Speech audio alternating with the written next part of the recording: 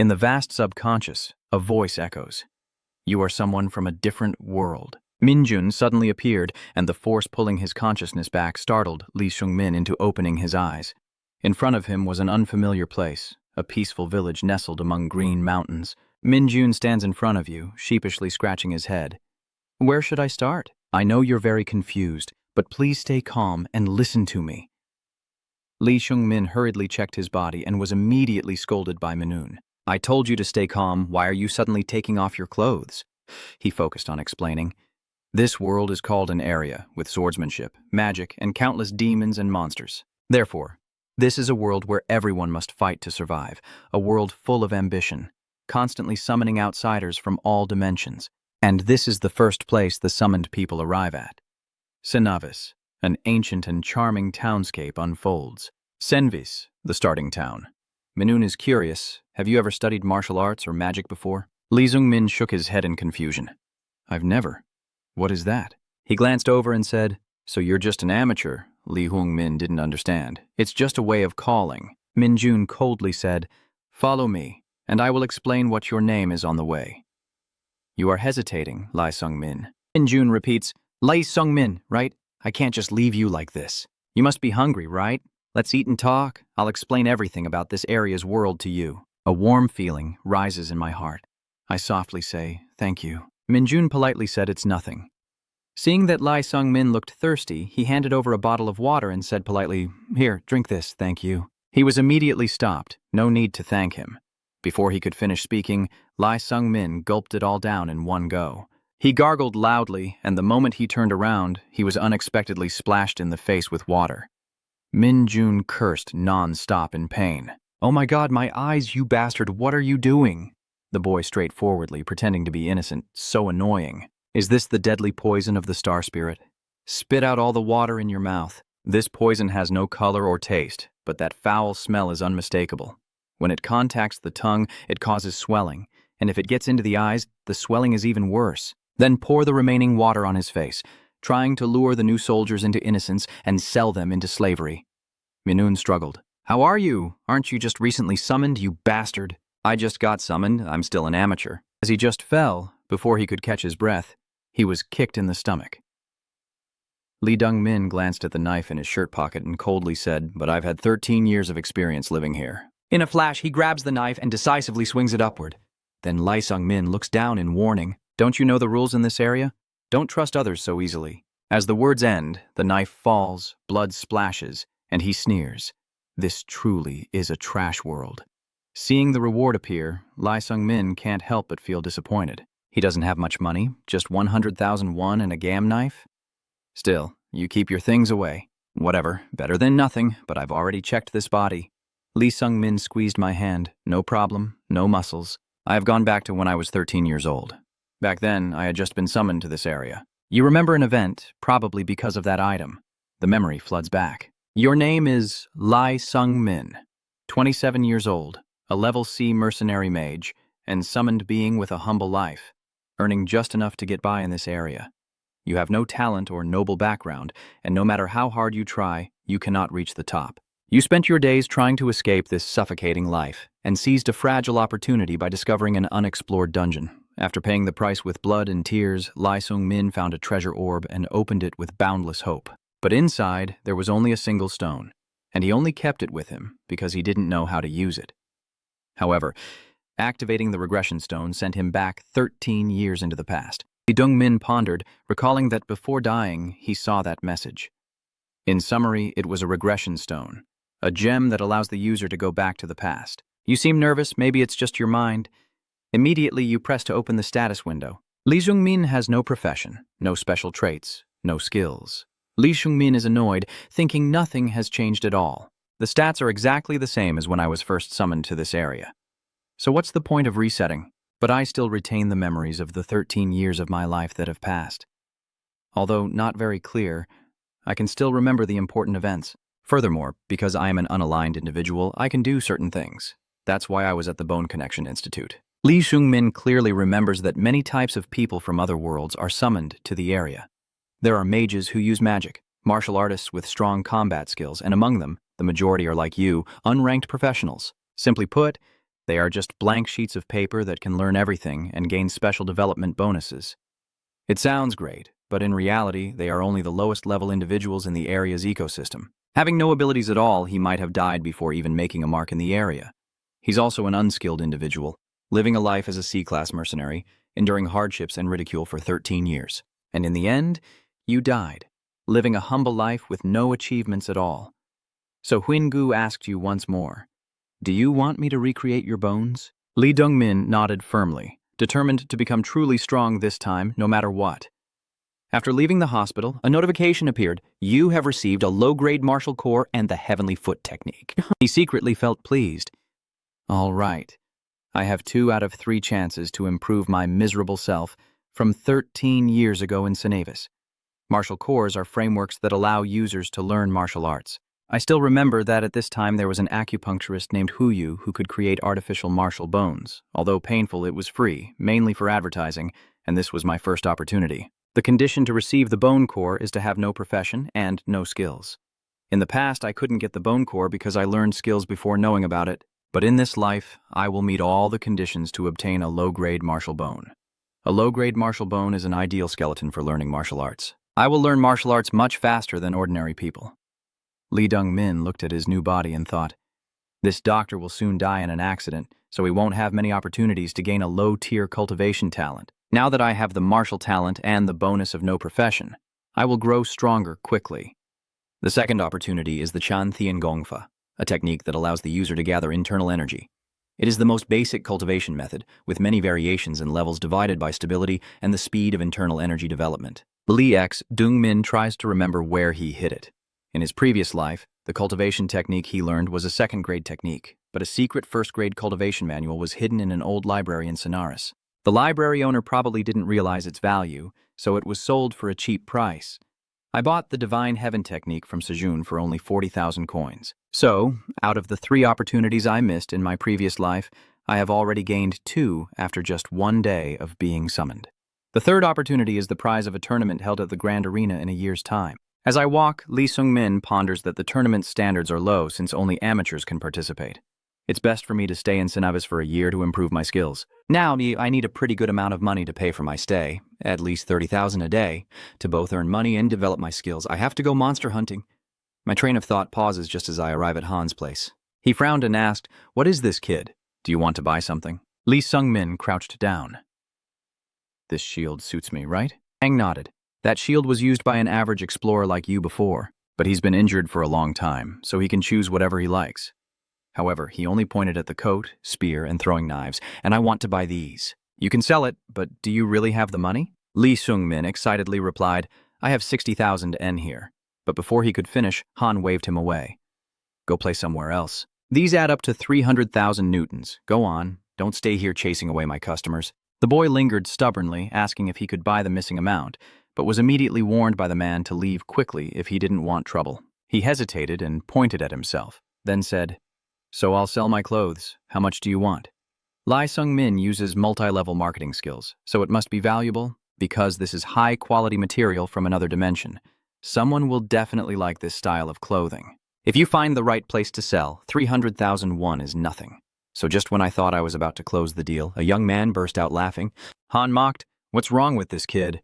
Just now he was pretending to be innocent, and now he looks so miserable. He asked directly, Are you unemployed or something? Looking so young, you want me to pity you and sell cheaply, right? If that's the case, then that's great. Han laughed until tears came to his eyes. You shameless bastard. He generously extended his hand.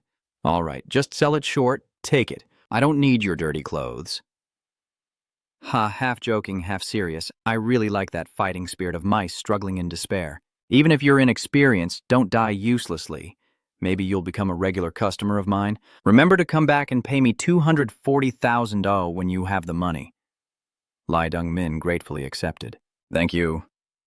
At last, you're fully equipped to move into the monster hunting zone. You touch the new items. Hailong thinks that the chance of survival depends heavily on whether you have armor or not.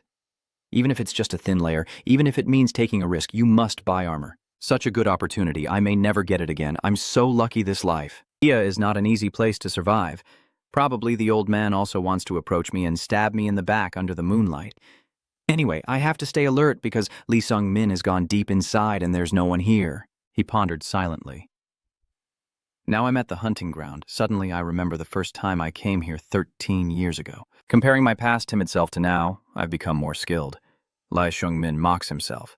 Back then I was just a pathetic guy. The siren keeps ringing, bringing my mood back. You have regained the Hwangbo martial arts, the Iron Spear Mysterious Bone, the Stone Tongue Leader, and the Soul Pursuit Spear. Keep searching until dusk falls. Then you hear the sound of hurried footsteps rushing through the wind. Lee Dong-min found a monster. It turned around in surprise and saw him charging with the Soul Spear. Before it could react, the spear pierced straight through its throat, sending it flying away in a straight line. Lee Dong-min knelt down, confirming the monster was dead before feeling at ease. Suddenly, a sharp pain struck, and he looked down at his hand, a deep burn scar etched on his skin. Now, he finally remembered that the one-hit kill technique was a left-handed spear throw. If he used his bare hand, he would get burned, but he sighed and said, "Whatever, a bare hand is not impressive." He clenched his fist, confidently thinking that even if his return was useless, a new journey was about to begin. Lee Sung-min finally collected all the items. When he returned to the inn, it was already late at night, and Zhao smiled warmly. "Welcome, Sung-min, you're here at last." Lee Sung-min approaches, holding a large cloth bag in his hand. Jack Aussie, here's your accommodation fee for today. I'm curious, what's inside there?" You place the heavy bag on the table as usual. "Well," Jack observes the bag and asks with interest, "All right, but where did you get that multi-dimensional bag? That thing costs around 1.5 million. Lee Sung-min honestly replied that a merchant kindly sold this to me at a cheap price, and Jack eagerly checked each item inside. "Really? You have a talent for business. Let me see. The sharp teeth and body fluids." After some calculations, he decided, "I will let you stay here for 2 days with these items. If you sell it to this wizard guild, they won't give you that much." He counted again and nodded. "That's enough, but I really think you're truly incredible."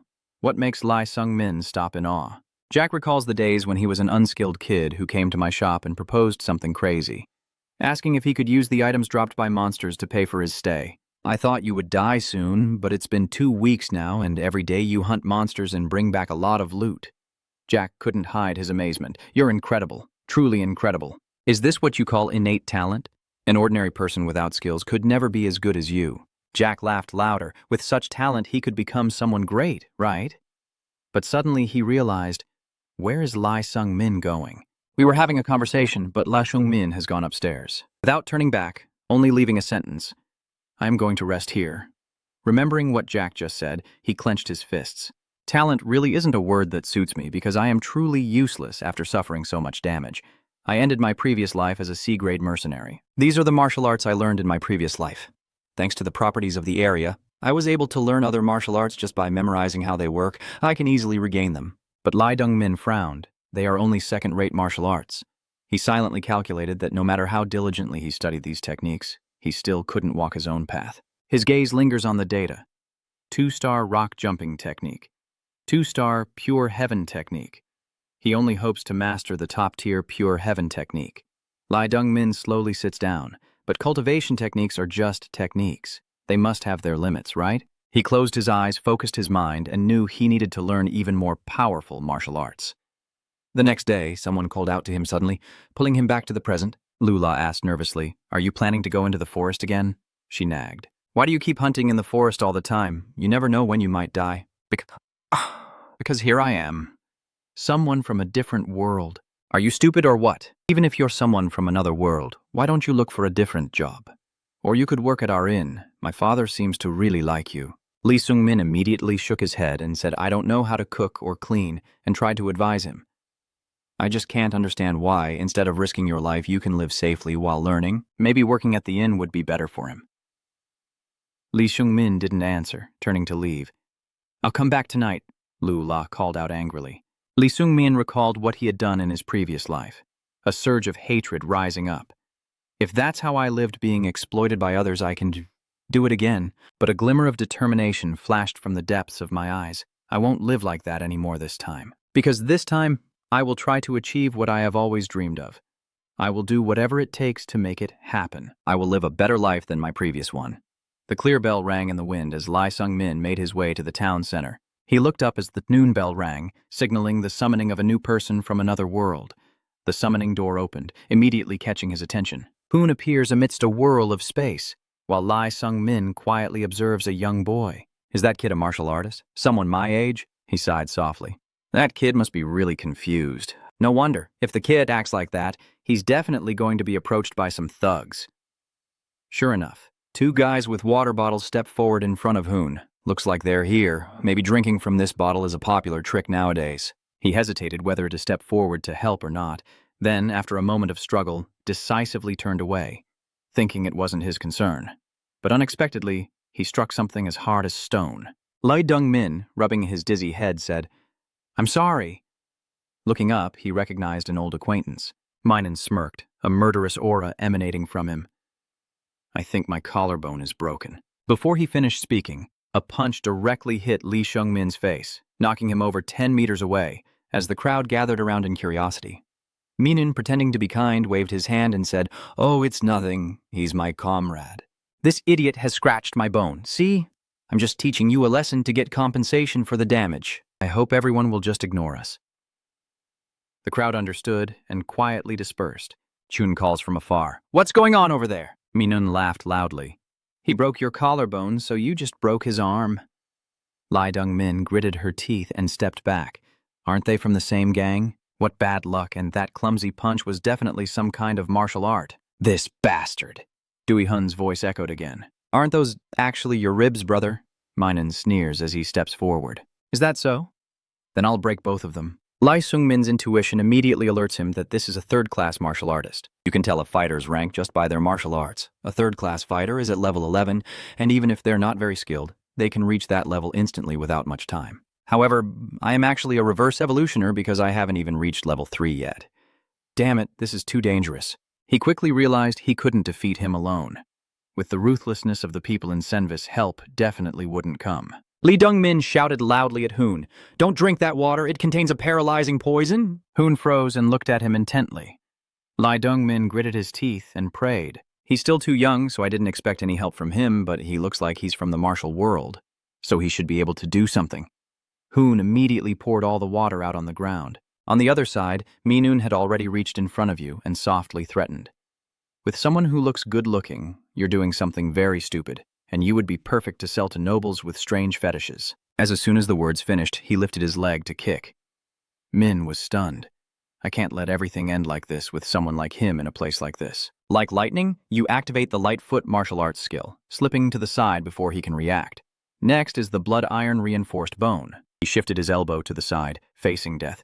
Minun was struck so hard he dented his ribs. Everyone saw this and shouted in panic, "Brother, stop this!" Thak Tung Trung kept striking down like rain, pushing Minun back against the beam. He laughed loudly, "So I guess you've also learned some martial arts, huh?" He got up, completely unscathed, and said, "It's useless. I'm shocked. Damn, his people are as tough as stone." I think he's learned some kind of external technique. When it comes to the weight and muscle strength of a child, I can't do much with martial arts. Suddenly, Seong Hyun on the other side swung his hand and shouted loudly, "I don't care how bad my guards are, but if we cause trouble, the guards will come anyway." Jun replied, "I understand. Just finish this off." At this moment, Lee Seung-min was exhausted, while Hoon remained very calm. Seeing Minun approaching, he made a decision. He couldn't win against him with just his bare hands. He needed to use his spear. As he just drew his spear from its sheath, a voice suddenly rang out. Mr. Hoon, standing nearby, softly asked, "What did you just say? Say it again." The close distance momentarily stunned Lai Seung-min.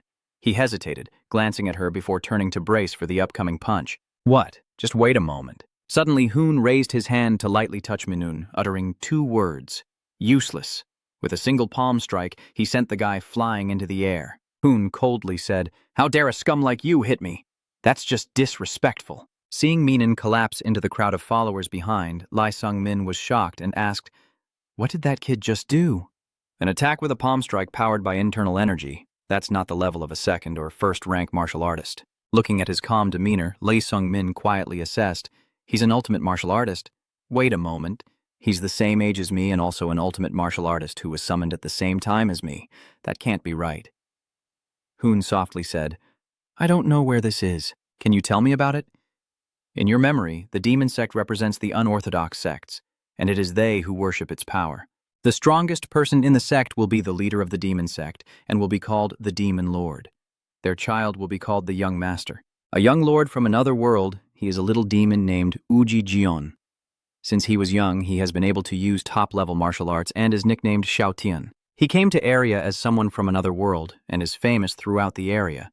He is the same age and was summoned at the same time as Lai Sung-min, but there is such a gap between them that Lai Sung-min cannot even look up to him. He opened his eyes wide.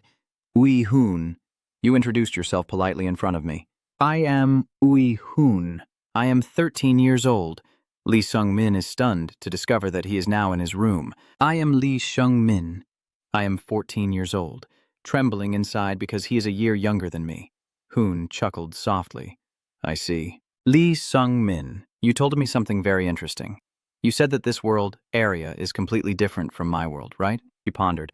Is there no demonic sect here? Lee Sung-min nodded. That's right. The sharp laughter echoed in my ears. Tae understood. I understand now. She asked again. Lee Chung-min, what did you shout at me earlier in the square? Lee Chung-min looked embarrassed. Don't drink that water. It probably contains a poison that causes paralysis. Hoon laughed even louder. This bastard is really arrogant. Why did you speak so disrespectfully to me? Lee Sung-min was so frightened he nearly fainted. He bowed deeply and respectfully said, God, I am sorry. I didn't know you were the young master. I didn't mean to offend you like that. I keep cursing in my heart. Damn it, I can't believe I'm bowing before a 13-year-old child. Earlier I saw you use martial arts. Your martial arts are really terrible, and your way of using them is very clumsy. Which world did you learn those fighting styles from? You try to force a stiff smile. Perhaps the gods understand what you mean. Before he finished speaking, Hoon sincerely stepped forward. I will teach you martial arts. The room instantly fell silent. Lai Sung-min was stunned, his throat tightening. Hoon continued with a firm tone, If I teach you martial arts myself, no matter how clumsy you are, you will still be able to improve.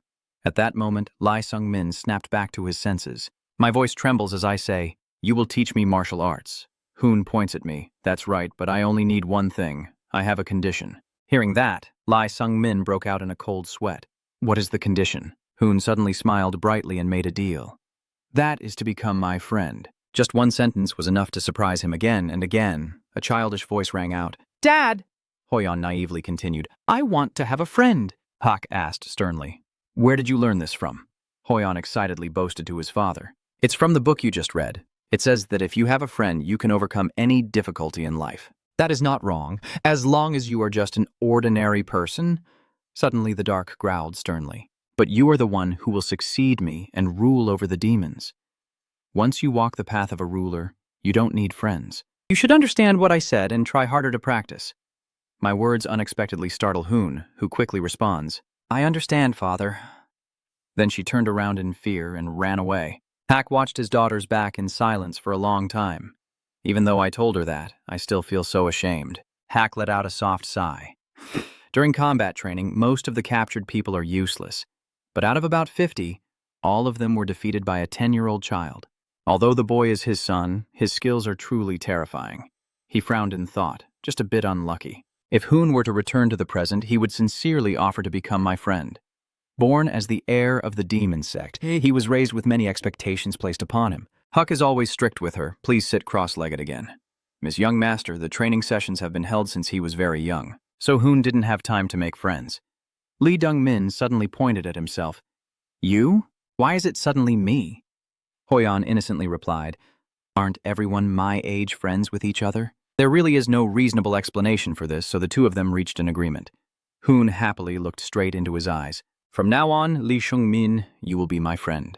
On the surface, he forced a smile, but no one knew that inside, Lee Chung-min's world was falling apart. A 27-year-old like me has become friends with a 13-year-old kid.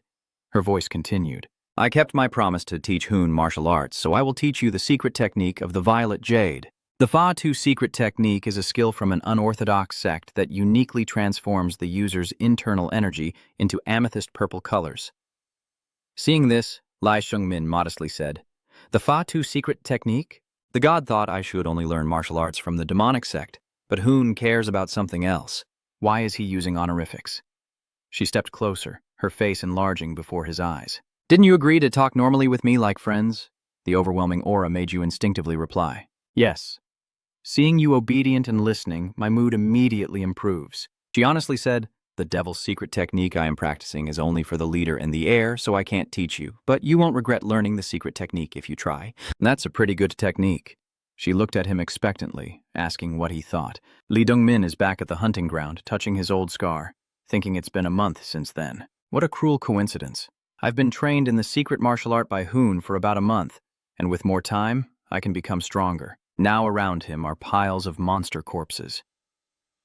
Lee Dongmin wipes the blood off his face, deep in thought about his current martial arts level, which is now between 3rd and 2nd rank, a significant improvement compared to his previous life. You imagine Hoon appearing, the sarcastic voice ringing in your ear, thinking that this is all you can do, even with me as your teacher, you really have no talent at all, making Lee Jung-min grit his teeth and shout, "Shut up!" At that moment, my attention was diverted elsewhere. Should I take the loot after winning? The pupil shrank sharply, and just as he swiftly leapt up, the giant monster appeared. He landed softly, clutching his weapon tightly. Lee Sung-min silently thought, what is this? If I wasn't careful, I would have gotten into trouble. He stared intently at the fierce monster, a flicker of emotion crossing his mind. The prison demon, his eyes constantly darting from side to side. His intuition told him it was alone, but were there others? After confirming it was the only prison demon, he immediately unleashed his ultimate technique and struck directly into its chest. The heavily wounded demon lord, blood staining the surroundings, he seized the opportunity and finished it on the spot. A surge of pride rose within him. Now killing a demon lord was no longer a problem. Hoon is teasing. It seems he's only proud of killing a single demon prison, huh? Making his inner self boil. Be quiet. He knelt down to look at the corpse of the demon guard. Long suddenly became suspicious. But the prison demons don't live nearby, so where did this one come from? Suddenly, a voice rang out behind you. You're young but skilled, brave warrior. Seeing Haeryung approaching, Lee Sung-min immediately became alert and asked, who are you? Haeryung clasped his hands and said, oh, my apologies, I am Haeryung, known as the destructive wind orchid sword in the central district. Seeing the sword hanging on his side for defense, he asked, what do you want from me? This issue? Then he pointed at the monster and said, I am here because of some matters related to the demon prison. In the end, Lee Sung-min also returned to the town with him. Sangryang looked him over and said in amazement, isn't he too young? Haeryung immediately praised him, saying, I saw him fight with my own eyes. Although he's young, his skills are very strong, and he will help us. Wang Pei quietly said, if Hero-un says so, then let's just accept it. I am the Black Fog Assassin King. A girl interrupted, I am Renia. I studied magic at Velis Academy. She asked him, do you know what your upcoming task is? Lee Sung-min hesitated. Yes, a little. Seeing that you didn't quite understand, Renia explained that recently the demon gang has been building a new demon prison village in this area. There have been many reports of them attacking nearby villages, even holding parades of slaughter. Haeryung continued. So the mercenary guild offered a reward of 20 million won to anyone who could clear out the demon prison village. With additional loot, the total profit would be around 35 million won. Lee Dong-min wondered how we should divide it. Haeryung replied, I will split the money evenly among the people, and silently thought, so I will get about 7 million won. A big mission like this doesn't usually come up. The question is whether I can trust these strangers or not. Seeing Haeryung's smiling face, he felt a bit worried. Looking back now, this person and the large sum of money made him decide, all right, I'll join. Hearing that, Haeryung excitedly hugged him tightly. You made the right choice, warrior. Things will be much easier with you. But you coldly pushed me away, thanks for your enthusiasm. Then you looked at the two people facing you. They were Haeryung hiding and speaking. Oh, they're just stubborn people with no official rank. This warrior, you're from a martial arts sect, right? Lee Sung-min replied indifferently. Yeah, that's right. At the same time, Rania politely asked them to do some shopping for her. Could you buy me a few apples nearby? The two kind-hearted people agreed, while beside him Haeryung continued explaining. They carry large essential exploration bags, and the remaining supplies are for them. Watching the two figures walk away, Haeryung nonchalantly told him not to worry about them. The whole group has moved deep into the forest. Lee Sung-min curiously asked how many demon prisoners live in the village. Sangryang calmly replied, about 50 of them. I think we only need to fight around 30. He slightly curved his lips and said, there's no real danger. The prison demons are always slow and dull. I just need to rush in, kill them, and take the loot. You asked Haeryung about the plan ahead of time. He immediately explained, we will split into 2 teams, you and I with the Little Knight, then the Big Knight team with Vuongboy and Krenia. Our main task is to lure the demons out of the village, then split up and attack. Renia demonstrates, I will disperse our scent with wind magic. The demon prisoners are territorial creatures. If they smell humans, they'll come right away. Sangryang continued, we will hide and ambush them when they come out. At this moment, the mage will prepare a magical attack. The little warrior and I will set off fireworks to lure the remaining demons out. That's why we split the hellish prisoners into 2 groups and kill them. It's easy, right? Lee Dongmin quietly assessed. Not good for others, but this plan is pretty solid. It would be better if a trap could be set. But with this many people, it's not very feasible. As I was thinking, Hyeryung announced, we're almost at the demon prison's territory. Now split into 2 teams. Everyone remember to be careful. Wishing you all victory. Then Hyeryung led Lai Sung-min and Brass away, according to the plan. Seeing Brass pant heavily, he was quietly moved. We have been walking for nearly half a day, so people without a profession like them must be struggling a lot. Seeing his past self in Brass now, Lai Sung-min took the initiative to ask, what is your name? Brass raised his head, panting heavily. What about you? Are you talking to me? He replied calmly. My name is Brass. All right, Brass, let me be honest. I don't trust myself to protect you if the hellish guards attack first. You remind him to choose, run or keep going, and look towards Hyeryung, because no matter what, that guy definitely won't help and is probably paying attention to this conversation. The sun grew hotter and hotter. Brass was now exhausted and couldn't run anymore. Lai Dong-min thought to himself, of course he couldn't know what punishment he would face from the mercenary guild if he gave up and ran away. Because I know best. At this point, all you can do is warn them, so try to protect yourself. As soon as he finished speaking, Hyeryung in front called out, Little hero, I think we've arrived. He cheerfully said, Isn't it fortunate that we can avoid all the patrol guards along the way? Do you see that fence among the trees? It's there. Now I will set off fireworks to lure the demon prison guards out. Lee Jung-min quickly stopped him. Wait, hold on. He crouched down to pick up something, and Hyeryung immediately looked on with curiosity. Just as I expected, the bag around your waist is a multi-purpose bag. It must be expensive, right? Where did you buy it? Lee Dong-min replied confidently, I was just lucky to get one. He keeps staring intently, I see. But what did you just take out like that? Lee Dong-min was busy pouring water while explaining. If we create mud with that water and cover ourselves in it, we can hide the scent. Hyeryung's eyes lit up. That's quite a clever idea. Little warrior, it seems you have more inappropriate experience for your age. Meanwhile, Lai Sung-min is rolling around on the ground. I learned it from my master. He still keeps up his pretenses. You truly are an excellent teacher, and you stand up indifferently in response. Yeah, that's right. Hero Hyeryung should follow suit. Hyeryung obediently followed your instructions. Only then did Brass speak up. Do I need to reassure Lai Sung-min we've used up all the mud here? Let me find a place and do some more for you. The final fire has been lit, and the hellish guards are all alert after catching the scent. Hyeryung spoke first, saying, This hero, I have a great idea. Before Lai Min-shung could understand, he continued, What do you think if we let the rebel go ahead? He continued slyly, saying, Isn't the plan more effective if we let the rebel go first to distract them, making it easier for us to attack from behind? Brass was so frightened he couldn't speak. He stammered, Sir, but I will die if that happens. Hyeryung, dissatisfied, turned and said, You won't die first. He whispered threateningly, But if you don't step forward, I might just kill you. Seeing Brass panic, he burst out laughing, half joking, half serious, and said, You know I'm just kidding, right? Suddenly, Lee Sung-min stood up, and Hyeryung was surprised. The hero decisively proposed, I will go ahead if you have no problem with this. Hyeryung thought for a moment, and then nodded. Of course not. He quietly counts 13 prison demons drawn out. One has already been pierced, the spear thrust straight through its body. He swung his sword across, blood splattering everywhere, and Lee Sung-min counted again.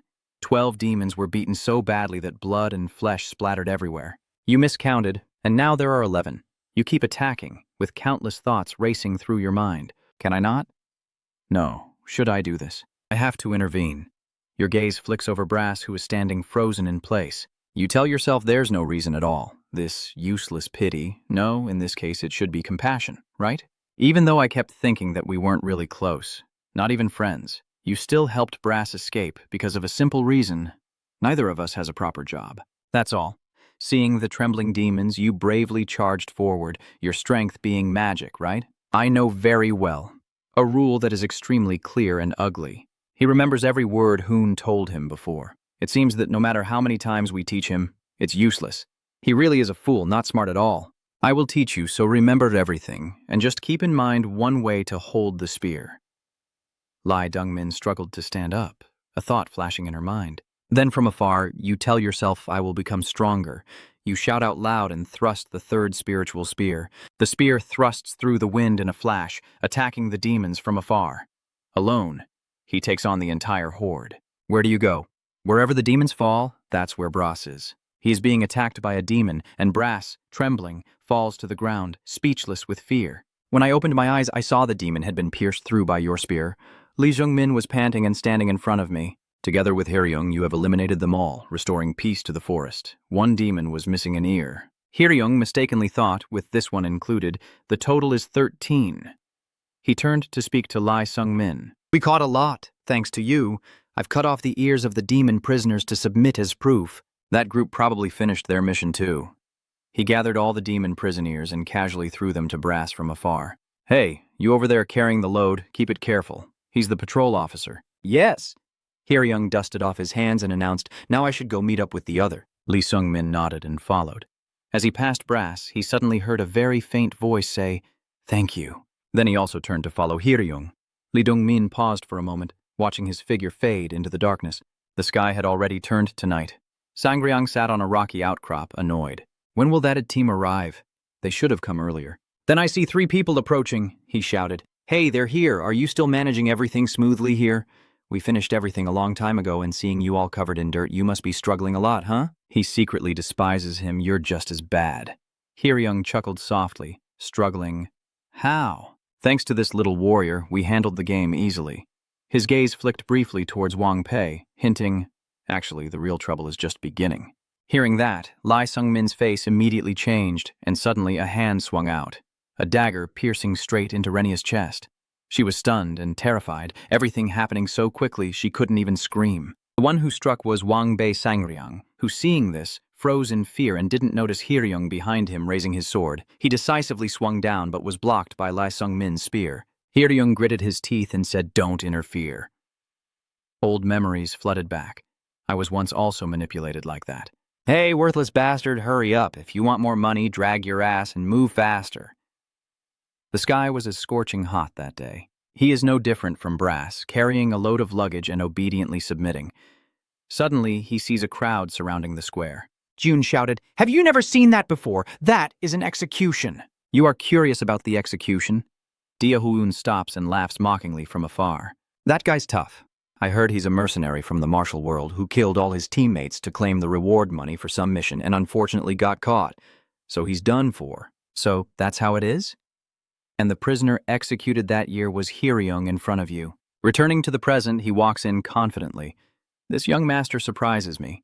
Your reaction was faster than I expected. As if you already knew everything. He has no idea you're secretly thinking that, of course, I saw you get executed in your previous life. Even though it was an event that happened 13 years ago, I still remember it vividly, because it was the first time I witnessed an execution.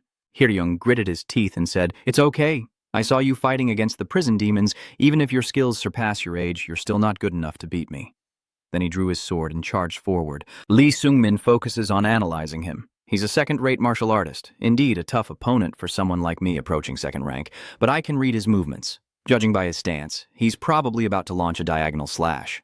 In that case, I will use the length of this spear to counterattack.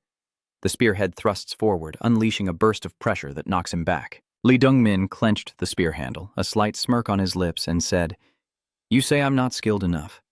Have survived life and death in my past life, and now trained personally by the little demon boy.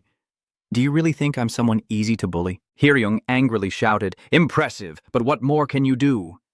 Unexpectedly, he spat out a mouthful of blood before finishing his sentence. He trembled in fear, clutching his neck. What the hell? It's poison, sleepwear. I mixed slow-acting poison into the mud earlier. Since you didn't come into direct contact, it probably isn't life-threatening. But seeing your hand trembling like that, I don't think you can even defend against someone weaker than you. Without waiting for a reply, he quickly charged forward. What do you think, master of martial arts? Suddenly, his steps halted as Hyeryung pressed his sword to Brass's neck and shouted threateningly, you little brat, lucky you dared to come forward, or this porter wouldn't see tomorrow. He thought to himself, this kid seems to care about the porter, which means he's more likely to be soft-hearted and want to save others. Then it won't dare to step forward. On the contrary, Lee Sung-min's mind was constantly cursing. Is that guy stupid? Does he really think hostage tactics will do any good? Your foot subtly moves forward, startling Hyeryung. Hey, I told you not to move. Now my mind is racing with many thoughts. I've been a mercenary for years. The only reason I helped that porter is because I saw my past self in him while looking at Hyeryung, who's losing his mind and acting recklessly. Pull yourself together, for God's sake. Stop overthinking and come back to reality. Continuous fighting has drained my energy too much. Normally I could stab him before he moves, but not now. If I try, I'll be counterattacked immediately. Seeing Wang Pe and Sangryang also starting to fight, Lai Dongmin secretly worries, not sure how long the poison will last.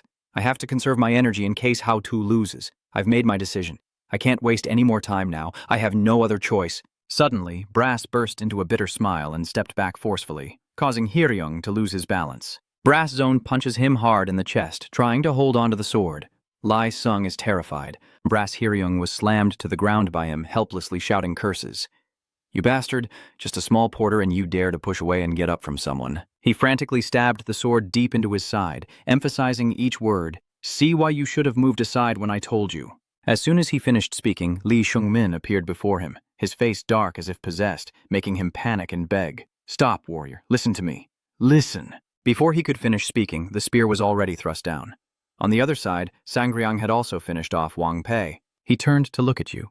In this moment, darkness envelops you. No one knows that your heart is breaking apart. Seeing Brass lying motionless on the ground, you feel deep compassion. Finally, you rewrote the ending of the execution scene.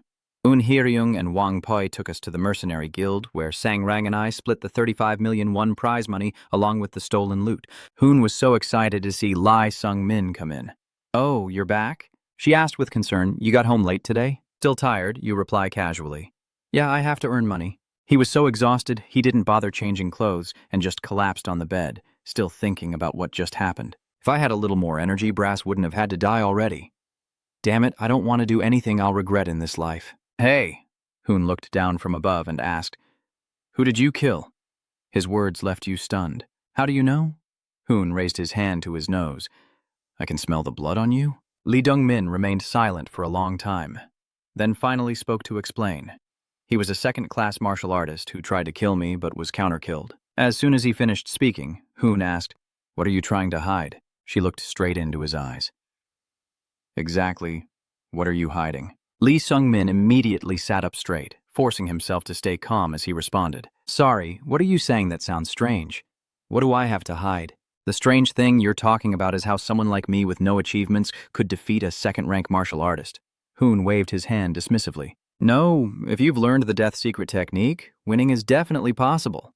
She honestly praised. You are very special. Hoon slowly recounts the things he has experienced. While wandering the streets, I tried my best to understand this world. I can see many things and understand the circumstances of those who are unprofessional. Remembering the scene where the man took Anne's belongings from the trash, she continued, Most of them are very miserable, which is understandable. Humans don't need to think much when killing a bug. Meanwhile, they hesitated to kill a small creature. Hoon stood upright, his eyes locked onto Lee Sung-min. But you, on your first day, the very first day you were summoned, you went straight to the forest to hunt monsters. Does that seem strange to you, Lai Sung-min? If I don't do this, I won't be able to survive. Hoon replied, That's true, but do you think other unprofessional people don't do the same because they aren't even aware of it? They fully understand, but cannot put their lives above everything else to kill a living being. Even if they are not unprofessional, could a 14-year-old kid like you do that on the first day? You hide and say, I just adapt a bit faster. Hoon chuckled. You're good at dodging questions. Then I will tell you the second point, Lai Sung-min said curiously. Is there more? Hoon's next words hit you right in the heart. You have no talent at all. If I teach you 10 parts, you'd probably only understand 3 or 4, right? Seeing you upset, she called out, Look over here. Strangely, you've only been learning to wield a spear for 2 months, but your spear skills are already very good. An amateur illusionist who even fumbles with how to step when holding a spear, yet doesn't make the common beginner mistakes. Someone with no talent at all. How could they learn martial arts so quickly in just 2 months? Hoon asked Lai Sung-min directly, Who are you? He immediately stood up, his face grim. I have no idea what you're talking about. Hoon coldly reminded me I really hate people who deceive me. The two of them stared at each other for a long time, and the room fell into silence. Lee Sung-min, everyone has a secret they want to keep to themselves. Isn't this really about whether you can find the bad guy or not? For you, friends are like that? Hoon pondered for a while longer and finally agreed. A secret. All right, fine. Everyone has at least one secret as a human. I have one too. She made a deal. It's okay now. If you tell me your secret now, I will tell you mine. Lee Chung-min shook his head. No, I don't need to know. She kept persuading him. You just missed a good opportunity. How about this then? My secret includes an unmatched martial arts technique as well. Martial arts or movement skills, which one do you want? Lee Dong-min sighs. I may be taught, but I still lack the talent and internal energy to use it properly. Hoon crosses his arms, thinking further. Suddenly, an idea comes to her. Then let's do this. I will give you 20% of my internal energy. The words left Lee Chung-min stunned, and he rushed forward. What? Why? And Hoon calmly said, I'm just curious. You are my only friend, so I want to know everything about you, even your secrets. Her eyes shone with sincerity. Friends are like that to me, isn't that enough? Just promise me one thing, Hoon asked. What is it? If I tell you my secret, you won't kill me, okay? Lai Sung-yin bargained. Hoon immediately agreed. Isn't that only natural? Why would I want to kill my friend? She scratches her head, but since we've already decided to exchange secrets, I'll go first. I is the girl. Hoon snatched the hair tie, letting his long hair fall over his shoulders. Why are you so surprised to keep it a secret? My father wants me to do this for the sect because only a son can become the leader of the demon sect. He wants me to follow this path, so he made me live as a boy. I've been used to living like this, so until now no one knows I'm a girl. That's my secret. Now it's your turn. You put your hand up to stop. Wait a moment, I need to gather my thoughts first. Since you suggested it, let's start using separate rooms from tomorrow. Hoon innocently asked again, why is that? Lee Dong-min took a deep breath, gathering all his courage and confessed, I am someone who has been reborn. Hoon's pupils constricted, and she angrily shouted, what are you talking about that's so unreasonable? It's like the two of you arguing all night long. So, in the end, you're saying you died and were reborn in the past? That's pretty hard to believe, but I can accept it. So all of your strange actions have an explanation now. If it's in the central area, being eliminated is almost impossible.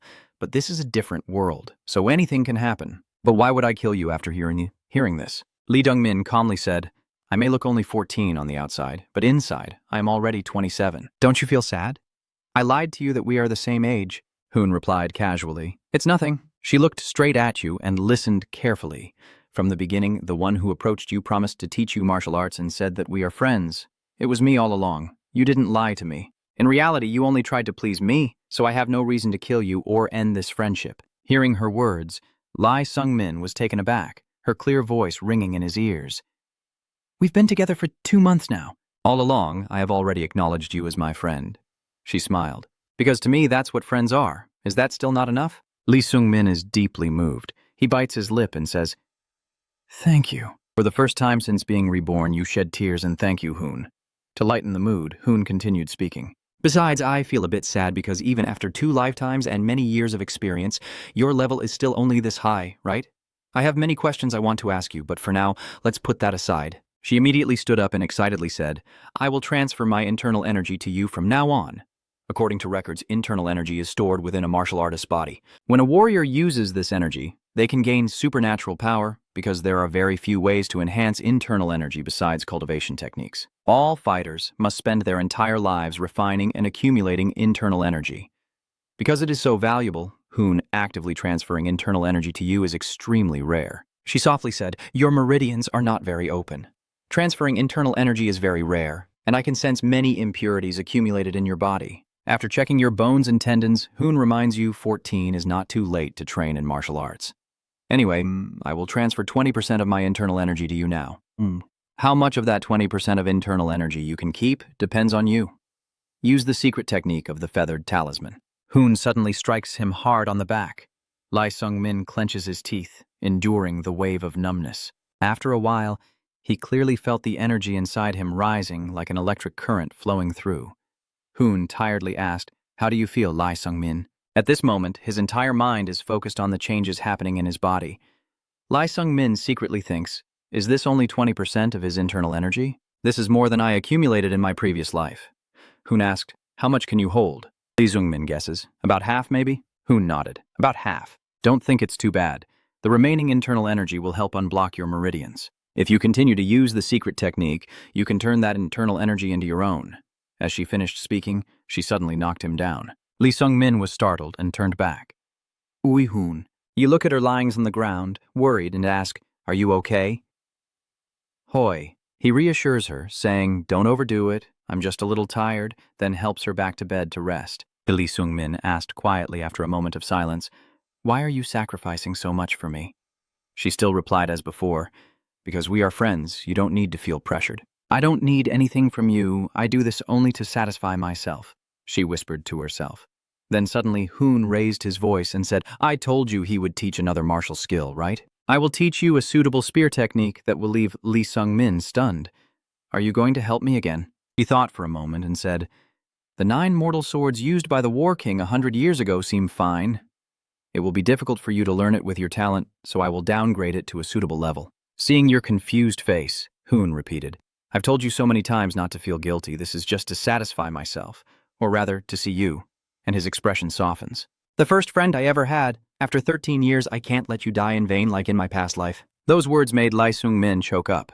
He softly called out to Hoon, "Thank you."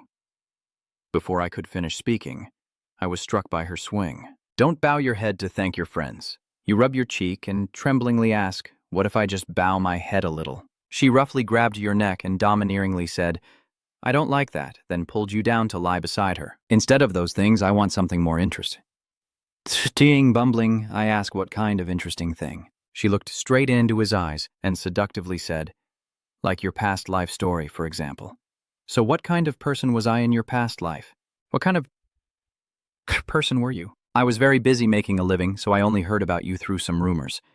I heard that you ruled the top area with overwhelming power." Suddenly she giggled. "So, really? I did pretty well, didn't I? I am indeed different." You continued to recall that after you were summoned, you left the city within a month and disappeared for about 3 years. Hoon guesses that you might have been traveling during those 3 years. "Traveling around." She nodded. "What I desire most is freedom. Being part of the demonic sect means you only have freedom within the control of the sect leader." She pointed at you happily and said, "That's why when I was summoned to this world, I was very happy to have a friend like you. I won't let you ask any more questions. I will leave after a month. I will enjoy this world and my freedom. After teaching you the 9 ultimate wounds for a month, I will go on a journey like in my previous life." "And what about you?" She tilted her head to look at you. "What kind of life do you want in this life, Lee Sung-min?" The sudden question made you fall into deep thought. "How do I want to live?" Remembering the moments of submission, pain, and brokenness from the past, I softly say, "A better life than before." "So why does it sound so vague then? Instead of such vague things, do you have any goals?" Lee Dong-min hesitated. "I don't know. Hoon is giving you more time." She advised him to think it over and tell her when he found out. Then suddenly she sat up abruptly. I'm very curious about your past life. Tell me." Lee Sung-min shyly scratches his ear. There's not much else to say. I intervened, not too surprised, which made you angry and curse the villain. Actually, deep down, I kept wondering if there was anyone I could truly call a friend in Enverus, where I had lived almost my entire previous life. It seems not. Just like I was Ui Hoon's first friend, he was also my first friend. Finally, a long night has passed, a night of endless trivial stories, and then a month has gone by, and Ui Hoon's voice echoes. "All right," Sung Em. She beckoned her hand towards herself, saying, "Let's see how much you've learned in a month." Lee Sung-min thought to herself, "It's almost time to say goodbye." After this mock battle, Ui Hoon will leave. He shouts loudly, "I will fight with all my might." She sneered and pointed at you, saying, "Of course you have to try your best. Do you think you can fight me half-heartedly with just that much ability?" The words hit home. Lee Sung-min roared and charged at Hoon.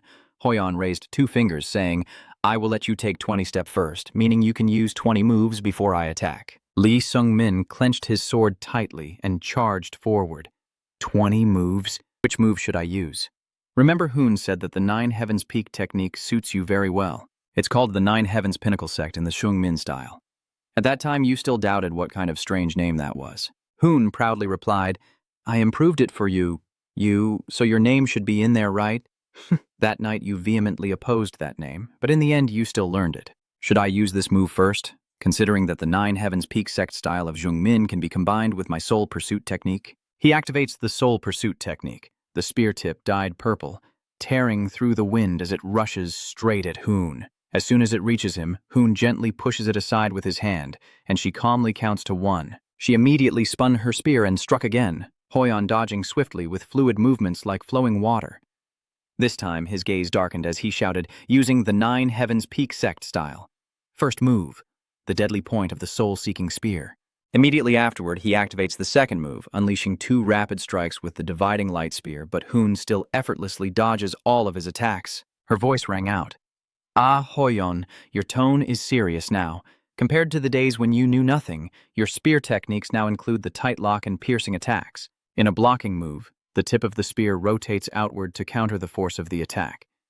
For a tight grip, the tip rotates inward and presses down quickly to lock the opponent's attack. She grabbed the spear, demonstrated directly, and stabbed through herself to hit the opponent.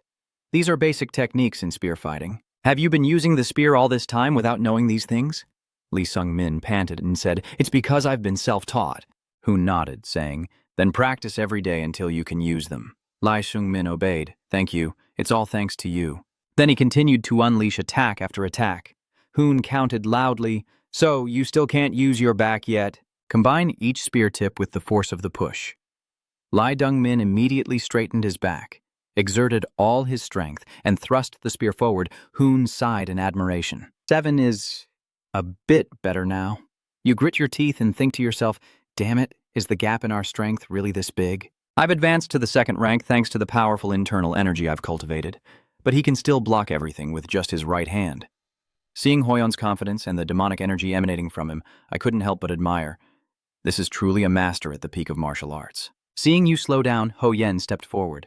What's wrong with your face? Are you just going to wait like that? Suddenly, Lee Sung-min asked, Do you think this move will work? Before he could finish speaking, he swung his spear and decisively thrust forward, spinning his spear rapidly in rhythm with Hoon's count, executing a continuous series of swift attacks. At count 19, she immediately summons her weapon to fight back. Hoon speaks. Now it's the final move. When the count reached 20, she suddenly froze as Lee Sung-min's spear tip was close to her eye. She slightly smirked, her face full of pride.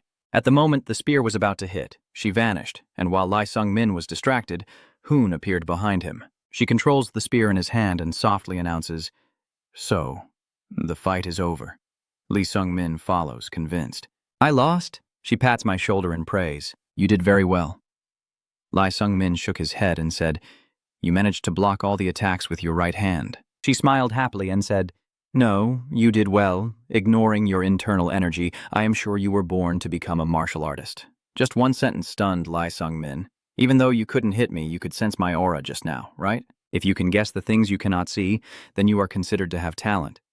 One day, it will become your own special weapon. I'm quite looking forward to what will happen in 10 years. You're curious.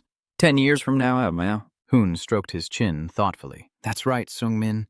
This practice match was a bit too easy, to be honest, but I am truly satisfied with your skills. You've tried to apply what I taught you. The final attack was the best, so see you again in 10 years. You keep showing concern. Last month I asked you what your life goal was, right? Have you decided yet? Lee Sung-min shook his head in disappointment. Not yet. I still haven't decided. Suddenly, Hoonan patted his chest and said, If that's the case, make me your goal. Lee Jung-min clenched his fists while Hoon kept rambling beside him, ignoring his expression. As a person, you must have a goal. Otherwise, your life will just drift like a boat on the open sea. She encourages you to become strong enough to beat me in 10 years. You softly say it's impossible. Hoon didn't hear clearly and asked again, What? Suddenly, Lee Sung-min shouted, Becoming your target doesn't mean I can become like you. Please don't talk about things that are impossible anymore. I can't do that. I can't do it because I'm not a genius. You're both smart and talented. You just need a little more divine medicine. So you wouldn't understand how difficult that is.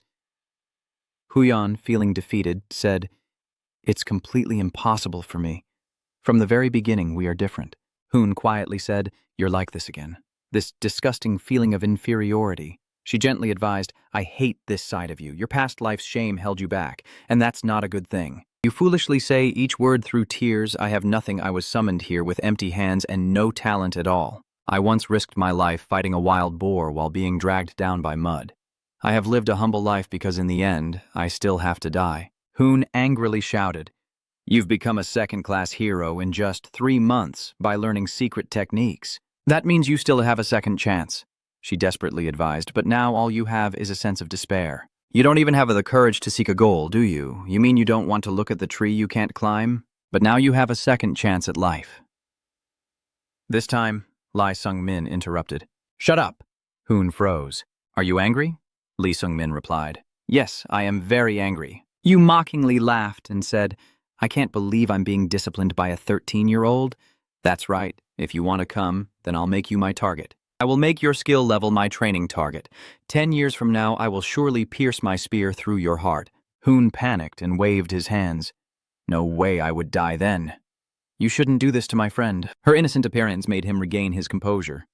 A friend. Lee Dongmin hesitated and remembered. Oh, right. Hoon said it was simple. Just need to fight once. Lee Sung-min was surprised to hear her speak so gently, then shyly lowered her head because of her rudeness. Hoon gently comforted her. If you're that embarrassed, why are you still angry? Her voice is sharp and decisive. Then it settled. Hoon stepped forward, promising to meet again in 10 years. I'm really looking forward to our battle, Hoon sneered when he saw you freeze. Don't tell me you're afraid, Lee Sung-min stammered. I was just startled because you suddenly came close to me. What are you, a kid talking about? Seeing your embarrassed face makes me more eager to tease you.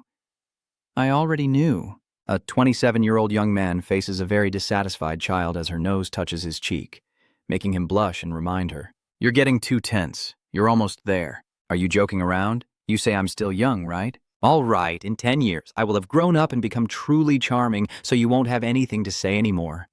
I won't let you say things like I'm still too young. After the match with Hoon, Lee Sung-min decided on 3 major goals. The first is to keep surviving. The second is to seize the opportunity using his past life memories. Remember that day, before Hoon left, the two of them made a wish to each other. Then you said we'll meet again in 10 years. Lee Sung-min nodded without hesitation. All right, see you in 10 years. At that very moment, your third goal was set. Hoon turned back and warned, don't you dare die. And he replied, I won't die. After the final confirmation, they went their separate ways. From then on, every step Lee Sung-min took silently reminded him of the name Hoon. Lee Sung-min recalls what he missed in his previous life, which are also the 3 things he can obtain from Enverus at this stage. His martial arts foundation and pure innate techniques he has already completed. So in the end, it's an amateur tournament. Lee Sung-min has arrived at the arena. Why is that little kid here competing too? I am a third-rate warrior, so you'd better give up. Lee Sung-min said nothing and quickly launched an attack to finish him off. During that time, Lee Sung-min's martial arts had become the best, so winning the amateur tournament was easy for him, and the prize for the winner was the divine energy elixir that could boost internal strength. Lee Sung-min, of course, took the divine energy pill, but even after receiving Uyon's internal strength, this pill still had a slight flaw. He looked at the divine energy pill in his hand, silently thinking that with this, he had obtained everything possible from Enverus. All that's left is for you to visit the stall and happily greet Mr. Han, who was surprised to see you. Kid, I heard you won the tournament. Congratulations, you replied politely. Thank you, sir. Han pointed at the items and asked, what would you like to buy here, see? Lee Sung-min shook his head in refusal, saying, I came to say goodbye. He can guess that. I know. You little amateur, you've already graduated from Enverus. I'm truly touched. You can thank Uncle for that. He encouraged me that if I left this city, I could probably live well too.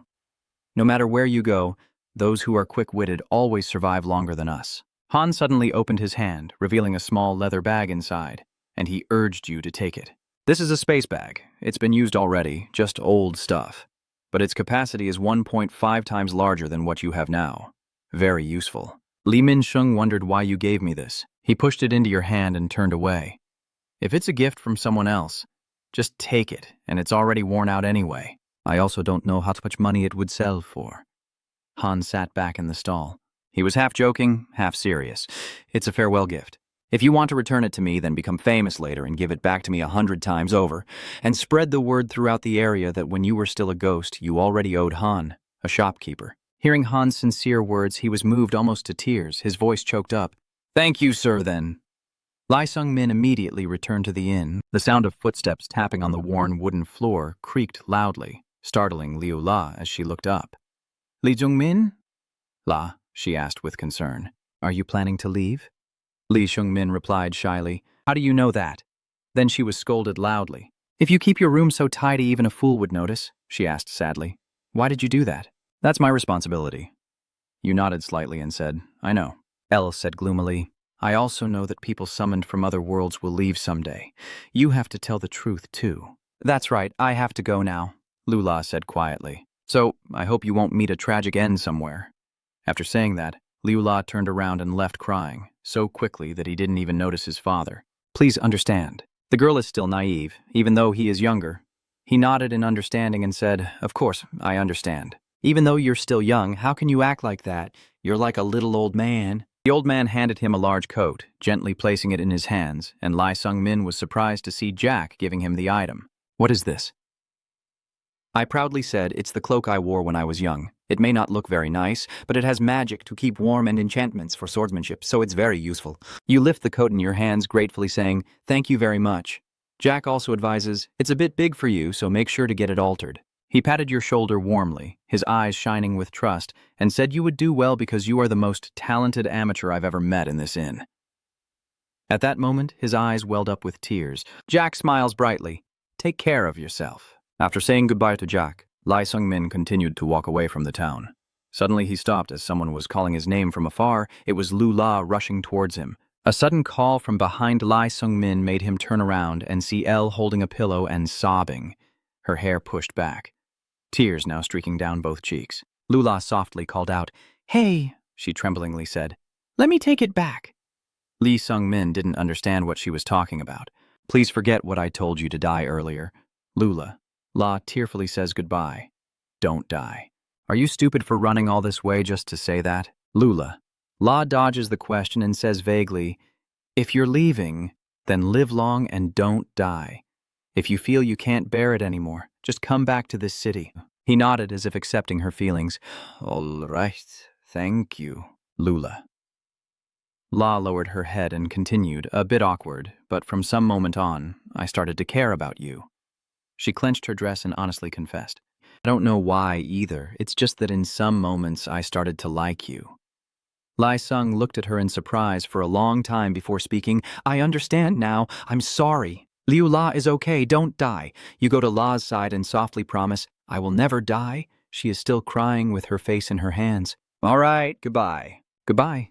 In the end, there's nothing here to hold you back anymore." Lee Dong-min walked away, thinking that in her previous life she had spent 3 years to graduate from Sonaris, but this time it only took her 1 year. And although she had no memories of her past life, she had gained many precious moments this time. You glance softly at the town of Sonavis, wondering to yourself, will I return here someday? The reminder still echoes in my ears. Don't die, I will never die.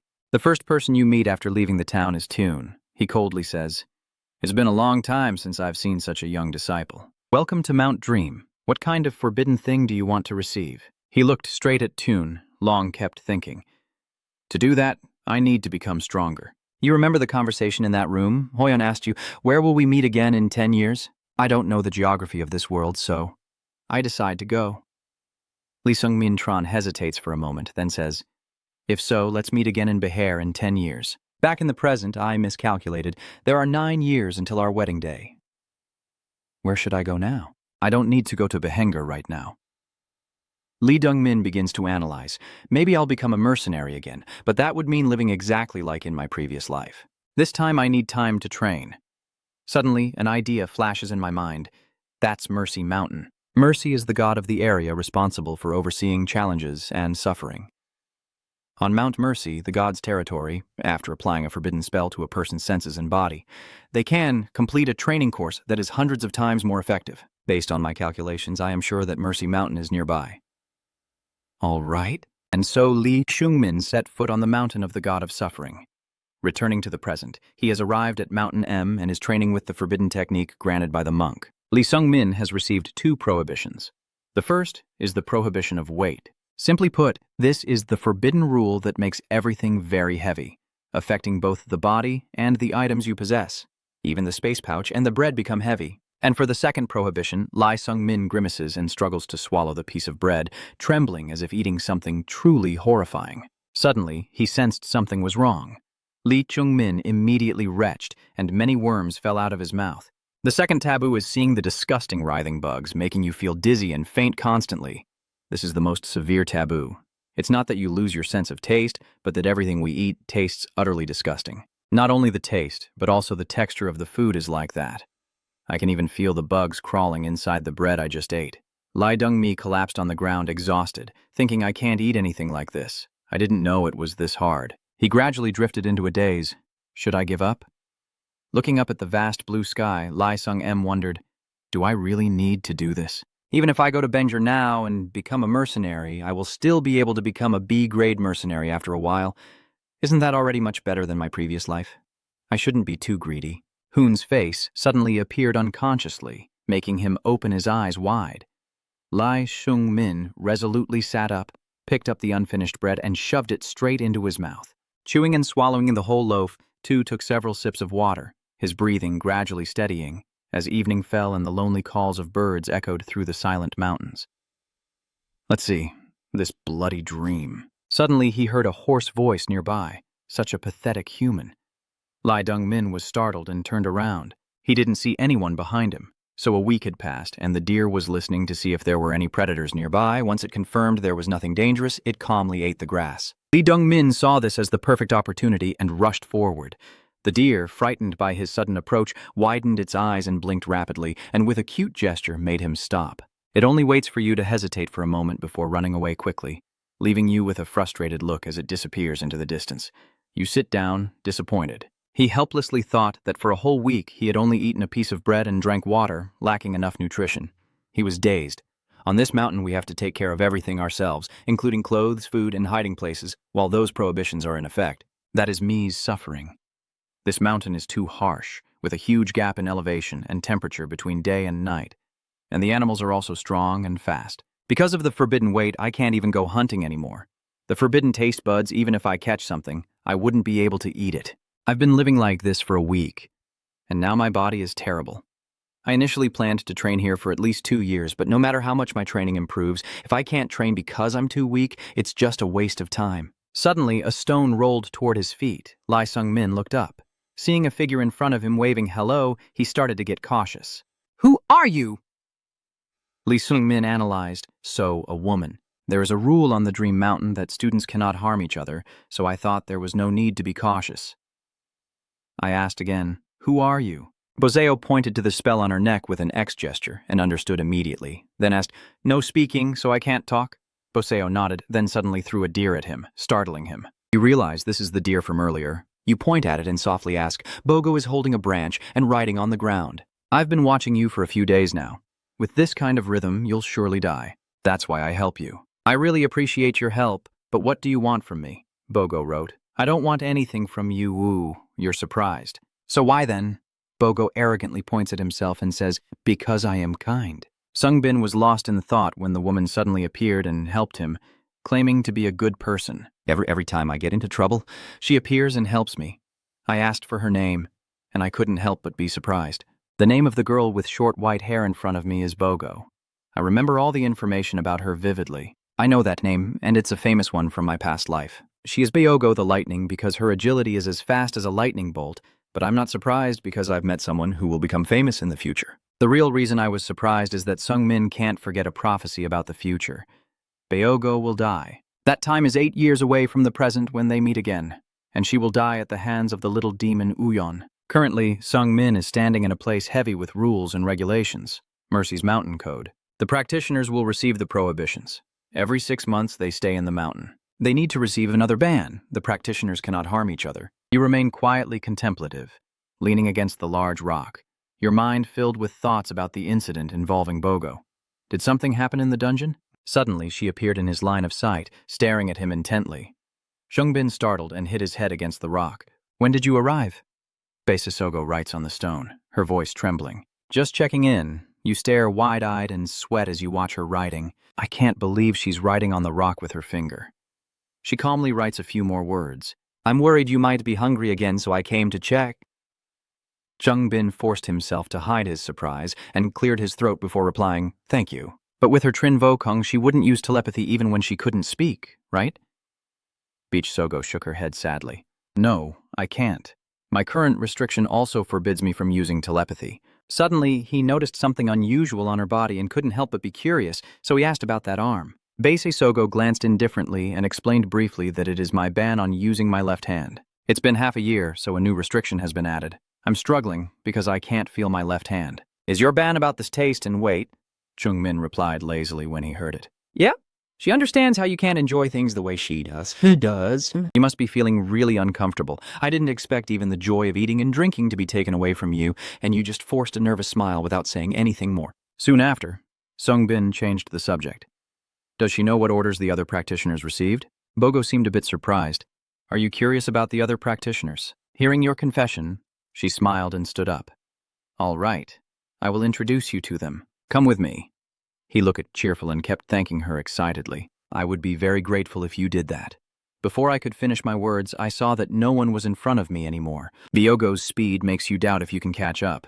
Luckily, she still has a conscience and turned back. That's right, you received the weight restriction order?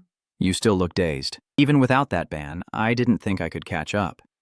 I didn't expect her to be so kind as to give me advice. If your body is heavy, you should focus more on agility training. It would be better than just relying on your swordsmanship. Jungmin slowly propped himself up on his knee and stood up. Do you watch me train? Can you teach me lightness skill? However, Bogo politely refused. No matter how kind I am, I can't give you what I use to make a living. I offer a humble smile. Just kidding. Before he could react, she hoisted him onto her shoulder. You're too slow, so I'll carry you to speed things up. Your face suddenly looked extremely panicked. Huh? Wait, she mentioned it several times before. Hold on tight. And then Sungmin felt an overwhelming force pulling him in. Suddenly, the world around him was silent, with no sound from him anymore. Until a contemptuous voice reached Sungmin's ears. What was it? It's just a mute kid. That person seems blunt when talking to Bogo. What's wrong with this mute kid? She just introduced Lai Sungmin. He's a new practitioner, but he was so shocked he pinched his nose. This smell. The person in front of Sungmin has dark skin and emits a disgusting odor. Lee Sungmin must be a martial artist. What a damn bastard. Scarlet Lear, the future great mage, is forbidden from bathing and changing clothes. There is also an old man with scars all over his body present there. A fighter who likes to challenge others. Let's have a match someday. Dabi Junma Ki Sword. Future is banned from using both eyes. Bogo briefly introduces these impressive names. Only 4 people remain here after more than half a year of training. Beach Sogo, the lightning of the future, with the left eye and left hand under command. Jungmin was completely speechless, staring wide-eyed when he saw these people. What kind of team is this? They are all important figures who will later build a great reputation. A chilling sensation runs down your spine. Although they are still unknowns now, they will soon gain fame throughout the area. And above all, Scarlet looked at him and said in a haughty tone, So kid, what's your ban order? Do you still have to hold your nose because you can't breathe? It's about weight and flavor. Her expression is full of confusion, questioning right away. You haven't even been here half a year and you already have 2 bans? So you received both bans right from the start. You're crazy, you won't last long. Dabi responded to her condescending attitude. Scarlet, he came to this mountain to get stronger, so it's understandable why he did it. He wants to push beyond his limits at all costs. Is that right?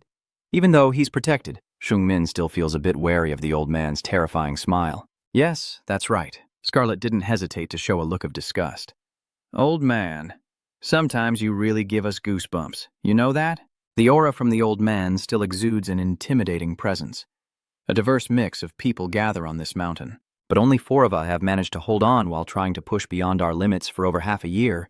We'll see how long you can last. I'll be watching you. Sungmin didn't know what to say, so she just went along and responded. Fine then. Hearing Scarlet smirk and tease Bitchso for being mute, she must be really happy, huh? She met a crazy guy who also started with 2 forbidden commands like her. Sungmin was very surprised. Bogo also started with 2 forbidden commands. She doesn't seem to want to stay for long. Now that we've all met, let's go home.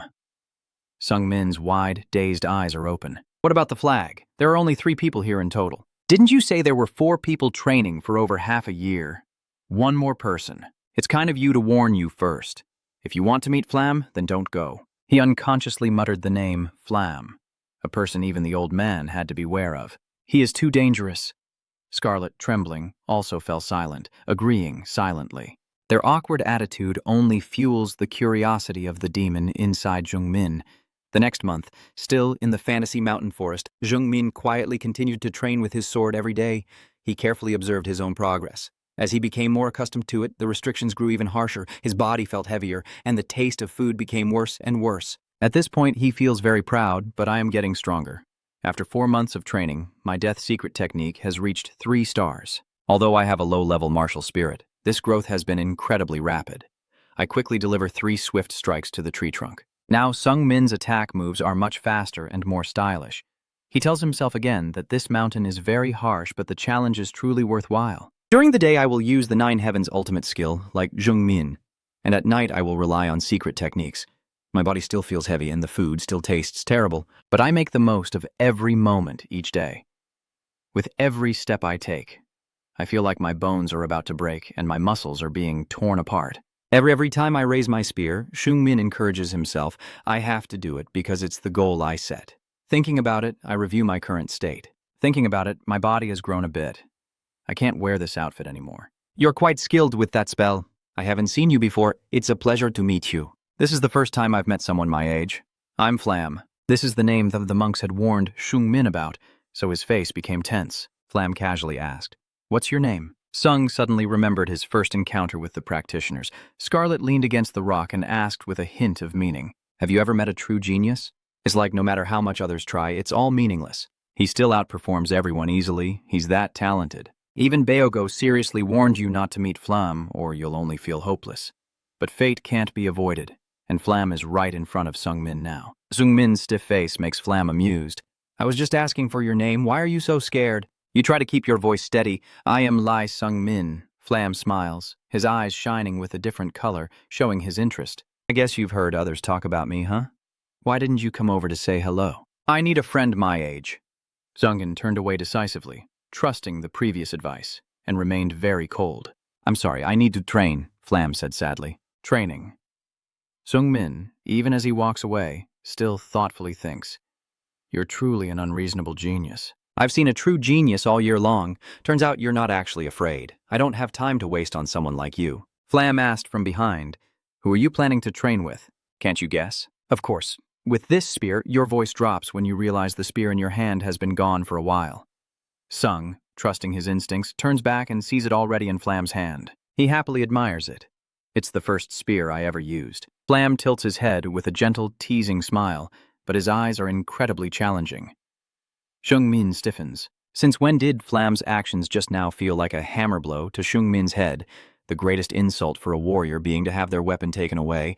But before I got angry, I felt confused. Confused because you have an even bigger question than the honor you just lost. How did he do that? Flam seems to be pretending to be innocent. Why are you so surprised? I'm just borrowing what you're holding for now. I'll return it to you after I use it for a little while. Don't get angry. At this moment, his face changed, exuding a dangerous intelligence. Can I try to imitate what you just did? Let's see. You did this, right? In just a few seconds, Flam defeated Nine Heavens' ultimate sect using Zhong Min's second move. Flam's mind is very vivid. The image of Sung Min chopping a giant tree into 3 parts just a few minutes ago. Back in the present, Flam leapt up and delivered a few swift slashes, adding the light pursuit to enhance the attack. Another ancient tree was chopped into pieces, with even more terrifying and deadly strikes, not stopping at just one tree. Flam went all out and cut down the entire forest in front of him. He proudly praised, "That spear technique is really good." Sung Min gaped, eyes wide open. Can he use that spear technique he saw only once? He has upgraded and used it. Can Uji-hoon do the same? He couldn't help but blurt out a compliment. "That's amazing." Flam turns half his face away, hiding a sinister smile quite different from his youthful fire.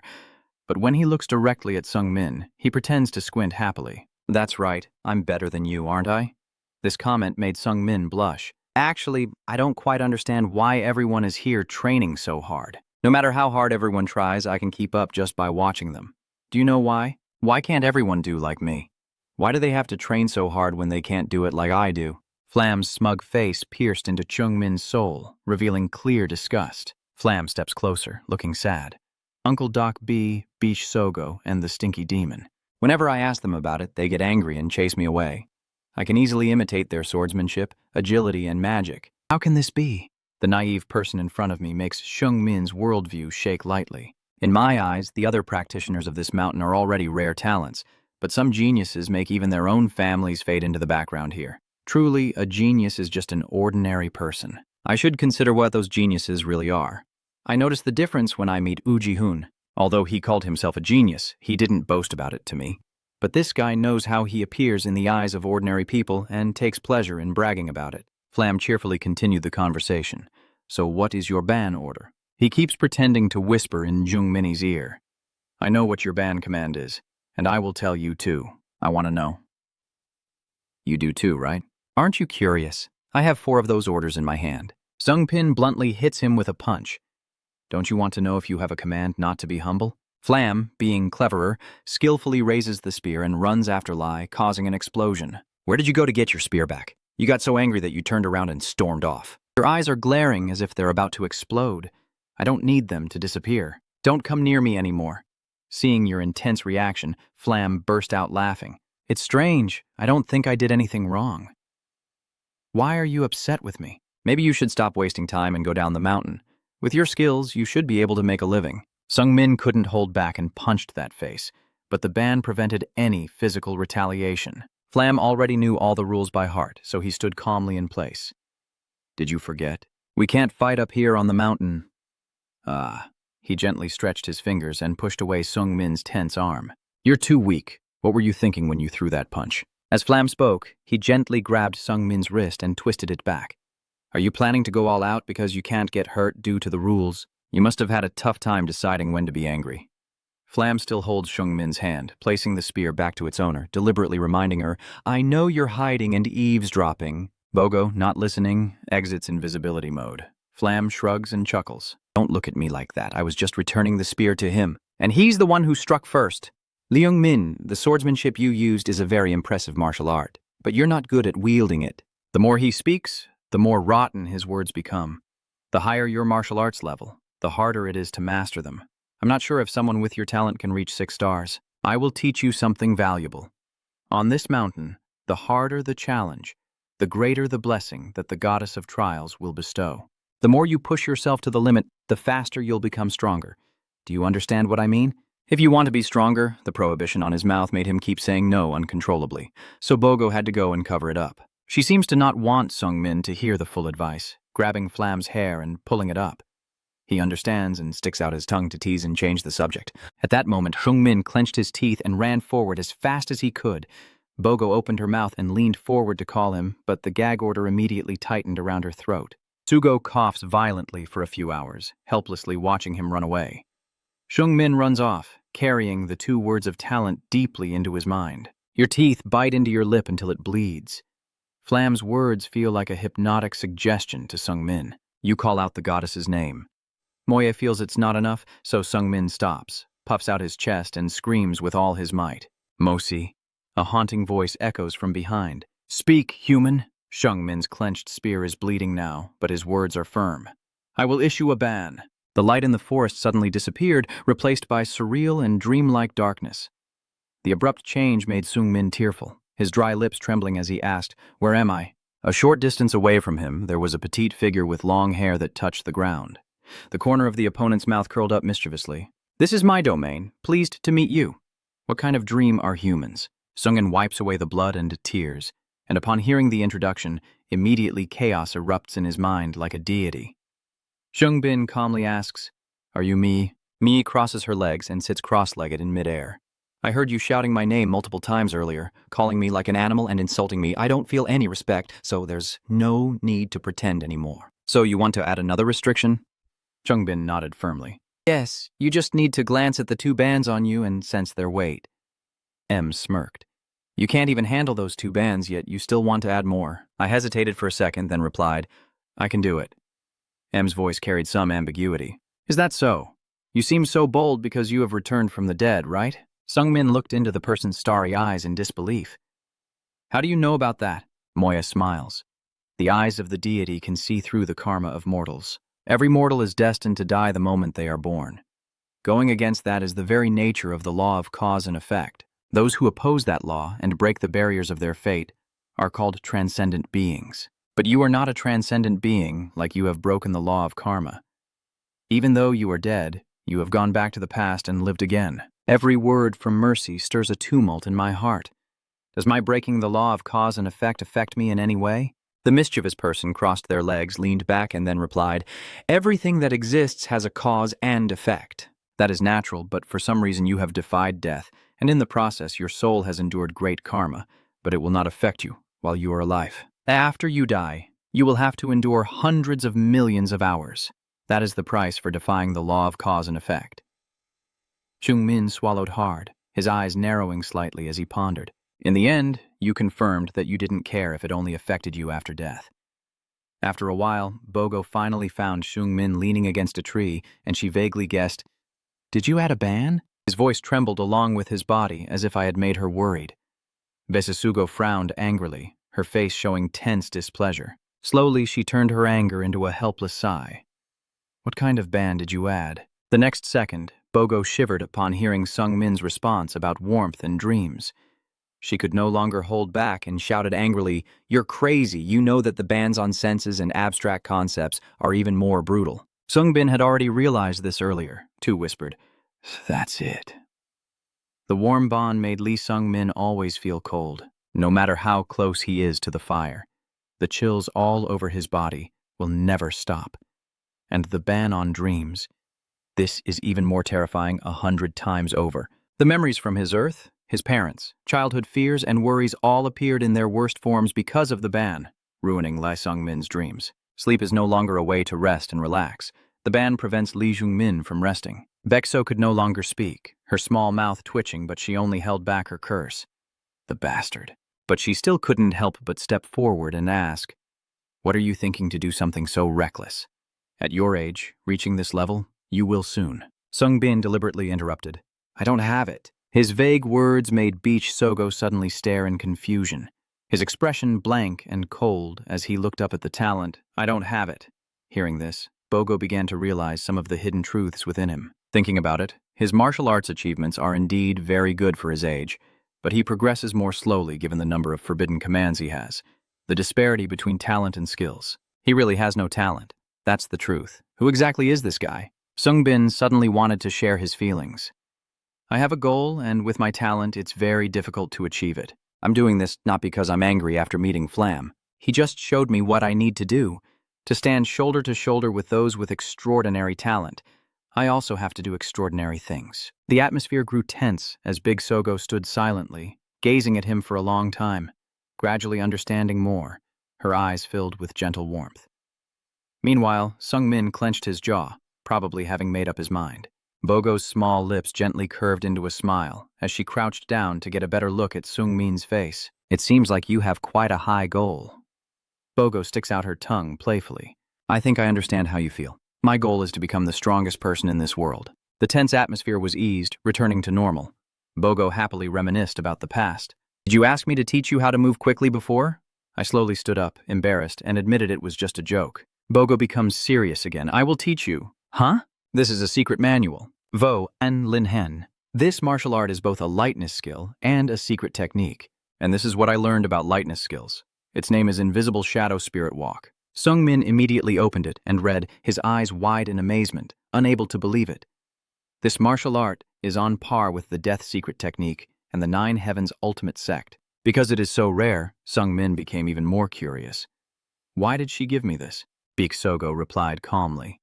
"I don't know. If you die, you die, but I don't think you're the type to give up. From now on, call me older sister." She said that and plopped down right next to him, showing sympathy or something. Seeing Min's dazed expression right now, she burst into laughter, a mischievous smile revealing she seemed to want to tease him again. Beisu happily fills in the missing word from Jiangdo because I am kind. You get annoyed and a little irritated. "What are you saying? Seriously?" After that, Min added a new skill. "You have learned Invisible Spirit Movement."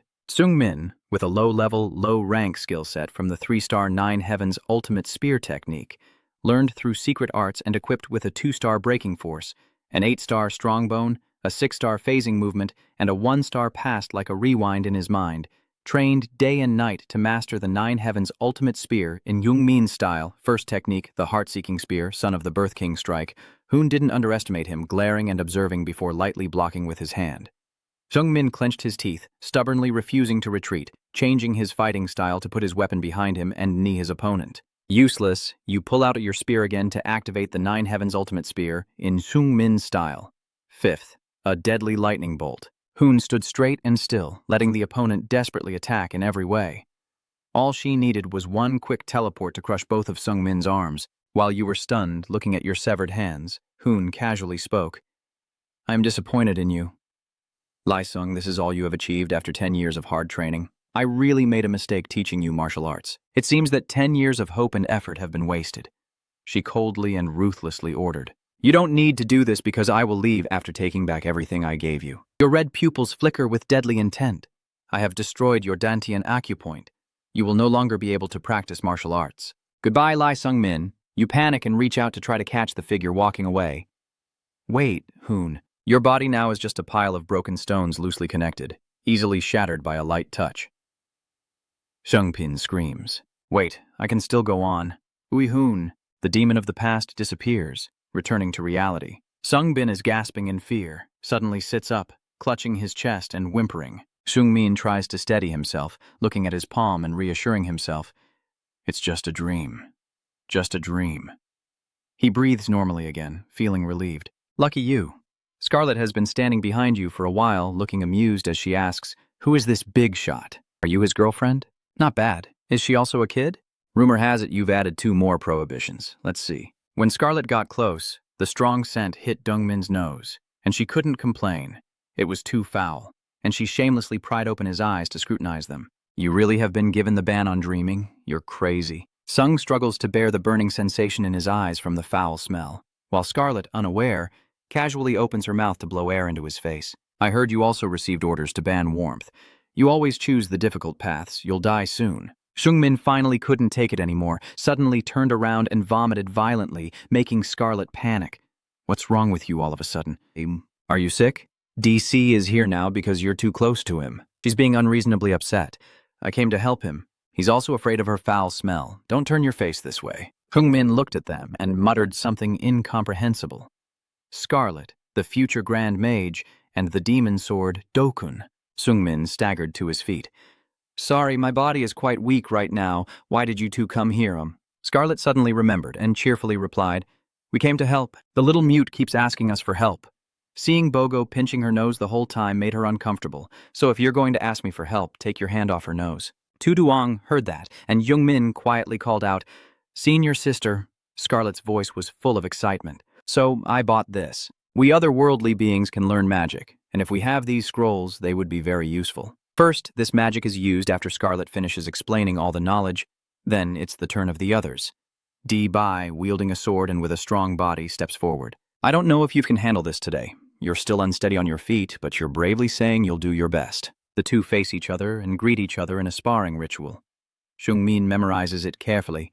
Scarlet taught me 4 types of magic. Shungmin began using each one on himself.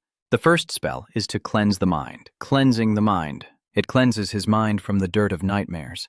His dark eyes immediately clear and brighten, then he proceeds to cast another spell on his body. The second spell is a simple magic that can make you stronger or faster, increasing power and speed.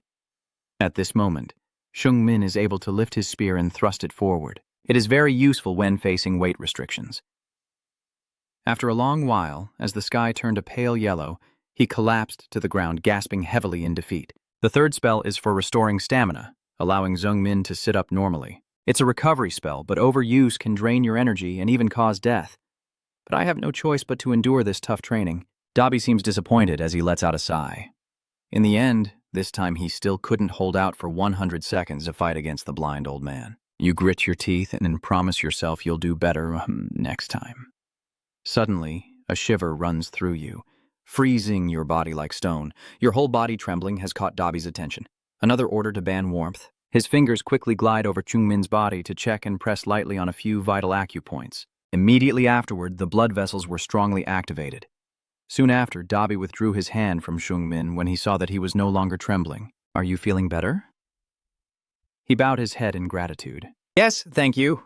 The demon sword D. Bijun activated the blood vessels to promote transformation, so I could withstand the ban on warmth. He finished his work and returned to his usual residence. Goodbye. Well, I'm leaving now. Take care of yourself. It's hard to find someone who can fight me on this mountain. He politely said thank you. Sungmin exhaled deeply, calming his body. If I hadn't received that help, I would have died long ago. Once again, the world falls into an indescribably peaceful silence. You lie down and reflect on a few things. After the regression, many people helped me. The more I remember you, the more confused I feel. You suddenly sit up when you remember a detail you forgot. The inner turmoil begins. Wait a minute, is this possible? Sfabble. Very unusual. I'm sure that after the regression, everyone became much friendlier towards me. The area where I used to live wasn't this friendly. This is a complete difference from my previous life. What's going on? Scarlet suddenly stepped out of the forest and called out curtly. Old man DBY, hearing the sound, do you know who's coming? What's going on, little girl? She threatened. Old man, as soon as we leave this mountain, I will burn you to ashes. How can you be so harsh with me, just because I haven't showered for a few days? Are you on your way back after fighting that kid today? He nodded and said a few flattering words. Even though he's slow, he's improving little by little. Scarlet smirked sarcastically. You're really dedicated to looking after him, huh? Since an old man only cares about martial arts, he sees it as natural. I was asked for help after all. The old man also asked Scarlet back. She only created the magic scrolls after being asked for help. What's going on? She repressed her mocking smile and stared intently at Dobby. After a long pause, Scarlet hesitated before explaining, I don't know why, but when I saw him, I couldn't just ignore him. While the two were talking in a corner, Jungmin's entire body was now emanating a thick black aura. After a confusing moment, he became carefree and optimistic again. Don't think too much about that. This life. I was just lucky. Before I knew it, a lot of time had passed. Half a year later, the colorless purple curtain still shrouds the mountain where Jungmin is training. The familiar grayish-blue glove-wearing hand trembles as always. Jungmin diligently trains. Heavy breathing always appears when he's exhausted. Today, after finishing his training, Jungmin collapsed to his knees, hands on the ground, panting heavily. He lowered his head, sweat pouring down his face, then slowly looked up again, his messy hair falling over his eyes but unable to hide the intense gaze. Just like when they first met, Flam suddenly appeared in front of Jungmin and spoke. Hello, little one. Half a year ago I thought you wouldn't last, but it's been a year now, isn't it? You still have that innocent look, observing eagerly. Since you didn't respond, Flam went over and asked, Huh? Are you ignoring me because we haven't seen each other in a long time? Why aren't you saying anything? So you added that after passing the half-year mark. You chose the easiest one, huh? There's not much to say about being in the mountains. Flam kept talking non-stop. I thought you would only choose the difficult bands, but it seems you can't do it after all.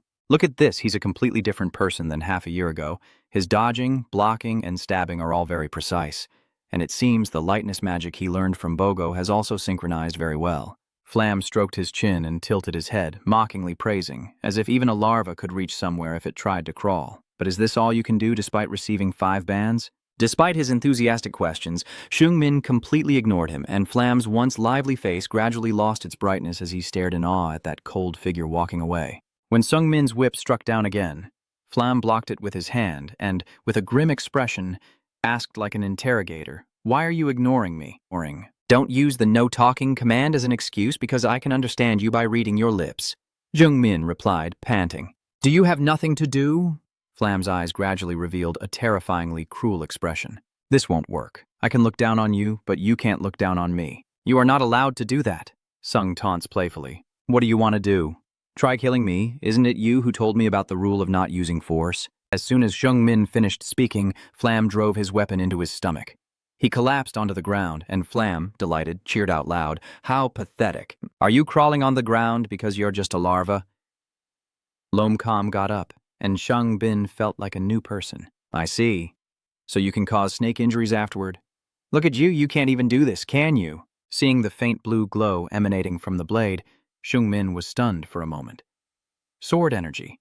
This is a skill where martial arts masters can channel internal energy into their weapons to significantly boost their destructive power. Flam took Jungmin's spear to the side and asked loudly, How long will it take you to do this?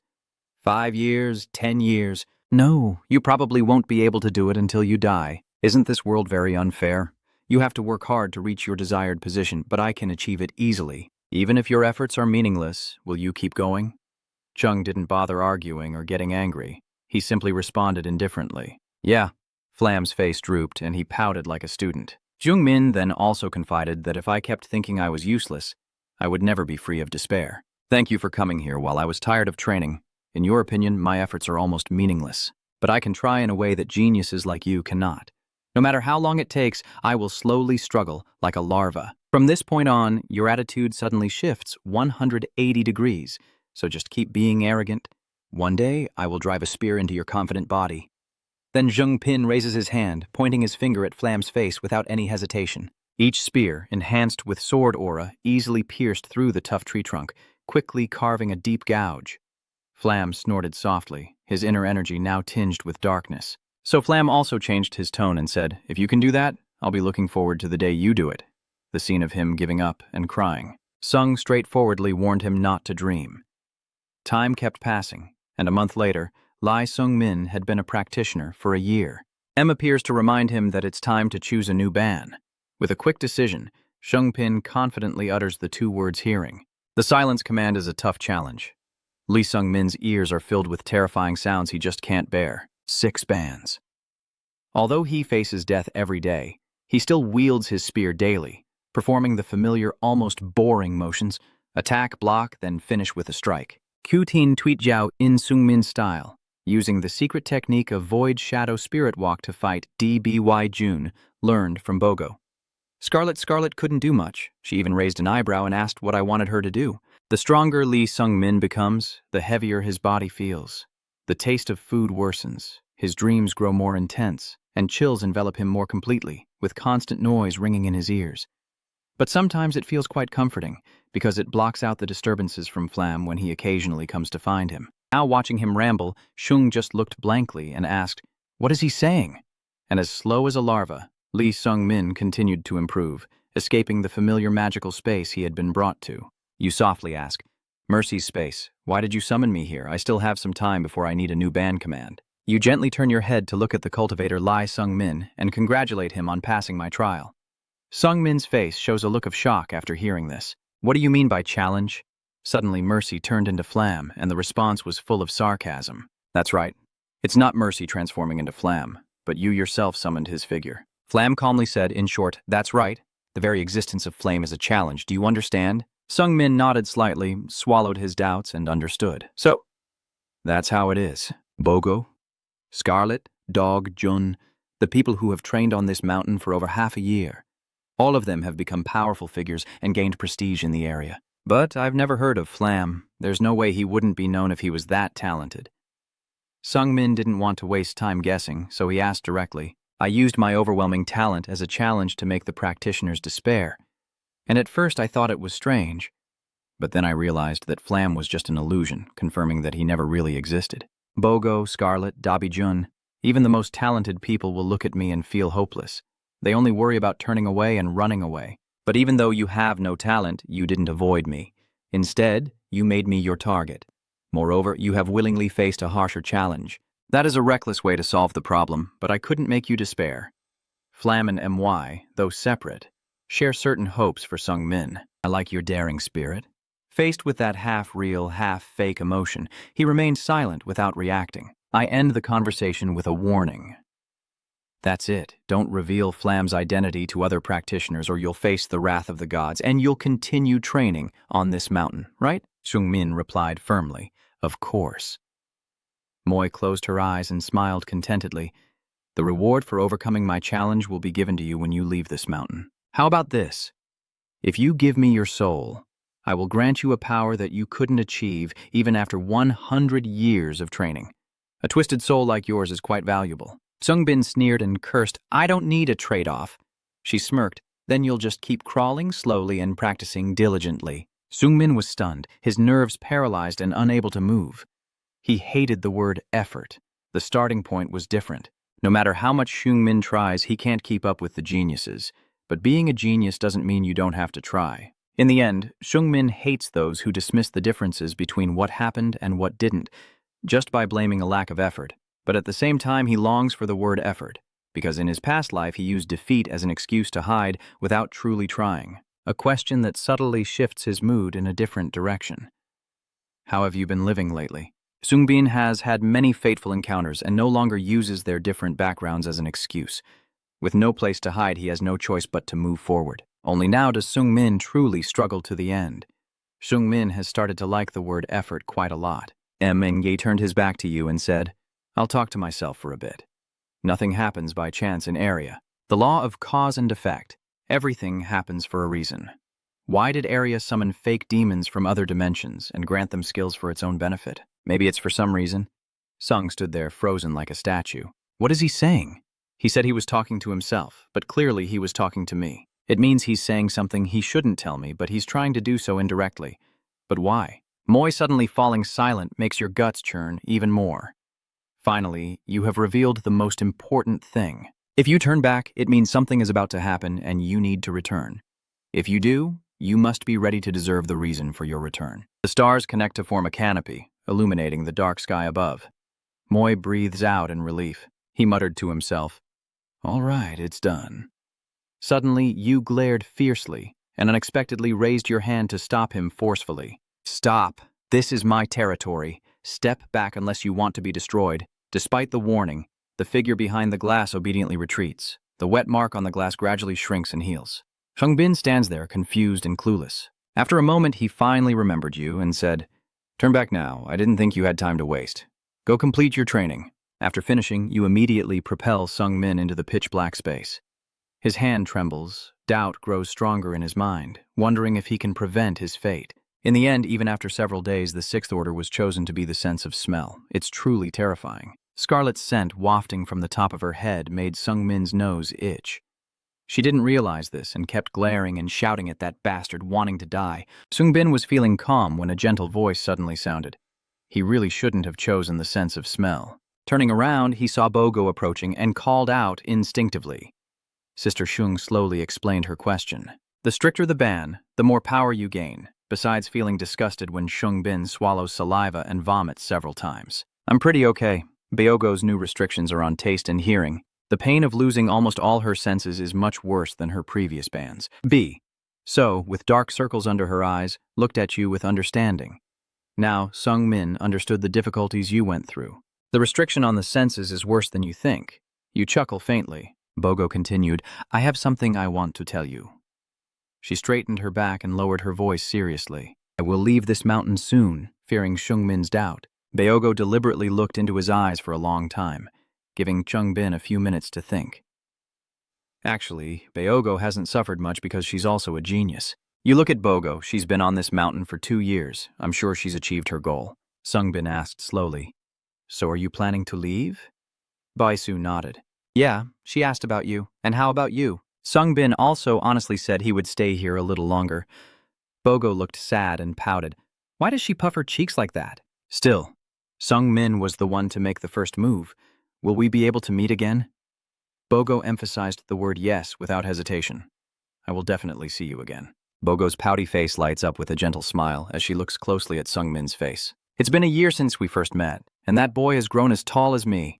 If I leave now, he might die because he keeps following the orders even though he's already exhausted. I haven't finished teaching him the spiritual projection technique yet. Maybe if I stay a little longer. Seeing Bogo's concern, Sung-min raised his head confidently and declared, I will be fine. Thanks to you, I've been able to hold on this long. Now I can carry everything on my own. Do you have something you need to do? I can't keep you here because I was allowed to. Thank you, senior sister. If it weren't for you, I wouldn't be alive now. Baisogo smiled brightly, then she stepped forward, hugged Sung-min tightly, and patted his head. It was the first time he was close to someone of the opposite sex, so he could only stare with wide eyes, his cheeks flushing all over. He was so confused that he widened his eyes even more, but after a while his heartbeat returned to normal.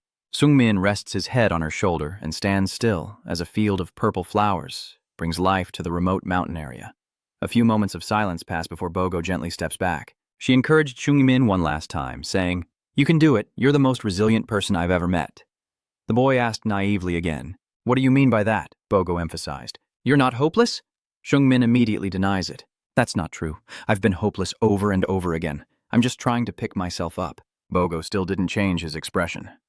Then you're even more remarkable. I gave up confronting Flam after I met him. She slowly uttered the affectionate nickname reserved only for Sung-min. Junior brother, your final words along with that bright smile. Don't die. Sung-min assures me he will never die. And so Bogo has left. Dabi Jun and Scarlet also descended the mountain. Everyone knew that those on this mountain had already left. It had been a long time since Sung-min felt true loneliness. Chung-min recalls how cautious he was in his past life's childhood, trusting no one. But now Sung-min knows that humans cannot live in solitude. Without others, he wouldn't be alive today. The moment alone makes Sung-min occasionally look up at the sky, but without sadness. He smiles as he welcomes a change within his heart. The invisible wall has fallen, and at that moment there is no foul smell, no heaviness, and no noise. The feeling of freedom rushing past feels like it lasts forever, and everyday scenes look different for some reason. That's right.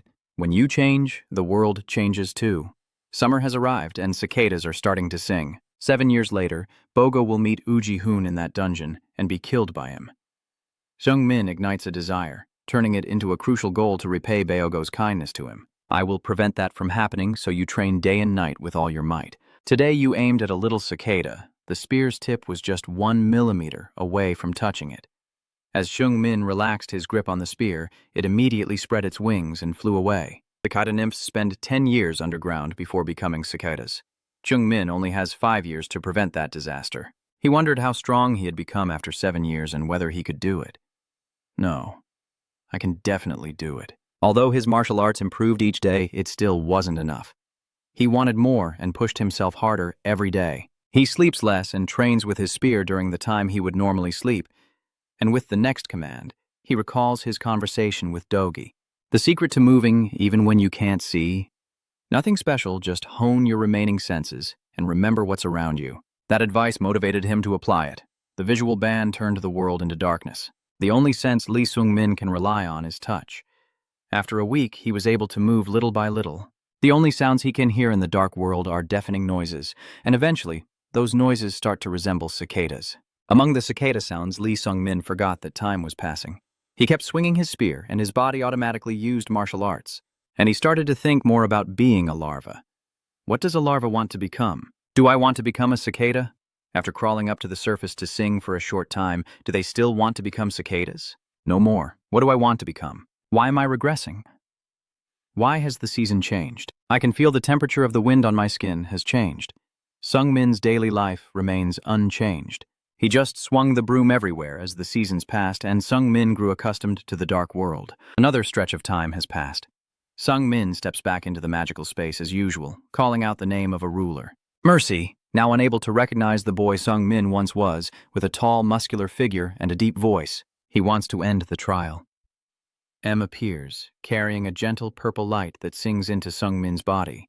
He opened his palm, gazing at it thoughtfully. Mercy simply asked, "How do you feel after a long time of regaining your senses?" "I'm very happy about that. I can see. I can't smell any foul odors, nor hear any noise. My body feels so light, and the coldness has disappeared.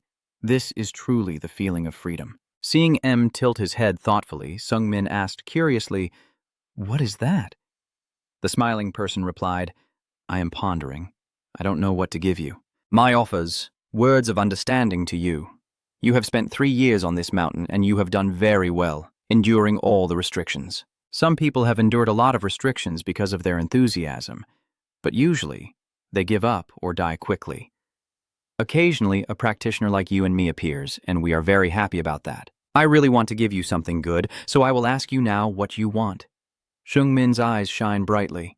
"You greedily asked, 'Can you turn me into a genius martial artist?'" Moyi sneered, "I can't do that, it's too advanced." Hearing that, Seung-min calmly thought, analyzing carefully before making a decision, "I can't achieve my goal with something that isn't good enough. I don't have much time, I need to become stronger. But I don't know what I need to become stronger either. Can you give me what I need?" M paused for a moment, then grinned mischievously. "So in that case, what you need is time, right? I can give you time." That confident statement left Seung-min stunned. "So what? I won't say much, just go to Dream's place and show Danya this badge." "The stranger you just mentioned," Seung-min muttered. "Dania." Moyi briefly introduced. "He is a god of time, and he will give you a challenge. I'll tell you up front that compared to him, my challenges are still quite humane. So I think you'll like his challenges. Just like this place, what you get will depend on you. Of course, it will also be very dangerous." Sung was not at all cautious or afraid. He smirked and chuckled with amusement. "That's exactly what I wanted." M raises his glowing fingertips. "That is all the reward for passing the Flam challenge. Next, I will give you the reward for your efforts over the past 3 years." Seung-min was stunned by how generous you are. "The gods are quite generous, aren't they?" Mosi said casually, as if it were obvious truth. "The gods are not stingy at all." Seung-mi's gift didn't end there. "The second reward will be an offer for you to become a member of I.R. Brisa." A man with an elegant appearance bows politely. "Very pleased to meet you. I am the broker for I.R. Brisa, Neville. Mr. Maxey, the person you want to introduce me to become a member?" "Is that him?" Mercy replied briefly. "That's right. He sincerely expressed himself with all due respect, but I'm afraid you might not meet the criteria to become a member of our society." M immediately said, "What? Take a closer look. Nevu. After observing for a few more seconds, Nevu suddenly bowed his head. Oh my god, I apologize. Upon closer inspection, I see that you meet all the requirements. I apologize for only noticing your martial rank was not high enough and making such a hasty decision. What do you mean? With my age and this martial artist rank, I should be treated well wherever I go, but you think I still lack many skills. What happened to your powerful guild? Neville responded calmly. Fire is an intermediary organization that handles customer requests such as orders, auctions, and information. We provide everything they need. New knowledge sparks Jungmin's curiosity about the auction. So do you sell healing elixirs and martial arts manuals? He snaps his fingers. Of course there is. An information system display of items appears before Jungmin. You exclaim, what? With that amount, I could buy much more than just the Shaolin healing pills. And it's ridiculously expensive. Do you also have the Hoa Mai swordsmanship from Wudang? That's what Brisa has. We also sell a variety of rare items, and it seems you are very interested in our products. Jungmi looks up at Mercy. You are also a member, right? The person replied, of course, I use those things quite often. Jungmin pursed his lips and thought for a moment, what kind of organization has both customers and a god? Neville reached out his hand, proactively understanding the customer's mindset. So what are you trying to do? Lai Sung-min, do you want to become a member of Irissa? Sung-min sighed, realizing he had nothing left to lose, so he no longer hesitated and gave his answer. All right, I will become a member. Nevu quickly and smoothly pulls out the contract. You need to sign here and here, hide your fingerprint over there. He continues to guide with this. Now Mr. Lai Sung-min has officially become a member of Brisa. I will contact you later to discuss the matter. Not yet. Neville still seems to have something to say, snapping his fingers. And there's one more thing. With a blink, Sung-min's torn clothes and messy dark hair disappeared, replaced by a turtleneck and a neat haircut. Neville, respectfully, I have tidied you up a bit, just now commented. You look decent, but I really don't like that hairstyle of yours. It looks like you're copying mine. The procedure is complete, Nev. I will be leaving now. If you need me, feel free to call. You didn't say much either, just replied briefly, fine. Continued to ask about Jungmin. What do you think of the gift? Do you like it? You emphasized, I really like it. Thank you, sir. Chuckled. In the end, you still speak to me so roughly. Becoming a member of Brisa is a remarkable achievement. You should be happy. Where are you planning to go now? Jungmin honestly said, I think I will go to Behanger's place first. Mercy seems to be troubled by something. You snorted coldly and said, whatever it is, just do as you wish and don't forget what I said when I was talking to myself. Jungmin walked away, carrying Mercy's advice. There must be a reason for this recurrence. Such coincidences couldn't happen in this area. That's what she said. But what do those words really mean? The coincidences in my life. Meeting Uan or having met Bogo and received help from her. Is that a coincidence? If so, then who is behind those events? I don't really care about it anymore. It will only give me a headache. After 3 years of training on the mountains, Jungmin has become a top martial artist. As soon as he descends the mountain, he starts warming up by dispatching monsters. He pulled back his spear and muttered to himself, my body is now 18 years old. To become a top martial artist at this age, people would think I'm a genius. But becoming a top martial artist is the result of these gifts and hardships. Jungmin is excited. I still have a long way to go ahead. If possible, I want to meet all my destined encounters again. And when I meet them, I must become stronger. My legs stride forward with a big goal in mind. My destination is Beher. I have to become a mercenary. The dream ignites my will, and my face radiates positivity. Beher is where it truly begins. The exciting magical armor gear discovered by Depna was found in the Dark Mage's dungeon near Behenger. The opportunity for a C-rank mercenary has been discovered. DPN's abilities are extraordinary. Level C mercenaries of rank 2 or 3 can become ultimate martial artists instantly. Jungmin's desire is ignited. If a top-tier martial artist gets that armor, they could become the supreme martial artist. Sitting by the fire eating something, I thought I could do more at Moy Mountain, but I can't miss this opportunity. Within half a year, this Dark Mage dungeon will be wiped out. Until then, I need to train to become a mercenary and join the raid at Beher. At this moment, inside the Beher Mercenary Guild, they are pretending to chat. What? You want to become a mercenary? Baron is the bartender here. He squinted in confusion, but why are you telling a bartender like me? Seeing your intense desire, he suggested, if you want to become a mercenary, go upstairs. There's a receptionist there. I'm busy. Why would a kid like you want to become a mercenary? Judging by what you're wearing, it looks like you come from another world. Maybe here to do dishes or something. He's just rambling, so he doesn't even notice what he's holding, and he's staring blankly at his own meaning, huh? That meaning was snatched back in a second. Baron stared in shock. He sighed softly, complimented a bit. Your sword aura is quite impressive. Are you a top martial artist? Baron's attitude became much more serious. I apologize for what I said earlier. Please have a seat here, Wow. Upon hearing Zhong Min's skill name, the mercenaries present all stared intently. Sword energy? Is he a top martial artist? Zhong Min and Baron sit facing each other, the atmosphere tense but calm. As the one in charge here, he took the initiative to speak. It's a pleasure to meet you. I am Baron, a mage. I am the leader of the Behir branch of the Mercenary Guild. I like to work as a bartender on the ground floor. Zhong Min muttered to himself. I understand. That's why I'm talking to you. This is the place where I first worked as a mercenary in my past life. I feel like I recognize many familiar faces. Baron continued when he saw you didn't speak. Usually, if a top martial artist came knocking on our mercenary guild's door, we would give them an S-rank mercenary position. But if you're just a young, inexperienced guy who has only recently been training in the mountains, how would we know? We need a warrior, so we have to verify your skills. You understand, right? He said a lot, but Zhong Min only responded with one word. Yes. Baron paid no attention to that and carefully took out a stack of yellow papers to give to you. All right, then I will assign you a suitable mission and send an additional S-rank mercenary to accompany you. So it's not too difficult. If you complete this mission, I'll consider you qualified to become an S-rank mercenary. What do you think? This time, your answer can be a bit longer. Zhong Min's work will start the very next day. In the forest, someone strikes up a conversation. You're not very talkative, are you? Is it always like this with you? Zhong Min wasn't interested in talking and responded vaguely. Yeah, I guess so. Still, inside he was annoyed with himself after years of training alone on Moi Mountain, as the other person grinned mischievously and teased, "You're really a boring kid. When I saw you take the sword of that idiot in the guild, I thought you were quite funny. If you're that dull, then what? Do girls like that?" Zhong Min's face showed no reaction, but that silence made his handsome features even more attractive. Lute acknowledged that Zhong Min's aura was dazzling, so he confidently believed he would definitely be liked. This man is named Lu, an S-rank mercenary spirit of the guild. I never spoke to him in my previous life, but I have yet heard of him. He is the teammate assigned by the guild to complete this mission with me. Maybe he's guiding me on what to do to finish the task. Lute likes to chat, so he asked something else. Do you have any questions you want to ask? A knowing smile appeared on Lu's sharp face before he ever fought an OG. Zhong Min suddenly straightened up, his face tense. Not yet. Agress is one of the strongest monsters in the area. It has magic resistance and skin as hard as metal. The goal of this mission is to defeat an ogre. Near the village, they found it in the forest, so the guild was asked to handle this ogress.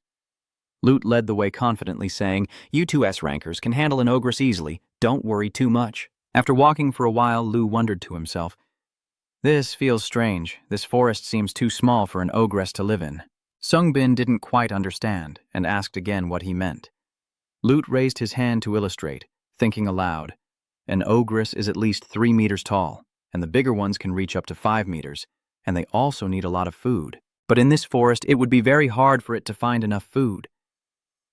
Suddenly, Zhong Bin frowned, his face grim with fear. "Wait a moment, Lute," he snapped sharply. "How is it?" He glanced over and saw a deer lying in a pool of blood beneath both of them, and Lute covered his nose and exclaimed, "This is terrifying. Is this really a deer?" Zhong Min replied uncertainly. "It seems so." Lute carefully sat down nearby to observe closely and make a judgment. To tear apart a living creature like this, I think only the Agress monster could do it. But Zhong Bin understands L's hesitation because he's also confused, with no signs that the Agress has eaten it. He hurriedly added, "That's right, it's strange. Moreover, I also didn't see any waste. Does that ogre not digest its prey?" As soon as the question was asked, the ground suddenly shook violently. Zhong Min and Lute stiffen as something rushing from the forest across the clearing charges toward them. Lute and Zhong Min quickly draw their weapons to defend themselves. They exchange a brief, knowing glance to signal each other. Zhong Min runs ahead with a spear. Lute follows with a sword, and one person pushes off with their heel to gain momentum. Above, Ogress appeared in a form twice the size of Lud's, its shadow just barely visible. Lu and Zhong Min froze in place before they could move. He was the most terrified at this moment, screaming in horror.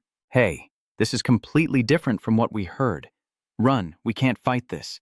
Gradually the dust clears, revealing its muscular arm with long, sharp claws, and these muscles are abnormally swollen. while the Lut Roya Rit warns. Its body is stitched together with iron sutures. This creature is leaping up, preparing to pounce on the two of them. Its body is 4 or 5 times larger than Lai and Sung Min. He stammered for a long time before finally shouting that it was a chimera ogre. Lai Sung Min was horrified. A chimera is a magical creature created to become an exceptional being. The inherent limits of a creature can be broken when artificially mixed with another creature, so even a chimera created by an F-grade elf will have control stats of B or higher due to their unpredictable danger. He worries and wonders what if it was created by Agris. Even S-rank mercenaries couldn't fight it. Lee Sung-min and Lu broke out in cold sweat as Chimera Agris lifted a large tree trunk high. It looked down at them provocatively before suddenly swinging its arm downward. He stared in shock at its huge hand, then shouted loudly to snap himself out of it. When Lee Sung-min saw the hand about to reach him, he seized the chance and jumped to the side. Void Shadow Spirit Technique. First form, no footstep, stunned to see you escape the punch from Chimera Agris so quickly. Lee Sung-min was also surprised at himself. How fast he was. Had he always been this fast? I realize, yes, this is not Mercy's mountain. The forbidden weight that once held me down is gone. In that case, now you and Chimera Agris are facing each other, and it has no intention of letting Lee Sung-min go, continuing its attack. You leap up, using its arm as a springboard, and shout loudly, Voan Lin Han, second form, Shadow Dance. You use its arm as a foothold to jump high. The 9 Heavens, ultimate skill, first form. Immediately, you draw your spear and unleash the deadly soul-seeking spear technique. You grip the spear tightly and repeatedly strike the Chimera Agris's body. It's too tough. Its body isn't even scratched. It glares at you with a snarl. Watching Lee Sung-min struggle to attack Chimera Agris from afar, I can't help but feel worried. Even when struck by a sword aura, it still shows no sign of injury. He mutters to himself. Is the reward for catching that monster only equal to a regular ogress? It's not worth it. But it's too late to run now. I don't know how many chances are left. I have to join in with him. Suddenly, Lee Sung-min's voice echoed in his mind. You don't have to do this. He suddenly looked up at you, realizing it was a voice transmission. He replied, Are you crazy? Your opponent is an Agris Chimera. Lee Sung-min replied, I know. You're clueless. Didn't you say you've never fought an Agris before? It doesn't really feel much pain from your attacks. It's stronger than the 2-headed Agris, which means it's stronger than the S-rank control stat. Lee Sung-min remains determined. Yes, I understand. You wonder why you feel confident, but you look at the Chimera Agris in front of you, and a will to win ignites in your heart. Lee Dong-min immediately strikes. The second move of the 9 Heavens ultimate sect, the Thunderbolt Dissection. This move is stronger than the previous one, stabbing the spear repeatedly to push it back. Chimera Agris's body is now covered in scorched wounds, but it still stands firm like a mountain, its face turning pale as it screams, No, this won't do any real damage to it. It's too tough. Inside, he's not cold, but trembling. If this continues, even if I join in, I won't be able to change anything. Seeing Lee Sung-min still determined to fight to the end, he secretly admired him. The pupil of Chimera Agris subtly moved to the left, unexpectedly revealing it was a cunning trap. Lee Sung-min quickly pointed the spear to the right, thrusting it into its body, then pushed off into the air, a faint smirk on his lips, wondering if its eyes could be that tough. He immediately forced himself to stab deeply into Chimera Agris's eye. Lut stood from afar, holding his breath as he watched. He realized Lee Sung-min's plan after blinding it with the red dot and immediately targeted Agris's weak spot. Watching him land softly and then quickly run to draw another weapon, he couldn't help but be stunned. How could he be so skilled at such a young age? Now Lee Sung-min was standing beneath Chimera Agris, who had broken his spear. Lee Sung-min encouraged himself. At least part of the spear had pierced him, so he just needed to keep going. Lee Sung-min slightly sensed that the Chimera Agris was acting strangely. Its eye, just pierced, was trembling before healing as if nothing had happened. He was stunned. It healed itself. Lut suddenly snapped to alert Lee Sung. Indeed, it is a Cho, a chimera made from Cha, which also has the ability to regenerate like Cho. He explained that a superficial wound couldn't defeat it at all. Hearing that, his determination to beat it up even more intensified. What should I do now? As the Chimera Agris is about to pounce on me, I shout out loud, while Lee Sung-min's determination soars wildly. He remembers Sogo and feels an awakening within him, knowing what he must do. Staring at the fierce Chimera Sogo in front of him, he reminds himself that he cannot die. Lee Sung-min suddenly raises his spear high in this place. Sung-min remembers Hoyeon's advice about the 3 basic techniques of spear fighting. From now on, repeat these actions every day until they become second nature, as your eyes flicker slightly. Min stands before the charging Chimera Agress. Uihun, I have been repeating exactly as you said. Every time your spear touches its finger, it instantly spins into a shining circle. Now let's see if that works. Lan is a master swordsman, spinning her weapon outward while launching an attack. This move successfully blocks the Chimera Agress. It hesitated, staring at the wound on its chest, then blinked as Min's spear struck again. The Chimera Ogress, caught off guard by the counterattack, was now evenly matched with him, a sharp glint in Min's eyes as he spun his spear inward while curling his attack, each strike once again touching its finger. Min rotates the spear to target the knee, thrusting it straight in, and with a few quick twists, the Chimera Agress screams in pain, revealing its fragile joints. It lost momentum and fell to the ground, its pupils showing clear fear. It desperately clawed, and Min dodged to the side. Your brows furrow in annoyance. How long do you think it takes for your broken bones to heal? Never mind. Once again, Pin pierced through Chimera Agress's knee, breaking the other spear. He assessed the current situation and decided to keep attacking relentlessly until he recovers, knowing that the wounded area cannot heal anymore. Bin glanced at Chimera Agress and muttered, "That's more like it, right?" Then he stabbed into Chimera Agress's right shoulder. Bin pulls out another spear. At this rate, wait, both legs and the right arm will be immobilized. When he gained control of it, he attacked easily. Still, Min was a bit tense. Once again, the Nine Heavens martial extreme spear is unleashed, splitting the enemy and chasing them down. Chimera Agress steps back. A loud roar echoes as it counters with its remaining arm, claws slashing fiercely downward. Min responded without hesitation, thinking to himself that he was really slow. No, maybe I've just become faster. I no longer feel burdened. The cicada's song echoes in my ears. Sungbai frowns and twists her body. I hear the cicadas, the noise I used to hear on the training mountain. I don't want to become a cicada. I was clearly a nymph on the mountain, but I didn't resist to become a cicada. Then what do I want to become? I don't know, but a cicada alone can't satisfy me. I don't want to have any regrets. I'm tired of that thing from my past life. I still don't know what awaits me at the end of the road I'm walking, but I just need to be prepared and move forward to the very end. Gasping in shock, I drop my shield on the ground and pant. He stammered as he watched Chimera Agress be defeated. What exactly are you? You suddenly snapped out of it, your face relaxing. Looking up at the sky, Min silently thought, "Let's see. Your hand is rough and full of scratches." Min slightly smiles, at least I muttered to myself. I am not a larva. This phrase makes people speechless. Then he suddenly burst out laughing. What is he saying? He really is an interesting kid. Bin glanced at the dead cicada on the ground, and his mood improved a bit. The cicadas have fallen silent. Baron looked ahead with a surprised expression. The Chimera Agress proudly boasted, and Baron quietly thought that catching a Chimera Augur was on par with an SS level. But the problem is, there's never been a precedent for this with an SS level before. Pin nodded slightly in response. Then S rank is fine, it's no big deal, so I might as well go along with it. In his mind, he was quietly calculating and organizing the reward from capturing Chimera Augur, which was 27 million ore minus 10% fee. The S-rank mercenary badge. Pin ponders the next steps. The Chimera Augur corpse has been handed over to the Mercenary Guild for research. The delivery fee is 20 million ore, and Loot eagerly hands over the money to you. Of course, you should take it all. I didn't contribute anything. Min nodded with satisfaction. Thank you. The total is 47 million yuan. Then he calmly left. While walking away, Min kept looking at the coin. 47 million won is truly an unreal amount of money for me. He remembered the past. In his previous life, he would only get about 1 million or 120,000 if he risked his life for it. Min put the coin into his pocket and pondered. What could he do with this money now? What do you see in your eyes right now? Min casually takes out a small torch from his pocket. A voice echoes from somewhere else. So Baron crosses his arms and asks his question. How does it look? If you just hide it away, it's pretty good too. He points to his head. Seeing it with your own eyes is still better, no matter what. Baron agreed, so he began casting a spell. Lu's memories were transferred into Baron's mind. He exclaimed in surprise and then repeated, Lu keeps complaining over here that it's not really S-rank strength.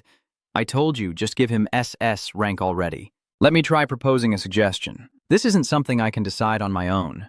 This guy went from being an amateur 4 years ago to reaching the peak of mastery. Meanwhile, Sung-min is now in an area. He must be really craving it. You call Neville, and a movement appears from the ground. Neville emerged from the shadows and politely spoke. Nice to meet you, Lai Sung-min. I wonder what brings you here. Sung-min recalled the moment he obtained that spear, silently pondering in his mind that he had no attachment to this weapon.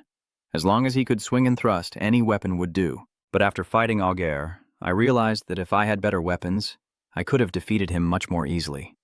I don't want to end up in an unfortunate situation just because my weapons aren't good enough. So I need a weapon. I need a good weapon. Neville begins to probe. Would you prefer to buy or craft it? And what budget do you have in mind? You respond neither quickly nor slowly. The budget is around 47 million, so help me craft it. I didn't expect Neville to comment that the budget isn't very generous. That comment made Sung-min a bit uncomfortable, that 47 million. He explains that the blacksmiths at IR Brisa are all top in their field, so they can't be cheap. If you use Lord Lai Sung-min's soul as collateral, you can borrow a pretty large amount of money, just at a low interest rate. Sung-min immediately refused. No need, I won't buy it. I wonder if I could take a look first. Neville pointed at the notice board. If that's the case, there's someone who can exchange secrets right now. Would you like to meet them immediately? Then I'll have to rely on you. A beam of light shot out from Neville's finger, forming a bright area in front of Sung-bin. Neville stepped back into the shadows and said, I'll step aside for a moment. The boy nodded briefly in response. All right, what is this? How did they tear through space? Just a broker, and yet so much power. And what exactly is Brisa? Suddenly, a voice suddenly spoke out at this moment. What is this? It's just a kid. I am Sangarus. Even if you don't know how much you've seen me, you should know my name. Shouldn't you be coming in here? Don't just stand there frozen. Her appearance surprised Sung-min. Dakel, okay. You step through the space gate while introducing yourself. I am Lai Sung-min, and I want to place a regular order. Sierras asked back, do you have a particular shape you like? Sung-min took out a spear. It would be great if it could be made in this shape. She looked at it and commented that it's the kind of spear from Zhongyuan. Can I see the way you use your spear? This request confuses Sung-min. Why is showing off your martial arts to others considered taboo for someone learning martial arts? Nango simply explained casually that he needed to know what technique you used in order to create the appropriate one. Different martial arts have different details, so it's always necessary. Sung-bin still hesitated and asked again, so you want to see my technique and then create based on that? Sangarus nodded and replied, Hey kid, I'm 400 years old and I love working with a hammer, so I've been doing this for over 350 years. Although my starting point is a bit different from talented blacksmiths, as I mentioned, this completely caught Sung-bin off guard. Sangarus continued to explain, but for 350 years I truly have lived as a blacksmith. I'm confident that I am not inferior. Sung-bin was completely stunned. He remembered his own memories with Hoon. We started from different points. Then he smiles to himself and mutters, That's so like him. Sangarus suddenly speaks from over here. I really don't know what's going on today, bringing this kid back and saying all this. If you don't like it, just go. Go ask that blacksmith Waff. Sung-min quickly replied, I will show you right now my martial arts, I will show you. Hearing that, Sangarus commented again, wondering why he's suddenly advancing so quickly. Usually others would be suspicious and just leave. He smiled and explained, then she said she had been trying for 350 years, but the two of them fell into silence for a while. When Senri burst out laughing, was it too easy to believe? Sung-bin casually responded. It was the first time no one had told me I was taking a break. Sangjera smiled at him, then turned and walked away while commenting, You're quite the smooth talker, huh? The truth is, Sangarus couldn't hold back her laughter and had to use her hand to pull down the corner of her mouth while giving a fierce look at Sung-min. I like you. I'm a fair person, but this time you have to craft a more valuable item than the payment received. You will definitely become a regular customer of mine. Sung remembered Sier's advice. It takes about 5 guys to finish forging it. Just wait patiently, you're currently training yourself. In his mind, he thought that the fight with Chimera Augur was the first true battle against a supreme master, and he had learned a lot from it. Now what he needed to do was make it his own. Zungen remembered the old times. Your eyes are pretty good, this should be called talent. I think for one, the so-called talent, 6th sense, and all 5 senses can now be felt again. After having my senses sealed off during mountain training, they were all transformed into skills. In the fight with Augur, I also felt it a bit. Sensations in my body flowing unconsciously. That must be my 6th sense. It is an incredible power, but you can't rely on it too much. Although training on the mountain has sharpened my senses and 6 senses, the others haven't made any breakthroughs. The senses, touch, smell, taste, hearing, and sight, must be balanced, and the sixth sense definitely needs to be fixed to resolve this imbalance. If it's impossible, then everything probably can't go back to the way it was before. Playing the civilian role in the mercenary guild in the evening, Baron asked seriously, "What's going on today?" "You're already on to another mission?" Sung-min replied calmly. "How is the body of Chimera Augur doing?" Hearing this, Baron just poured some wine for you and continued speaking. "Are you paying attention too?" "Well, if it's Chimera, then someone must have created it.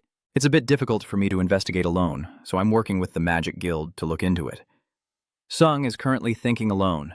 In my past life, I never discovered Chimera Augur, or maybe no one took on the mission, or perhaps someone did, but was destroyed by Augur. Looking at the situation, it seems that within about half a year, the owner of Hell will be discovered as the one who created Augur, or maybe that person in a past life summoned Chimera.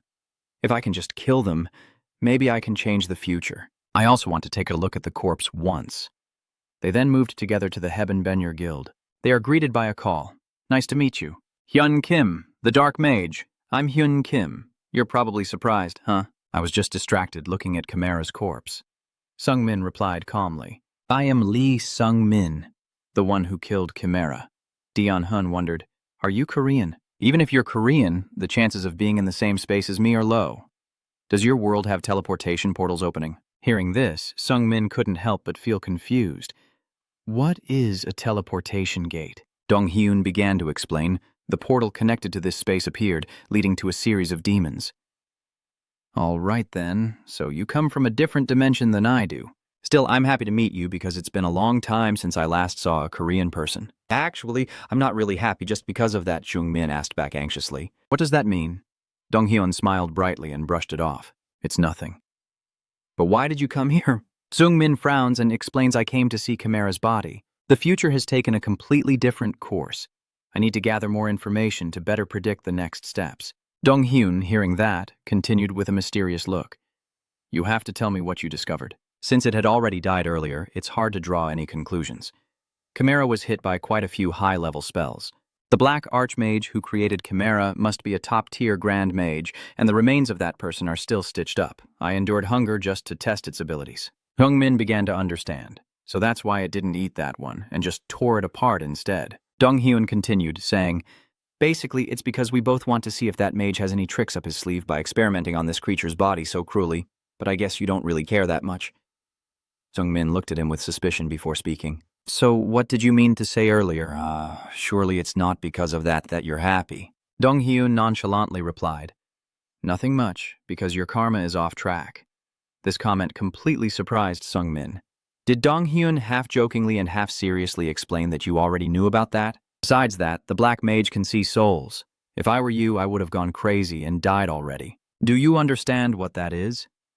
Jung Bin cautiously stepped back, fearing that after death he would have to endure eternal suffering. Dong-hyun nodded and said, "That's roughly how it is.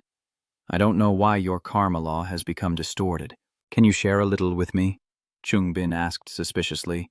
"Why should I tell you?" "Why should I trust you?" Dong-hyun began to negotiate. "I will tell you something you don't know. I swear on Mana that I will never reveal anything I hear from you to anyone else." Jung Bin was once again caught off guard. He thought to himself that he really didn't understand his current situation, and maybe the mana oath could be broken too. Perhaps this is a good opportunity. "Am I a transmigrator?" Dong-hyun replied with a bit of confusion. "It's a return from the afterlife." "Yes, perhaps that's why the law of cause and effect has become distorted. Life and death breaking that fundamental rule will bring terrible consequences. But what you currently know is just the imbalance of karma, so I might as well reveal this to you. You are much more unusual. It's not just your karma that's off." And suddenly the space shifts. Jung-min's face turns grim as the truth begins to be revealed. Dong-hyun tilted his head to look at you before commenting, "Probably not." "I probably can't tell you anymore," Dong-min asked curiously. "So what does that mean?" He explained calmly. "If I tell you, I might die." Sung-min couldn't hide the concern on his blood-stained face. Dong-hyun stammered as he explained. "Basically, it seems your life doesn't really belong to you." Sung-min was then kicked out and remembered Dong-hyun's words from earlier. "Sorry, but please come back next time. Sorry I couldn't tell you. I'm feeling a bit overwhelmed right now, so I probably need to sort out my thoughts a bit." Sung-min is now wondering to himself what exactly is going on here. It was clear just now that you remembered what Dong-hyun said. Stop. Now this is my territory. Step back quickly if you don't want to die together, your mind growing more confused. In the end, Sung Bin turned around when he heard a call, welcoming you as Scarlet with a smile. You're the kid up on the mountain, right? It's been a long time. You've grown so much. Sung Bin widened his eyes and asked back, Who is this? Don't you remember me? I never expected it to be Scarlet Lear. Don't you remember? I taught you magic. Sung remembers meeting Scarlet herself, with a question mark over his head. She is under a ban on bathing now, giving birth. The space fell into silence for a long moment before delivering a shocking response. Don't lie. Immediately after, Sung Min was punched in the face by Scarlet. The successful punch stimulated Sung Min's memory. It's been a long time since he last saw Scarlet. She replied with satisfaction. That's right, isn't it? Anyway, it's good to see you again. Did you come here for something? You've also become a mage? He nonchalantly explains. No, I just have some personal matters. Scarlet looked toward the door as she questioned. What is it? Could it be that crazy gold-haired lunatic? You were so surprised you asked again. A familiar face. But she suddenly lost her composure and shouted loudly. I know, all the black mage names are the same, but that one is especially dangerous. He's a crazy lunatic who has completely lost his mind. If possible, stay out of trouble with him. Handle it yourself, but be careful. Sungmin politely replied, Yes, thank you for your concern. She smiled happily, glad to see you again after so long. I'm busy today, so I'll head out first. If you're free, come visit me. My research room is on the 3rd floor, and if you come, I'll give you some tea. If you're bored, remember to visit my place. You stood there frozen and waved at Scarlet. Sungmin was lost in thought, unable to speak, despite Messi and Kim Dong-hoon's monologues, feeling somewhat vague. Everyone seems to treat me with unexpected kindness. Is there something going on? Is this the obvious truth? But what exactly is it? The space falls into silence. Sungmin is alone, pondering, and he doesn't know. Because my mind is overwhelmed with so many things, it's extremely chaotic and complicated. First, I need to focus on the immediate matter. Cho and Lot, both at level 2 with difficulty 5 and a reward of 50 million won, wave goodbye and greet each other. Again. Loot. Sungmin secretly thought that he had also participated last time when they defeated the Lu Cho. Loot loudly declares, This time I will show everyone my strength. Sungmin nods with a satisfied look. So having the eldest brother as a new connection, I have gained something in this second life. Humans cannot live alone. I have pushed away those who wanted to get close to me. Loot is quite a good friend to accompany me. Having someone by my side for a long time has somewhat comforted my hardened heart. 3 months passed like that. Money was placed on the table with a message. This favor has been quite a burden for you. Your share is 50 million. Oh. Sungpin smiled gently and replied, Thank you. Loot immediately suggested going for a drink as soon as he received the money, while Baron seemed to remember something. Anyway, someone wants to see you, Jungmin asked curiously. Who is that? Loot still insists he said he was going to drink alcohol. The name Baron revealed is the leader of the mercenary guild Freon. Both Jungmin and Loot were surprised to hear that. Baron speaks up again. Do you know that person? Yes, Jungbin thought to himself. There's no way I wouldn't know. The FL Mercenary Guild is a large guild with over 100 members. He is one of the 3 SS-ranked mercenaries in Beheringer, a master of the 100 Steps Divine Fist of Shaolin. He is the man I deeply admired in my previous life. Among countless heroes, I admire him because he speaks while smoking. Nice to meet you. You must be Lai Sung Min, right? I am John, leader of the Mercenary Guild. You're also an amateur, right? Those two. Jungmin thought to himself that he also came from an unranked background and had become a powerful peak expert. The man right in front of me is a master I aspire to reach. John spoke up after a moment. You're 18, right? I know you're also an unranked fighter. This world is so harsh on amateurs, but you've already become a master at such a young age.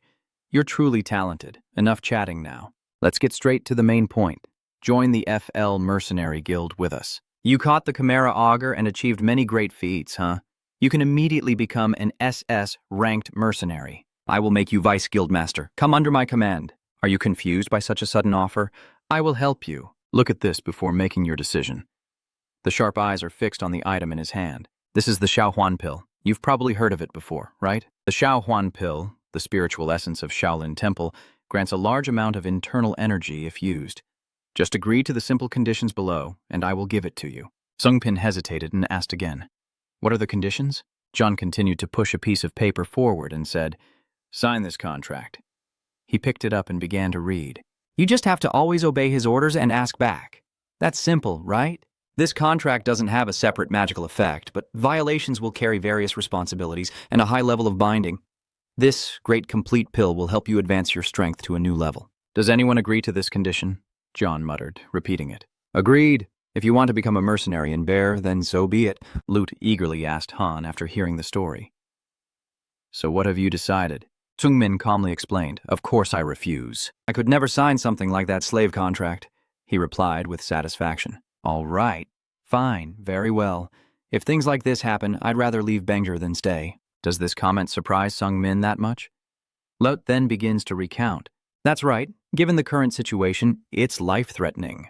That guy John tends to hold grudges. He always wants to control others and do whatever it takes to achieve his goals. The level A members of his mercenary guild are all under his control, and if he can't control them, he will hate it. He's truly evil. When I was at level S and he was at level A, I once refused to join his movement, the annual activities of the mercenaries. Then, all my missions were sabotaged by him because the city's tasks are controlled by the FL Mercenary Guild. So, go to another city, reach S rank, and then come back. That guy has reached SS level. Sung-bin fell into deep thought after hearing this. You furrowed your brow in thought, surprised to find out it was someone like that. I feel quite complicated knowing the dark side of someone I admire. At this moment, Lute beside him kept persuading him, how about coming with me to M? There, until the conversation interrupted him. Did you hear the news? The people in the tavern talking to each other have discovered the Black Mage Chimera Augur's dungeon. It's the dungeon of the Dark Mage Chimera Augur. I heard they are planning to form a team to conquer the dungeon. The main force is this Free Mercenary Guild. Inside the warehouse, there are voices echoing, taking more time than I expected. Sung-bin saw Suze tense up and said, It's okay, there's no need to rush. And she didn't just stand there, but responded. You changed your mind a bit halfway through, so it took longer. Here, take it. I mainly use Mirren metal, with an outer layer of ultra-hard black steel. Because this material absorbs mana and force very well, it will be much easier to deploy sword energy. What do you think? At this moment, Nev walks in from outside, looking pleased. Sung-min glances at him with a questioning look. What do you mean? That's impossible. Nev just smiled and explained that the materials to make this spear are extremely expensive. Although Lee Sung-min kept adding more money he earned to invest in better weapons, most of that money was spent on materials. Honestly, isn't this just giving nothing in return? Well, I can somewhat understand that. Lee Dong-min, for some reason he has an extraordinary charm that makes others want to help him. I'm not saying this with any ill intent, so please rest assured. I've been rambling on, haven't I? Well, I'll take my leave now. If you need anything, just call me anytime.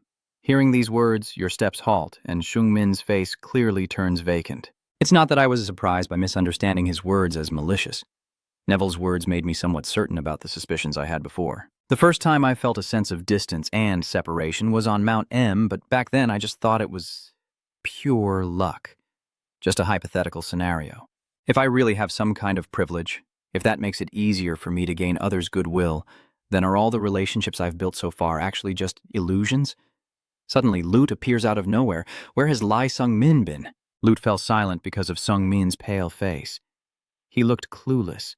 While Sung-min was thinking to himself, if his guess was correct, then his relationship with this little brat really was unexpectedly putting his arm around him and saying things like that? What's going on that makes your face look so tense? Are you worried about raiding that dungeon? I told you not to worry, and I'm coming along too. Sung-min's pupils dilated as he suddenly charged into the dungeon, finally realizing that the future timeline had indeed been altered, just as he feared. Because I killed Chimera Augur, the guild started investigating the Dark Mage.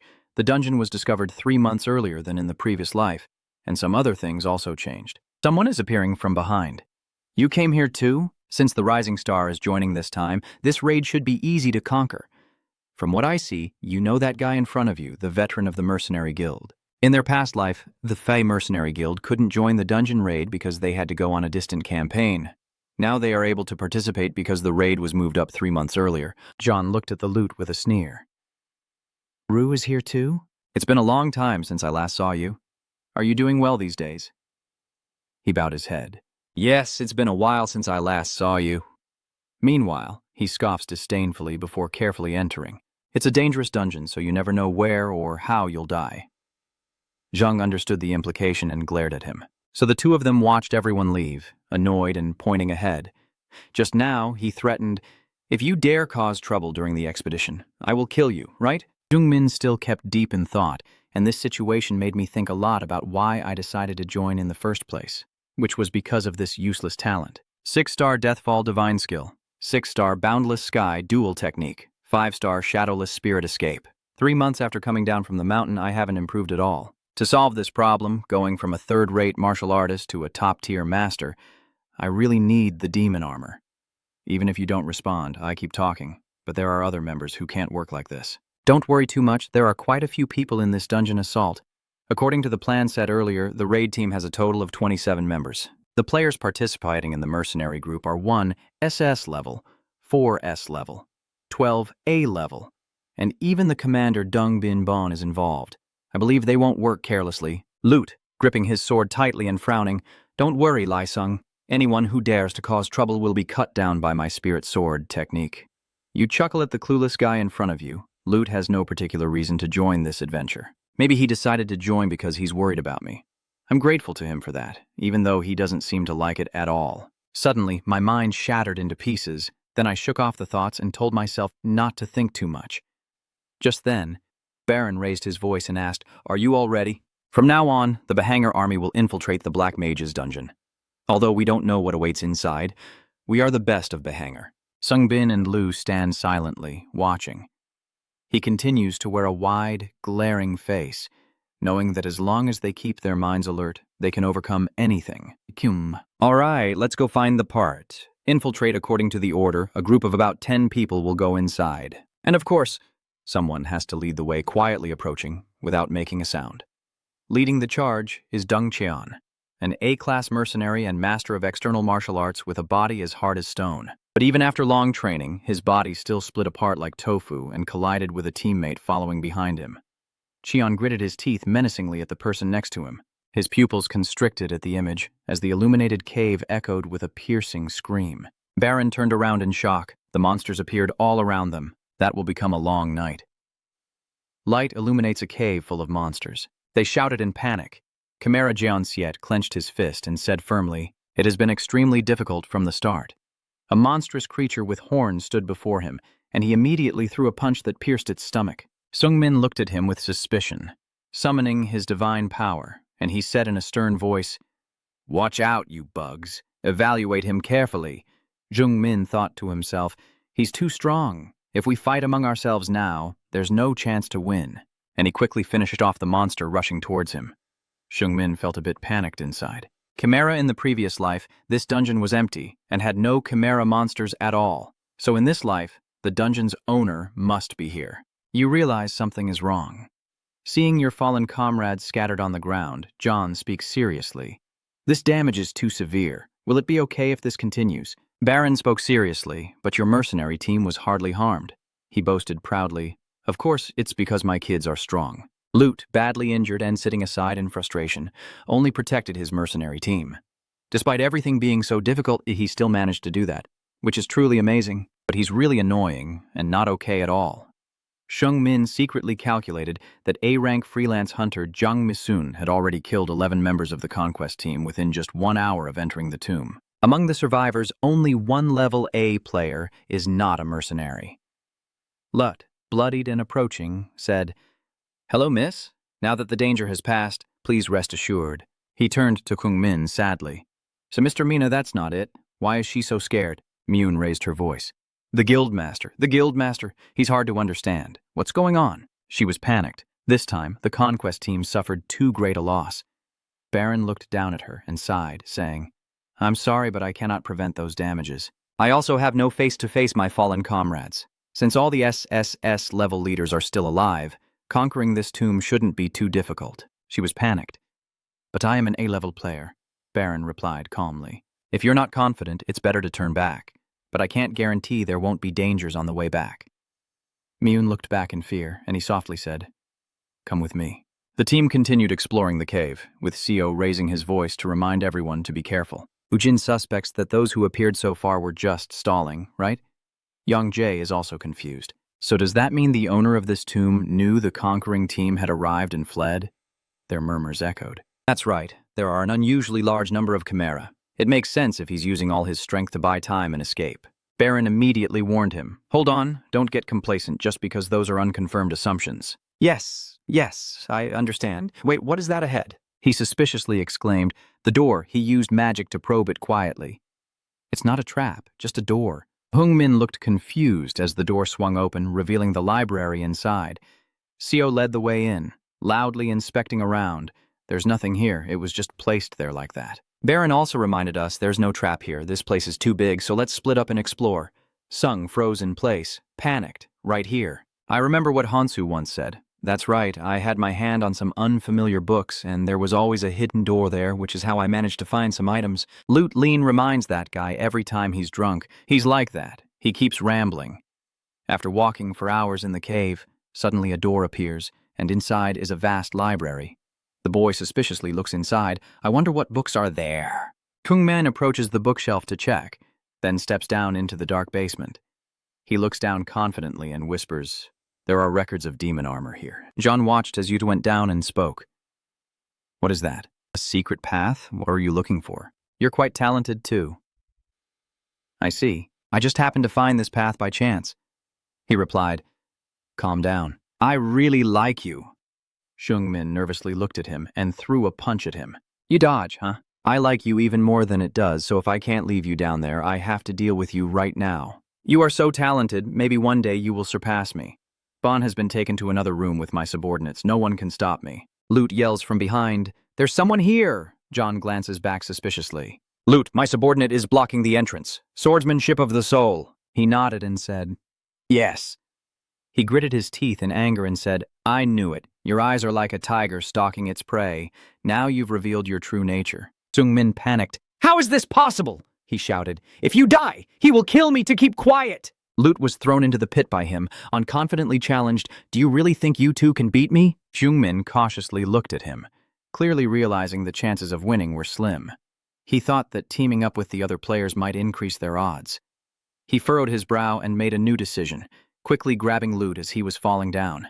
He was panicked. "What?" "I said we need to go down and get the loot before it gets overwhelmed." "Why?" He silently thought that if I equipped a magic armor, my abilities would be greatly enhanced. If I could get it, my chances of winning would be higher. Your steps stop, and the two of you halt beneath the basement, my eyes wide as I stare at it. Shungbin secretly rejoices. "I see it. Lute is behind, holding a sword for support." He gritted his teeth and looked up, delivering a single punch to finish him off, his fist stained with blood. Shungbin stared in horror, pulling his hand away from Lu, who was kicked hard in the body. He shouted loudly, "Not bad, I can get cut like this." Sungbin saw his friend being murdered. His face instantly turned grim. He remembered the happy memories they shared, but now all that remained was the cold, lifeless body lying there. He shouted in anger as Jun watched him rush forward with contempt. "What? What do you want to do? You must understand that wandering in this damned world without a proper role will have consequences. Power is everything. Trust no one. That piece of trash will definitely turn into a traitor someday." John kicks the leg hard and raises his voice. "That's right." He clenched his fist and said in a stern voice, "What are you trying to tell me?" "Die." A loud explosion echoed as he punched the enemy straight into the wall. John approached confidently. "So you managed to block it again? Nice weapon you have there." He kicked your face hard with an arrogant tone. "Let me see that." He picks up your weapon and marvels. "It's lighter than I thought. Is that Marin?" He didn't notice the blood-stained gem on the demon armor. John suddenly looked at the weapon emitting light. The ghost armor gradually appears on Sung Min's body. He quickly jumps back in fear. "What is that? Is that armor decoration merging into that kid? Is it a magic armor?" Chung Min's body gradually transformed, now larger and emanating a powerful aura of demonic energy. He was panicked and said, "What is this? I don't know what this black energy is, but it looks very dangerous." Sung Min's face turned pitch black, and he suddenly snapped out of it. The two of them stood facing each other, with fists raised, questioning each other. "What is it? What was that black energy just now? Why did that thing suddenly disappear?" "Try doing it again. I thought you had obtained some artifact and upgraded your power. Were you scared?" "That's right, what's going on? Neither internal energy nor strength has changed at all." John looked at him with contempt and spoke. "In the end, you must have had a hard time avoiding like that. Just die." You grind your teeth in anger. "Damn it." Seeing the corpse lying there helplessly, you hate yourself even more. "Damn it." Preskin suddenly stepped forward and spoke as his fist was still flying toward them. "Using your dominance, huh? You're quite the piece of work." Although the substitute still has a major weakness, he throws a punch at Preskin. He's smug. Still trying to fight back? That's interesting. Moreover, the law of karma for the soul has been bent as well. Sungbin is frantic. His 6 senses, sharpened over time, are raging fiercely. He shouts, "That will be a good sacrifice. Don't fight this dark mage." Baron and Ujin rush down in panic. A loud noise is coming from this direction. What's going on? He's panicking. Is that the dark mage, the owner of the dungeon? Preskin points at him. Baron shouted in panic. "Rick, it's dangerous. Everyone run now." The black magic stream shot straight towards him. Preskin withdrew his hand, appearing unfazed. Everyone was blocked and panicked. "The fortress has fallen. Run now. Don't get caught," he shouted loudly. "You couldn't have come this far anyway." "The fact that you managed to come this far is only because I allowed you to." He smugly used the shackles to bind them together. "I'm feeling great today, so I managed to catch a much better sacrifice than that Chimera," Preskin said loudly. "Come on, my wish is about to come true." Rick Preskin. The battle quickly ended. Ujin and his team charged forward. Preskin uses dark magic to retaliate. The dark mage slaughtered everyone, including dozens of SS-level mercenaries. Baron, who stood before a talented mage, was instantly cut in half, his body rolling on the dungeon floor. Even the armor was easily subdued. Shungbin, panic-stricken, wondered, "Why am I in this situation? I think everything will be different from my past life. That Min is no longer a bug. That I have changed." I sink into memories, doubting myself, looking at the cold, lifeless body on the ground. He is full of regret and self-blame, but he is still a bug. Jungmin gradually regains consciousness. You suddenly realize you're hanging up. Preskan loudly asks, "Are you awake now?" "Welcome to my workshop." The boy desperately resisted. He spoke loudly. "Don't waste your strength. You can't break those chains." Preska looked at him with a triumphant smile, and he softly said, "It may sound strange, but I want to become a woman." Women are amazing. They can achieve things that alchemists spend their entire lives unable to do. That's why I do everything I can to become a woman. But in the end, I fail. I had lost hope in magic and exchanged my soul and flesh for immortality, because maybe if I had infinite time, I could find the answer, and in the end, I finally found my answer. Even when I didn't create life myself to bring about life. That's right, I want to create life. Chungmin's face paled after hearing him speak, and he stepped closer to you, raising his voice. "Today is truly a good day. The cursed villain from my past, a monster I cannot touch. But if I use someone like you, someone with a terrible curse, as a sacrifice, I might get closer to my dream." He grabs Jungmin's face and keeps muttering strange incantations. The boy's eyes widen in horror. Preskin in front of you looks no different from a blood-stained demon. The spell words pierce straight into your mind, and the two of you are transported to a strange space. Jungmin clenched his teeth in pain. Preskin shouted, "I will sacrifice him." The boy gasped in fear. The giant eye looked at him instinctively, and it spoke. Preskin was stunned to realize he was panicked. "Wait, what is this? Wait, this can't be real. How can the voice respond to him like that?" Preskin was terrified. If it was impossible, the space gradually disappeared. Jungmin was freed from the heavy pressure and gasped for breath. He muttered confusedly, "Hey, you're rejecting the sacrifice." He angrily grabbed Preskin's collar and shouted, "Who are you?" "Why did the Demon King reject you? Your soul and terrible karma make you a perfect sacrifice. But why were you refused? Are you panicking? How should I know?" He raised his voice and said, "What kind of monster are you? I need to see your memories. Show me everything." Hot blood gushed out of your eyes. When he woke up, the core spirit was gone.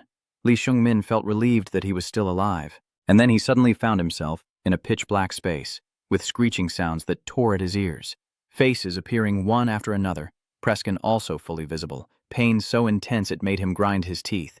The image of Lu's death haunted his mind, his body like a cicada shedding its skin, a terrifying creature tearing out of his back, the cicada's cry fading away after he defeated Chimera Ogre.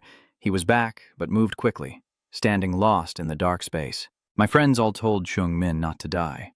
I muttered firmly, "I won't die." He was used to situations like this. At first, he would only turn back to the past. Regret, shame, and inner torment are things he only dares to experience after coming back to life. A sudden voice echoed in your mind. "I don't know who you are, but can you hear me?" Chungmin, confused, transmitted mentally. "No, magic telepathy," he asked softly. "Who are you? Why are you talking to me like this?" That voice immediately replied, "I am Loi, the master of the Golden Mage Tower. I am beneath you by a lot."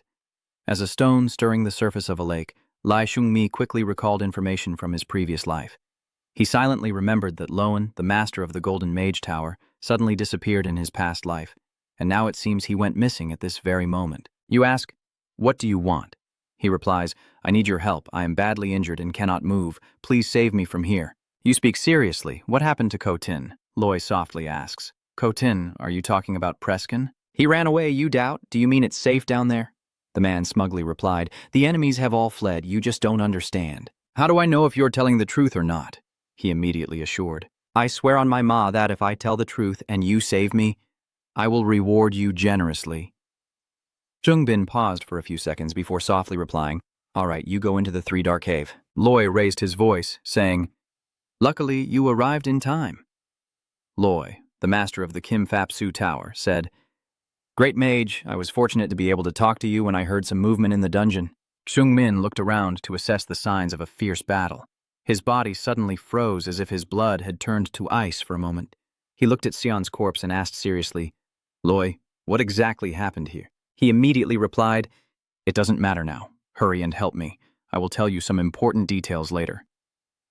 Chungmin raised his head and then sighed. "What do I need to help you with?" He pointed ahead loudly and said, "Take me out of this dungeon." And in the direction he was pointing, there was a black heart still beating. He sternly destroys it. The boy steps forward confused. "A heart? What the hell is this?" Loy, confused, "I don't know either. It was created by Preston. It is a very dangerous object. I have to destroy it." He raised his weapon, speaking softly. "I understand." The spear tip pierced straight into the heart, but a protective shield blocked its impact. It was as if the heart had a consciousness, swallowing Chungmin whole, and he was panic-stricken as it pulled him inside. Chungmin continued to fall into an unfamiliar space, the magic on the spear still lingering, and suddenly he froze. "When did the black heart slip into your chest? You now have a black heart." A few hours later, Sungmin and Preskin panic as they wake up. Rick Preskin was staggering and fleeing from that guy. He was panicked. What on earth is going on? What Preskin used on Lee Seon-min was a spell to break down the target's spirit, but somehow it backfired. He kept wondering why other magic didn't get reflected back. Only the memory reading spell did. Even the Demon King refused to accept him as a sacrifice. Damn it, this is too much of a blow. I've already exhausted too much magic power. Preska saw the mercenary corpses lying scattered, his dark heart pounding with excitement, and he confidently approached. "So I guess I'll have to use you guys to replenish my magic." John lies on the ground, his eyes blank, as the old wizard's urgent voice continues to echo. "Stop," and his body gradually withers away. "Stop!" Preskin drops the two corpses with a sigh of relief. He glared at Preskin and said loudly, "You're so cute, pretending to sleep."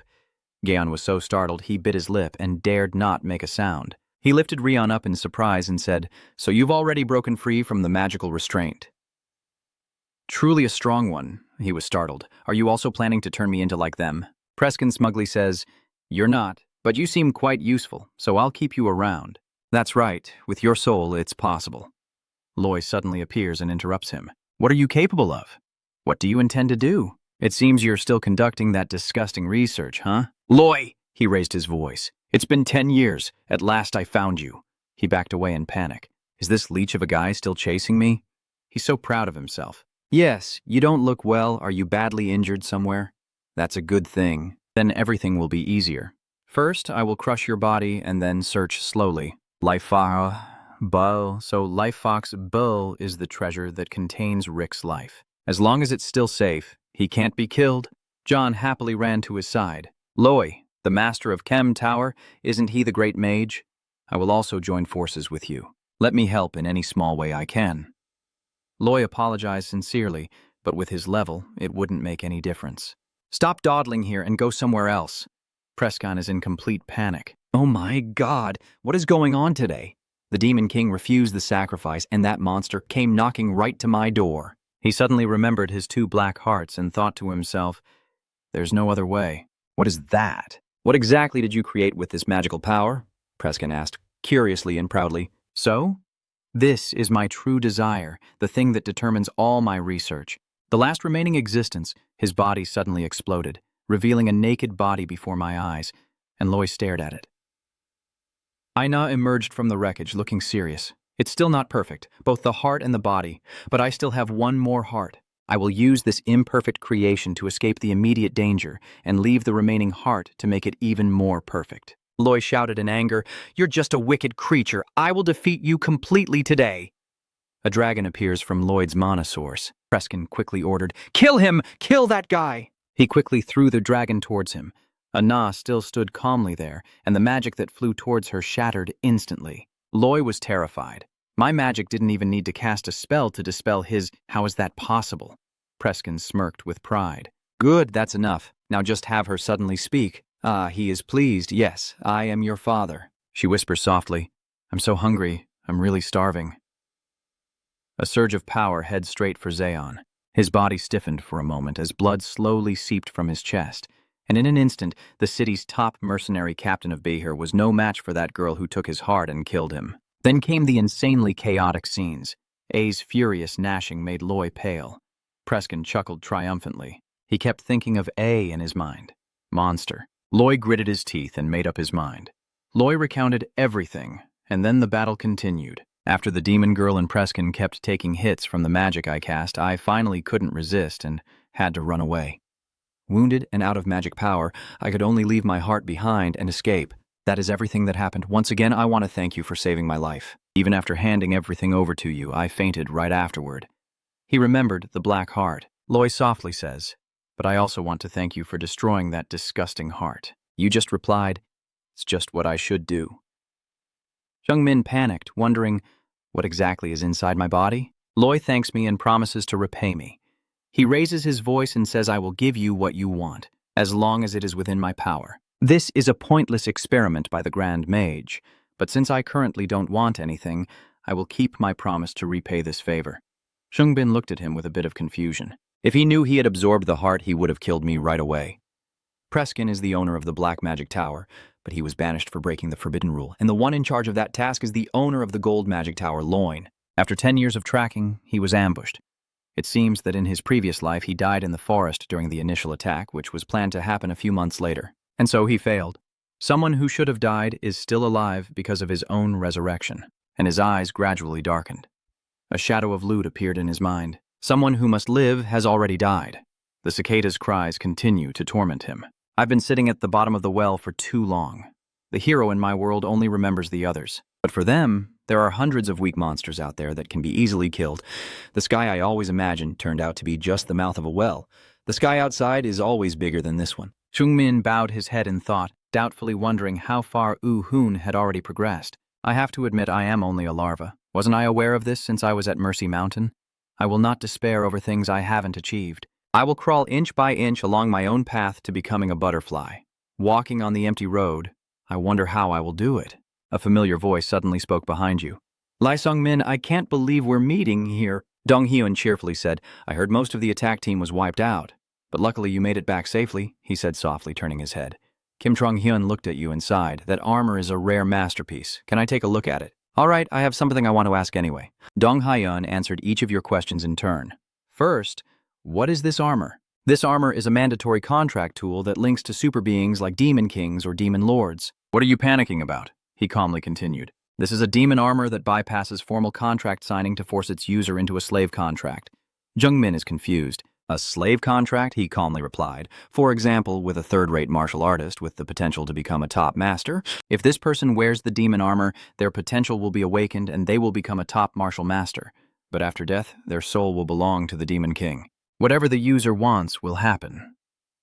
Shungmin softly said, First, nothing happens after I wear the demon armor. He casually erases that fun and interesting board. So there are two possibilities. One is that he has no potential to awaken, and the other is that he has made a contract with someone even more powerful than the owner of the demon armor.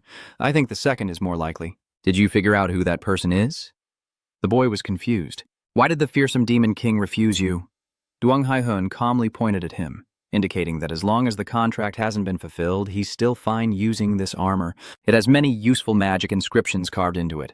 The magic armor is then removed from the body and turned into a bracelet. He said casually that he could wear it as a bracelet and just channel mana or internal energy when fighting. So it will become armor again as before.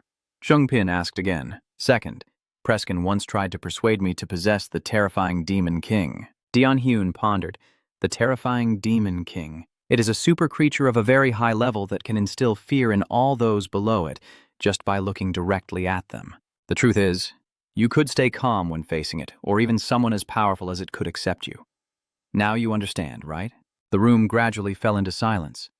Shungbin hesitated before speaking. Is it because my soul is of a higher level than the fearsome demon king? He replied with a light smile. I can't answer. If I respond, I feel like I would be hurting myself. The blood in the body suddenly thickened. He was confused. In the third sentence, I once absorbed something strange into my body. Dong Hyun suspects. Blackheart, that's Preskin's work, right? I'm not sure about this either. I can't sense the energy of my allies. But Preskin once studied the ultimate form of life.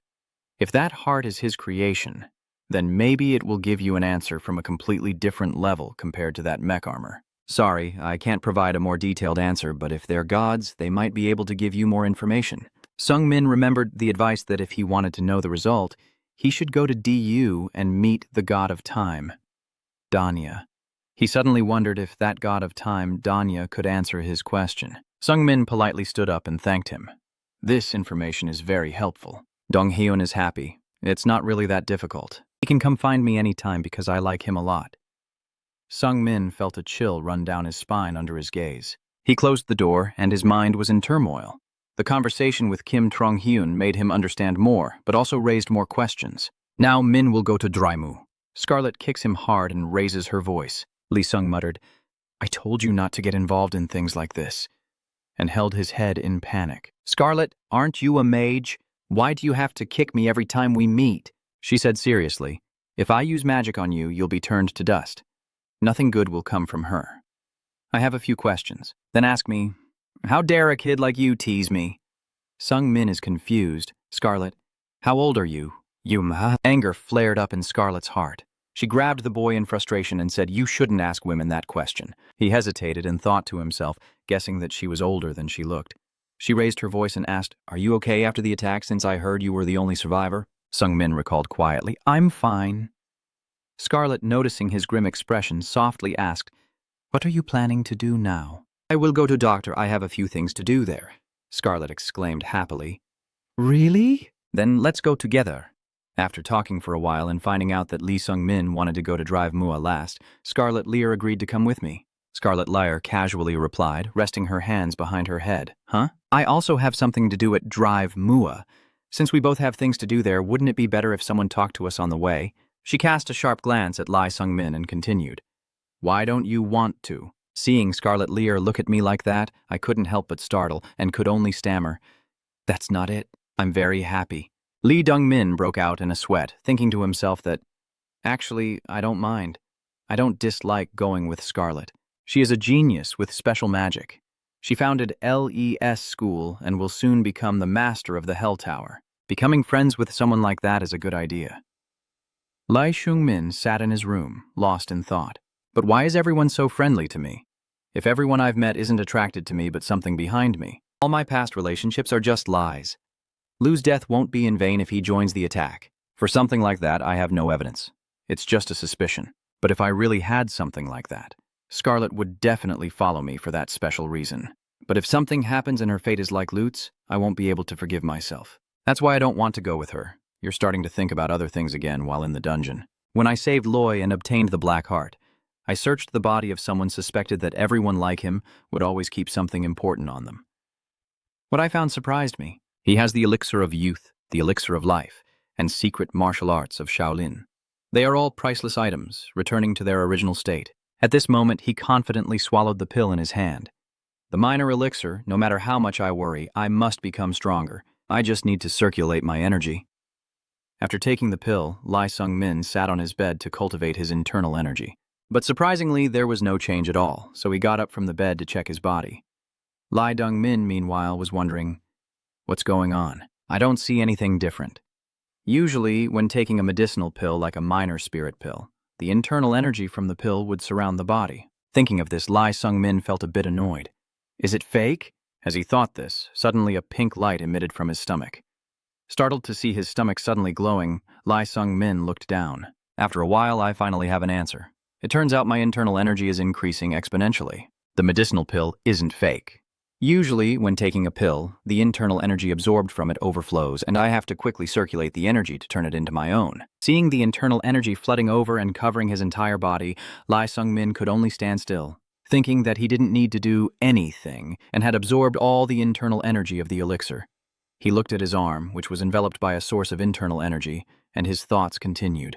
Being able to absorb even a small part of the internal energy is difficult, but I think I have absorbed all of it. Hearing this, Lee Sung-min was a bit startled. What just happened?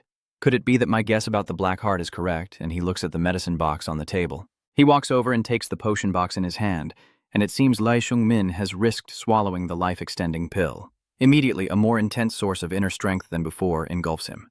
Yet Lee Sung-min is able to absorb it all. I can absorb the inner strength of both the small and large life-extending pills. I am almost on par with the peak martial master in terms of internal energy. I remember the black heart I absorbed. How could I have absorbed all that internal energy? Is that the influence of the black heart? I'm not sure, but I'm definitely gaining an advantage. I've solved the problem of lacking internal energy. Now you go and get the training books. Looking at them, you realize you need to do something with these things. Suddenly, Lee Sung-min comes up with an idea. The next day, you went to meet Scarlet Lear to discuss something. After hearing Lee Sung-min out, she asked, "Did you go to Breton instead of drive to buy it?" Lee Sung-min quickly nodded. He bowed his head sincerely. "It seems I can't go with you anymore. I'm sorry, Scarlet Lear." She asked again, "Why did you suddenly change your destination?" Lee Sung-min replied, "Because I have the secret technique of Shaolin Temple. I want to return it to them. And Shaolin Temple is in Brendan." "Are you crazy? Why are you giving it back to them?" "You have to learn it and then sell it." Lee Dong-min confidently replied, "I've learned it.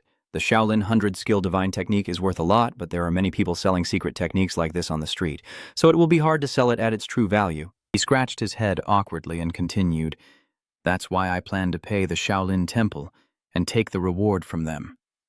Hearing this, Scarlet Lear had nothing more to say in protest. She immediately said, "Is that why you can't go with me?" Lee Sung-min nodded slightly, because he only had errands to run at Drive. Before you could finish speaking, Scarlet Lear cut him off excitedly, saying, "It's not just that, I also have something to do in Breda." Hearing Scarlet say that, Lee Sung-min was a bit caught off guard. "What? Actually, it's not really a big deal. I just want to explore the world. I don't think I fit in with the city. I prefer practicing in places like the mountains. I plan to settle down somewhere beautiful after traveling for a while." Lee Sung-min looked at her in surprise, unsure of what to say. Then he remembered her past dark and rough appearance and teased her. "Are you planning to go back to that time?" Scarlet Lear heard him say that and immediately shouted, "I'm going to bathe!" Before he could slip away, Lee Sung-min was grabbed by the shoulders and pulled back. "So, we can go together, right?" Before Lee Sung-min could speak, she grabbed his head and nodded repeatedly, making up her own story. "Did you say yes? Nod your head, you can't break your promise now." Finally, she let go and looked at Lee Sung-min squatting on the ground from dizziness as Scarlet continued. "Let's go together then." Lee Sung-min could only reply that he still had to prepare. "Can I have another week?" Hearing that, Scarlet Lear immediately became excited. "Yeah, that's fine. I also need a week to get everything sorted." Lee Dong-min could only comfort herself. "All right, I need to stay positive. It's good to have someone to talk to along the way. And with two people, it's less dangerous." The scene shifts now to a dark forest where Anna is standing barefoot in a purple dress, suddenly stopping. "You! In front of you are Lee Sung-min and Scarlet Lear." All three looked at each other, and upon seeing Lee Sung-min immediately stepped in front of Scarlet. Anna raised her hand about to cast a spell, and she suddenly said, "After I meet the person, my arm instantly transforms into long tentacles, which then connect to form a creepy clawed limb." She stared intently at Lee Sung-min, repeatedly asking who he was. "I find it strange. You? Who are you?" A moment ago, in the dark forest with no one around, Preskin was sitting on a stone slab, lost in thought. "Loin, he's so strong, surviving was really tough for me. Being a genius suits someone like him. A monster. If I hadn't woken you up in time, I wouldn't have been able to escape from him." "Kid." Seeing that Anna didn't respond, he called again. "Kid," he called a second time, and this time Anna finally turned to look at him. The little girl sitting on the ground eating something, Preskin saw her like that, and thought maybe he still wasn't controlling well because he woke her up too hastily. She didn't obey his orders. "What is it eating?" Anna glances back at him, making Preskin feel a chill, but she won't hurt him. The ceiling submission is working well. Preskin approached the girl, sat down, wiped her mouth with his sleeve, and said, "Do you remember what I told you? You just need to go back to where you first opened your eyes to take back my heart." The girl still looked at him blankly. Preskin kept repeating, Do you think you can do this? You will come back quickly, right? All right, then bring it here. Nah. Hearing him say that, quickly ran off, even dropping her shoes in her haste, while Preska watched her go. Wondering where she was headed. She was just going where she wanted to go. Aina ran off in a different direction, feeling something as she ran. Even though her father told her to go somewhere else, she sensed that something was different in this direction. My heart is pounding really hard. That's strange. What is this feeling? I feel really uncomfortable. After running for a while, I ended up right in front of Lee Sung-min. So that's why the scene earlier was a meeting Sung-min and Scarlet Lear in the forest. A asked, "Who are you?" Seeing A's monster arm about to strike her, but Lee Sung-min just stood frozen in place, her eyes wide open. Scarlet Lear shouted loudly, "What are you doing, you fool?" Scarlet Lear quickly cast her spell to defend against the attack. A loud explosion, and only then did Lee Sung-min instinctively step back a few paces. A's monster arm was burned by Scarlet LS's fireball, so she withdrew it. Seeing that he was unharmed, Scarlet LS scolded him, "Wake up, are you trying to get yourself killed?" Sorry, my heart suddenly. What is that little girl supposed to be? Lee Sung-min didn't answer her question. Your mind is now in complete chaos. Is that Brescano's Chimera? The thing Loy once told me? Why is it here? Is it here to take back its heart? I remember when it killed Sun in an instant, and even the great mage Lloyd barely survived. Even if Loy has to deal with both it and Preskin at the same time, Lee Sung-min clenched his fists, activated his magic armor, and wondered if he could really do this. Thinking of the scene where Scarlet Lear was harmed by steel before his eyes and unable to do anything, Lee Sung-min told himself, "I have to do something," and immediately charged at Anna. The girl quickly dodged Lee Sung-min's attacks, who was now exhausted and sweating profusely. He was gasping for breath. Taking advantage of Lee Sung-min's distraction, Anna immediately used her long tentacles to lift him into the air. As he attacked her long tentacle, Lee Sung-min carefully thought to himself, "This girl's attacks are not normal, and her punches are much stronger than the Chimera aggress. I'm holding the spear trembling in my hand. If I don't boost my internal strength with Alicia, this will get really complicated." Luckily, I asked Sirius to lighten my armor, so now I can move much faster. Seeing Lee Sung-min standing there like a statue, Scarlet Lear shouted at him and cast a spell. "Move aside." This fool! Scarlet Lear uses firepower to attack Aina. The little girl extended her tentacle arm to block Scarlet Lear's fire and was immediately burned. She grimaced, gritting her teeth as she endured the pain. Scarlet LES is flying in the air, still casting some kind of spell. That must hurt, huh? It must be very hot. I can sense that your magic resistance is quite strong. While you can neutralize most spells, mine are a bit more special. She looked smug, and then kept rambling about her magic. Ordinary magic resistance becomes useless against my magic, because I have added a spell to turn it into my secret magic. If you don't want to turn to dust, then stay obedient. She hadn't finished speaking before she was attacked. Lee Sung-min quickly jumps in to save Scarlet Lear. The two fall to the ground, looking at the area hit by the attack with the ground shattered and smoke billowing. "Should we consider this as me repaying your help?" Scarlet Lear replied. "Sure, it's fine." After a moment, Lee Sung-min seemed to realize something familiar. Wait a minute, could this be... Does Anna's stance resemble the Bakbo Huiyan Queen Fry suspected? You remember Loy definitely said that it ate Lee Sung-min's heart and kept attacking. Not to mention it could absorb the abilities of everything it ate. Damn this damn monster. Lee Sung-min is still fighting Anna, but no matter what he does, he can't land a hit on her. Suddenly, Anna charges forward with a slash and he raises his spear to block. Lee Sung-min thought he couldn't block her sword or counter her attack.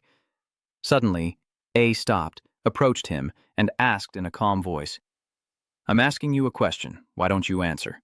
For a moment, Aina turned very angry. She glared at Lee Sung-min and continued to ask, "What kind of monster are you?" Lee Sung-min, seeing her like that, was too scared to speak. Suddenly, a large fireball headed toward Lee Sung-min, and A. Sung-min dodged to the side. Scarlet Lear cast a spell and strange red symbols appeared around her. "You should be grateful for your lucky star for having me by your side. Do you feel angry? What's the point of being angry if you're not going to try to kill me?" Aina was about to rush into a fight with her when the ground beneath her and her magic hand held her tightly by the leg. It seems to be some kind of spell cast by Scarlet LES. Seeing that the girl couldn't move, Scarlet Lear walked back and forth in front of her, taunting. If you can, Lee Sung-min takes this opportunity to rush and attack A. Sensing the unstable situation, Anna immediately jumped up, her eyes still fixed on him. So Anna jumped up to cut off her own foot to avoid Lai Shengmin's attack, and seeing her do that, Lai Shengmin was also very shocked. Did she cut off her own foot? Ah spun in the air and slowly landed on the ground. Strangely, the legs the girl had just cut off grew back. Seeing this, Lai Shengmin and Scarlet Lear were both stunned. The two of them looked at Anna in disgust. She just grew back the legs she had just cut off. Why do I think that? What kind of monster is this? Even the part I burned will heal too. So annoying. Li Zhongmin, standing beside her, listening to what she said, then spoke up. That's annoying. Now you're finally annoyed. Scarlet Lyre, twisting her hair, said, anyway, her regenerative ability has its limits, and those are the limits. I know that after fighting her, if I can fight her at the same time, I will have the advantage. I can continuously deal heavy damage to her. If this keeps up, her mana will run out and we will win. Ina stood there, overhearing Scarlet Lear's words, and she then smiled mischievously. Immediately, the girl cast a pink storm spell towards Scarlet Les and Lai Shengmin. Seeing her incredible power, Scarlet Lyre became more serious. I take back what I just said. Seeing Ina become so furious, Scarlet Lear continued, what kind of mana is that? We're in big trouble. As soon as she finished speaking, the girl used her tentacles to attack Li Shengmin, who was immediately knocked back. After being hit by Ai, Li Shengmin collapsed to the ground. Blood slowly dripped down his forehead, and he cried out in pain. Scarlet Lear saw you crawling on the ground in pain and asked nervously, "Are you okay?" When you didn't respond, she shouted even louder, "Don't die, do you hear me?" Li Shengmin just managed to stand up, coughing up blood, muttering to himself, "I need to change, and I have changed. I change, and I change the world around me. That is what I have become on Mercy Mountain, but it still isn't enough. Because I have a dream so big I can't tell myself. A worm can only crawl. If one step is not enough, then take 10 or even 100 more steps." I remember Uyan. I remember the days of fighting monsters until my scales were torn and peeled, and I keep saying I can't do that, and I am satisfied with just one step. What kind of mountain rain? The truth is, I didn't leave just because I got the demon armor. It's because a wall blocked me, and it was too high. In the end, I just wanted to choose the easier path. I used the excuse of wanting the demon armor and leaving the mountain. The price I paid for that decision was too high. I am useless and pathetic. That's why I had to struggle, but I chose to run away. I shouldn't have done that. Lai Shengmin forced himself to stand up. You hold the spear in your hand and still tremble. It's too heavy. That feeling of longing that I haven't felt in a long time. And those static sounds, I clenched my teeth thinking about my friends. That cicada, I want to stand beside her. I want to change my fate. I don't want to die. Seeing A attacking this way, Scarlet Lear bent down to dodge. Lai Dongmin was still motionless, lost in his own thoughts. I have a dream too big for an ordinary worm. I don't want to die. I definitely don't want to die. That's too hard for me to do right now, Li Shengmin thought as he aimed his spear at Anna. If I possess a wind greater than I deserve, I shouldn't just take one step forward. Li Shengmin's internal energy begins to envelop both his spear and his entire body, much more and more and more. His spear pierces the monster's arm. In an instant, her arm exploded.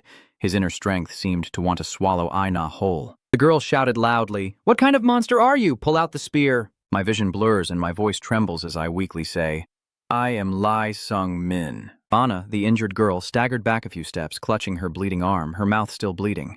She looked at him and said, "I am Anna." Li Shengmin still pointed his weapon at her defensively.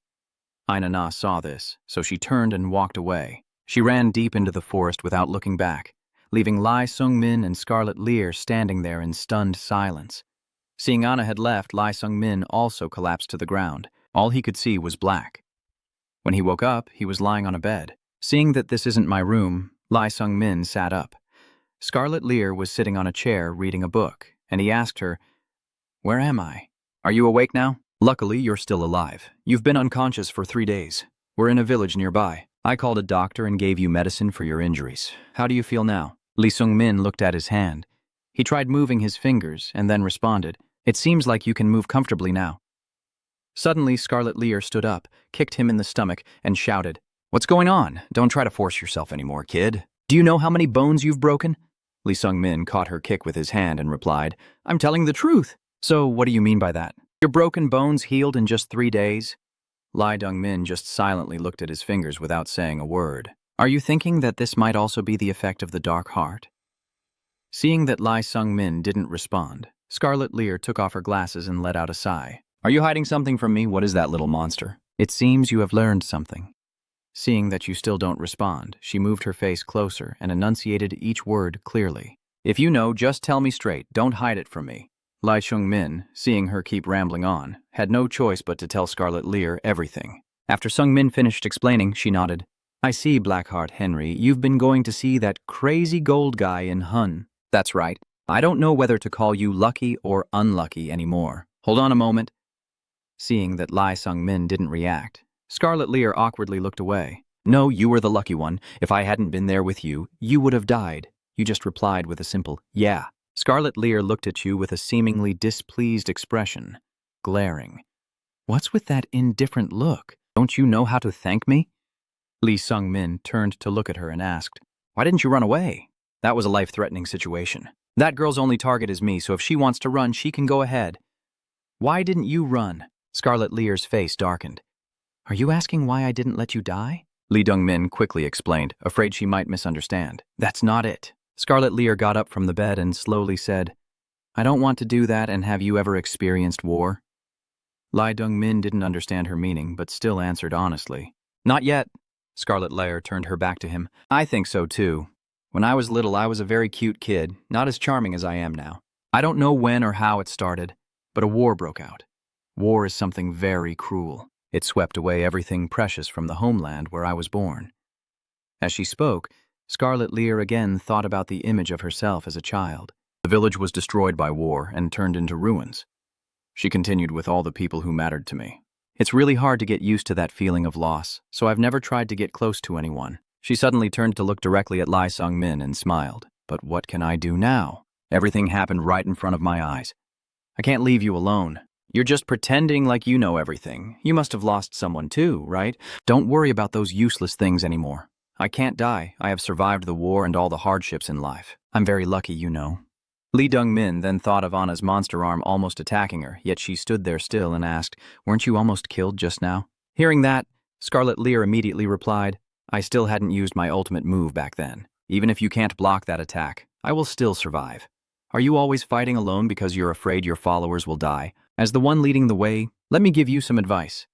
Scarlet Lear pointed directly at Lai Shung-min and continued speaking. If you don't want to lose someone important, then get stronger. I mean, really get stronger so you won't find yourself in such danger again. Because I am doing the same thing. Hearing her advice, Shung-min just chuckled softly. Who wouldn't know about that already? Scarlet Lear replied calmly, that's the clearest answer I can give. But now you're feeling better, right? Lai Sung-min replied, yes. Scarlet Lear felt reassured that you were so sure. It seems you understand everything I said, so I'll be going now. Rest well, tomorrow we will set out for Braden. Thank you. Scarlet ELES waved his hand dismissively. It's nothing. After Scarlet Lear left, he sat in the room holding the sword of the guild and fell into deep thought about becoming stronger. I also understand that. At that final moment, what emitted from my spear was the enhanced energy. Yes, I don't need to think about those useless things. I will keep going to become even stronger. The next day, Lai Sung-min and Scarlet Lear also arrived in Britain. Scarlet Lear happily said, finally, we're here. As Breeden walked through the streets, Scarlet Lear kept admiring everything around her. Everything here feels unfamiliar to me. This is my first time in the Central Plains city. Luckily, after the last time, we weren't attacked again. She patted Lai Sung-min on the shoulder and asked, what should we do first now? I'm not planning to go to Shaolin either, right?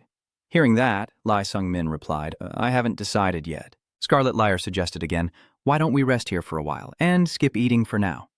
Sung nodded in agreement. All right.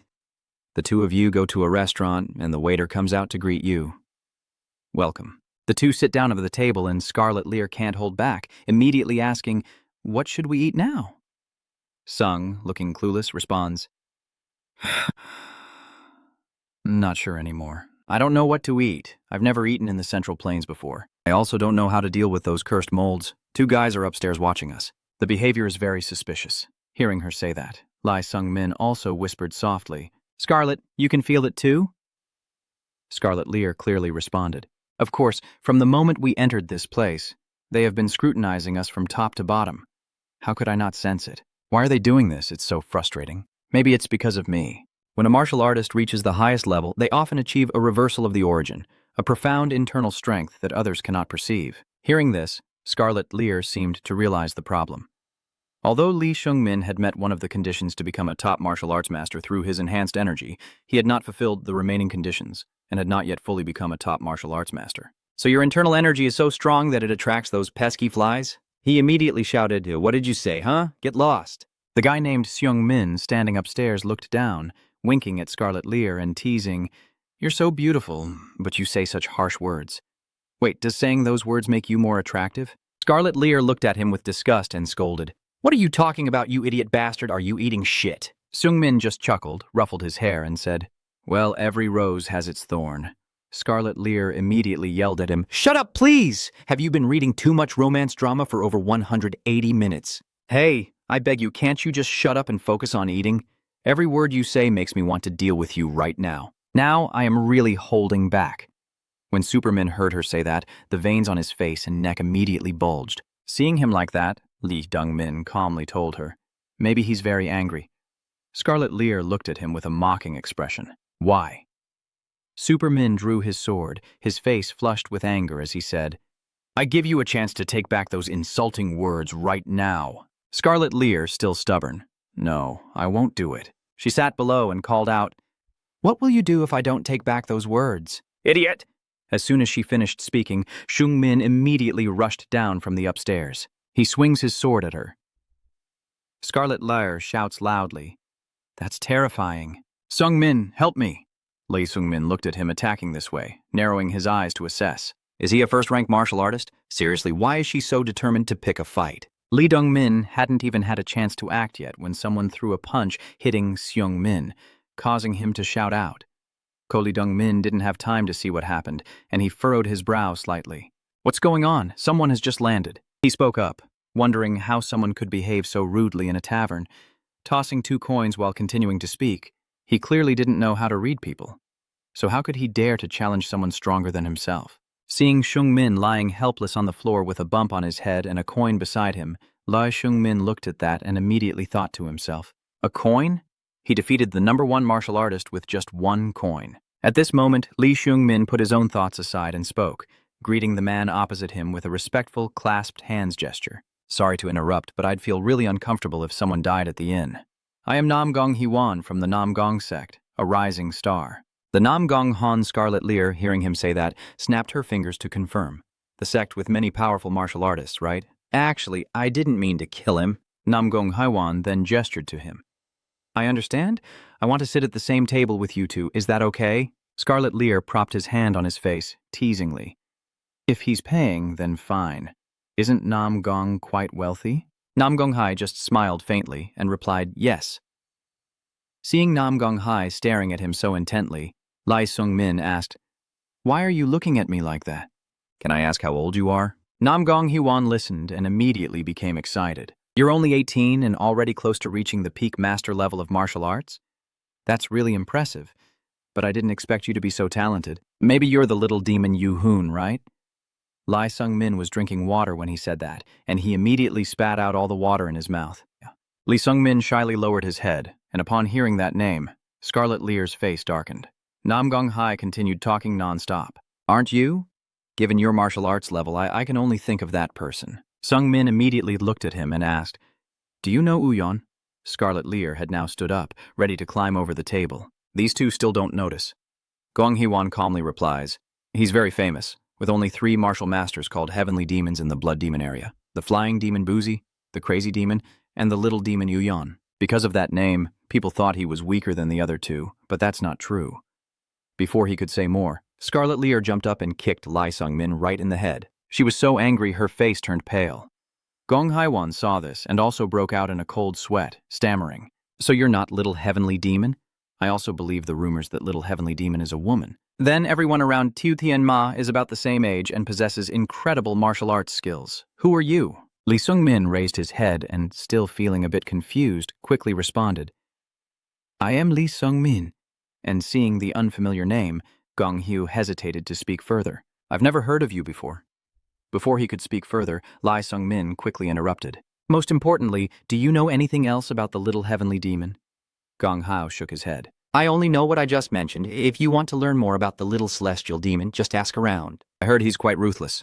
Also, I want to challenge you to a duel." Lee Sung-min and Scarlet Lear were a bit stunned and asked again, "A challenge?" Gong-hun smiled innocently and explained, "I don't mean any harm, I just want to spar when I see a strong martial artist." Lee Sung-min, hearing that, thought about the offer. Fighting a strong opponent might help him break through his current limits. With that in mind, he didn't hesitate to agree. "If it's just a friendly challenge, then I will agree." Hearing his agreement, Gong Hye-won was very pleased. "It's fun, but just a friendly match is a bit boring. Let's bet something more." Lee Sung-min then asked, "Do you want to bet?" Gong Hye-won continued, "Can we bet on something not too serious?" He said this with great excitement, loudly claiming that the loser would become the disciple of the winner. With that decision, Lee Sung-min and Gong Hye-won immediately left. "Are you ready now?" Gong Han just chuckled and immediately entered a fighting stance, his aura changing completely from earlier, no longer as gentle. "You're too modest." Seeing Gong Hye-won like that, Lee Sung-min couldn't help but think that the aura of sword energy around him had completely changed. He truly was the strongest of the next generation in the Nangong family from his previous life. He's too strong, he must be at least an ultimate martial artist, truly a rare master of this era. Gong Han immediately unleashed his move, splitting into 3 sword-wielding clones at once. Lee Sung-min still couldn't decipher Gong Hye-won's technique, only able to observe calmly. "This strange technique, if I just stand here with my mouth open, I'll run out of breath." If that's really the case, Gong Hye-won immediately unleashes the invisible spirit movement technique, the first form. Without saying a word, Lee Sung-min immediately charged forward, swiftly striking Gong Hye directly. Invisible movement technique. Seeing how quickly Lee Sung-min acted, Gong Hye couldn't help but feel excited to have a worthy opponent. Is he planning to destroy my movement technique at that speed? I can't believe he's approaching so quickly while holding a spear. Gong Hye didn't say a word and immediately countered. You push Lee Sung-min's spear aside and shout loudly, "I like this." Lee Sung-min's spear was immediately pulled in and tightly held by Gong Hee's sword. They are stuck together. Now, absorbing the opponent's energy technique? Lee Dong-min didn't expect to be put on the defensive. He clenched the wound on his face, veins bulging, and finally managed to pull away from Gong Hye-won's sword. He then jumped back several steps. The two of them charged back into a fierce battle, with Gong Hye-won swinging his sword down. The Nine Heavens Ultimate Sword Formation's initial stance. Seeing Lee Sung-min recognize his move, Gong Hye immediately changed to a new technique, the vital point of the soul-severing spear.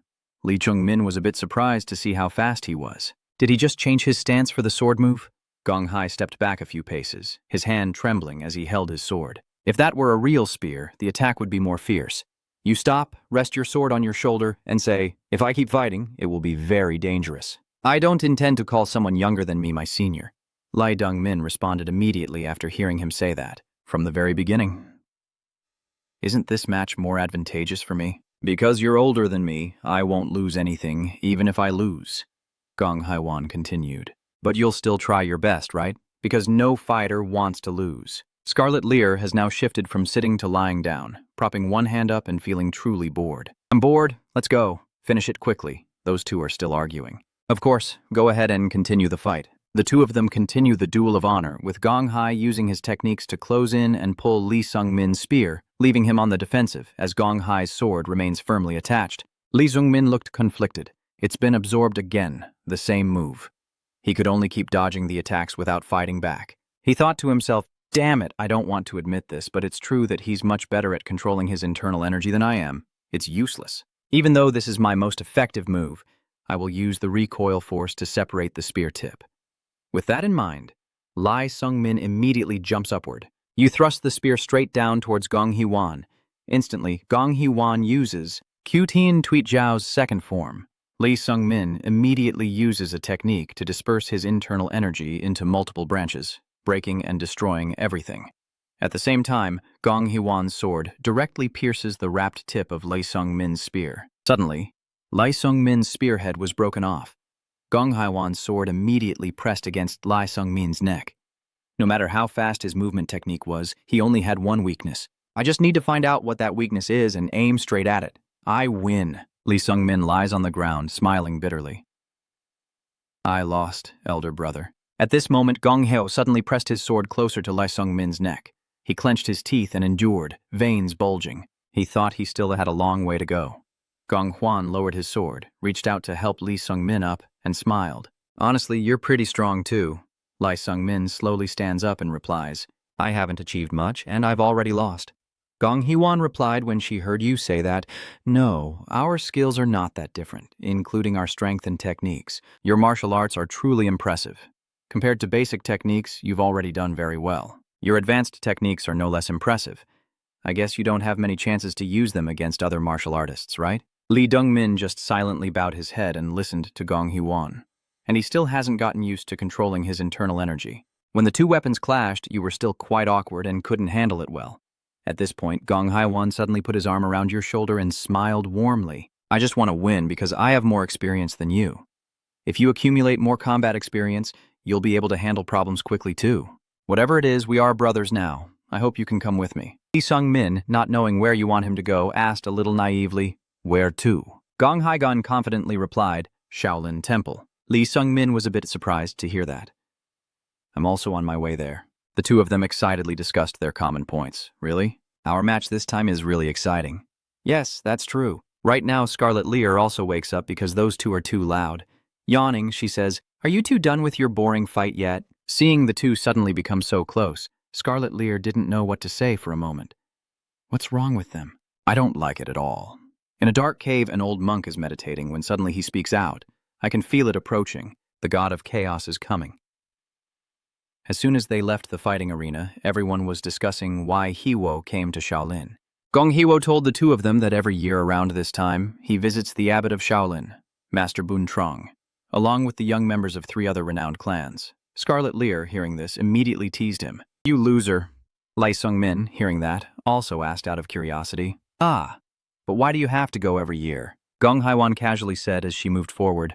I'll explain during the way, just a long-standing promise. Lee Sung-min also only replied with 2 words, fine. Scarlet Lear is completely different. She widened her eyes and gaped in surprise. Oh, what is that failure saying? Ah, so that's why we went to Shaolin Temple together. After a journey, finally Lai Shung-min, Gong Hye-gun, and Scarlet Lear arrived at Shaolin Temple. The monk at Shaolin welcomed them warmly as they arrived, and as they entered, they were given a tour of the place. The 4 clans Nam Gong, Jiggly, Moi Ong, and Dong are all well-known clans. The secretaries of these 4 clans are also around the same age and equally strong. Scarlet Lear, who was walking behind, was blinded by the radiant glow of the monk. She had to raise her hand to shield her eyes. The monk paused in front of a courtyard in the temple, and smiled as he continued. The clan leaders all want to form a group to unify all the clans, but when it comes to actually doing it, they fight over the leadership position, with equal strength making it hard to choose who should lead, so they left it for the next generation. He looked at the 3 young men in front of him and then continued the story of the 4 sects, the Du family, Tang Tang Ahai, the abbot of Shaolin Temple. Master Buna will be the one to decide. The Silver Dragon Faiju family, Jago Terium, the Snow Lotus Moi family, Moi Ong Sejin. He will choose who will be the leader among the 4 heirs of the 4 families. This master just finished speaking, and Gong Hee-won immediately greeted her 3 friends. Everyone's been waiting for a while, huh? The Longsword Han family was late because of a small matter. Lee Sung-min stood watching them talk, and couldn't help but think that all of them were people he had heard of in his previous life. Tang Ai stepped forward, pointing at Hee-won and questioning her. Something happened. What took you so long that we had to wait until us? Tang Ai immediately shifted her gaze to you. That guy over there is making him slow down, isn't he? Seeing it, I can understand why you think that makes sense. Hearing her say that about my brother, Ho immediately spoke up. Hey, who are you calling that guy? Can't you see well? Tang Ai looked at Lee Sung-min with anger after hearing Hua say that. What? You dare to say that already? Let me handle this, Hao said as he approached Lee Kung-min and patted his shoulder and then introduced himself. Do you know, my younger brother is a swordsman about to reach the highest level before he turns 20. Tang Ai exclaimed, so your brother, a skilled swordsman like that, is your brother. Lee Shung-min also guessed part of what they were talking about. I understand now, if he has a younger sibling who can reach the pinnacle at 18, he can elevate his status among the 4 noble families. Taryong and Elder Selin, who see this, all feel a bit surprised and cautious.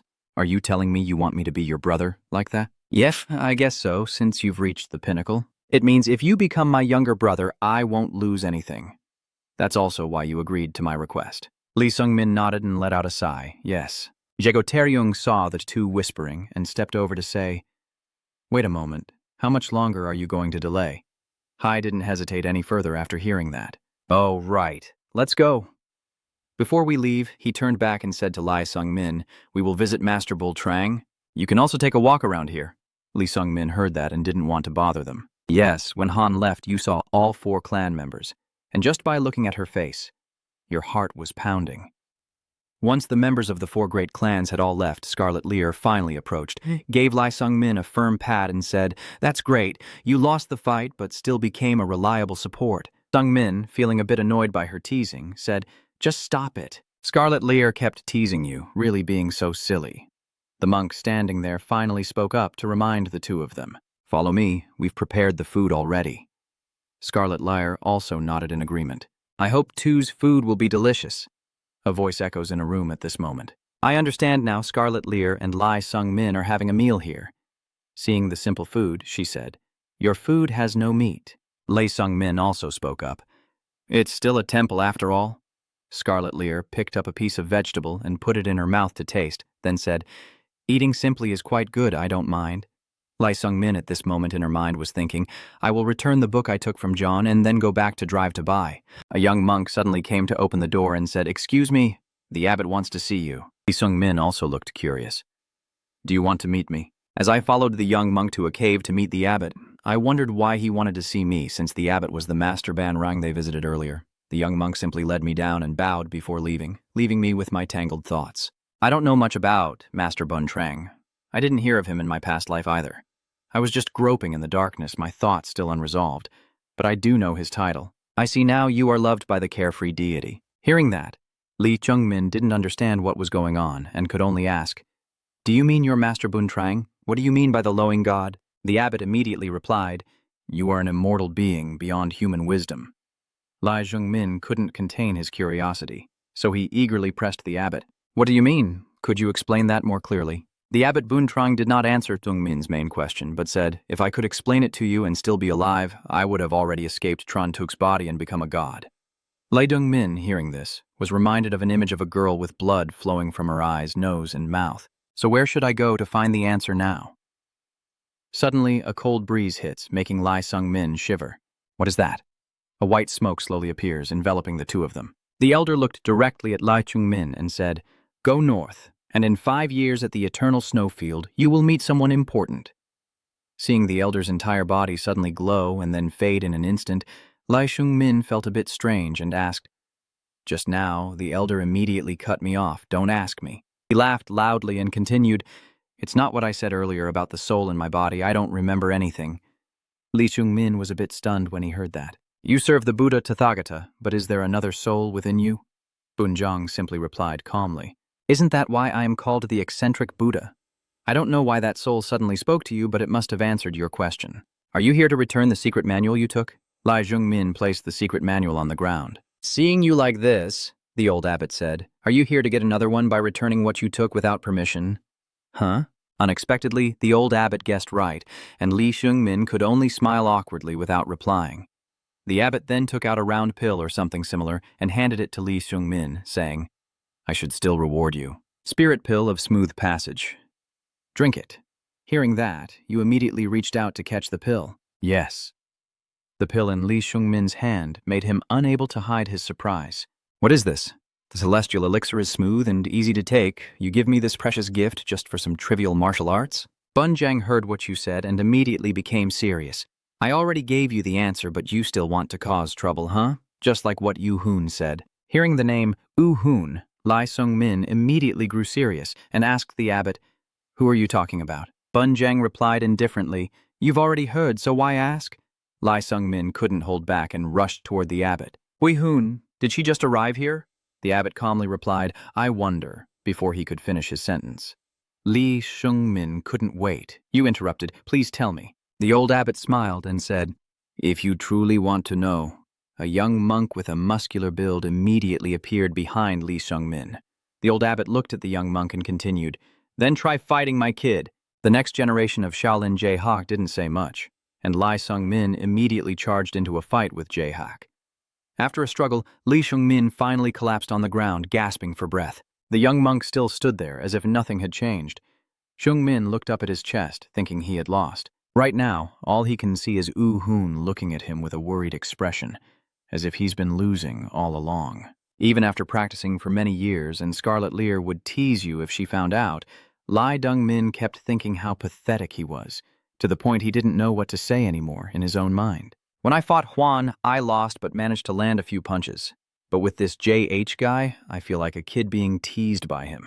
I've never even heard his name before. Who is he really, in this life and the last? Elder Abbot Bunrang still sat there, and now he asked his young disciple Dihak what he thought.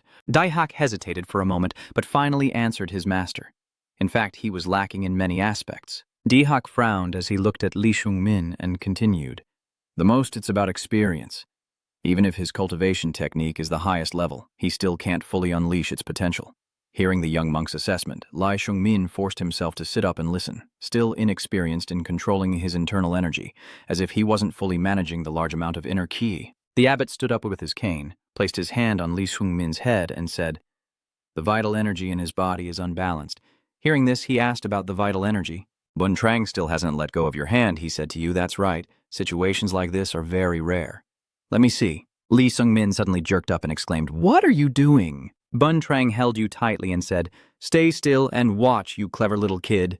Turns out he tied his drumstick to one of Lai Shungminu's legs, and after tying it, he cheerfully told you, "Now try to walk, XM." Yes, it's very difficult to move, isn't it? That is exactly the current state of your body. Your body is in that abnormal condition. Seeing Lai Shungmin struggle to walk step by step, he explained to him the advanced martial arts knowledge he possessed, representing the sudden increase in internal energy, while his body's condition had not yet been unlocked, with the Ren and Du meridians blocked. Even with immense knowledge and internal energy, your internal force remains trapped inside and cannot be used. After hearing the abbot's words, Li Dong-min reflected that his internal strength increased after taking the immortal pill, and his knowledge came from learning advanced sword aura during his fight with IN.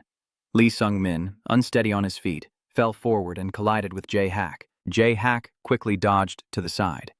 True Chi continued, "If both legs are the same length, you can walk normally without issue, but it will be very difficult if one leg is too long. So what should I do now?" The abbot clasped his hands behind his back and told you that you need to unblock the Ren and Du meridians first.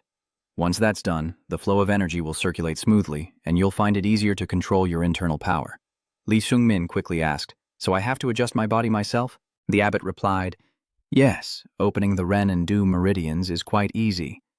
He then turned to his disciple and instructed Jack, "From now on, I want you to help this kid understand his martial arts." Chamo! Dihak also obeyed his master, saying, "Yes, I understand." The abbot then turned to look at Li Shungmin and said, "In about 10 years, he will go mad from the internal energy, and if we do nothing to help, as a Buddhist, I cannot just stand by." Hearing these 4 words, La Shungmin couldn't help but think for a moment. Tao Hua Nyup Ma. The abbot Bunrang continued, saying, "My favorite kid has come here, and I want to teach him," meaning Yu Jae-hoon. At this point, Lai Shungmin and Jae-hak had already left the abbot's cave. As we were walking, Jae-hak asked Lai Shungmin how he felt after fighting with me. Li Shungmin turned to look at JH, then pondered. The two of them approached a pole with 2 lanterns hanging from it. At this moment, Lai Shungmin replied that he thought he had become a bit stronger.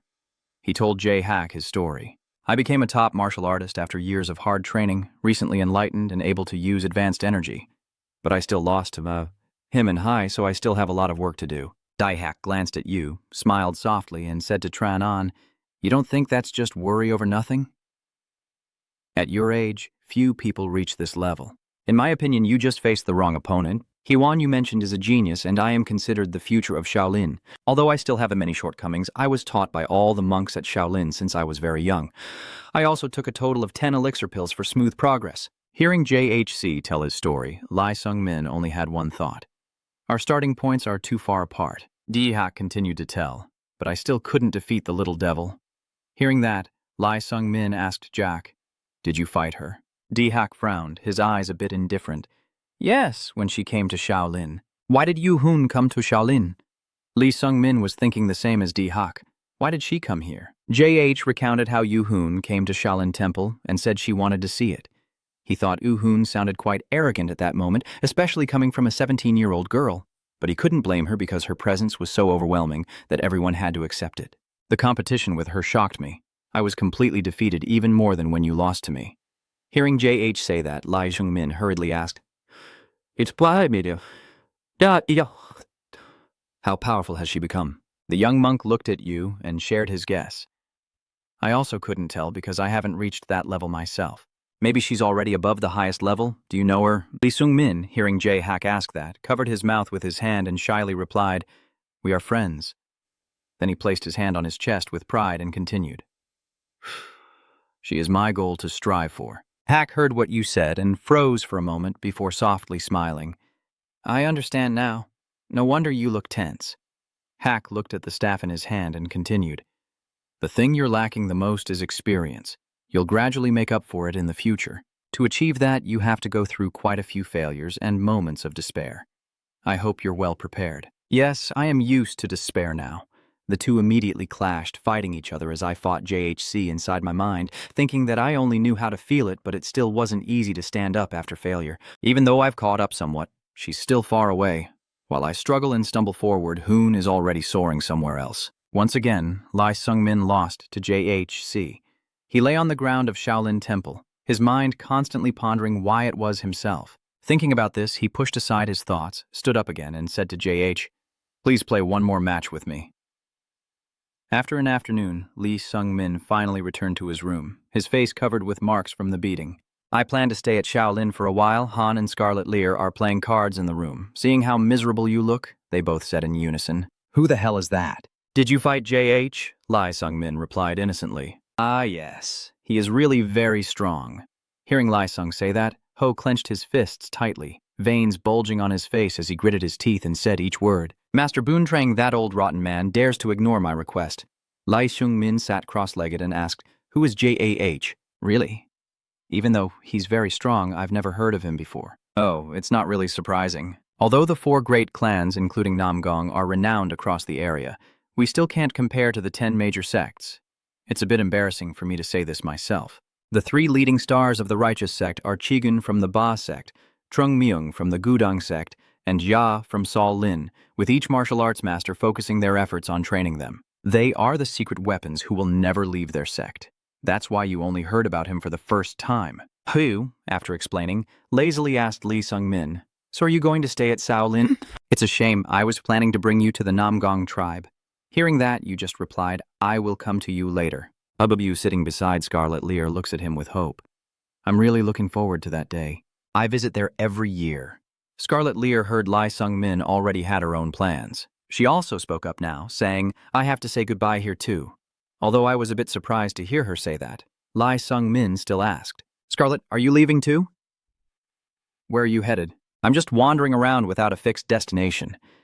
Being here isn't a problem, but it doesn't feel like training. If I stay any longer, I won't gain anything, so I'm leaving," she said, then suddenly pounced and teased you. Lee Sung-min, caught off guard, immediately fell flat on the floor.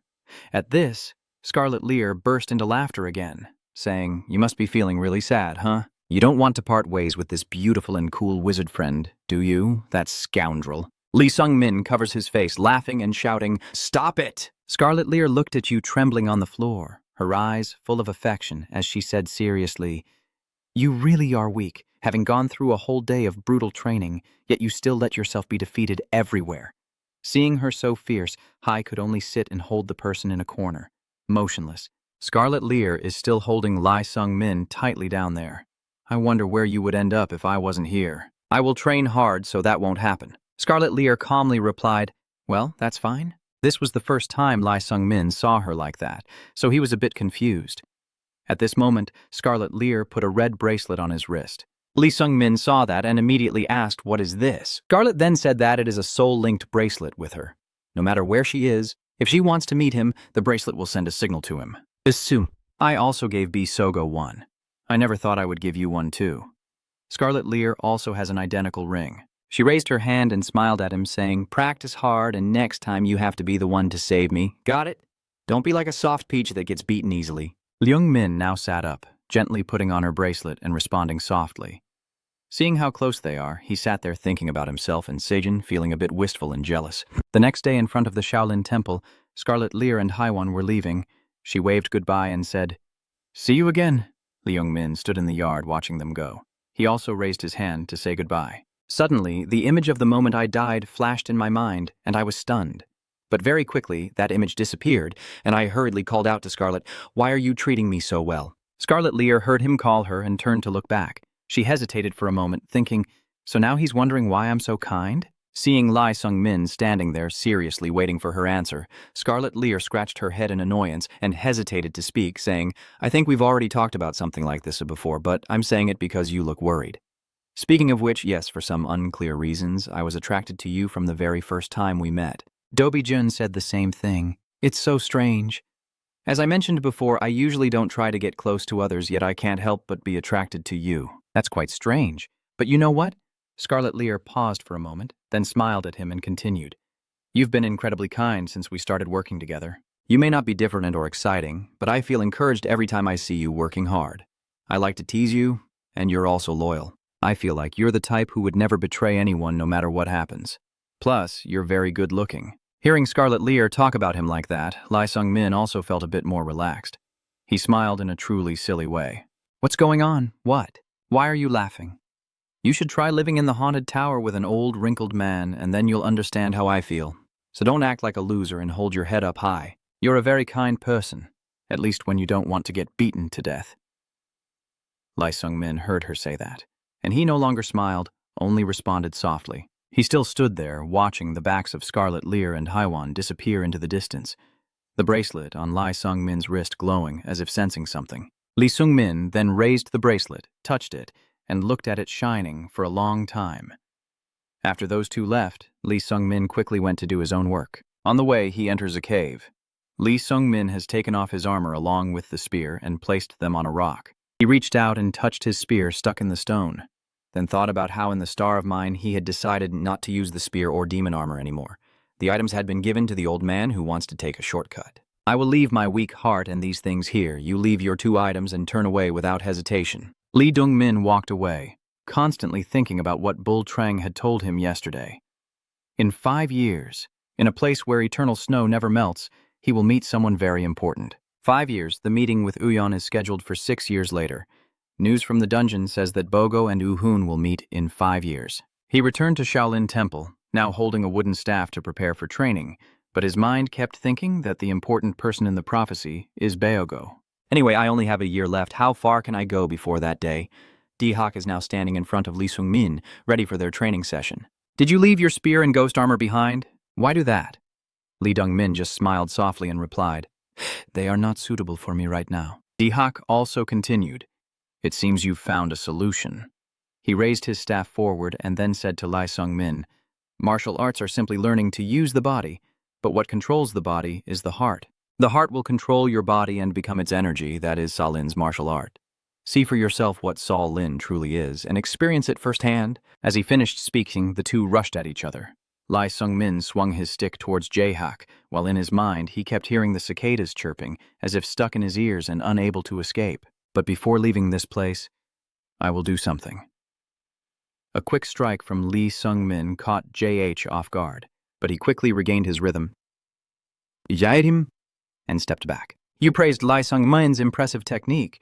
I can tell you've trained very hard. D-Hak calmly maneuvers his staff and continues, The healing techniques you've learned are definitely advanced, but still too clumsy. Why is that?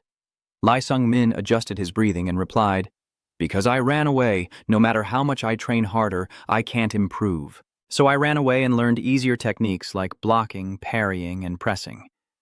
Hearing that, he still held his staff tightly, channeling internal energy into it. He frowned and said to him, If anyone who learns the 3-step sword technique can become a high-level martial artist, then there's no need to learn advanced martial arts. The fighting technique you ran away from is an advanced martial art that thousands of martial artists risk their lives to learn. Lee Sung-min also tightly grips the staff, channeling internal energy into it, then executes the 9 Heavens Ultimate Sect technique, the 3rd Hidden Snake Spear. Daihak also clenches his staff to fight. However, when he got close, he couldn't find Lai Sung-min anywhere. While J.H. was still observing, suddenly Lai Sung-min appeared and struck J.H. directly with his staff. So that's why I have no choice but to stop running anymore. On this side, J.H.C. sees that his stick has broken in half after Lai Sung-min's strike, and he is a bit surprised but quickly regains his composure. Dihak just smiles gently and says, The path of martial arts is endless. You must recognize your shortcomings, face them, and overcome them. You're not a genius. True geniuses have already flown far away while you're still running away. Diehak clasped his hands in front of his chest before continuing to speak. You might feel hopeless, but don't let it drown you. If you can't fly, then walk. If you can't walk, then crawl. If you can't crawl, then crawl again. I hope you will do that, Lee Sung-min asked back. Do you think you are a genius? I used to think that way, but after meeting the little demon, I realized many things. I couldn't fly before, but after intense mental training, now I can fly. Hearing Jae-hak's words, Lee Sung-min's mind kept racing. What about me? What can a bug in the earth's depths hope for? Should I even wish to crawl around in the cold underground? The only thing I can do now is struggle, but I wish that someday I could fly. He thought back to when Uihun and Beogo taught him martial arts. Jae-hoyeon and Bogo are not good teachers because they can only teach me things from a genius's perspective. Why can't you do that? You walk beside Jae as he explains, but your mind keeps thinking. J.H. is more skilled at teaching because he has been trained by countless masters since he was young. Thinking of J.H.'s determined words to me, you need to experience more things. He kept thinking to himself that someone trained in the 72 Shaolin skills like him had used 72 different weapons and martial arts with me. After testing many weapons, we are now using a sword. Lee Sung-min was immediately punched in the face by J.C.K. with his bare hand, causing blood to burst from his mouth instantly. J.H. smiled at you and said, "Your senses are a bit confused. Only your sixth sense has improved a little. The other 5 skills are still very weak." J.H. still blocks Lee Sung-min's sword without weapons to continue guiding him. He still hasn't gotten used to the flow of internal energy and needs more practice. Your perception is still lacking in many ways, which is why you need to train harder. Lee Dong-min, exhausted, clenched the staff in his hand and continued to think. That day I realized how useless I was, but I no longer ran away. I trained in the 9 Heavens Ultimate Sect, not in the usual way. I practiced with the flow of internal energy. This isn't very easy. I am training my 5 senses. In the end, I finally found the abnormality in the balance of my senses. I lack understanding. Every time I realize that, I train even harder. Through the changing seasons, I still haven't gained the upper hand when facing Jae. You see, Jae is someone trained by the monks and is already a Shaolin monk himself. I will see Shaolin. I will experience Shaolin. Time kept passing. During the day, Lee Sung-min trained with Jae-hak, and at night he climbed to the top of the mountain behind the Shaolin temple to practice alone. That night, Lee Sung-min stood on a cliff looking far away, and in his heart he thought the world was so vast, and I am just a speck of dust. The tiny larva in the ground thinks that the small space beside it is the whole world. I don't want to become like that. I want to fly, I want to soar across this vast world and see it all. Lee Sung-min was sitting there when suddenly someone with a cane approached from behind and said, "Frog sitting at the bottom of the well, aren't you planning to go out?" You turn around and see the abbot speak, the walking stick in his hand saying to you, "You've changed." Lee Sung-min, hearing this, feels a bit proud. Is that so? Bunrang looked at him and smiled. With your current martial arts, you can live happily at the bottom of the well. What more do you want? Lee Sung-min straightforwardly replied, "I want to see the world." The old abbot laughed loudly in response. "Anyone can look at the world," Lee Sung-min said seriously once again to Buna. "I want to fly. I want to soar across this vast world and see it all." You have big ambitions, wanting to fly so high that the world sinks beneath your feet? You're still too young to talk about that. Lee Sung-min then said to him, "I want a dream," he asked back. "So it's just a dream, and you already want that." "I don't want that." "So what have you learned in the past 6 months?" Abbot Bunrang looked pleased. "Well done." He turned and left, saying to you, "Now it's time for you to learn." He left Lee Sung-min alone there just as the sun was rising and its light shone on his face. He turned back to look as the sun rose high, casting a bright light over the future ahead of him. Time flies so fast. It's been a year and a half since Lee Sung-min joined Shaolin. Now he is 20 years old, and back then he went to see J.H. and asked, "Do you find me annoying?" When J.H. heard that, he didn't quite know how to respond. Lee Sung-min continued, "I guess this is just my bad habit." Seeing Jae-hak still standing there without replying, I kept going. I really am too weak. Even though I've become stronger than before, I still always feel insecure. How can you improve by just fighting me? You're probably just wasting your time. Why would you think that? Thanks to fighting with you, I've improved a lot. Through those matches, I had the chance to review the martial arts I had learned before. Training is also a necessary process for me to understand and gain a deeper insight into martial arts. Learning martial arts is an endless journey, and I want to be able to reach even higher levels. That is also your dream, isn't it? Lee Dong-min stood there listening to what Jae-hak was saying to him. I reflected on what to say, and when I heard those words, I suddenly realized the real reason I wanted to ask him that question. Maybe it's because I am still bound by memories from my previous life. It makes me doubt everyone who treats me well, but the truth is, I have no reason to suspect them. Sometimes I feel trapped in situations I'm too afraid to face. They are so kind to me, becoming the emotional support I can rely on. I'm afraid that if their kindness is just a facade for some dark scheme, then at night, Lee Sung-min suddenly dreams of standing alone in the darkness with no one around. Lee Sung-min wakes up startled and frightened. He immediately sat up, covering his face with his hands, thinking about Jae-hak's words. It's also his dream, isn't it? Lee Sung-min muttered to himself. A dream, right? My current dream is no longer to reach the level of martial arts required, nor to gain Uyon's recognition. I just don't want to run away anymore. He went to see Abbot Buna and asked him, "Do you want to know about my blessing? I want to change myself." Finally, you have enough courage to ask that. Lee Sung-min now reflects on the first time he met Bull Trang. The first time I met the abbot, I asked him about that power.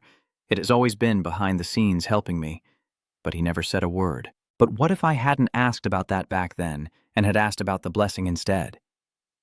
Seeing Lee Kung-min stand still for a long time without saying anything else, the abbot then asked, "Why is this young boy from Shaolin asking me this now?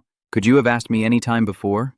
Lee Sung-min stood before Abbot Bunrang and replied, "Yes, I should have asked about it earlier. I was afraid to face it." True Tri then asked him, "So you're no longer afraid now?" Lee Sung-min said frankly, "Yes. I was very afraid before, but now I no longer want to run away." Seeing your determined look, the abbot smiled at you and said, "I like this look of yours." You basically guessed it. The blessing can make others feel goodwill towards you. Hearing the answer he wanted to know, Lee Sung-min was momentarily in disbelief. "So that's why your eyes are filled with chaotic darkness." I see. The abbot interrupted what you were about to say next, but that blessing only affects how others perceive you. Lee Sung-min, not understanding the meaning behind the abbot's words, asked again what he meant. He looked at you and then explained slowly. Simply put, the blessing only helps you make a good first impression on others. But if your heart isn't pure, of course everyone will still shun you. How are people treating you now? It all depends on how you treat others. Lee Sung-min couldn't hold back and quickly said, "If so, the abbot should keep talking to you." To be more precise, the relationships you currently have are not fake at all. You kneel on the ground and thank the abbot for telling you, "Thank you." If you want, you can also free yourself from that blessing. Others will no longer have a good first impression of you. If you truly want to build genuine relationships, I can help you with that. Hearing this, Lee Sung-min quickly wiped his tears and looked up at the abbot. "Yes, please help me." At this moment, Hwan has returned to Shaolin Temple. Seeing Lee Sung-min, he greeted him long said, "Long time no see." Holding the wine cup in his hand, Han brought it to him and continued, "Look at your outfit. It seems like you want to stay here forever." Lee Sung-min, seeing Hwan teasing him, pointed to his hair and said, "I still have hair." You know, Hwan chuckled happily. The two of them sat down. He poured wine into the cup and said to Lee Sung-min, "Long time no see. Shall we toast?" Lee Sung-min also responded enthusiastically. "All right then." Hai poured a full glass of wine and then threw it at Lee Sung-min with all his strength. "Do you really need to go that far?" Seeing how much Lee Sung-min has improved, Han also praised him. "You're much stronger now." Lee Sung-min held his wine glass, one hand behind his back, smiling. He feels the same, and Hugh is happy for you. Congratulations on reaching the peak. Hai suddenly told you that Miss Moy has married Jaego Taeryung. Lee Sung-min doesn't remember them, only thinking to himself who they are. You remembered? And suddenly images of Hwan together with her flashed through your mind. Then you cried alone in despair. As the two clinked their glasses and drank, Han continued, "She said she didn't like brash guys like me. She doesn't know how to read people. To forget her, I trained day and night to reach the peak. Your unfulfilled love makes you focus entirely on reaching the peak of martial arts. It's truly pitiful." Hai raised his empty glass as if asking for a refill and said, "I'm not satisfied at all. What about you? Is training here fun?" Lee Sung-min was just pouring wine for Han while thinking about how to respond appropriately. After a moment of silence, he looked at him and replied, "Yes, I am very happy." Hai looked at him and said, "You've changed so much. You're no longer the worried guy I met at first. Don't tell me you've become a monk." "I see." Hiwo kept rambling on. "Looking back, when I first met you, every time I saw you, I felt a very strange sensation in my heart. But now I don't feel that way anymore. Back then, I thought I liked men." Lee Sung-min listened to him and just smiled softly. "That's good." Han didn't understand what you meant and asked what was good. Another year and a half passed. Sung-min was 22 years old and left Shaolin. Before Lai Shungmin left Shaolin Temple, he went to see Abbot Bull Trang. He gave him something and told him to deliver it to the head of the Mount Hua sect in Drive. Give this to the head of the Mount Hua sect at Drive Mu. Li Dongmin was assigned the task and completed it well because the time god introduced by Mercy is also at Dua. As he held the letter tube given by the abbot and walked along the road, he thought it might be a divine spell.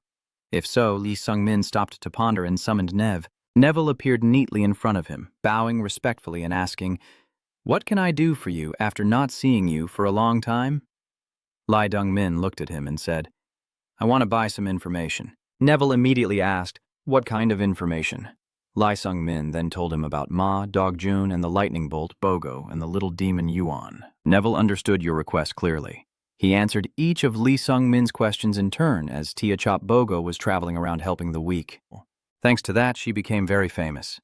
She is currently in Rubaid, a large town. Dun the Demon Sword is traveling around challenging others, repeatedly seeking out famous sects to compete and showcase his skills. He is now heading to the Hua Sun sect in Drua. Holding a crystal ball that shows the image in his hand, Lai Sungmin immediately thought he was going to Hua Sun sect, so he could meet him there. Neville stood to the side watching him, then continued, "The last piece of information is about the little demon Uion." Lai Sungmin listened as he prepared to talk about Uion, his eyes filled with anticipation.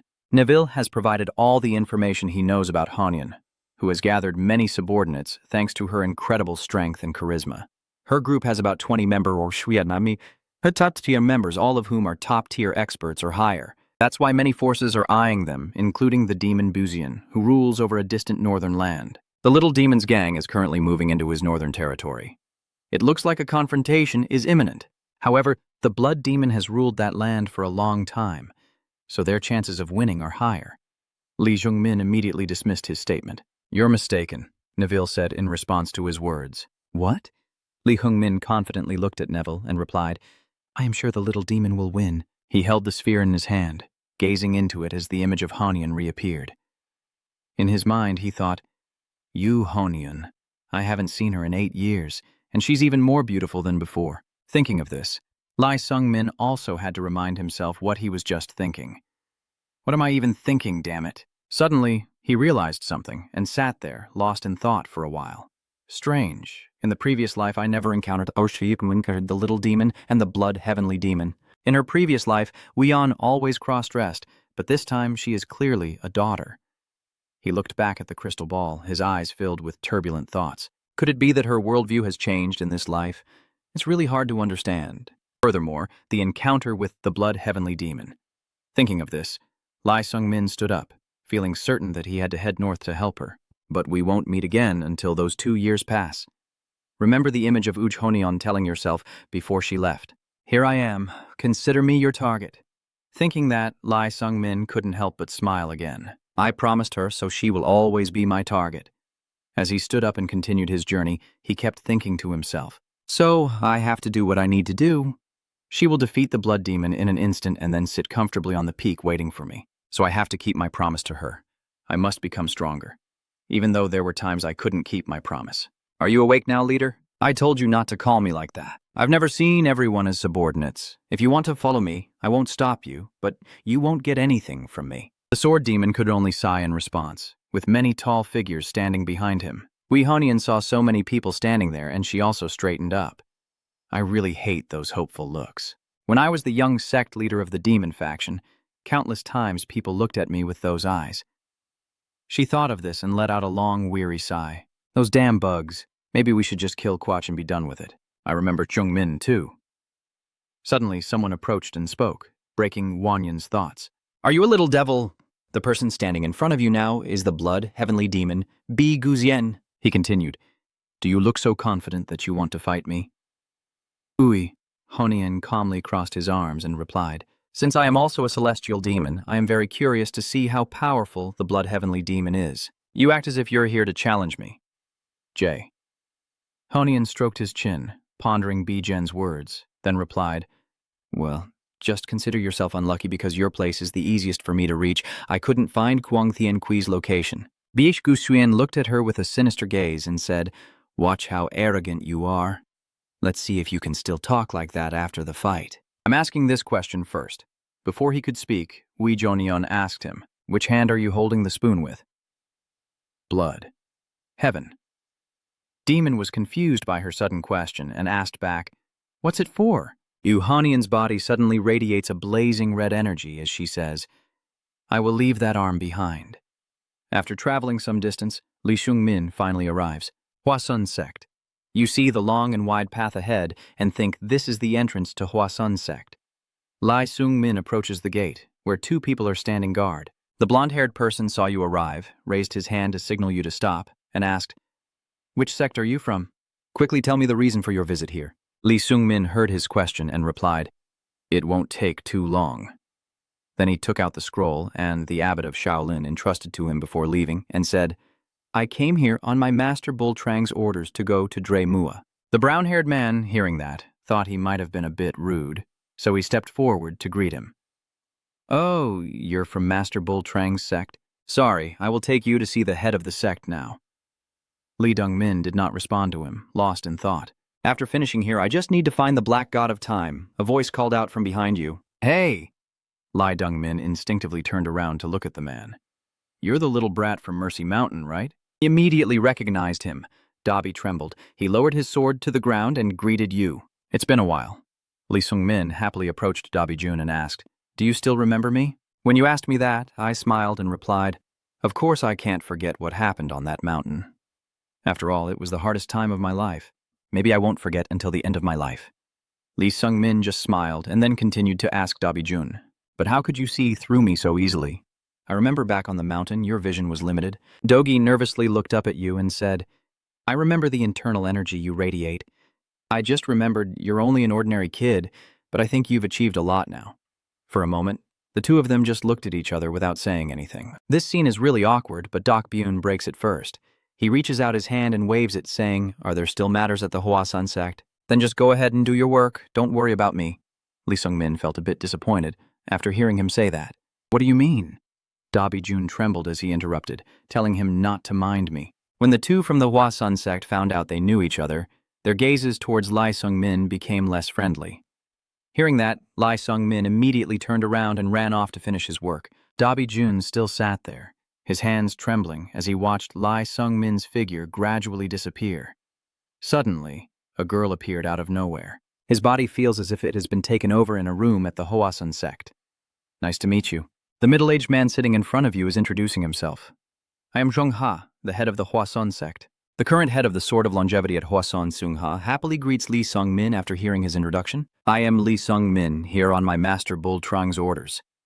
Hearing this, Master Shung Ha laughed loudly and replied, "I know." He continued to ask you, "Do I have the approval from Master Bunrang to take that position, since the leader of the Martial Arts Alliance just resigned?" Li Shungmin took out the scroll that the abbot had given him and handed it to the leader of the Huasun sect. Sung Ha immediately opened it to read, and only 3 words were visible.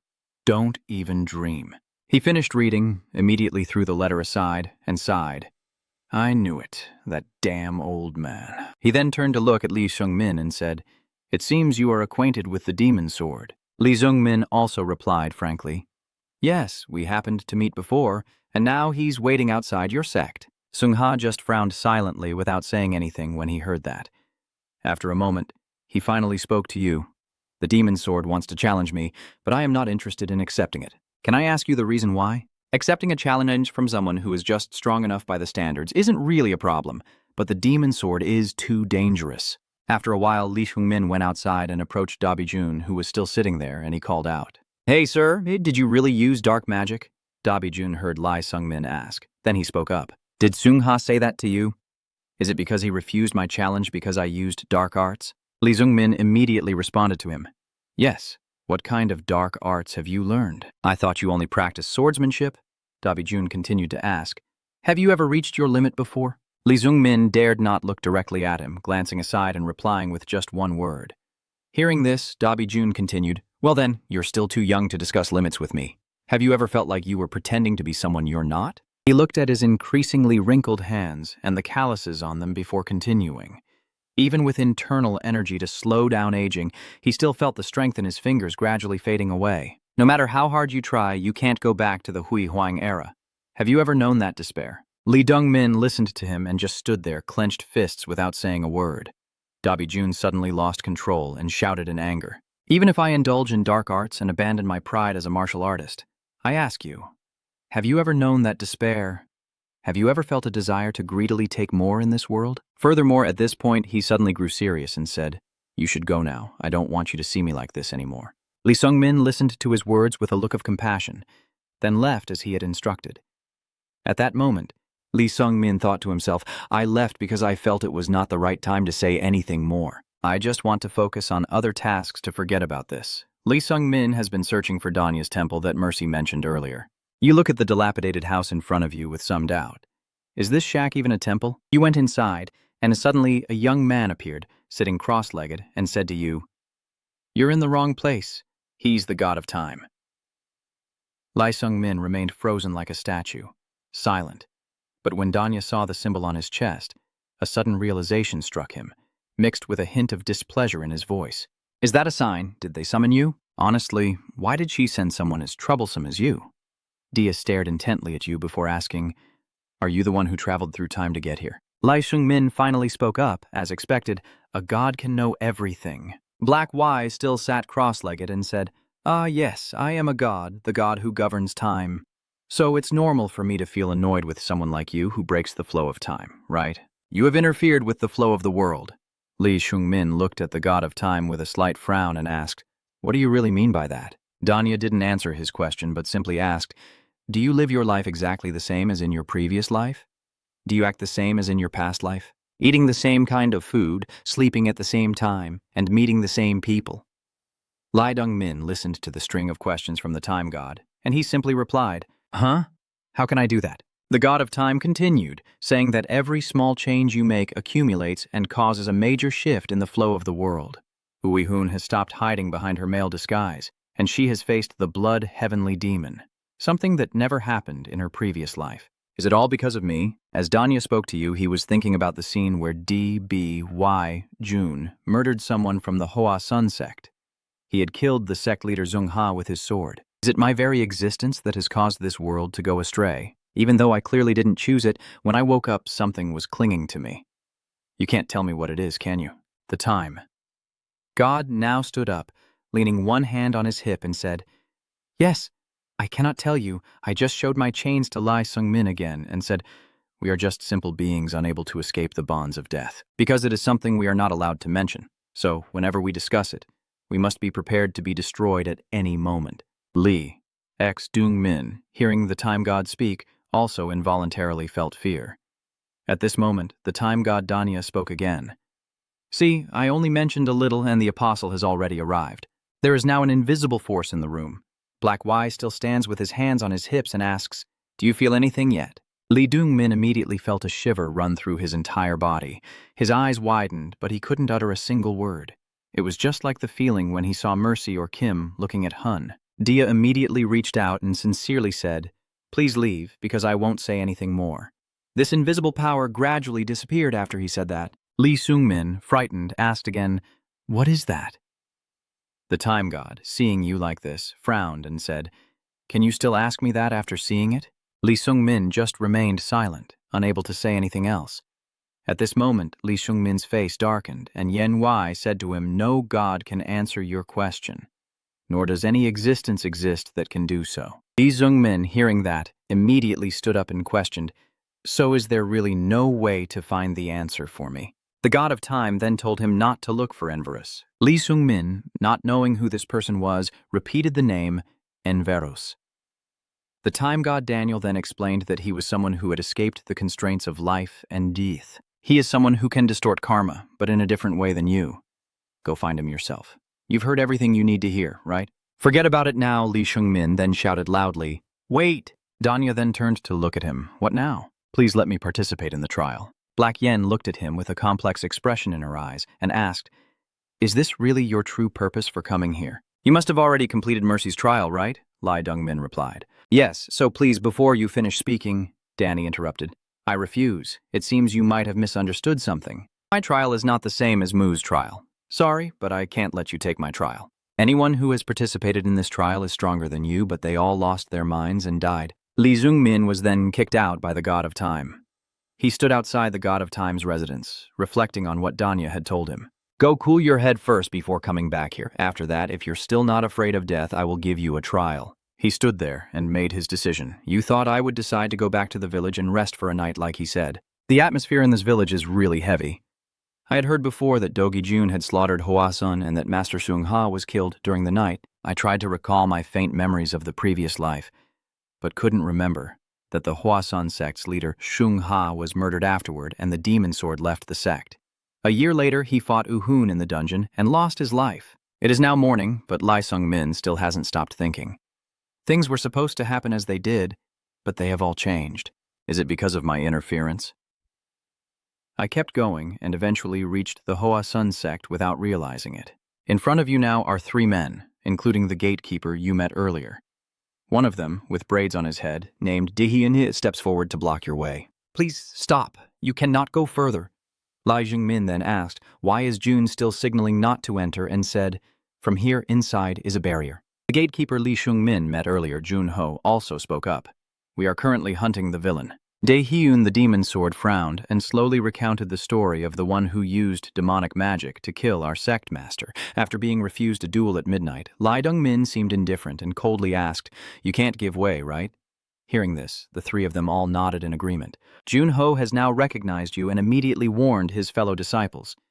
Wait a moment, he is an accomplice of the demon sword. I saw him talking to the demon sword when he was waiting outside our sect yesterday. Now everything has fallen silent and no one says another word to each other. Both sides silently held their swords tightly, ready to fight at any moment. Li Shung-min looked full of guilt, frowning and biting his lips. Because of my return, Headmaster Sung Ha has died and the demon sword is on the wanted list. What responsibility should I take for this? He rushed forward and attacked Dihun, his mind a jumble of chaos, not knowing anymore, not understanding his own feelings. However, he coldly told the 3 from the Hwasun sect to step back, thinking to himself that he needed to see the demon sword immediately. A voice called out from behind, Lai Sung-min. Not knowing who was calling, he turned to look at the person in front of him, which made him startle slightly. The person in the black cloak standing to the side said to you, I didn't expect to meet you here. What a coincidence. It must be fate. Li Zung-min recognized this person and spoke up. Kim Dong-hu? Dae-hyun also turned back and asked Kim Dong-hyun, who was standing there in a cloak. Are you familiar with him? Kim Dong-hyun calmly replied, yes, that's right. Is something wrong? Dae-hyun then explained the situation just now to Kim Dong-hoon. We are sealing off this area when he rushed in, saying he wanted to pass, so he must be an accomplice of the demon sword. Kim Dong-hyun then looked at Lee Sung-min and asked him, are you planning to help the demon sword?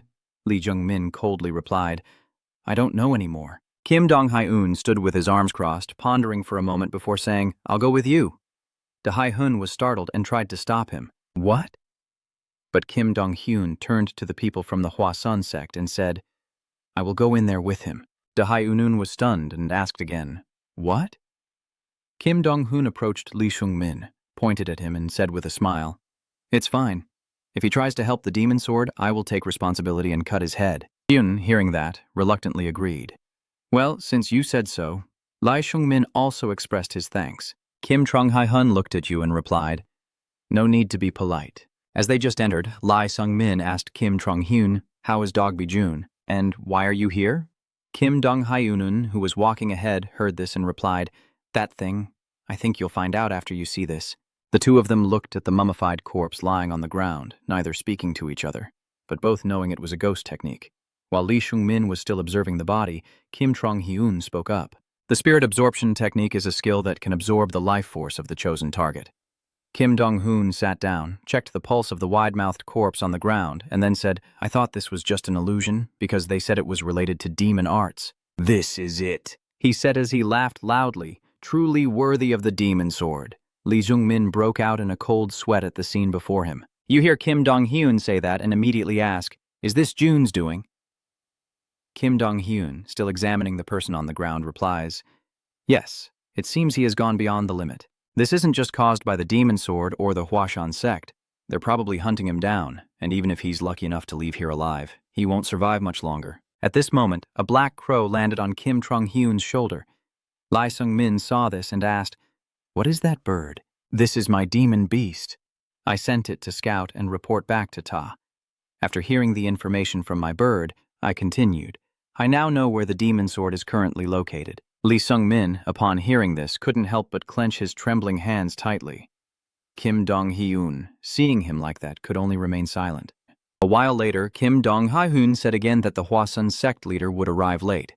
Hearing his vague words, Lee Sung-min was confused and had to ask what he meant. I just meddled a bit with their communication so you can meet him alone. Even if strong martial artists come here, they will only be defeated by the Great Spirit Absorption technique and make him stronger. Anyway, you want to meet him, don't you? I'm just helping you out. I'm also very curious to see how the flow of fate will change if you meet him again. Lee Dong-min just stared silently, recalling in his mind the past when he met Dok Jun a few years ago. At this moment, Lee Seung-min is fighting the demon sword. He is exhausted and kneeling on the ground. The demon sword master stood there watching him and said, "Is that all you've got?" Lee Chung-min was exhausted, but he persisted. "I'm not done with your head yet." Lee Kyung-min immediately stood up, channeling his energy into the green sword in his hand. You unleash the Nine Heavens' ultimate skill, the 15th move. He charged towards D.B.Y. Jun. The old man stood there calmly, and before he could reach D.Y. Jun, he was struck on the head with a sword. That technique is a bit too much for you right now. I understand why you want to get stronger quickly, but don't push yourself too hard. You're still young, after all. The scene shifts. At this moment, Lee Seung-min has found him in a forest. Not turned away from him, but still sensing his presence, he immediately speaks. "Are you a kid?" Lee Seung-min, holding his spear, looked at him and said, "I have something to ask you. If you hadn't met me at the entrance of Hwasun sect back then, what would you have done? If I hadn't told you why the sect leader Sung-ha refused to duel with you, what would you have done? In that case, I probably won't challenge him anymore. I thought I wasn't strong enough to compete with the leader of the 10 great clans. But you told me why it was like that." He looked down at his hand and then continued. "It's not that I'm not strong enough, but the power I have comes from using dark magic.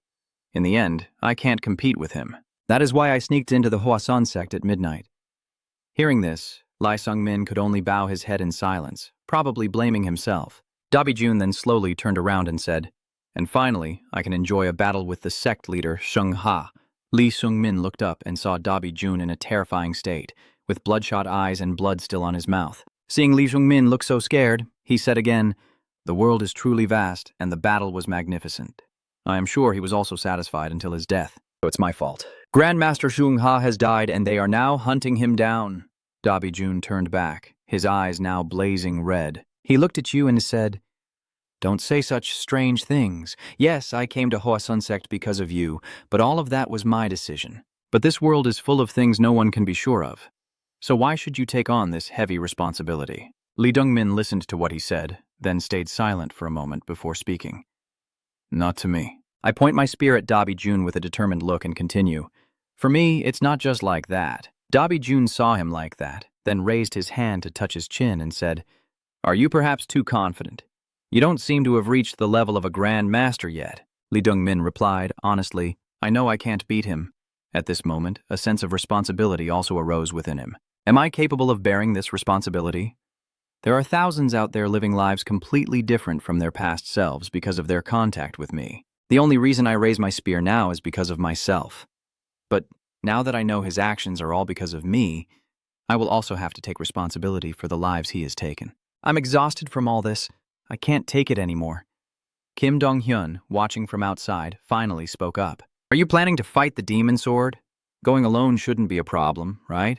"I'm just stalling for time. Contact the heads of the major sects and tell them to come here quickly." Kim Dong-hyun nodded in response. Understood. Kim Dong-hyun then warned him to be careful, as he was definitely much stronger now after absorbing the life force of over 10 people. DBY runs and raises his sword, then says to Lee Sung-min, "Let's see how strong you've become, shall we?" Lee Sung-min keeps watching DBY Jun and speaks to Kim Dong-hyun. "He is now Kim Dong-hoon and said to you that the night is coming. A vampire." Lee Sung-min is still watching the demon sword, and Kim Dong-hyun tells him that the vampire has merged with the demon sword, but it seems he's not as strong as expected. "Then you won't have a chance to strike." Lee Sung-min didn't understand what Kim Dong-hoon was talking about, so he asked, "So what does that mean?" You charge your spear towards Dobyun using the second move of the Nine Heavens ultimate sect. While the two of them are fighting each other, Kim Dong-hun standing outside speaks out. If someone drinks the blood of a higher-level vampire and becomes a vampire, they can reverse the aging process. Lee Sung-min unleashes the discharge Thunder Strike technique.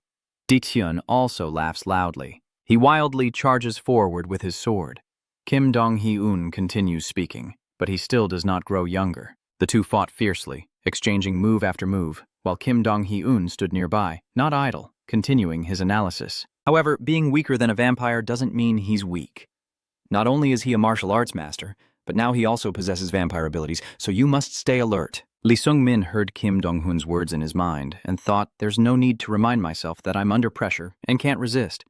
Seeing the sword demon charging at him once more, Lee Sung-min now used the first move of the Nine Heavens ultimate sect, the Death Hayat soul-tracking spear. Your spear struck the sword demon directly, causing him to fall backward before he could react. He quickly planted his sword into the ground and stood up, then swung his sword at Lee Sung-min, but the young man blocked it with his spear. At this moment, Lee Sung-min is analyzing his moves and techniques in his mind. When he charges at the sword demon, he can tell where he is. At this moment, he realizes that you are using the body-switching technique. That is Bayogo's secret art. You're a good learner.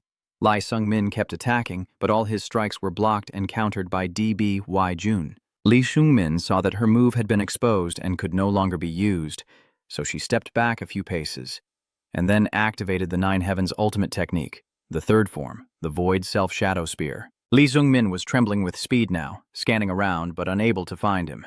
He closed his eyes and listened. Suddenly, Lee Sung-min launched an attack from below. Seeing the spear strike upward, he burst into wild laughter. I never thought a spear could grow out of the ground.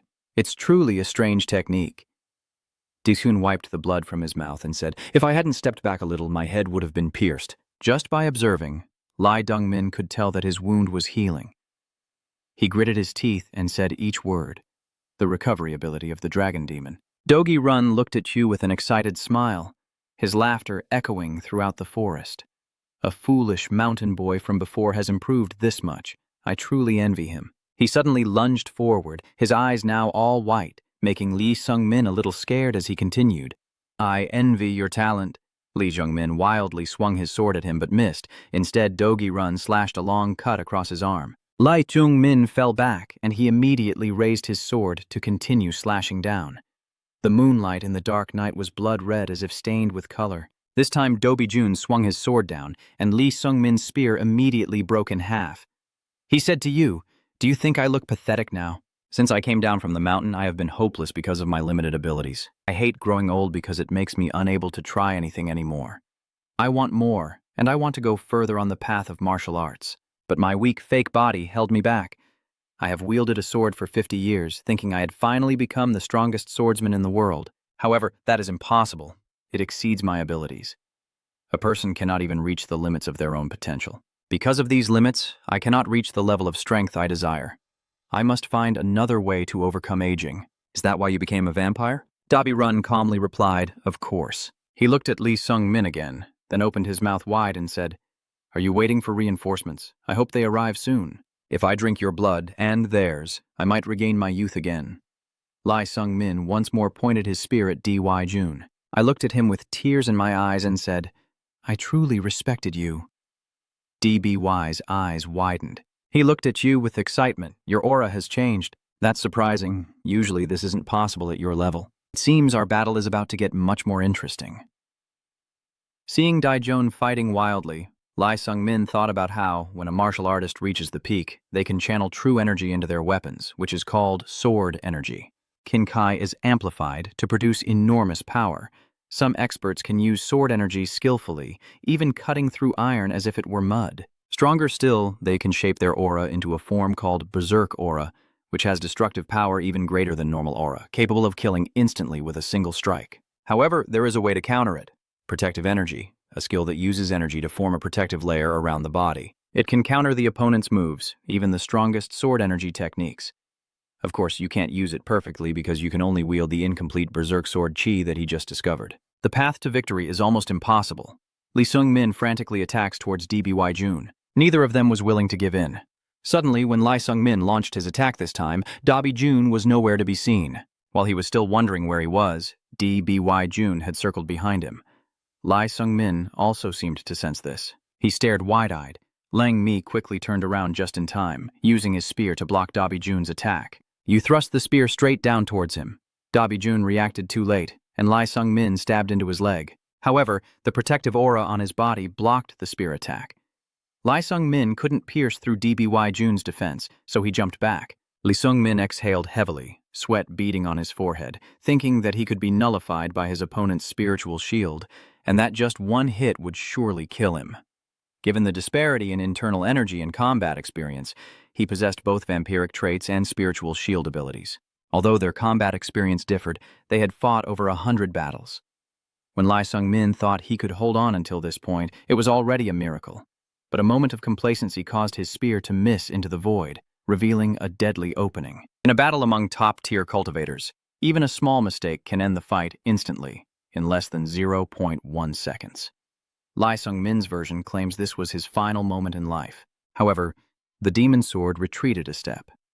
Although a golden opportunity was right in front of him, it was only when he saw that insane smile that Lee Sung-min realized the demon sword could always easily defeat him. Lee Sung-min saw that look in his eyes and started to think again, feeling truly uncomfortable.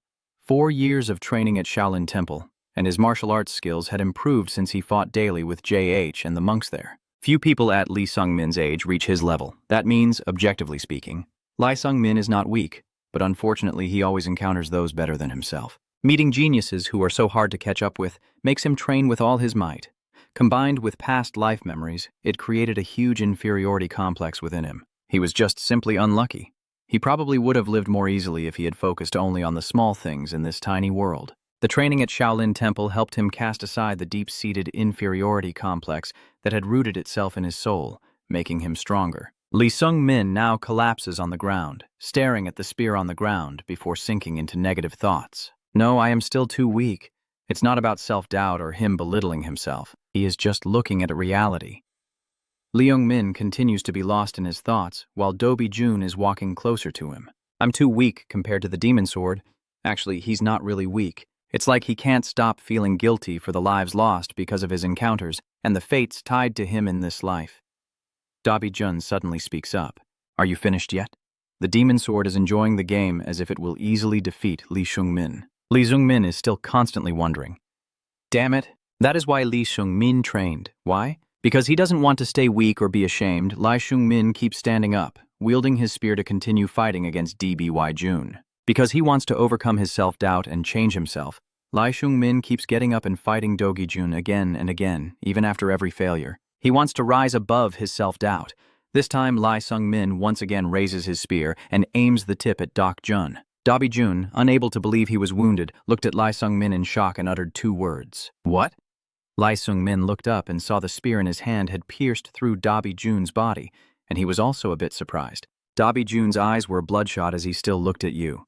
He staggered back a few steps, one hand holding the spear of Lee Sung-min that had pierced through his body. He suddenly broke out in a cold sweat on his forehead. How is that possible? His distorted face looking at Lee Sung-min also made him feel scared, and step back. Lee Sung-min looked at the spear piercing Dobi Jun's body, trembling, and wondered how it could be. He also kept asking himself how he could have done such a thing. Even he himself doesn't know. The answer appeared as his mind was wandering, thinking about how to deal with his desire to change. The spear shot out in that fleeting moment of clarity, faster than the demon sword's blade and piercing through the protective aura. Yet Lee Sung-min still couldn't understand what was happening, his mind constantly questioning what he had just done. Did I have an awakening moment like when I enhanced my true energy and became stronger? No, I felt it last time. At this moment, Lee Sung-min was brought back by Dobi Jun's groan. He staggered forward, looked at Lee Sung-min, and then laughed loudly with a savage grin. Seeing him like that, Lee Sung-min was so scared he didn't know what to say. Dobi Jun then spoke to him, saying it felt like he had just stepped on a stone. The force of that spear thrust must be something you couldn't do at that level. Did you awaken and become stronger in an instant? He said, then quickly grabbed your spear and pulled it out without hesitation. As he withdrew the spear, he immediately spat out a mouthful of blood and said, You truly have great talent. I envy you. That spear just pierced through my body. It was faster and quieter than Sung Ha's sword. He threw the spear to the ground, then held his bleeding wound and continued. I suppose I don't have much longer. My protective chi has been completely destroyed.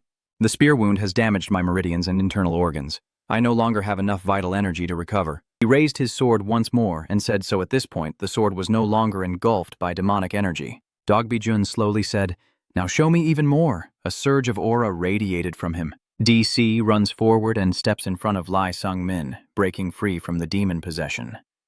Show me the power I've never touched in my life.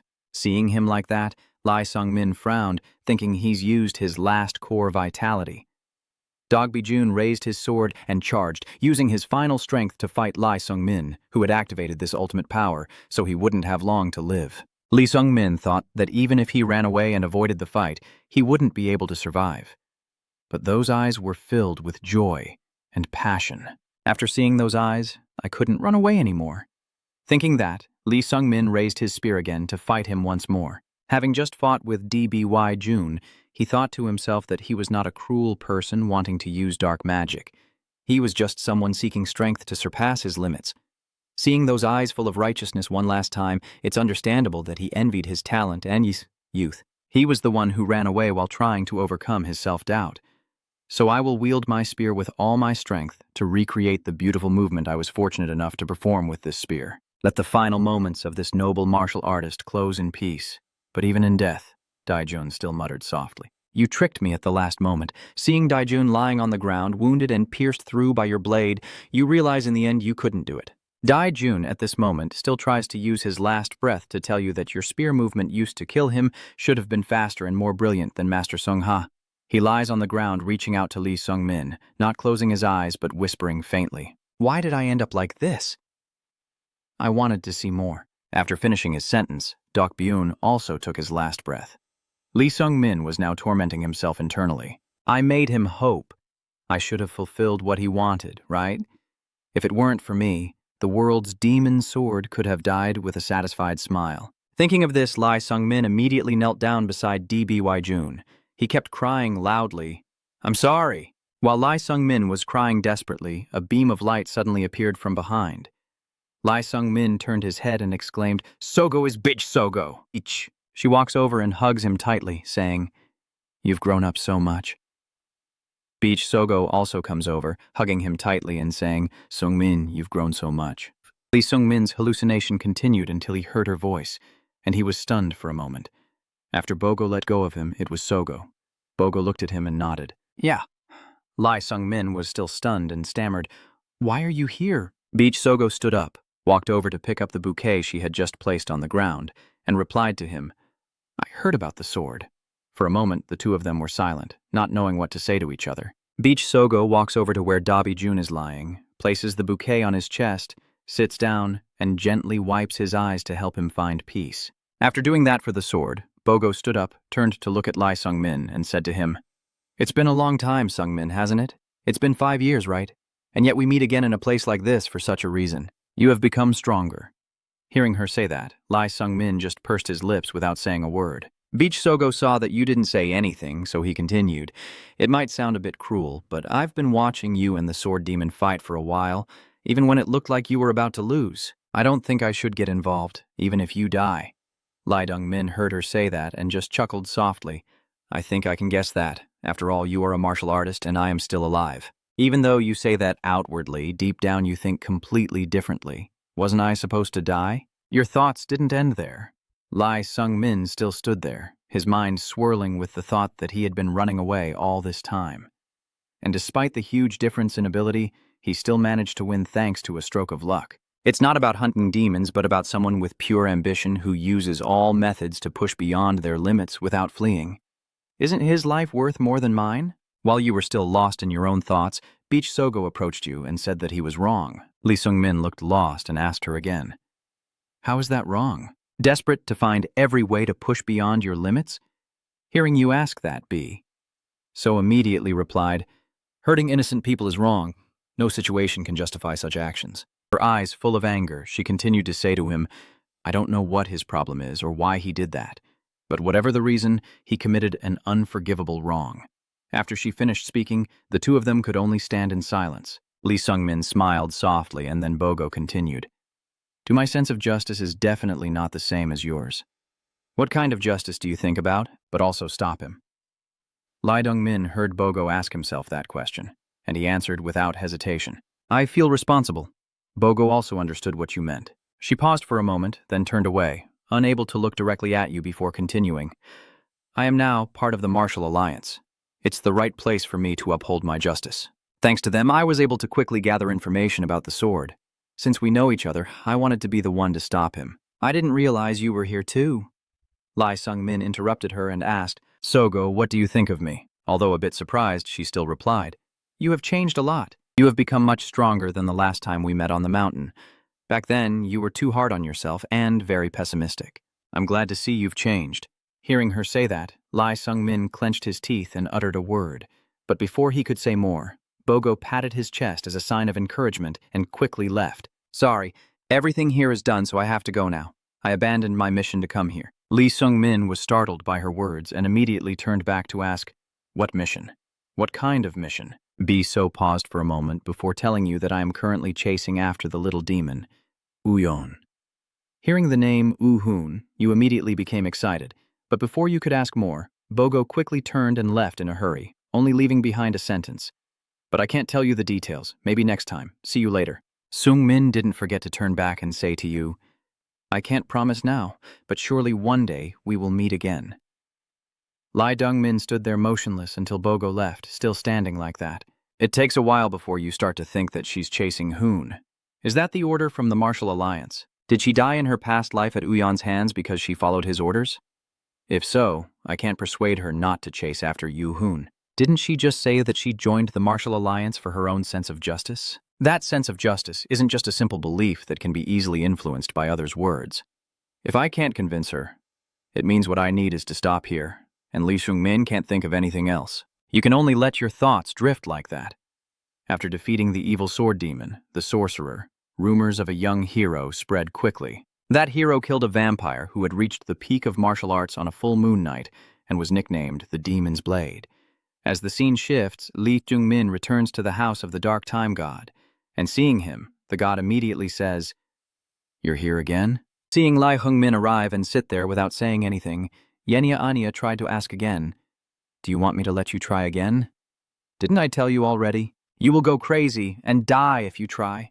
Lee Jung-min didn't listen to any of that and only coldly said, Shut up, Time God. Seeing him curse, the Time God didn't say anything further. Lee Sung-min raised his face again to look at the god of time. He glared and gritted his teeth as he said each word sharply. Give it to me. The god of time, hearing your request, seemed to understand what you wanted. Dan then said to you, You look ready to face it with your dark circles. So dry and cold is Lai Sung-min's demeanor. Danya continued speaking to him. Do you go crazy rushing here because you heard that everyone who undergoes the trial goes insane and dies? You're quite humorous. Danya crossed her arms and looked at you seriously. I will repeat.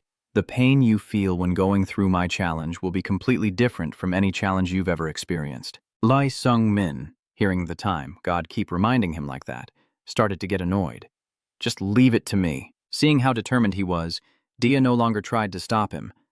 The time god looked at him, then smirked, while Black Y hovered in the air, raising a hand high and loudly saying, Fine. This is the space the god of time designated, he coldly replied with 4 words. Your subconscious. The subconscious. Black Y didn't look up at him, only slowly picked up the hourglass in his hand and nodded. Training here will not affect your body. This is a place where only your subconscious is trained. You won't be able to see things like windows, data, skills, or other people. Do you understand what I am saying? The words the god of time has been saying to Lee Sung-min keep echoing in his ears, and he can only stand there in shock without saying a word. Seeing that he remains silent, the god of time continues to coax him. You can only use your memory and talents to get out of here. When the sand in this clock runs out, then you will be free. Lee Dong-min knelt on the ground, looked at the hourglass, and asked, How long does it last? At least 100 years. The time god Y seems very pleased that you'll be imprisoned here for 100 years.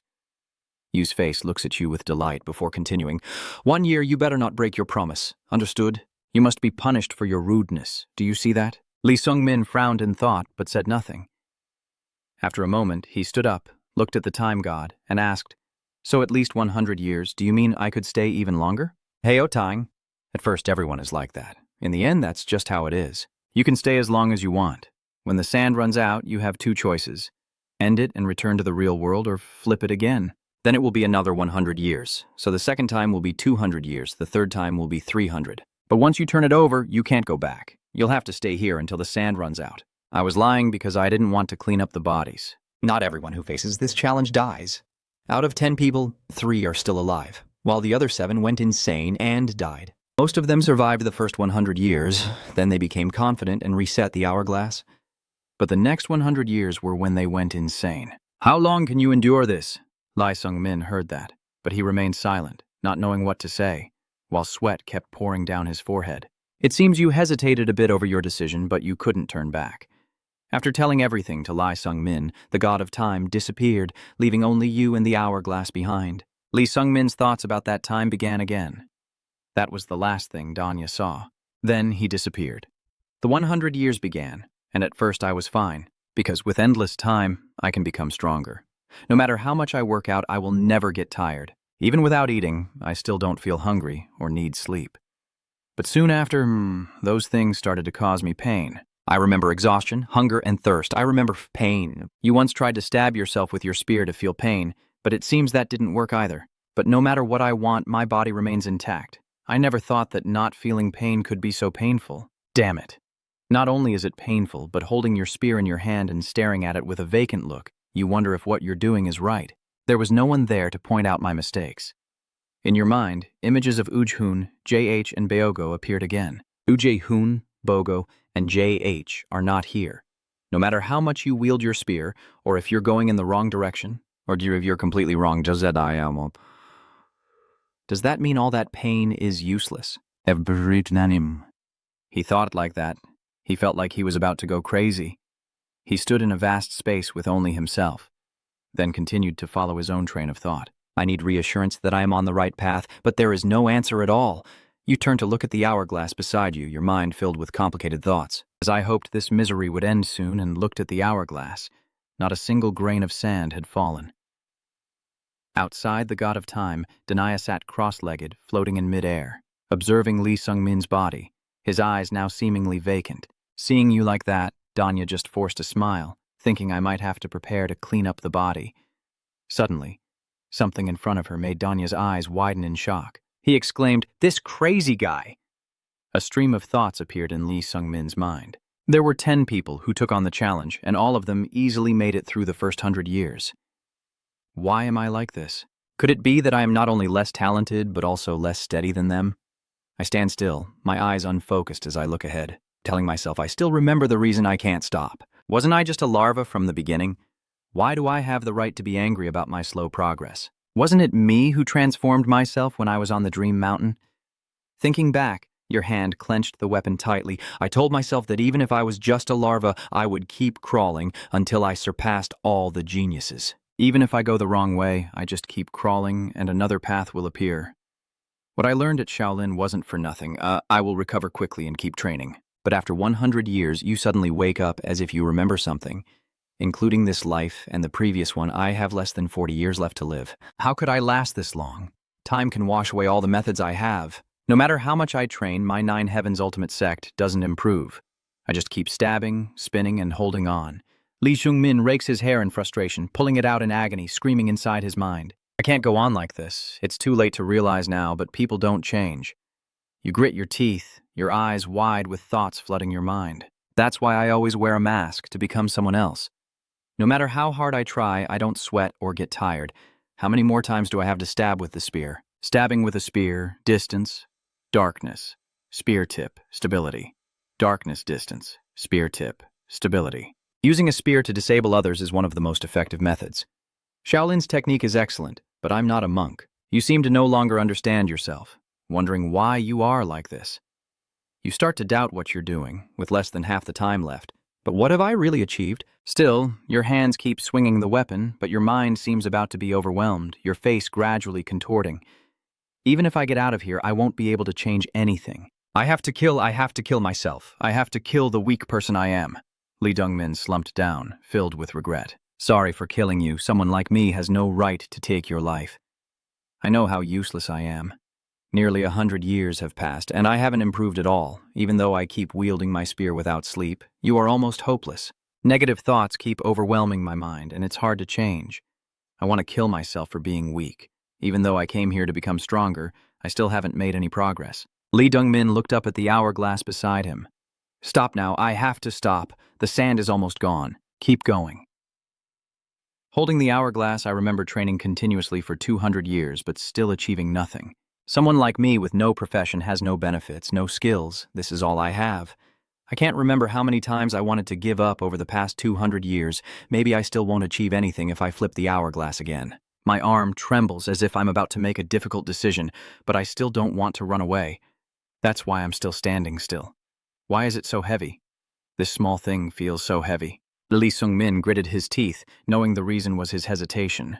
He swung his arm and the hourglass flipped again. He decided he would continue for another 200 years. His face was fierce, shouting, with wide eyes bloodshot and sweat constantly dripping down. Lee Sung-min suddenly looked at the hourglass again, as if he saw something strange. He silently remembered that when he regained consciousness, much more sand had fallen compared to before. I probably went crazy for a while before regaining my composure. I've felt this way thousands of times before, but once again I'm disgusted by my own weakness. Yet somehow I managed to stay calm. A faint smile appears on my lips as I quietly think, I just need to stay sane. No need to save time. I have plenty of it. Time continues to pass until only half of the 100 years remain. Lee Sung-min then stands up, stretches, and seems to be in a better mental state. This 100 years, I've achieved more than before. I've taken a few small steps. I gently lift my head to gaze at the stars and say, this time I will practice the secret technique of the wind, then invisibility spirit walking, and keep myself alert. He continued to silently ponder, and once he determined his goal, he could enjoy the next few 100 years. The mystical purple light enveloped Lee Sung-min, a faint smile still lingering on his lips. Lee Sung-min once again lifts his spirits and keeps going. The time on the clock continues to flow, and another 200 years pass. Lee Dong-min smiles brightly and shouts, I knew it. I also didn't achieve anything significant. This time, it's pretty good. His face shining unlike 200 years ago, he gently flips the clock. Another 300 years passed. Lee Sung-min ran while shouting happily, I will do my best in these 300 years. Remember your past years. The first 100 were terrifying, but things got better after that. No, maybe I've gone crazy. This is fine. Should I set higher goals? His muscular arm clenched the spear's handle as he silently wondered if he could replicate the demon sword technique he used before. Time slipped away like a fleeting moment, and after thinking about 300 years, he realized he had spent 600 years in this world. Just as he suspected, he couldn't reproduce that technique. Throwing the watch aside, he childishly said, well, I'm not the type to succeed just by trying. So another 400 years, 1,000 years have passed. Lee Sung-min sat cross-legged quietly on the ground, a small purple light shining in his abdomen, his eyes calm and untroubled. He did not blink as he looked to one side. In front of him was a massive stone wall. Lee Sung-min thought he had reached the ultimate level wall. At this moment, he suddenly shouted loudly, laughing through tears. I never expected to encounter this wall after 1,000 years, so I turned back the hourglass and added another 500 years. Holding the weapon in hand, he wondered how many more years he would need to train to overcome that wall after 1,000 years of facing it. And so, wisps of white smoke curled around the blade as he moved, his spear strikes still focused and persistent in practice. His face like shining with stars, saying, I did it. After 1,500 years, I can now simulate the sword-fighting technique I used to fight with the sword. Of course, it's just a simulation. I can't use this speed and strength for other sword techniques, I lightly mock myself, but my face is full of happiness. I really am me, hopelessly foolish. Manga, a melody of some song, I wonder when I will become a top martial artist. My steps stopped beside the clock. Lee Sung-min suddenly fell silent without speaking. After a long pause, he finally asked, should I keep practicing more? Returning to reality, Yen Black silently looked at him with a stunned face, sweat streaming down his cursed face, unable to find words to describe the person before him, silently cursing. You, this crazy guy! Danya just stood there, staring blankly at him. What Danya truly aimed for in those who took his challenge was a significant slowdown in progress through training within the realm of consciousness. So even extraordinary geniuses who surpass the ordinary find it very difficult in this realm. Although those who have previously undertaken this challenge were more talented than Lee Sung-min, the longest anyone has lasted is only 1,000 years. Black Yen was speechless, thinking to himself, but this guy has endured 2,100 years. His thoughts went on. How could he possibly survive such a long and endless time? While Dan was lost in thought, Lee Sung-min suddenly exclaimed in surprise. He looked at his bloody hand, not knowing when his nose had started bleeding, with blood dripping onto his hand. Hanging behind Danny, I silently think that your condition is caused by your brain being overloaded with all the memories from 2,100 years flooding in at once. Luckily, thanks to my blessing, the side effects are only mild. How many times has this guy gone crazy over the past 2,100 years? Yet he still manages to recover on his own. This is normally impossible. With a blockhead like him, he should have been dead long ago due to lack of talent. How is he still alive? As I watch Lee Sung-min wipe the blood, I suddenly realize, wait a minute. Could it be because he's stupid? That's right. Everyone who has overcome Danya's challenge is naturally gifted, soaring like eagles, and wouldn't be used to moving at a slow crawl like this. But Lee Sung-min is different. He's been a slug from the start. He's too used to being defeated and keeps getting up again. In other words, he's accustomed to experiencing a continuous string of failures. However, all those experiences are worthwhile, and you are still contemplating. Of course, that's not all there is to it. Lee Sung-min at this moment said, "My body feels so heavy." Anwai replied, "You are already lucky to be like this. Not using your body for 21 years and being unaccustomed to moving it is normal." "Seeing you still look dazed," Denxia explained, "the person who wakes up after 1,000 days can't even tell which is hand and which is foot. It's already miraculous that you still remain alert and aware." Lee Sung-min looked at his hand, wondering, "Is that so?" Then he raised his hand with a glowing sphere of light floating above it. "Now you probably feel a bit lost. The rest of the memories are here, and they will help you feel more familiar." The glowing sphere approaches Lee Sung-min, merging into his body as the dazzling light gradually fades away. One by one, memories and images flood back into his mind, like watching a film featuring himself as the main character. My face flickered with countless stars, like a vast and magical galaxy. Lee Dong-min slightly bowed his head and said, "I just remembered when I was young, but I still have to thank you. From now on, these memories are something I will never forget. I don't really like this body." "Back to a time when my body was weaker than an insect," Denia replied. "This challenge is only about sharpening the mind. But as long as you still have your memories and thoughts from the challenge, you'll regain your former strength soon." Hearing this, the boy said, "I will come back and inform you then." Black Y grimaced, twitching his eyes and saying, "Well, Lai Sung, with your fragile appearance, I have nowhere else to go, so I might as well stay here until I get used to this body." Dia was speechless, his voice angry, forgetting what you just said a moment ago. "Are you so rude that you've lost all sense of shame in this challenge?" Lee Sung-min didn't bother to answer, saying, "Taunting won't work anyway, I've already lived 5 years. He looked at Lee Sung-min speechless and said, "You do what you want." Time quickly passed, and elsewhere, a scene with magnificent white buildings appeared. A year later, at Shaolin Temple, the sound of a wooden staff swishing through the air echoes inside a building. Jae-hak is training, sweat pouring down, every muscle defined on his body. A voice from behind Dae-hak suddenly spoke. "It's been a while, hasn't it?" Dae-hak turned around and recognized the newcomer, then spoke. "Sung-min." Lee Sung-min immediately asked, "Are you doing well?" Looking at the person in front, Dae-hak gazed at him with suspicion, a drop of sweat rolling down his cheek. Lee Sung-min's face was deep and mysterious, as he also looked intently at Dae-hak. After a long silence, J.H. spoke up. "It's done." "What happened to you?" Lee Sung-min replied. A lot of things indeed. I heard from the martial world that you defeated the sword." Lee Dong-min replied calmly. "Just luck, JHC doesn't believe it. Beating a martial artist who killed the head of the Hwasun sect and calling it luck? Let me ask you something else then. How long have you reached the highest level?" Lee Sung-min answered, "Honestly, half a year ago." Dae-hak muttered to himself. "Half a year?" Lee Sung-min looked suspicious. "What's wrong?" He shook his head softly. "It's nothing. Just looking at a face that feels both familiar and strange." Dae-hak said, "When I look into your eyes, I feel a flow of time that's hard to believe." At this point, both Jack and Lee Sung-min fell silent, neither speaking as they looked at each other. Suddenly, a vein bulged on Jae-hak's hand, and he clenched his stick tightly, saying, "If you don't mind, shall we have a match?" Lee Sung-min slowly drew out his weapon. Coincidentally, it was exactly what I wanted. A sudden voice interrupted their fight, stopping them in their tracks and saying, "If you dare to fight here, old lamb." He stepped forward from afar and said, "Shaolin will have no future." Dae-hak was surprised, saying, "Master Boolean." Lee Sung-min replied, "You're overestimating me." Old Lamb laughed. "You've not only reached a new level of martial arts, but also spoken more than before, huh?" "Since the last time we met, what wind brought you here?" "I just want to know how far I've come," Lam Lao asked. "Compared to Yu Hoon, yes," Lam Lao continued. "I also don't know what her current level or realm is. With her talent, she must have reached a much higher level by now, but compared to the 17-year-old Wheelie Hyun who once visited Shaolin Temple a few years ago, Jay Hatch heard his master mention this, and his face involuntarily frowned, a drop of sweat rolling down his cheek. Lam Lao still speaking, his tone unkind. You still have a long way to go. Lee Seung-min calmly smiles, just as I expected. D-Hak is now like a ghost, watching Lee Seung-min intently without intervening as they talk.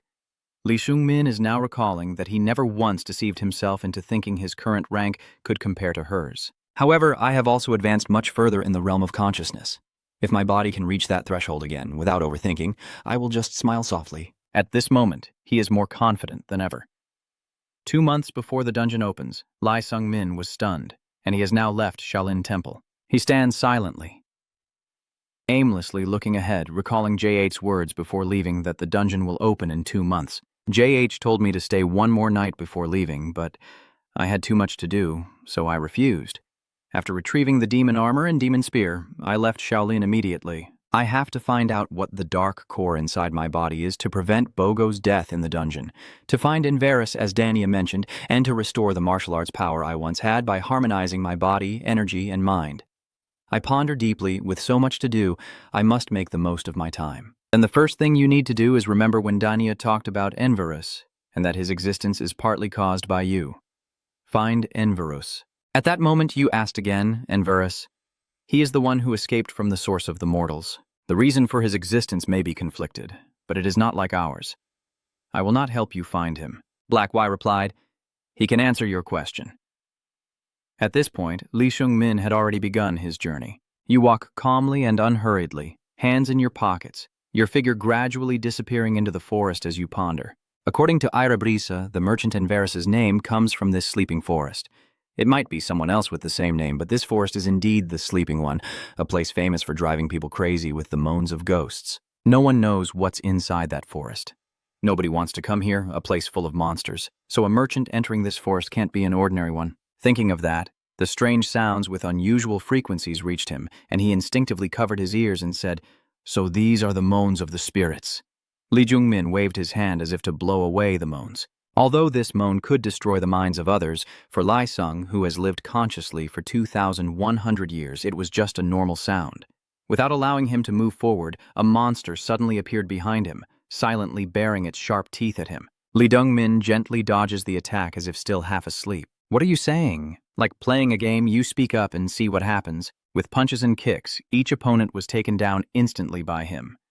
The jungle was now silent and oppressive, filled with a tense, heavy atmosphere. Hiding behind a tree nearby, 2 masked figures with hats are watching Lee Seung-min like a monster.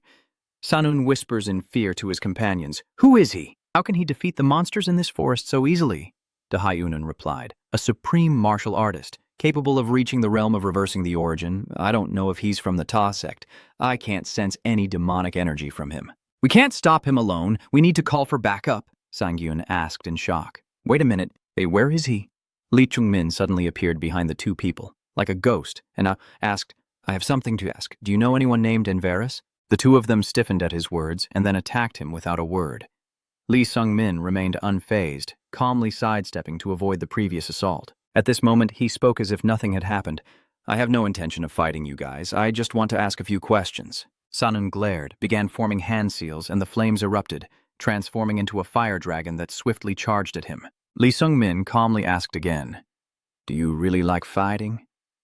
He gently waved his hand, and the fierce flames in front of him extinguished like dying embers. He asked confusedly, "Why are you acting like that?" Sang-gyun's face was now full of horror, eyes wide open. He could extinguish that flame with just a flick of his hand. "Yes?"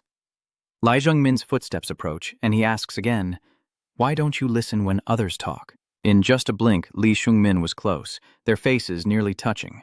He continued to ask, "Why did you do that?" Sang-gyun was so scared that he almost peed himself and hurried to explain, "Wait a moment. We're deaf. If you want to say something, can he write it on the ground?" Lee Jung-min was surprised. "Your hearing impaired?" "The answer is that they are deaf." He picked up a stick and wrote each stroke on the ground. "Who are you?" Sang-gyun and Daehyun obediently answered. "We come from a tribe." Young-gu angrily points at the 2 and shouts, "How dare you reveal our tribe's information to an outsider?" Then he looks at Lee Seung-min and says, "I don't know who you are, but don't even think about leaving this place alive." "The tribe?" Elder Lee Dong-min finally spoke, his voice trembling, saying, "Looks like you're not deaf after all." I don't care about your tribe. I just want to know if any of you know someone named Enverus. Gu, hearing that, asked again, Enverus, you say, do you know? He fell silent, and then shouted loudly, I can't tell an outsider like you. Li Shungmin was now speechless, with nothing left to say. You two said you're from the tribe, right? I also don't want to take anyone's life or fight unnecessarily. Sungyun and Daehyun looked at Jeongu trembling at his feet, thinking, could he really easily defeat an elder, a martial arts master? Regardless of what you two think, I will continue and say I believe what I am looking for is related to your tribe. Can you lead the way? Li Jungmin finally understood why these people were deaf. They live together in a sleeping forest, forming a tribe, and use a secret potion that makes them deaf to escape the endless cries within the woods. Why do you all have to live here? This doesn't seem like an ideal place to settle down. He replied, that's the wish of the entire tribe, Chief Kazuya. The two of them exchange a word and then fall silent, silently confronting each other as their aura clashes. Lai Dongmin secretly thinks, he's truly strong. This person must be an exceptional master, having broken through his own cultivation. At this moment, Chief Kazuya asked, what is your purpose for coming here? It seems you have killed one of our elders and threatened the young members of the tribe. I'm clear that I don't want to fight. The ones who started the conflict are your people. But if anyone tries to attack me, I won't just stand there and take it. After hearing this, he fell silent for a long time, gazing at the person in front with a calm demeanor, saying, not afraid of heaven, not afraid of earth. The clan leader reluctantly said, I will overlook this matter for now. Many of us would fall if we keep resisting you. He extended his hand in a gesture of goodwill, saying, we will treat you as a guest of the village. Lei Zhongmin narrowed his eyes slightly, not fully trusting what the local said, especially since the chief was also a master. The two shook hands, roughly reaching a mutual understanding, and the tense atmosphere from earlier disappeared. Do you know anything about Enverus? He left here 2 months ago. Hearing that, you ask, so where is he now? The clan leader said, I am not quite sure. I don't know if you are the person Enverus mentioned. But before leaving, he said someone would come looking for him, that someone would come here to investigate Enverus. And if that person arrived, I should bring him to this place.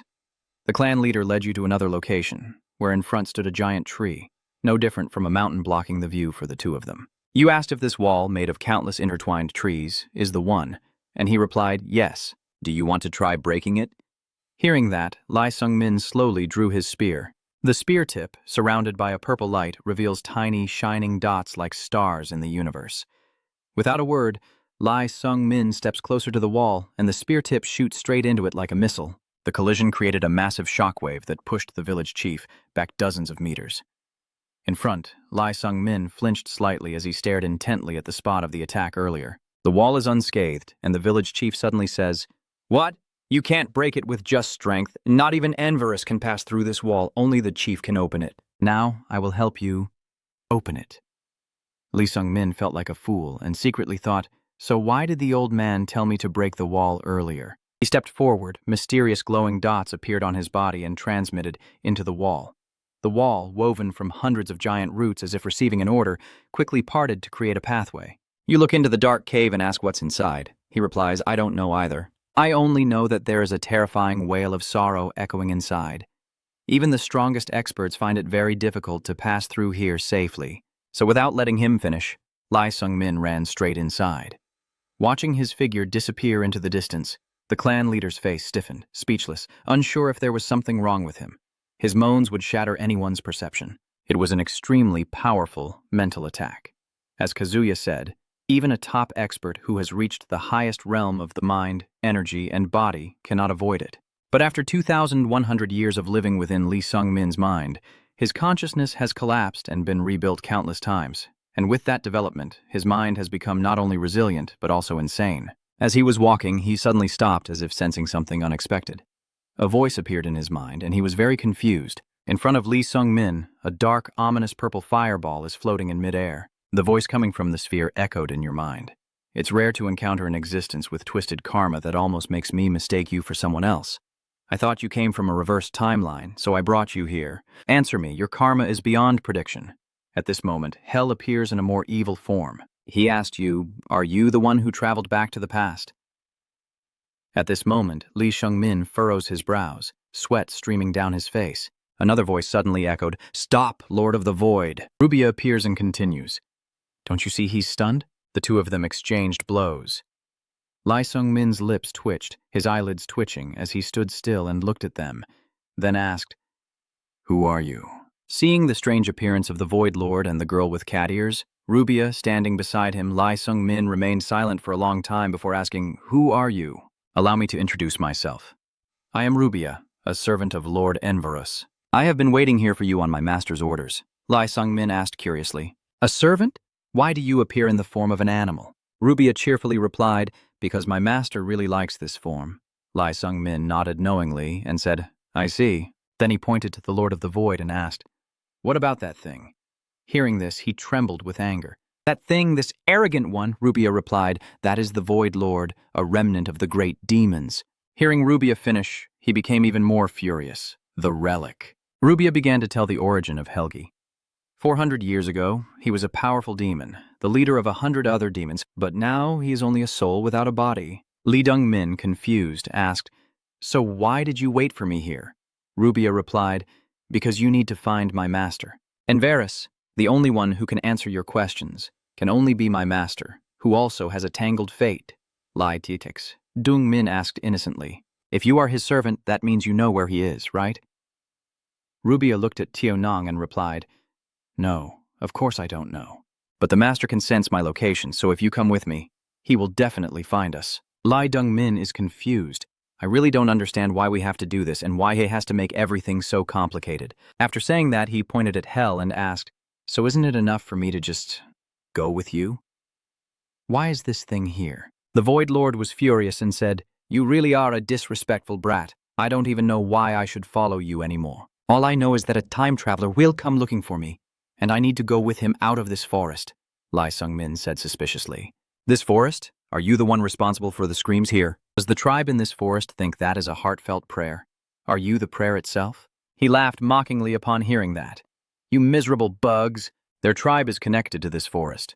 As long as their bloodline remains in the forest, the seal at the exit of this path will still be there. Their wish is to reach the end of this road. Even I don't know what that end is. I'm only halfway along this road."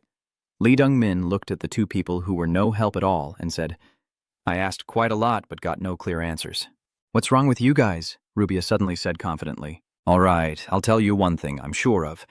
If you come with us, in the end you'll meet Lord Enverus." Lee Dong-min basically didn't believe her nonsense. He thought to himself that her last word didn't seem very certain. "So here, you speak up, forget it. Then how does that demon go with us? He doesn't even have a body, right?" Rubia pondered and said, "I don't know. The master didn't mention anything about this." "Lord of the Void, where are you?" Without waiting for Rubia to finish, he suddenly charged at Lai Sung-min with a fierce look on his face. The boy was stunned, bewildered as to why, while they were having a cheerful conversation, he suddenly attacked. Hell with its strange form bites down on Lee Sung-min and surrounds him.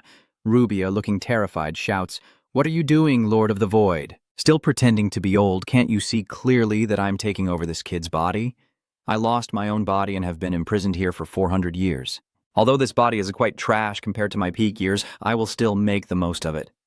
I am about to step into this world once again." His triumphant laughter echoed all around, while Rubia and Lai Sung-min silently watched him laugh maniacally. They didn't know what to say, and the laughter suddenly stopped, replaced by a voice full of surprise. "Huh? What's going on? What's going on?" Lee Sung-min doesn't understand why he turned into an accessory in his hand and says, "I want to ask that too." He can't accept it and shouts loudly, "It can't be. Am I a great and powerful being who cannot be subdued by a mere kid? I can't believe I am being rejected and trapped in this ring." Lee Sung-min and Rubia are speechless, thinking to themselves, is he mentally challenged? Hell from inside the bracelet shouts loudly, "What kind of freak are you? Why is your mind so strong?" I don't answer, thinking to myself, is this the result of 2,100 years of training in the realm of the mind? Either someone will protect me again, I can't know. The only way to find out is to meet Enverus. Looking at the bracelet on my wrist, I say, I have many memories with it, and now I can't use it anymore. Wait, are you going to abandon me? Lai Hung-min looked at him and said, "We're not friends or anything, so how could I abandon you?" "Go away." Rubia, who was standing nearby, also intervened. "Go away." "Wait, I apologize for wanting to take over your body. I will give you something. I am a powerful demon.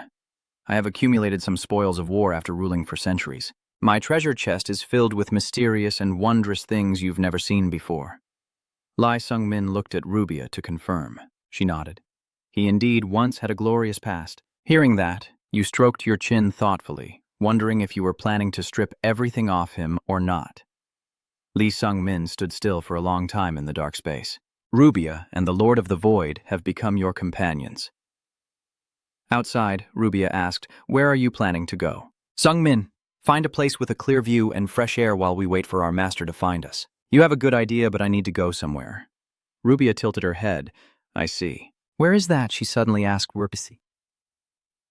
"Us," Daz worriedly. "It's not a dangerous place, right?" Lee Sung-min paused for a moment, calmly looking at the beastly figure. He calmly replied, "It's a dungeon." Rubia's terrified scream echoed. "What?"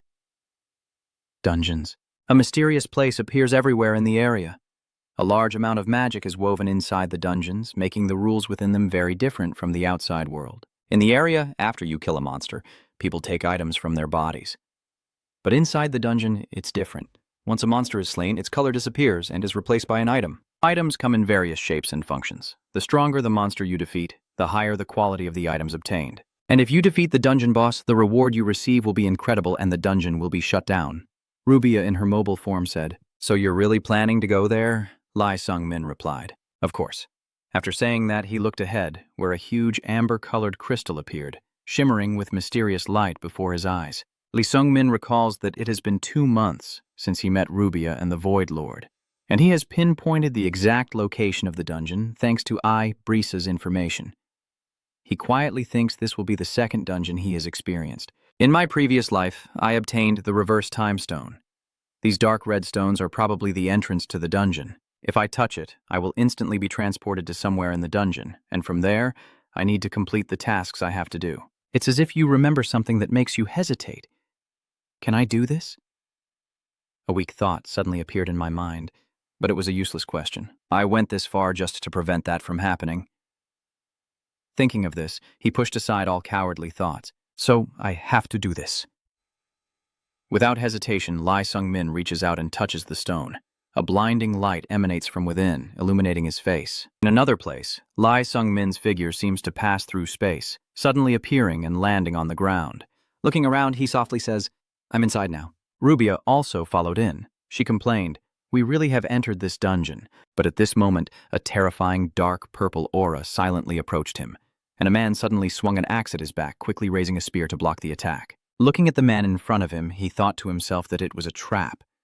Grismo's eyes widened, his wild beard and hair silent as he stared fiercely at the failed ambush. He asked, "Who are you?" "You ask that after attacking me first?" "I am Lai Sung-min." "What? Are you the Demon Slayer who killed the Sword Demon?" I don't really care for that nickname. This continent has given Lee Sung-min the nickname Demon Slayer, the one who defeated the Sword Demon. Right now, he looks a bit naive, scratching his head and apologizing. "Oh no, sorry for attacking you. I thought you were a master from the Demon Clan. My name is Grismo." The mountain in front of Grismo. Lee Hung-min silently thought he had heard about this person. His martial arts level has reached the peak realm, and he is one of the masters killed by Yuan in his past life. He suddenly asked, "Are you here to stop the little demon Jian?" Lee Sung-min hesitated for a moment before replying, "Yes, that's right." Hearing Grismo laugh heartily, truly a heroic and chivalrous warrior. At this point, his face was full of seriousness. "You probably already know, Yu Hun is extremely dangerous. Not only did she earn the title of Heavenly Demon at a very young age, but she also leads a very powerful group. The reward in this dungeon is enormous. If we ignore this, a demon that no one can stop will be born. So we must stop her here for the peace of area." Lai Sung-min asked, "Is there anyone else besides Yu Hun entering this dungeon?" Grismo replied, "Gilded Sword Demon, the Lonely Silver Girl, and the Mighty Swordmaster. They are all top experts following Hun, and in the Martial Alliance there is Bogo, the drunken beggar of the Kaibang, the unparalleled eccentric, and the Heavenly Swordmaster." Hearing that, Lai Sung-min thought to himself that they were all really here. Grismo suddenly looked at him and said, "Demon Hun, he must be stopped. Will you help us?" Hearing that, Lai Sung-min's face was full of question marks. He remained silent without saying a word. Suddenly, your attitude changed 360 degrees, and you said with righteousness, "I will do my best to support the Martial Alliance." Grismo, hearing that, he shouted excitedly, "I didn't expect from the young hero who defeated the Sword Demon." As they walked and talked, he asked, Is this your first dungeon? Lee Sung-min replied, yes. He glanced at you briefly and then continued. Each dungeon is very different, but they all have powerful monsters, so I should be careful. As he finished speaking, his steps slowed, and his expression froze as he stared in shock at what was ahead. A figure stands blocking the path ahead. The surrounding space seems frozen.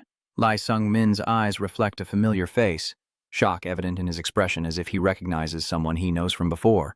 The voice from the other side echoes, "You're Jae-hoon. You've also come here. Long time no see." She appears with a pretty face, a stylish look and outfit, so captivating that even the dim-witted Lee Sung-min can't look away, a faint smile on her lips and blood-red eyes creating a strange allure. She softly calls Lee Sung's name. Lee Sung-min and Grismo stop and look at the suddenly appearing figure in front of them. Grismo exclaims in surprise, "It's B, the person who just appeared is B, so," with her distinctive white hair and slender figure standing before them. "This is really great. I was a bit worried when we got separated while entering the dungeon." "Wait a moment, this..." Grismo looked carefully first. He listened carefully, surprised, and examined the woman in front of him. She remained still and unmoving. Upon closer inspection, her face was deformed, with one side covered in fleshy growths and a blazing red eye. Seeing this, Grismo's eyes widened in horror, sweat pouring down his face. This was clearly a monster disguised as Bogo. It took advantage of his panic to attack, landing a kick to the chest, causing Grismo to collapse to the ground, blood spilling from his mouth, his face showing pain. Lee Sung-min was also stunned. Everything happened too quickly for him to intervene. Rubia on the side told you it's a clone. It's a monster that copies the appearance of its opponent and mimics their actions. Do they copy the appearance of another species?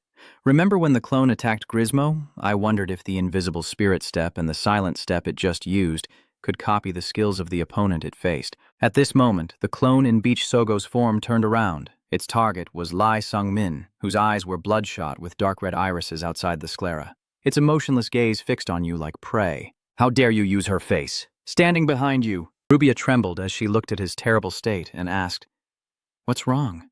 Why do you look so angry?" "Please stay calm. The clone ignores you. It's just a killing machine acting on instinct." The clone rushed to attack, dozens of doppelgangers identical to the original quickly approaching him. Lee Sung-min stood still without moving. "You remember Bogo from before, the day the demon sword was destroyed. She told me I had grown a lot. I found those words hard to accept. I have been through 2,100 years. I was proud to have improved myself and truly wanted to hear those words from her." Your face, full of murderous intent, stared intently at the clones, filled with hatred. "This is not a cheap copy like you."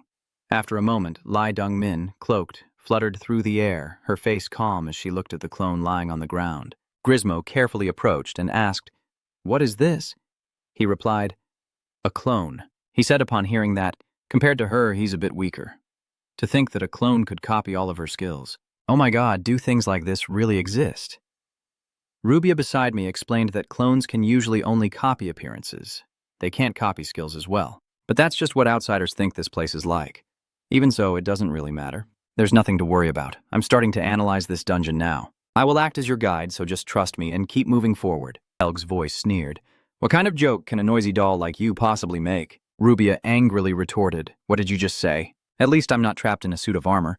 He doesn't win either, Auntie.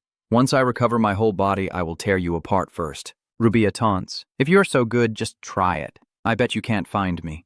Lee Sung-min, like death itself, declared, and both duplicates fell silent. Now, Grismo's voice echoes, a rather unpleasant thought crossing my mind.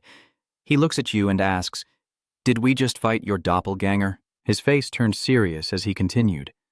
What if the twin clone disguises itself as one of us, or even as that person, when it appears?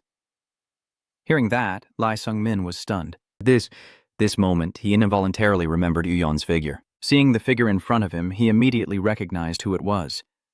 Little devil Yu-hoon. Although scared, he still asked, "What's wrong with your appearance? Did you learn some kind of demon technique? I know I can't win against you, but for justice, myself, and the soul of the heavenly sword who suffered a brutal death, I will fight without hesitation. Little demon, Ui-hoon." A gentle strike, her strange body stiffening, the upper half shattered into pieces, blood splattering everywhere. Hot blood splattered onto Uhoon's beautiful face. She didn't dodge, letting the blood spray all over her. Seeing the disfigured face on the ground, Wee Jae-hoon remained cold and emotionless, staring at it for a long time. It's been 9 years, hasn't it? I'm glad this isn't you. She wipes the blood off her body, secretly thinking she should have dressed better. Looking at the corpse on the ground, a slight smile appeared on her lips. You've really been training hard, haven't you? You've grown stronger. If you give up here, I will be very disappointed. Before leaving, Wee Hoon left a message wishing him not to die. Lee Jung-min was somewhere, with towering mountains appearing in the distance, and no one around. The tired, heavy breathing sounds fill the air. Beogo, a woman with long hair and dressed in white, is sitting on the ground resting. She just finished dealing with a clone and, exhausted, she said I didn't expect clones to appear. She thought to herself, luckily this one was a clone of the sword saint Tianfeng, the weakest among us. And this also dropped from the zombie's corpse. It's a divine pill, and a very pure one. She took the item that fell after defeating the zombie while walking and pondering. Where should I go now? I need to quickly reunite with the other members of the Martial Alliance. Bogo quickly analyzed that if she encountered the little demon, or more than 2 of her subordinates, she wouldn't have a chance to win in that situation. Suddenly, a call came from behind her. Hey. Lightning Beach Sogo. The 2 men appearing are Sword Demon and Demon Fist. Sword Demon asked, Is it you? Could it be? Are you walking alone? B. So remained silent without answering. At this moment, on another side, Lai Sung-min is holding an item that dropped after destroying the twin monsters. A magic crystal fell from Bogo's twin monster corpse. Hell's voice echoes, Why don't you eat it? You answer, Mind, my energy and body are out of balance, so it's not stable. I might get into trouble if I eat this. He keeps tempting me, but it should be fine. I can feel that your heart is something truly remarkable. Even as a great demon, I have never seen anyone with a heart as special as yours. Seeing you stay silent, he quickly defended himself. Of course, I am not among them. Ignore Helg's nonsense. You look towards Grismo, who seems to be having something on his mind. Grismo asks in surprise. Shigun, a man appeared in front of you with his arm cut off, lying helpless on the ground. Grismo hurriedly asked, What happened to you? Sui-un, noticing the person speaking to Grismo, looked tired and asked back, So I can talk to you? You're not a clone, right? Over there, Lai Sung-min listened to the conversation and thought he was also one of the 3 rising stars of the Orthodox faction, like JH. Hey, what's wrong with your left arm? Sui-un replied, I have finished encountering the ancient evil sword spirit. He unleashed 10 streams of sword energy in a single move, making it difficult for anyone to dodge. After rambling for a while, I just remembered my arm is still bleeding and asked, Can I have some of your medicine? I'm running out. Lee Sung-min hands over the medicine and says, Here you go. After using the entire bottle, the severed arm stops bleeding. He sincerely said, Thank you. You really are my savior.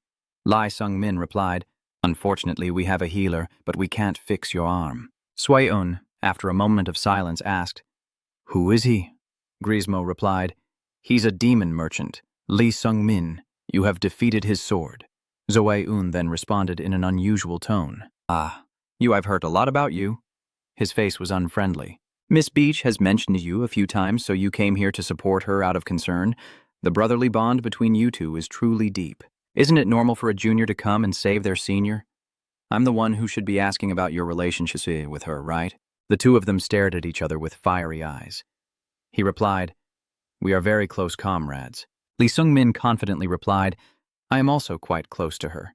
Grismo and Rubia trembled outside, too afraid to intervene. Lee Dong-min's face was now flushed red, and he wondered why he felt so angry. Helg's teasing voice rang out. Hey kid, it turns out you like the girl with white hair from earlier. Watching those 2 trying to act tough together, it's really quite amusing. After finishing, he was immediately hit with a loving punch from Lai Sung-min. Soe-un's attitude changed instantly, and he awkwardly apologized. Oh, please forgive me. It seems I was quite rude to the person who helped me. Lee Sung-min shyly said, It's okay. I should apologize too. A voice suddenly echoed from afar. You must be having a great time. The love and passion of youth are truly a wonderful sight for these suffering eyes. Can I join the guild? Grismo exclaimed in horror. Old lady do. She looks down on everyone with contempt. Your voice is too loud, pig. It seems you just fought someone, judging by your pathetic appearance. I guess I'm the only one capable of handling all of you. Elder Dugu, Lai Sung-min silently thinks. Another top expert. Rubia suddenly cheers happily. I've finished analyzing this dungeon. Come on, the battle has only just begun. Rubia replies, I will show you right now. A 3D map appears, with lights above representing others and a red dot for the boss. Rubia explains, the blue dot is you and the yellow dots are others. The red dots are monsters in the dungeon. You hear that and reply, That's enough. I need to focus on the current battle. Looking at the screen, you notice 3 yellow dots moving very quickly. Maybe they are fighting. What if one of those yellow dots is Sog? Maybe she's encountering Uyon or other enemies and fighting them. Lee Sung-min asked, Rubia, can this wall be broken? Rubia didn't understand but still answered, we have to try to find out, but it won't be easy. The wall is quite thick based on what I've discovered. At this moment, Soun and Grismo have started fighting against Lady Duco. A tremendous energy source is coming from behind. Un thought to himself that a terrifying internal force was gathering behind him. Grismo grins fiercely, preparing to deliver a deadly blow. I'll try to buy you some time. Lee Sung-min is gathering his strength over here. The concentrated energy at the tip of the spear makes normal internal strength ineffective. Soon, Helg suddenly said. This technique can't be something you can unleash at Zhang's level, right? You secretly answer because I've tried it once before.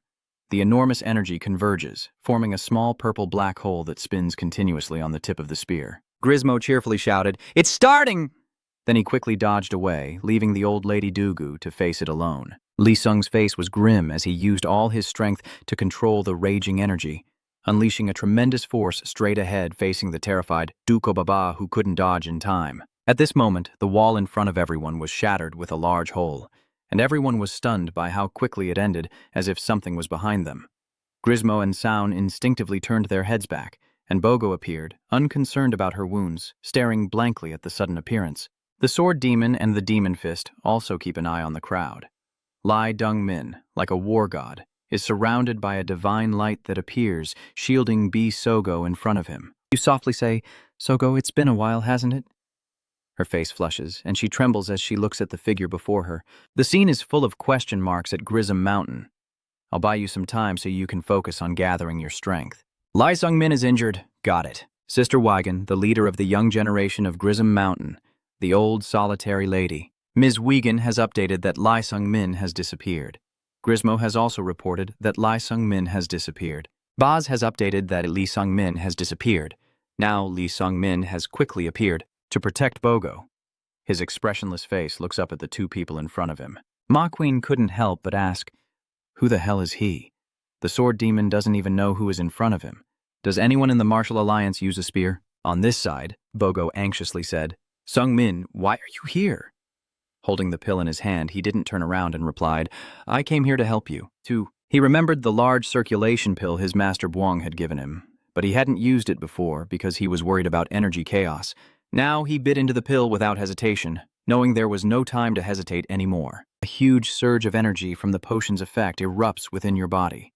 The demon sword stands silently, watching with an expressionless face, unable to grasp your thoughts as the new energy floods Lee Sung-em's body. You silently thought that just by biting half of it, it had completely filled half of the energy core in your body. I also didn't feel any signs of energy chaos. The Lord of the Void was right. On this side, the demon authority has run out of patience and said, I will fight with lightning. The Sword Demon also chose one remaining person. Then I will deal with that young brat full of fighting spirit. Lungmin and Beogo, seeing this, also prepared for battle. The enemy quickly closed in to attack both of them, swords and spears clashing. Lee Zungmin and the Sword Demon attack each other without holding back, each aiming deadly strikes at the opponent. Sparks continuously streak through the air and their energy waves collide, causing an explosion at the center. Next to her, Beach Sogo watched in panic as Lee Sung-min fought to a standstill with Sword Demon, silently wondering when he had become so powerful. When we first met last year, Lee Sung-min's battle only just ended. Neither of them could do anything to the other, and they didn't continue to attack. The Sword Demon frowned, truly a strange person. From the outside, his skills seem inferior to mine, but he's not easy to deal with at all. That look in his eyes. Why do I sense an immense flow of time within them, even though he's not rejuvenated? Lee Sung-min suddenly shifts his step, the spear tip turning into a shadow and quickly stabbing forward. The Sword Demon doesn't back down, swinging his sword to block the spear. After the attack, his arm was pushed back, but he still held the sword tightly. Seizing the opportunity, he gathered his strength, and red lightning flickered around his body. The Sword Demon continues to wield his sword, unleashing hundreds of sword energies straight at Lee Sung-min without hesitation as each strike clashes and destroys all his sword attacks, both sides relentlessly attacking each other, with the Sword Demon reveling in the thrill of battle and shouting joyfully. Suddenly, Lee Sung-min tensed up, deflecting the original trajectory of the spear to target his opponent's weakness. The Nine Heavens Ultimate Sect's 3 forms he immediately countered with a hidden attack. while the sword demon, lost in the thrill of battle, kept swinging his sword, a slash appearing across his vision. And the sword demon suddenly sensed something was wrong. What is the trajectory of that spear? I can't predict its direction. Before he could think, the spear and the destructive power behind it aimed straight at his neck. The sword demon quickly tilted his head to dodge the attack, but his shoulder was pierced. He staggered, badly wounded from the previous attack.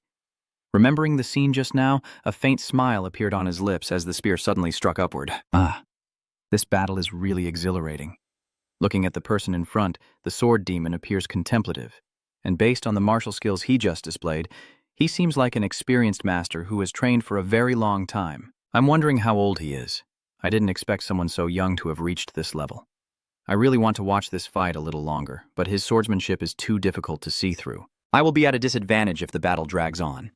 The Iron Demon Fist is also losing ground. We need to eliminate them quickly and join forces with the Lord's side. There are 3 things that Sword Demon Duko did not foresee.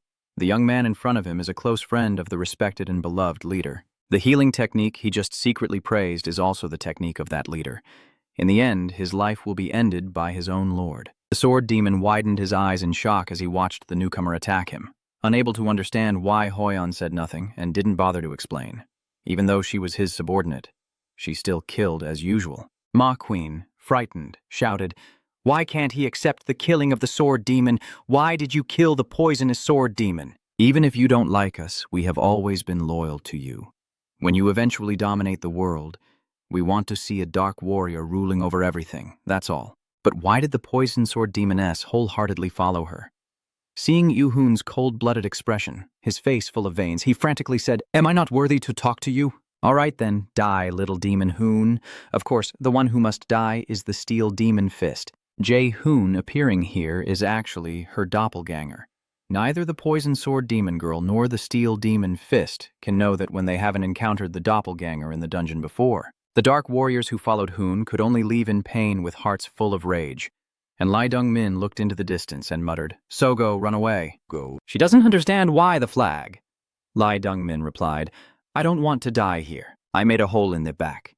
If you go through there, you'll find Tuichai and Grismo. I need you to call them here so we can fight her. That's the only way we have a chance to win." She nervously said, "But if I do that," Sungmin Lai interrupted, "that's because you're much faster than me. I'm counting on you." Before leaving, she softly said, "Sungbin, don't die."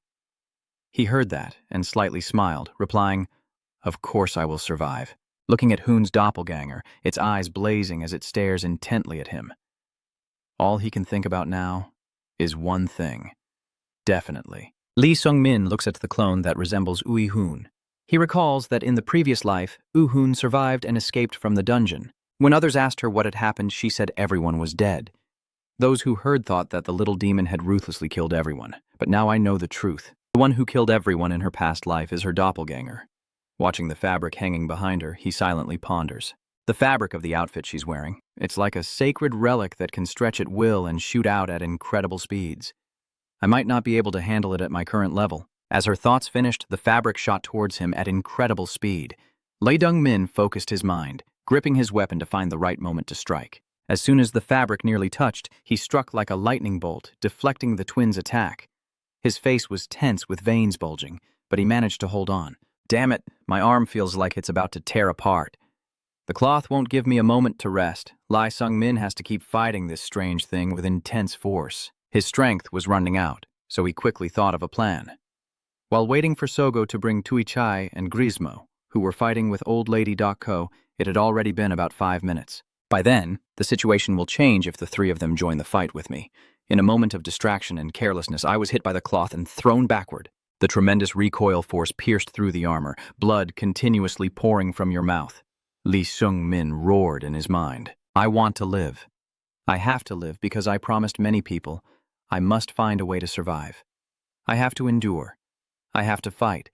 I have to defeat it. My current body may be weak, but my will is unbreakable.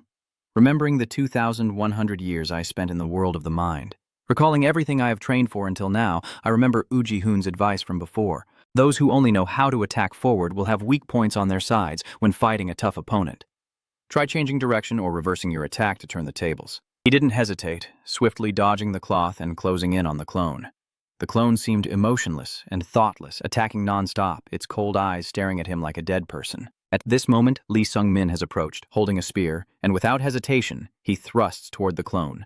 The clone stands still, not dodging, as if it doesn't care about the insect dancing in front of it. A powerful burst of energy shot out from the tip of the spear, with blinding light and white lightning rushing toward the clone.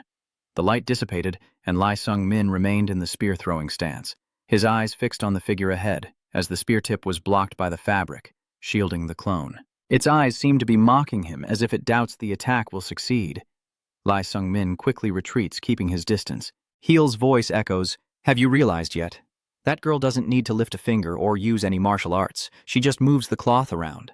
That cloth isn't a powerful weapon. It can only be so effective because she has techniques and a strong internal energy source." Hearing this, you silently think that Song Chung has the ability to mimic the movements of the original. Wei Hoon rarely uses martial arts and only relies on this piece of cloth. She doesn't use martial arts. With an opponent unworthy of facing her, the clone now retracts the cloth, raising its arm slightly. Hell softly says, "Congratulations, kid. You've been recognized as a worthy opponent for her to use martial skills." It seems she was only fooled at first. Lee Sung-min silently prays, "Sogo, please don't come here." Seeing the appearance of the person in front of him, he thought it was a real monster. Meanwhile, Bogo was shouting loudly, "We have to go save Dongminai immediately." Rizmo tiredly said, "Wait a moment, look at this," she interrupted. "We can't waste any more time. Forget it. If you guys won't go, I'll go alone." And as she finished speaking, her eyes suddenly lost focus, staring blankly into the distance. Grismo asked in surprise, "If you keep turning around and answering, I will just point her acupoint to make her faint. If we follow what she said, we will all die." His battered face hands over and continues, "We misjudged the opponent's strength from the start, and we also exhausted ourselves fighting Lady Duco. To subdue the little demon, we need to have power 5 times our current strength. The only thing we should do now is retreat." Hearing that, Grismo remained silent.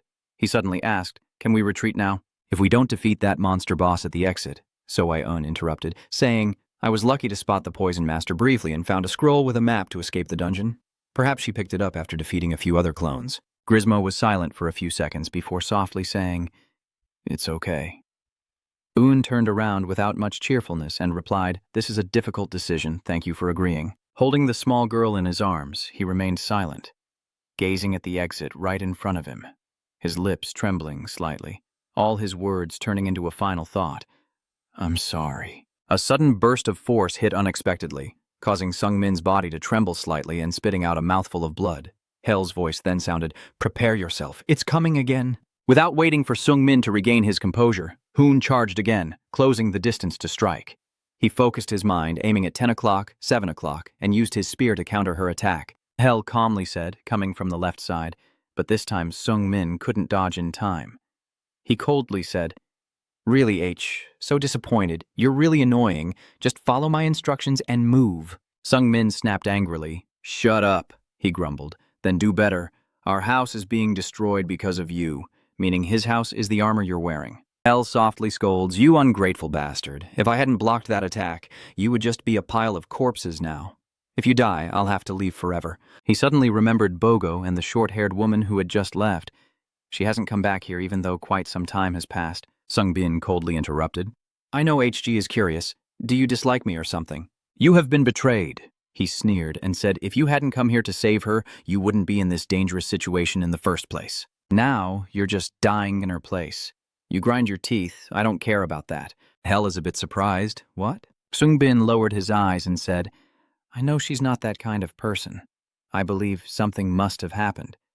I've decided to stop thinking about such useless things. My eyes are full of excitement.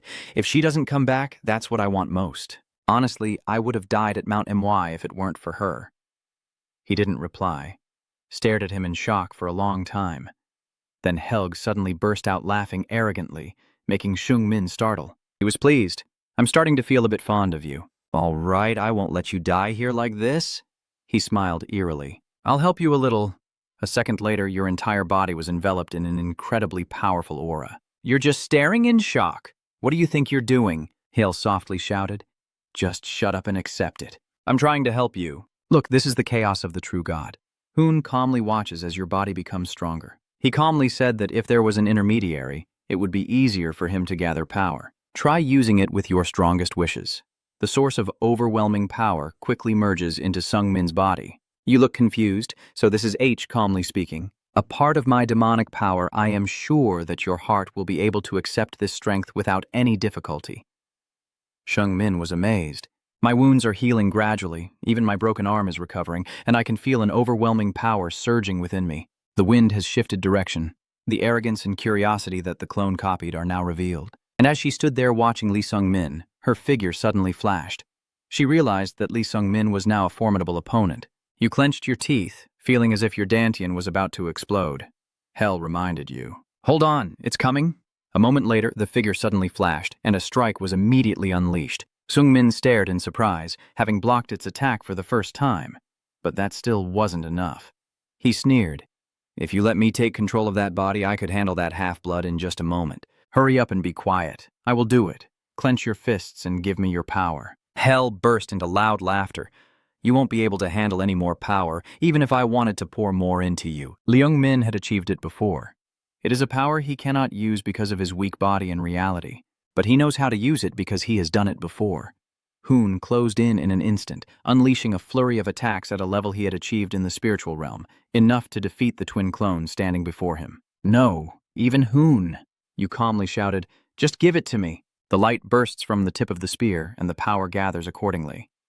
After a moment, the spear tip trembles slightly, and the energy pushes forward. At this moment, Hoyon suddenly lunged forward with incredible speed, but a second later, she widened her eyes in disbelief as a powerful energy column unexpectedly knocked her back, sending dirt and dust flying everywhere. A powerful kick, she quickly stands up as if she had never fallen. Her energy erupts fiercely and rushes straight towards Sung-min. He gathered his strength to face the incoming attack in an instant. Tian Tio Zhao's fourth move. The violent surge erupted and the aura exploded, shaking everything around. The 9 deadly dragons, the space suddenly burst apart, and the light devoured everything. Hoon forcefully swings her arm, deflecting the previous attack. The gathered power in her hand transforms into a focal point, unleashing a colossal force that covers the sky, descending instantly. Sung-min's eyes trembled slightly with surprise. This is the frown, the most powerful skill he can use after absorbing the strength of the Void Overlord. Sung-min clenched the spear tightly, activating the 9 Heavens' ultimate skill, his eyes shining with determination as he gathered his strength in an instant. Suddenly, a wave of oppressive aura shot toward Hoon Huvo Tiolo. She quickly rolled away to escape just in time. Hoon stared silently at her, his expression cold and indifferent. But within a second, her whole body seemed to drain of energy, and she collapsed carelessly. Sung-min gasped for breath with his head tilted back, still on high alert, as the fog gradually cleared and he silently watched Hoyon collapsing in front of him, sweat pouring down his body, grinding his teeth in endurance. His body gradually relaxed, his breathing steadied, and a sense of joy from victory washed over him. I did it. Sung-min remembered. It had been 9 years since then, but for me it was thousands of years. The only reason I made it this far is because of you. Jungbin wondered, am I a little stronger now? Hell coldly said, what's so touching about you borrowing my power to defeat that thing? You really are ridiculous. He shouted fiercely. Those were the words I intended to say. But possessing power and being able to use it are two completely different things. He has been able to control a power far beyond his current level. Truly an interesting friend. Then Helg said, kid, get ready. Sung-bin looked confused, not understanding what he was implying. Helg coldly said, I will now take back the power I lent you. The pressure will be immense. If you don't focus, you will die. He calmed himself and said, don't worry, I'm used to pain. He chuckled, wondering if you are really familiar with this kind of thing. A slow wave of pressure enveloped Sung-min's entire body, causing his frame to tremble and his eyes to blaze with bloodshot fury as power surged through his cells, making Sung-min feel as if his body was tearing apart and he couldn't hold back the pain, screaming loudly as the agony struck. Sung-min woke up when Rubia hugged him. She was overjoyed. You're awake? He whispered. Ruby Sung-min looked around. How much time had passed?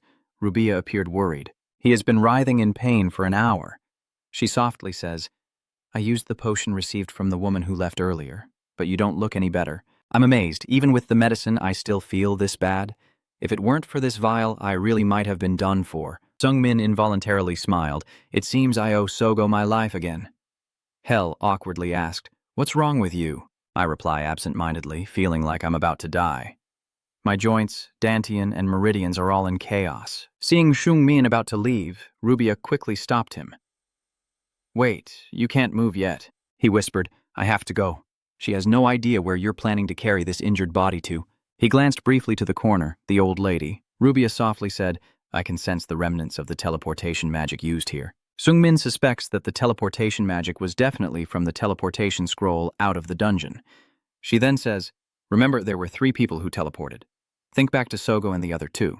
Sung chuckled softly. If Sogo escaped safely, then that means I've completed my goal here. Wait, where are you going? Kungmin's eyes burn with determination as he looks toward the boss's location. I need to move forward. He drags Lee's heavy body as he walks forward, Yu-hoon staggering like he's about to fall. In the end, over these 9 years, how strong have you become? How much have you changed? Rubia's body jerked suddenly, his voice trembling, his gait unsteady and hesitant, radiating a fragile, trembling energy. Does Seungmin think about me as much as I think about him? He lowered his eyes and sighed. Probably not. I have been walking towards you for 9 years, but for me it's been 2,100 years. Seungpin still endured Lei's every step. The words he said at 13 became the motivation for me to keep going until now. My steps momentarily faltered. I want to show you the results of my efforts after all this time. I want to shout that I've become stronger because of you. Sung Minung's whole body trembled, silently telling himself just a little more as his eyes gradually became hazy. Just a little more. The deadly aura ahead suddenly catches Seungmin's attention, and his eyes suddenly light up, stunned and unable to believe what he's seeing. What caught his eye was the figure of Hoyeon soaring through the air. Seungmin thought it was beautiful, and his childish desire to show his maturity instantly shattered. Seungmin watched her intently. Every move and step perfectly executed, far beyond what he had imagined in the trial. He quietly assessed that the clone could hardly imitate her. This is the target I have been pursuing all this time, the image of the strong and majestic girl right in front of me. This is Hoyeon. A look of indifference and apathy always appears on her face. Hoon then faintly smiles. It seems that is the boss of the dungeon. She nodded slightly. It's quite strong. If it were my old self, I wouldn't be able to defeat it. Hoon lowered his eyes and said, I also encountered a monster like you, the one who used the 9 Heavens' ultimate skill. She seems pleased. He's an interesting opponent. Seungmin blushes shyly when she says, Lui Seungmin, you're stronger now. He cleared his throat and said, don't say things like that because it makes me feel satisfied and no longer want to strive. Hoon chuckled softly. Finally, you're speaking up. Seungbin hesitated. I didn't know what to say just now. She squinted and said, You deliberately hid behind the wall, didn't you? I'm still not good enough to meet you. Who did you meet? It's you. Hoon smiled. You must have struggled a lot, but you survived and made it to the end. That means you defeated me earlier, right? Seungmin bowed his head. I can't say I did it alone. Congratulations, you've achieved your dream. Seungbin recalled saying at that time, I will consider training with you my goal. In 10 years, I will definitely drive this spear through your heart. Seungmin was embarrassed. Don't talk about that. Looking back, both of them leaned against the wall reminiscing and unconsciously started to laugh. That year was truly a meaningful time for me. She raised an eyebrow. And what about you? Seungmin chuckled softly. It means a lot to me, but I've also endured a lot. She slumped down completely, her cold and lonely gaze. Hoon softly asked, Will you go with me? Seungmin hesitated. What? She said calmly as if she had said it before. I hate being expected by others, Hoon said quietly. That was before I was summoned to this world and even after I arrived here. Those disgusting, expectant looks follow me everywhere. Then she suddenly paused. But if those eyes belong to you, I don't think I would hate them. Seungpin stood there in silence for a moment, softly saying, I'm sorry. Hoon closed his eyes indifferently. You don't want to go with me? He quickly waved his hand and said, No, that's not it. But if I go with you now, I will only be standing behind your shadow. I don't want to be like that. I want to stand beside you. She frowned. Even so, you've become stronger than I expected. Sung sighed. This isn't enough to satisfy me. A faint smile gently curves the corner of his mouth. Greedy. 9 years, and with 1 year left, it's time for our promise. You nodded. Yeah, 1 more year. By then, I will have risen to the same position as you and meet you again. Are you hinting that you'll be with me then? Seungmin blushes awkwardly. Hoon burst into loud laughter, his face full of excitement. All right. I understand. For now, I will restrain my greed for you. It won't be easy for me to say this because I will be even stronger than what you achieve in the next year. The boy nodded. I know, after all, you are the person I see as my goal to strive for. She chuckled softly. He has indeed changed a lot. The two of them stood up simultaneously, facing each other, separated only by the wall. "All right," then both of us said in unison, "in the next year, we will meet at the designated place." Hoon thought to himself, "I actually want to take him along even if I have to use force. I really want to see his face again. But I will hold back because I don't want him to hate me. Let's talk more when we meet again in a year. I want to see you, have a meal, and drink together to talk about everything we've been through. I just remembered I forgot to mention this. I miss you." At the same time, outside the dungeon, piercing screams echoed through the space. So panic-stricken, why did they bring me out here? Sungmin is fighting in my place. Grismo sighed at her intense reaction despite knowing she's usually emotionless, then whispered softly, "We have no other choice." She angrily scolds, "You cowards! How dare you call yourselves brave warriors? Is this the principle you uphold?" He reassures her, "Miss Bitch, please calm down." Baiko coldly walks past. "I will leave the martial alliance." He widened his eyes in shock. "What?" She remained calm. "I no longer want to be part of a place like this. Don't look for me. You make me sick." He stood frozen in place, unable to say a word. Black Sogo clenched his teeth and said, I'm sorry, Sung Min, I need to become stronger." At that moment, Sangarus was struggling through his training, while Scarlet kept yawning repeatedly with a book in her hand. Living creatures in this world walk with steady feet touching the ground. Humans. We call them humans. They have morals and standards. Therefore, they follow these rules to maintain order, but there are still people who ignore all standards and go beyond all limits. Those who live off the blood of others. Beings that defy even death to continue existing in a corrupt life. Creatures that have abandoned their honor and trust, which they should have protected. Howling beneath the moonlight, driven by Sun's savage instincts. Creatures who are not truly human and those standing on the blurred edge of reality.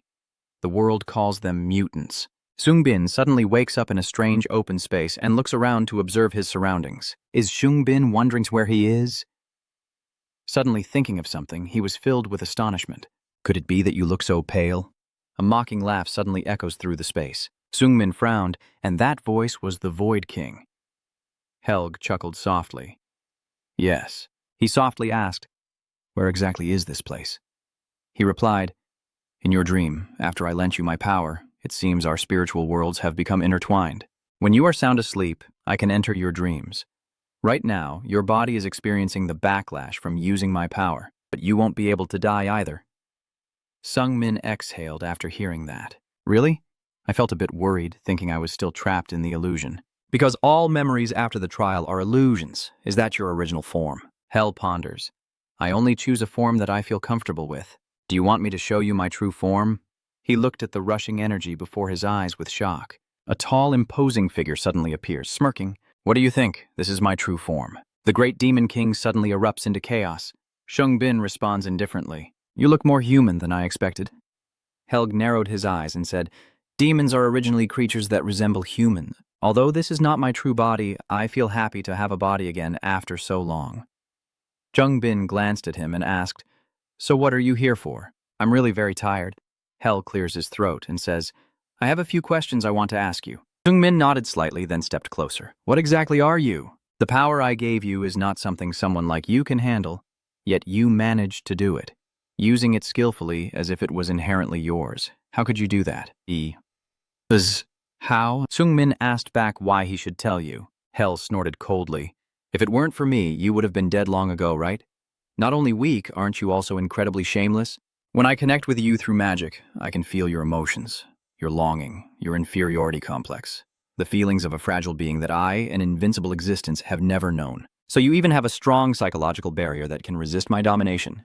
What exactly are you? Sung didn't know what to say, stammering all along but unable to speak up. Ta-HJ nodded in agreement. I see now. I've realized you are a reincarnation, but who would have thought that Mercy Daniel received training from two gods? The mysterious question about the time I understood it all. Your strong mental barrier and your strength that doesn't match your talent. I can't believe you've been training in the mind realm for 21 years. That's extremely reckless. Sungbin points his finger. That's right. I am older than you, so remember to show respect when speaking to me. He burst into loud laughter and said, Even if you live for a long time, to me you're still just a child. You have to be stronger than me to say such foolish things. But perhaps that will never happen in a person's lifetime. After 2,100 years of cultivation, this is all you have achieved? I told you. This body cannot withstand all the experience and cultivation I have gone through in the spiritual realm.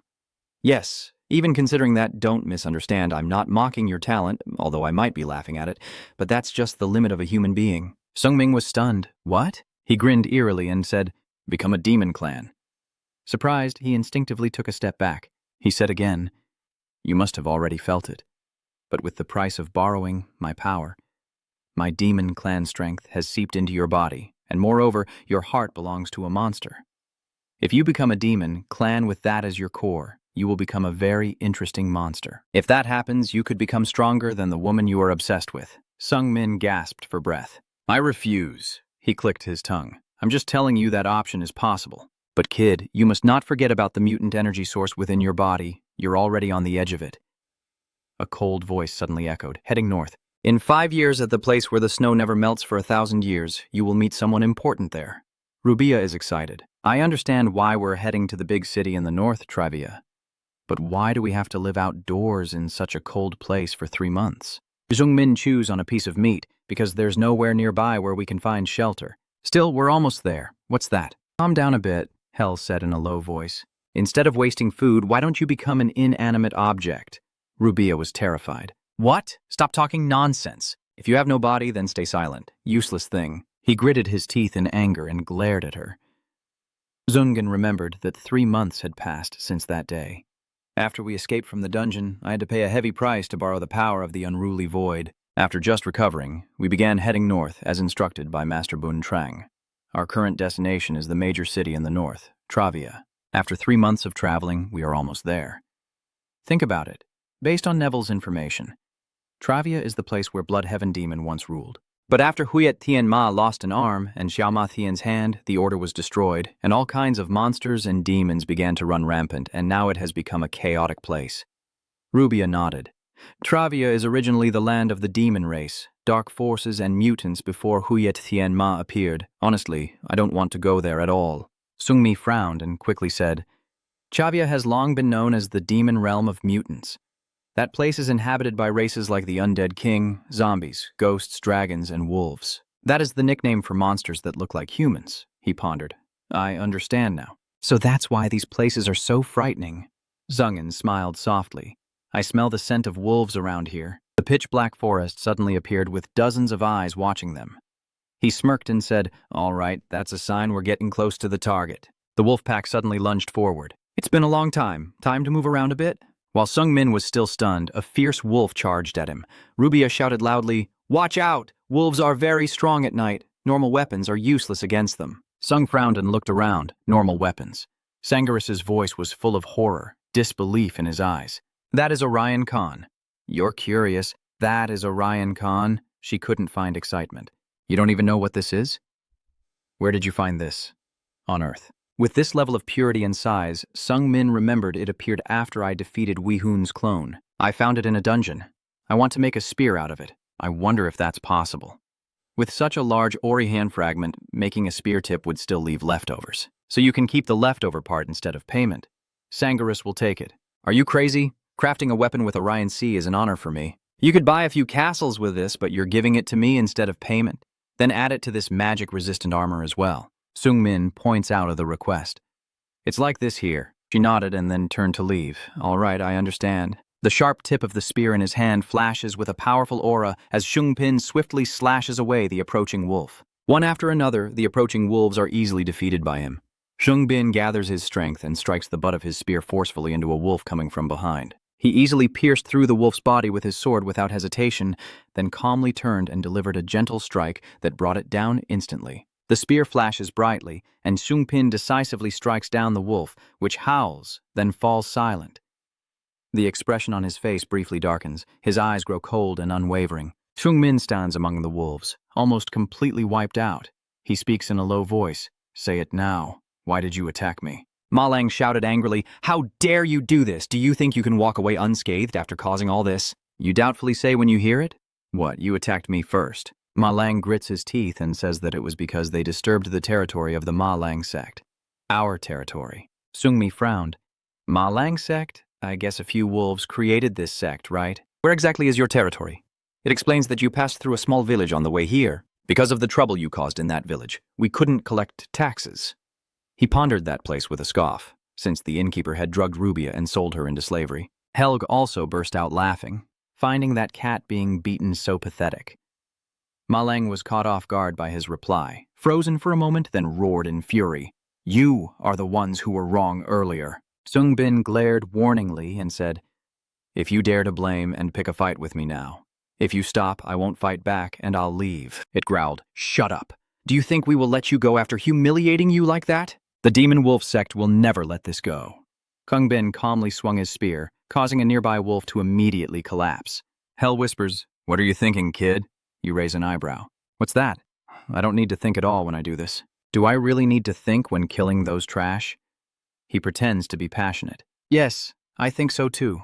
They are too weak compared to you. With your current strength, killing someone like that is easy. Sungmin hesitates. What does he mean? Helg warns, It's best you don't become arrogant when you kill those wolves. It looks like you're showing off and flaunting your strength. That only applies to invincible beings like me. They look familiar.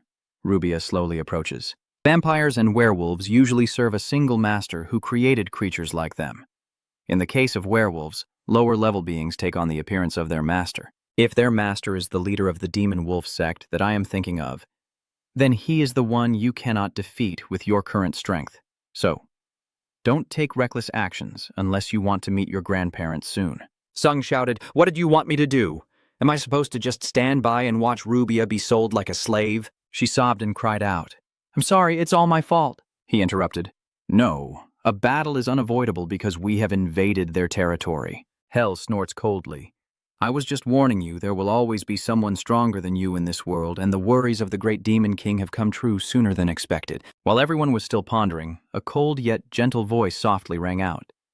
Hello, everyone. The tall, imposing man suddenly appeared. I am Dugo. The man sneered and said, I am Dugo, the wolf leader of Malangman. Werewolf Dugo. Shungmin, hearing this, suddenly broke out in a cold sweat. Dugo frowned and looked around. Are all these disciples dead? After all the effort we put in, are they this weak? I've never seen your face before. Who are you? Li Sungmin. He raised an eyebrow. Li Sungmin? That sounds familiar. I remember now. There's a guy named Gui Trang. It must be you. But it's strange. I thought Gui Trang was on the righteous side, but you look more like us, and it doesn't really matter. Suddenly, Duan's spiritual power erupted wildly, enveloping his entire body. Now your aura erupts with overwhelming pressure, crushing the space around you. How do you want to die? Shungmin was stunned and terrified, his pupils shrinking at the power of the man. A deep voice echoes, Mad Wolf, enough! You stood there stunned for a moment, not understanding what was happening. Hell continued, Why are you still bothering to pick on the weak? He looked surprised as he watched the aura. Could it be Helen? Is it really Heel Jin? He sneered. It must be me. It's been 4 years after all. The man laughed loudly with excitement.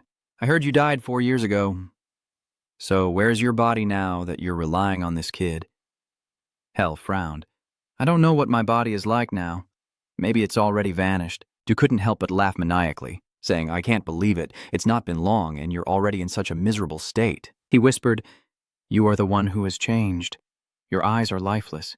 Where is the Demon King who once roamed like a mad dog? He gritted his teeth and said, I am Duan now. Why do you want me to let him go? He nodded. Yeah, I couldn't believe he was so determined to protect you. Duan nodded.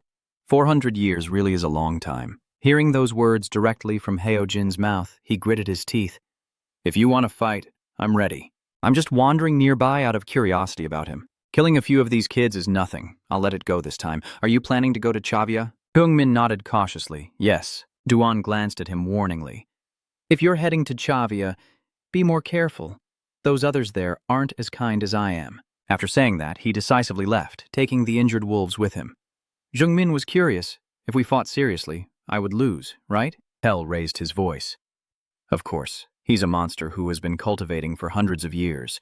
One of the strongest among countless other monsters. You're not on his level. I don't know why he decided to establish this sect. More importantly, it's because of you that I had to humiliate myself and beg for my life. Weak as a bug. Hurry up and get stronger for me. Do go, the arrogant one. Think about it if I still had a body.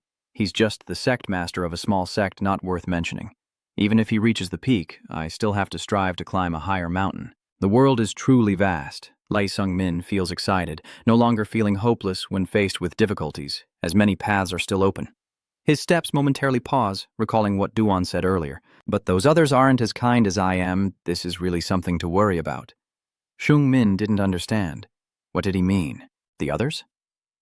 At that moment, inside the secret realm, Duan was standing before a scepter with a gem that radiated a strange, deadly aura. He spoke in a deep voice. I've met Heo Jin before. The man remained silent for a long time. Then a large shadow suddenly appeared behind Duan. The Demon King sneered. Hojane thought he was dead. Dugo calmly replied, his body is gone, only his soul remains, but there's still a glow. Then he pointed a finger, and the power immediately gathered there. His figure instantly appeared. Wow, this is incredible. Surviving after losing the body for 400 years since the Extermination Guild. Who is that guy? Du shrugged. He's a martial artist. Heejin has to cling to him to survive. The Love King looked thoughtfully. Isn't he the one who killed Jenny's clone? Ah, smiling. Yes, he doesn't seem special. But if he has the strength to destroy Jenny's clone, he's not ordinary. Du said he looks like a human and seems closer to us. Helen is with him, so I'll let it go for now. But he seems to be heading in that direction. Let's see how he develops in the future. Jenny. Ella looked at him with a pleased expression. Is this it? The Love King warns you not to be careless. Hey, Jane's power is no joke. She smiles mischievously. I have my own way. He was startled and exclaimed, Are those the things you see? Then don't forget to report them to us. Hunter. The Love King gazes at the silhouette of the boy, a faint smile on his lips. Finally, I've found you. The Thief of Hearts. This is a document containing important information about Chavia. It is a brief description of the movement of the core troops and their characteristics. Sung-min quietly flips through the documents in front of him, his gaze calm and indifferent. He suddenly notices a symbol in the corner of the Predator. It's unknown when it was founded. It has existed for several centuries. Vampires, werewolves, and similar creatures are all part of an organization that recruits non-human beings. The symbol of the organization is an inverted, five-pointed star. Although they don't appear much during the day, they are extremely bloodthirsty and powerful. Jung Bin muttered. Especially the 5 captains known as the Black Constellation, their strength seems unpredictable. In short, they are extremely dangerous. Could those mutated monsters also be the others Du mentioned? Hel replied. Yeah, it's them. They tried to recruit me, but I refused, because it sounded like there was a lot to do. Among the 5 stars, that crazy wolf is definitely one of the 5 stars. So you are saying there are 4 others as strong as him. He explained that they have lived for centuries, so it's extremely difficult for a human like you to stand against them. You're really lucky that guy forgave you. So later, if you don't want to regret when you truly need strength, Sung gets angry. Hey, you're at it again, trying to persuade me to become a demon, right? I have refused that idea many times before. Honestly, I've always relied on my luck to get out of trouble. He is stunned. No. Sung Bi looked serious. I told you, someone I know and respect has fallen into that path. To show my respect for him, I cannot lose myself, Helg replied calmly. You're already standing on the edge. I guess your struggles are now meaningless, aren't they? But losing yourself? What does it mean to hold on to your ego when you're giving up the chance to gain the strength you need? I've heard enough of your foolishness. Stop glaring and shut up. I can become stronger without turning myself into a monster. He sneered and said, So you hope you won't realize the truth too late. Luckily, the Mad Wolf let everything pass smoothly this time. There is a crazy woman who especially likes guys like you. She seems to enjoy licking your feet to gain your love while you still have your strength. It's a pity for you to show them your vulnerable side like this. I have to say, you've disappointed me greatly. The man grits his teeth and snaps, Get lost. Jeniella looked down at him with an arrogant expression, contempt clearly visible on her face as she reached out to caress the man's facial features. How sad. With that, a direct punch was thrown with full force downward. My whole body trembles. That vampire bitch, I told her to get lost. I am not seduced by a bastard like her. He shouted fiercely, I am the Blood Heaven Demon, the transformation system of Chevy Blood Heaven Demon B Museum. And she easily grabbed his hand and squeezed tightly. Jenny pouted, Why does a noble warrior make my heart flutter like this? Ben, why don't you belong to me? The Archangel Vampire Queen Geniel, your lost left hand will grow back as soon as you become my subordinate. And you will also inherit the power to defeat that tiny heavenly demon who caused all this.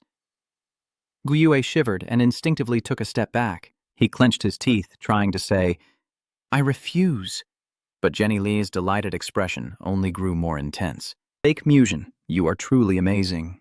Even though you lost to a girl many times younger than you and are falling into despair. Although you built a powerful army through your efforts, everything still failed, yet you remained steadfast and unmoved by the temptation. But do you know what? Every time I come here, I see your resistance growing weaker. Blood. Heaven Demon will soon belong to Jenya, but Jenny doesn't feel happy about it. She has always been like that. Whenever she gets the toy she desires, she loses interest and throws it away. And when that happens, she goes looking for a new toy for herself. She has been enjoying this crazy form of entertainment for some time. I guess it's about time to find a new toy, isn't it? Suddenly, someone approaches respectfully and addresses the queen. Jenny turned away in a frustration, glaring at him. Sang Jin cleared his throat. A stranger had entered the city. He is definitely human, but I can sense an inhuman aura from him. She sneered. He must be the person Du mentioned. Jenny is confused. He is the one who destroyed my toy. Even though I was already bored with that toy, Du's reminder keeps echoing in my mind. Don't do anything too extreme. Her whole body suddenly froze, remaining silent for a long time as if contemplating something. A moment later, Jiniel shouted indifferently, "That's not my business. Let's go see how he's looking." The streets are full of injured people lying all over the ground, and everyone seems to be used to it. Everyone was indifferent and showed little concern. Dungmin sighed and blended into the crowd, observing around. You suspect we've arrived in Chavia, but what's happened to this city? Corpses are scattered everywhere. I told you, didn't I? This place has turned into a mess after the Blood Heaven Demon was defeated, and everyone is speechless. Still, I didn't think it would be this bad. Hell warned us they're not just corpses. None of the people here are. Humans, wolves, demons, and dragons are all here. Usually, non-human beings hide in the shadows, but for them to roam around like this city is definitely not ordinary anymore. She pouted and asked, "Are you sure you can find someone important in a place like this? Didn't the monk tell you that the person is north?" A sweet voice echoes. Someone very important is here. Janilla flew over and stood before them, and that was a reference to me. Ah, smiling, very pleased to meet you. The demon sword looked at you with a pleased expression and softly introduced herself. I am Jenny. Sung Bin looked suspicious. Jenny, Hell immediately replied. That is the crazy woman I told you about who is in this city. Although that mad wolf can't be stopped once it's furious, it's usually quite calm. But instead, Jenny does not act based on that understanding, because I made the mad wolf believe that my magic is still intact. I suspect she will chase after you now. He warned, anyway, you must stay away from Jeniel. While Shungmin was still stunned, she suddenly closed in on him. Sungmin's eyes widened in horror. He said she wouldn't act right now, right? You try to stay calm. So, you're Jeniel, she said excitedly. Do you know who I am? Has the Void Tyrant told you? I heard from Dugo, but it seems what he said is actually true. She sneers coldly. Have you fallen so pitifully low? The man once called the Nightmare of the South. Hell snorted coldly. You have become too arrogant, little girl. This won't do. I need to teach that little girl a lesson. Only then can it learn to behave properly. Jenny burst out laughing loudly, showing no concern at all. Is that so? Now you want to teach me a lesson? His soul has completely separated from his body. His soul is truly very strong, which is why he can continue to exist. However, since you are no longer at your peak, are you sure that your soul alone can stand a chance against me? Helg sneered coldly. If you're so curious, then go ahead and try. Why should I be curious about something so obvious? Suddenly, Jenny La noticed Rubia hiding beside her. Her cat ears are not demonic, but she's not fully human either. Her bones and internal organs are not functioning normally. They are just for display. A living being sustained by magic, a puppet created to satisfy its creator. Can she really call herself a living being? She closed her eyes in fear. Stop it! Jenny burst out laughing. Are you that scared? Sorry about that. That's why she's so hard to deal with. She possesses the demonic eyes of judgment, one of the vampire queen's demon eyes. When she gazes into someone's eyes, she can see through to their core. Janila suddenly remembered. That's right. This time I'll see what kind of person you are. She hesitated for a long time, staring at you with suspicion, then suddenly approached and touched your face with an infatuated expression. Strange, why can't I see anything at all? Hell sneered. He truly is a strange person. You won't be able to see through him with your divining eyes. Isn't that quite interesting? O nods and says, Of course. Sensing that the boy is sweating, Jenila suddenly reaches out and pushes Shungmi away. Oh, such politeness. I apologize for revealing my ugly side. Jen was about to continue, but I was interrupted by someone. What is this? You're still a murderer, so stop talking to that weakling. Come here and talk to me. Without waiting for him to finish speaking, she calmly struck him and sent him flying. I'm very interested in you. Not just that guy, everyone around was wiped out by Jenny in the blink of an eye. She faintly smiles. This place is so filthy. Jungmin's face is filled with horror. She speaks neither quickly nor slowly. I will keep it brief. You look suspicious. What is she talking about? Her words left you stunned. A sword? Jenny remains calm. I took him in a few years ago, and even in despair, he remains resilient and never gives up. He is completely weak, but I like him. I like people who try. Jungbin hesitated. So are you trying to make me pay for killing him? She laughed. Oh no, I did think about that at first, but in the end all toys will break anyway. I won't blame you for that. So what are you trying to say? Jenny La casually glanced and simply said, What do you think about becoming a dragon vampire? The demon sword only becomes a low-level vampire because the blood it received was diluted, but I will make you my direct subordinate. I have never made this offer before. I will grant you the greatest favor. So what do you think? Jungbin quickly stepped back. No, thank you. Sue looks so sad. Fine, that's enough for me now. If he agrees immediately, I would feel disappointed. Although I can't see through his eyes of judgment, his eyes have experienced profound moments that an ordinary person couldn't endure. Moreover, if he has been through so much, his eyes must be very resolute. So why do they seem like they could shatter at any moment? Jen slightly smirked, a faintly mischievous smile, then turned and walked away. I'll take my leave now. How interesting, demon merchant. I'll see you again. Please don't surrender too easily to us. Sungmin was stunned. What just happened? Hell sneered. What else? She has already been captivated by you. That's her personality. I really don't know how you can be so tireless when you're in such a miserable and desperate situation. She will make another offer to you. He silently looked at the corpse lying on the ground, unsure of what to say. How strong is she? He explained that she is the second strongest person he has met so far. Jungbin was surprised. Who is the strongest? That's right, a bird perched nearby is watching them intently. That's why you should become a demon. Why do all of you keep trying to turn others into monsters? Everything that just happened was seen by it. The Demon King spoke in a deep voice. Finally, I have found you. He's already entered the city. I rely on you, Aina. As a wave of oppressive power swept through the crowd on the street, everyone it passes by is completely annihilated. The man is terrified by the astonishing power before him. They screamed and cried in panic, but in the end, they still fell like the others. A tall figure sat slumped over their bodies. He gritted his teeth, his breathing gradually calming down.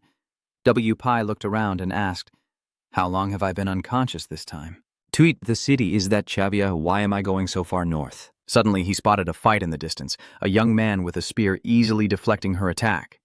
We watched silently, a girl and a spearmaster. He quietly observes the two fighting fiercely. WPI suddenly smirks and bursts out laughing with excitement. A few days later, when meeting Jenny, Jung Hyun looked at the person in front of him with surprise. Sungbin and Rubia also seemed to recognize him. You suspiciously approached, Kim Dong-hoon, he laughed as if meeting you unexpectedly in these situations. This is our first time seeing each other again after destroying the sword demon in Dry, right? He sighed and said, I'm sorry I disappeared back then. Dong-hoon shrugged and said, Yeah, you probably had your own reasons. Sungmin casually asked, What are you doing in this city? He avoided eye contact, looked around, and hesitated before answering while admiring the scenery. I guess there are quite a few things that can only be seen in Chavia. Dong-hyun forced a helpless smile. Those things are impressive, but have you heard about the predators? Hearing that, you were a bit surprised. He chuckled softly, watching your reaction, clearly knowing about them. These mutants and man-eating monsters in the human world have already begun to act. Some of them possess power among the strongest on the continent, a level of power capable of easily wiping out the Blood-Heaven Alliance from the continent at any time. And such beings have already begun to act in Chavia. Although Hayat Tien Ma once ruled this place, the situation has changed now. Countless evil spirits have moved here after destroying Huyet Tien Ma and declaring their intention to disrupt the world's order. The predators are about to achieve the ideal they've long desired. What exactly are they trying to do? The monsters who have stood at the top for centuries have been hiding all this time. Perhaps a new history can begin from here. He laughed so maniacally, I really wish I could see that happen. A moment later, Helg slowly spoke. Maybe you should accept his invitation. He might be the important person, you know, remember the offer from earlier. If you don't have a place to stay, would you like to stay at my house? It's okay, I just feel very uneasy about that. It feels like I will be torn apart while chasing the prophecy and searching for that important person, he muttered. I see. Rubia beside her looks distressed after hearing that. So is that why we went back into the wilderness to find them again? You hesitated to speak. No one said that the important person would definitely be in this city. Xiongmin silently thought that this city was much more dangerous than he had heard. We'll explore a bit more, and if nothing else comes up, we'll head back. She whispered, I want to take a shower. Suddenly, he sensed a powerful aura of killing intent approaching, and immediately, Xiongmin decisively swung his spear to cut off the tentacle rushing toward him. You smirked, we've only just arrived and we're already facing another crisis. Xiongmin stared intently at the girl with the indifferent face in front of him. Ai Na, with a fierce aura, calls out Li Xiongmin's name. She casually glances at Than Thuong, who is emanating a strong aura. That bitch is excitedly controlling the tentacles. Now I can do it too. Xiongmi looks serious, with limitless magic power and rebirth, her unpredictable tentacle attacks, and now she even has enhanced inner strength. Helg whispers softly. Hey, are you going to interrupt or not? Don't start yet. Your eyes shine with determination as you grip the spear tightly in your hand. I will do it! The two quickly burst with murderous intent and charged at each other. Suddenly, a deep voice echoes. You're quite happy here, aren't you? A second later, both of them were knocked back by one pie. Let me join in. You are in shock. Who is this man? He suddenly intervened and defeated both me and A at the same time. He clenched his fist. I am the furious heavenly demon. Flying WB. Sungmin recalls Han's warning. Run if you encounter the furious heavenly demon. Blood. Heavenly demon. Little demon and the furious heavenly demon. These are the three heavenly demons in this area. Among us, we thought Quang Tian Ma was the true celestial demon. At that moment, you asked why I thought so. He immediately replied, there are several reasons, but perhaps it's because his strength truly belongs to the heavenly demon level. Ai Na, injured quite badly, trembles as she lies on the ground, utterly stunned. Crazy heavenly demon, why is a character like that here? Why roars, where has your fighting spirit gone? Now let's play together. Ai Na gritted her teeth and slowly got up, pretending to sigh softly. So sad. My success caught his attention. Ai Na's killing intent flared. I was having so much fun, but you ruined it. We happily nodded as the tentacles advanced towards her and excitedly shouted, Well done, GP, use your strength. As soon as she got close, the martial arts master struck with a powerful blow, knocking Anna back. She stared in shock, unable to believe what she saw. Even the Demon King on this side was equally stunned, growling, No, if the whole body is destroyed, even if it can be revived. That attack was very dangerous. Aina flew in again but was pushed back once more. Wee's flames surged towards her, and within a second, A was engulfed in his energy sphere. She stared in shock, unable to believe what she saw, and even the Shungpin behind her, witnessing everything, couldn't help but gape in amazement. The energy sphere explodes rapidly, sending shockwaves that shake the entire space as WWP, with his hand enveloped in powerful energy, radiates excitement. He stared intently at Oi lying motionless on the other side. Her tentacles were torn apart in sections, and her whole body trembled uncontrollably. Aina. Na gritted her teeth in anger and said, I will kill you! The Demon King quickly intervened. No, if the enemy is just that old man, you could use all your hidden powers, but the thief is still here. Don't be stubborn, run away now. Aina gritted her teeth in frustration, and after a moment, she finally managed to stand up exhausted. Seeing Aina Na turn and walk away, W sighed, realizing that girl had the ability to be reborn. Great, let's keep playing. But once again she spreads her wings and flies away, leaving him with no way to follow. Seeing a fly farther and farther away, he looked on with a regretful and contemplative expression.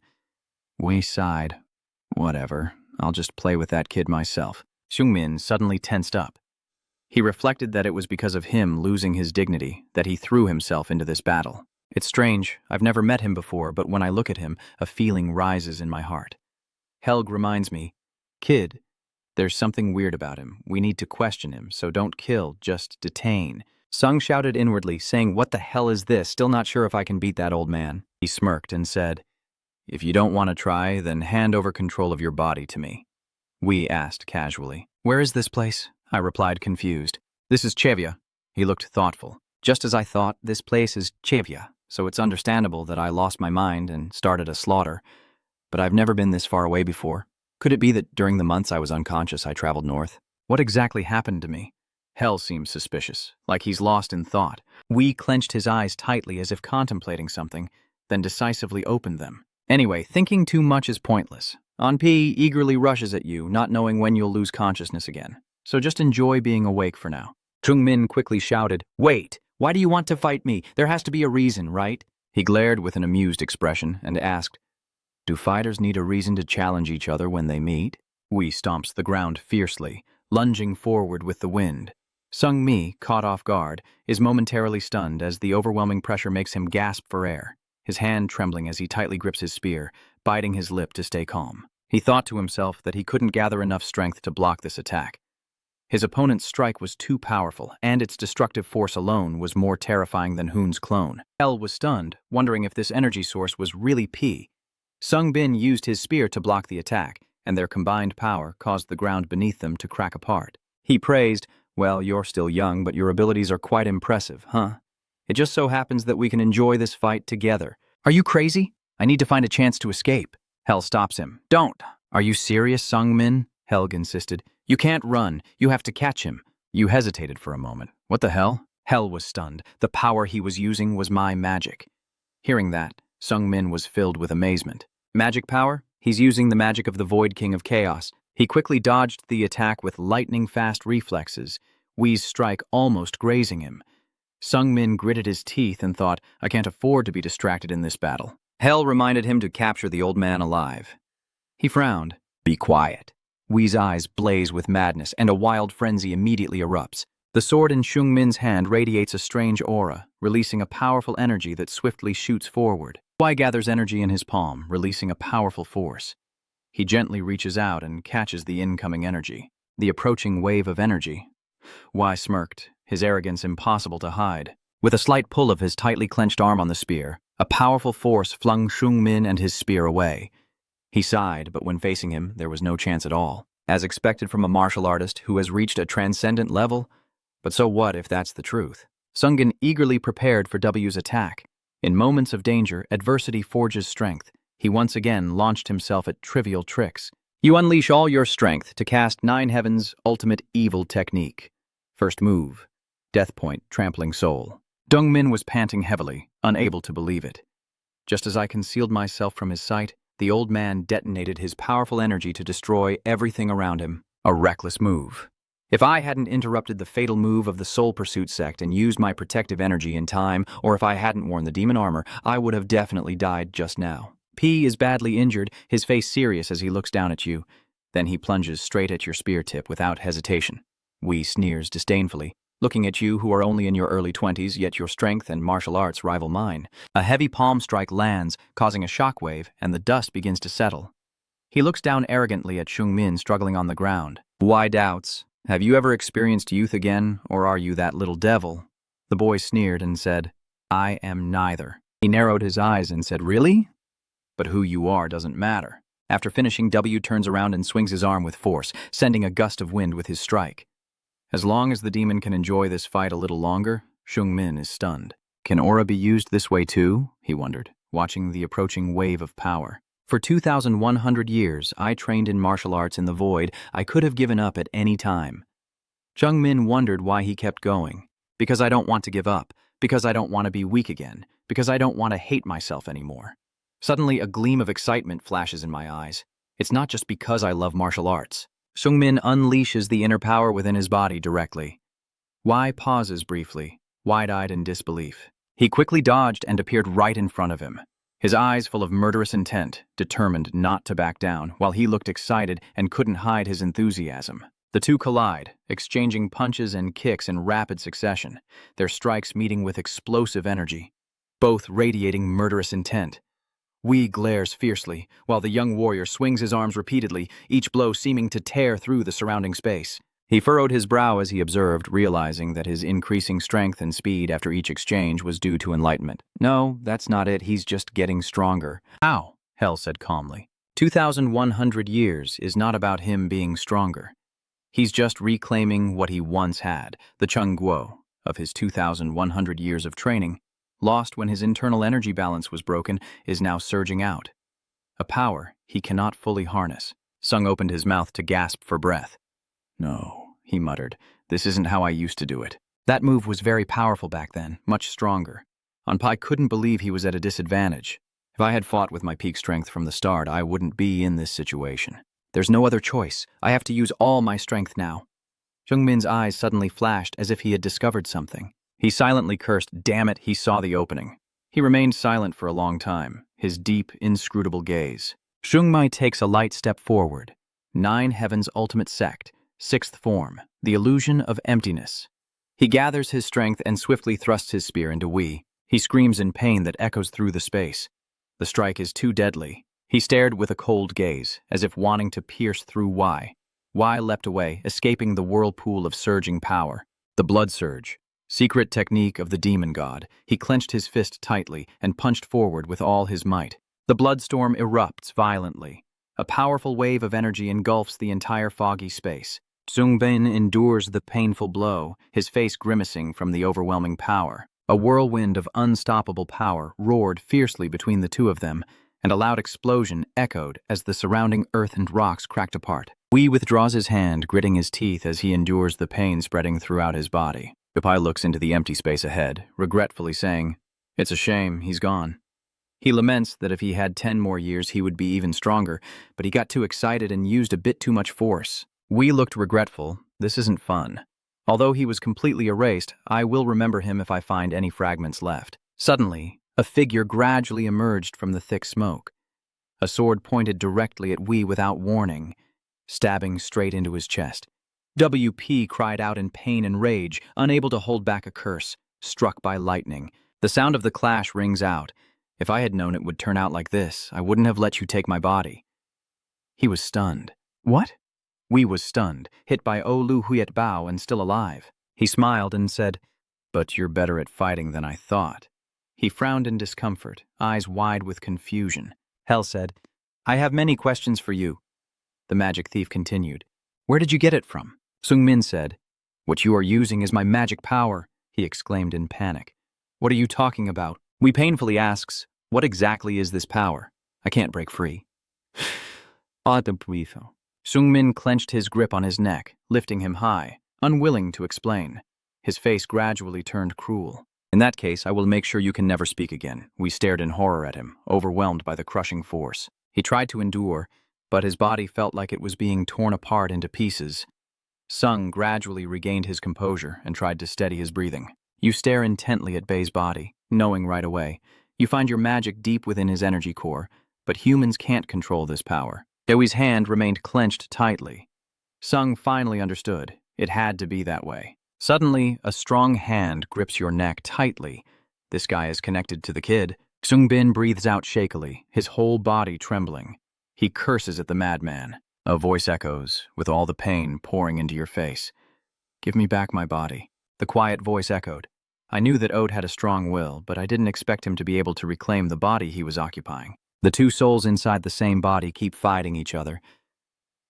"I don't want to take over your body." I got it. Jungmin let out a sigh and gradually slumped down. He coughs while holding his neck. Hell, angry, says, "How dare you treat your savior like that?" "I know. I'm sorry." Wei is now lying peacefully on the cold, chaotic ground. Jungmin reconsidered. Although he could have diverted the final attack a bit, without the Void Overlord he would still have been doomed. He tried to explain, but the situation then was not like it is now. "Hell scolds, you useless thing. If I could have trained with strength for 2,100 years, I would have been able to counter that attack and win." Kungmin's face hardens as he concentrates on a problem. He picks up his sword. "If I had trained my strength for 2,100 years, I could have countered that attack and won. But I couldn't do that and had to rely on the Void King to help me." You exhale heavily. My body still can't keep up with the training days from before. The voice of the bounty hunter echoes about that important person. He looks towards Wei. "I think it's him." You gasp in surprise. "Huh?" Shung Pin asked. "What do you mean?" Hell replied. "I found my magic deep within his energy core." He recounted what he saw, even being able to freely use magic as if it were his own internal strength. Hell concluded, "Do you understand now? Although it has a downside of going insane, if you learn from him, you can still maintain your humanity when using magic." In the dark night in a remote forest, the rolling hills stretch out to the south. I kept heading south and eventually reached some southern tribes. He continued to tell. The warriors there were very strange. They didn't know martial arts or control their bodies properly, but they were as strong as the masters in the great sects. I realized that if they didn't know martial arts, it would be a waste, so I taught them, and in return, they taught me their tribe's energy cultivation method and gave me their divine medicine. One Piece sat across seriously recounting, but I kept getting stuck in the next plateau. In the end, my internal energy became chaotic, and I fell into madness. After losing my reason, I wandered everywhere, killing countless people and becoming a monster. He shook his head in frustration. Even though he was now sober, he didn't know when he would lose control again. That's pathetic. Hell smirked and gave the signal to you, and you nodded in response. Dungpin spoke up. Hey, sir. Wai was surprised by the sudden response and quickly asked, What? I will cure your madness, he said firmly. He was stunned. Huh? We was stunned, stammering incomprehensibly. It really is possible. You are determined. Yes, Shungmin said. Your symptoms indicate it's not just normal chaotic energy, but the result of using a special kind of power called magic.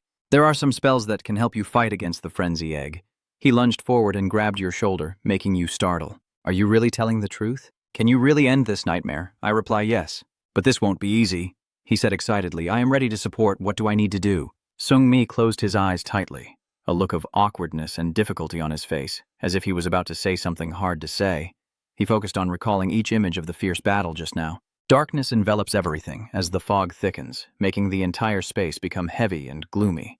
You say, you must trust me completely. We excitedly said, of course. I will do anything you say. I need to do whatever it takes. Chungmin suddenly reached out his hand and made an unreasonable request. First, you have to take a slap from me. Hell spoke. In the south, there is a tribe that worships me. It seems he has met the descendant of that tribe. Chungmin looked confused and asked, Why do they worship you? And why are you giving that look? Hell said it's fine. If you learn the breathing technique he already learned, you can also use magic. You think you'll go crazy if you learn?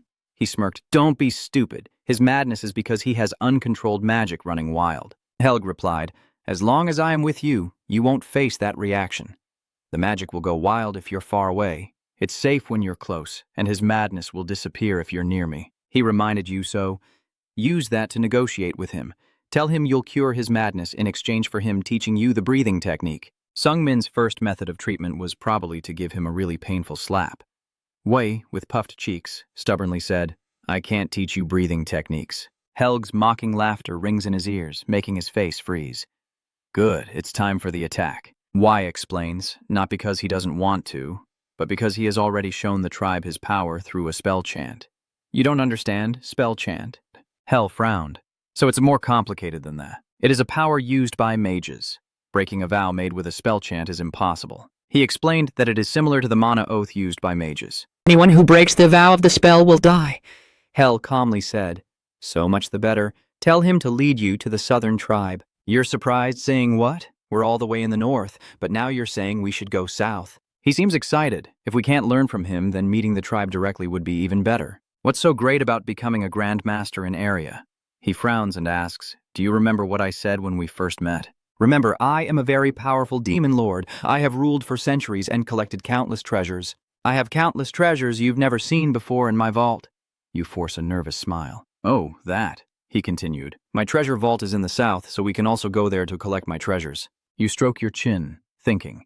The system voice rings out. The frenzied demon wall has become your ally. A punch grazed Onep's left cheek, causing him to spit blood, and another punch hit his right cheek, distorting his face. Even after taking several punches in a row, W still looks dizzy.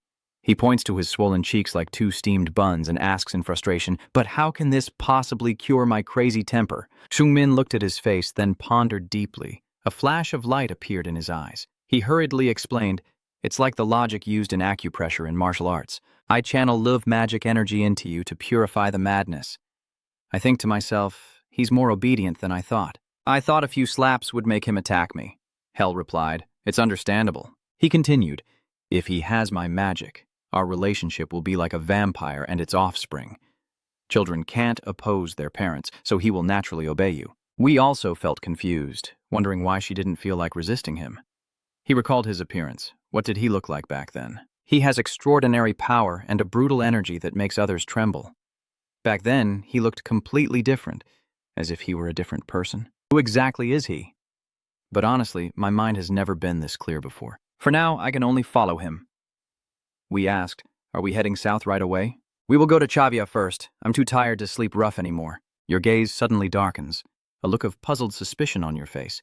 Shungpin suddenly turns to ask, how strong are you ranked in this world? WP thought for a moment and replied, looks like with such skills at that age, you're probably very curious about what lies at the top.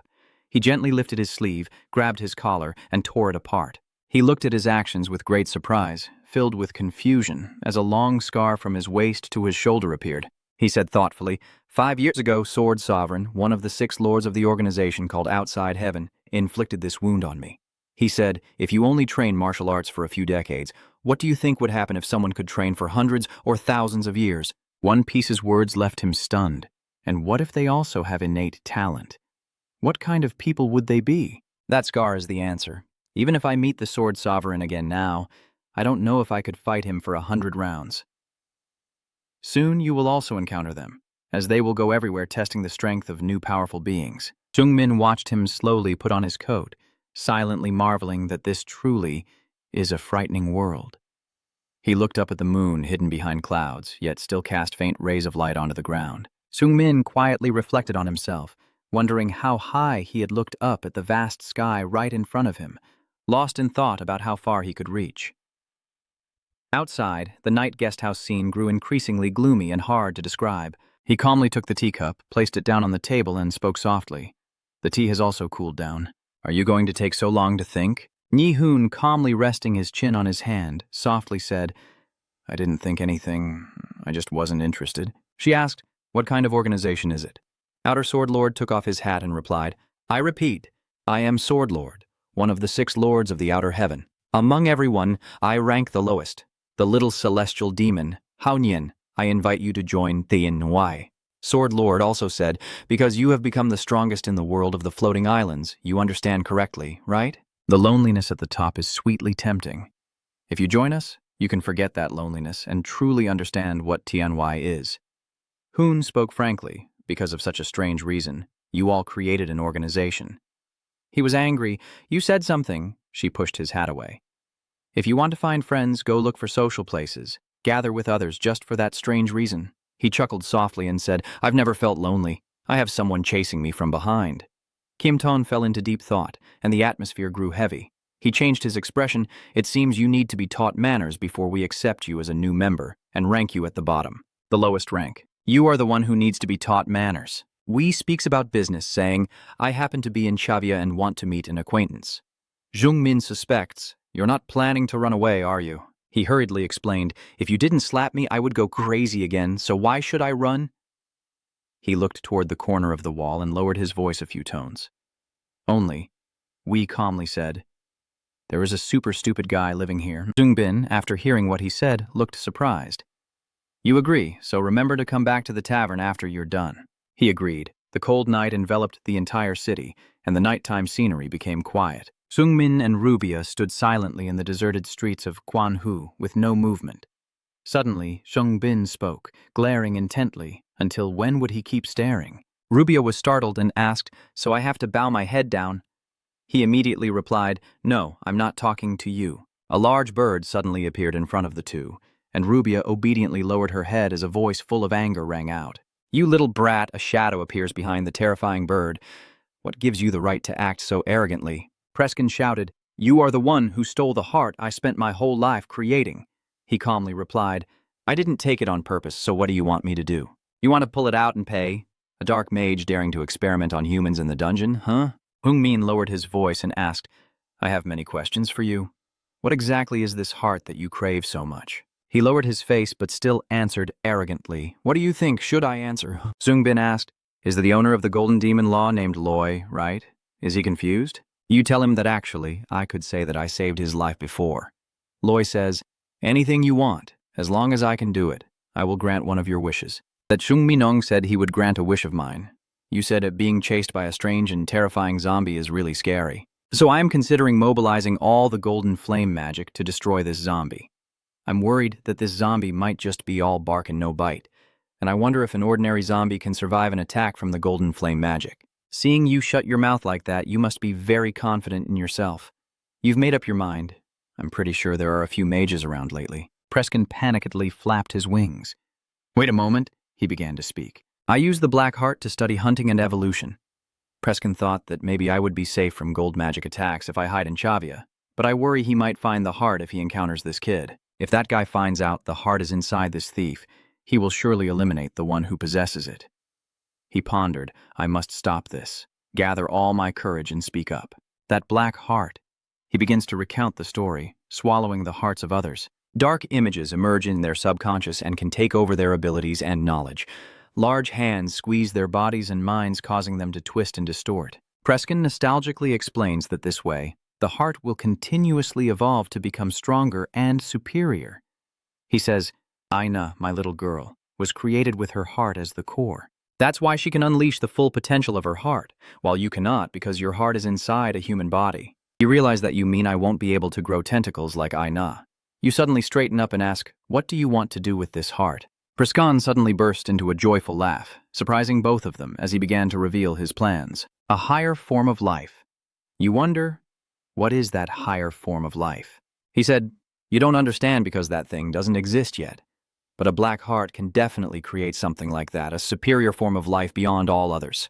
Gherkin concluded, but suddenly a foot appeared ready to crush him, so realizing the danger, he swiftly vanished, leaving the boy stunned. Bungmin thought that although the previous answer wasn't very clear, he could roughly understand what was inside the body. The foot tried to crush the remaining remnants. Based on that, I don't think this will harm me, but I still feel quite uneasy. It seems I can adjust the effect of the resurrection pill I took earlier thanks to the function of my heart. Lost in my thoughts, suddenly a voice rang out behind you. A voice. Hey, soldier, turn back. Crazy heaven demon, you're back already? Great. Before you could finish your sentence, you saw another strange, drunken-looking man beside him. Sungmin was a bit cautious of this stranger and slowly asked, Who is this? A few minutes ago, in the room filled with empty bottles, we said, You look so indulgent. He stands in front of Gwen looking furious, trying to wake him up.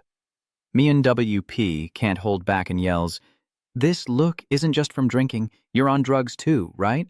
You look even more pathetic than someone driven mad and losing their mind like me.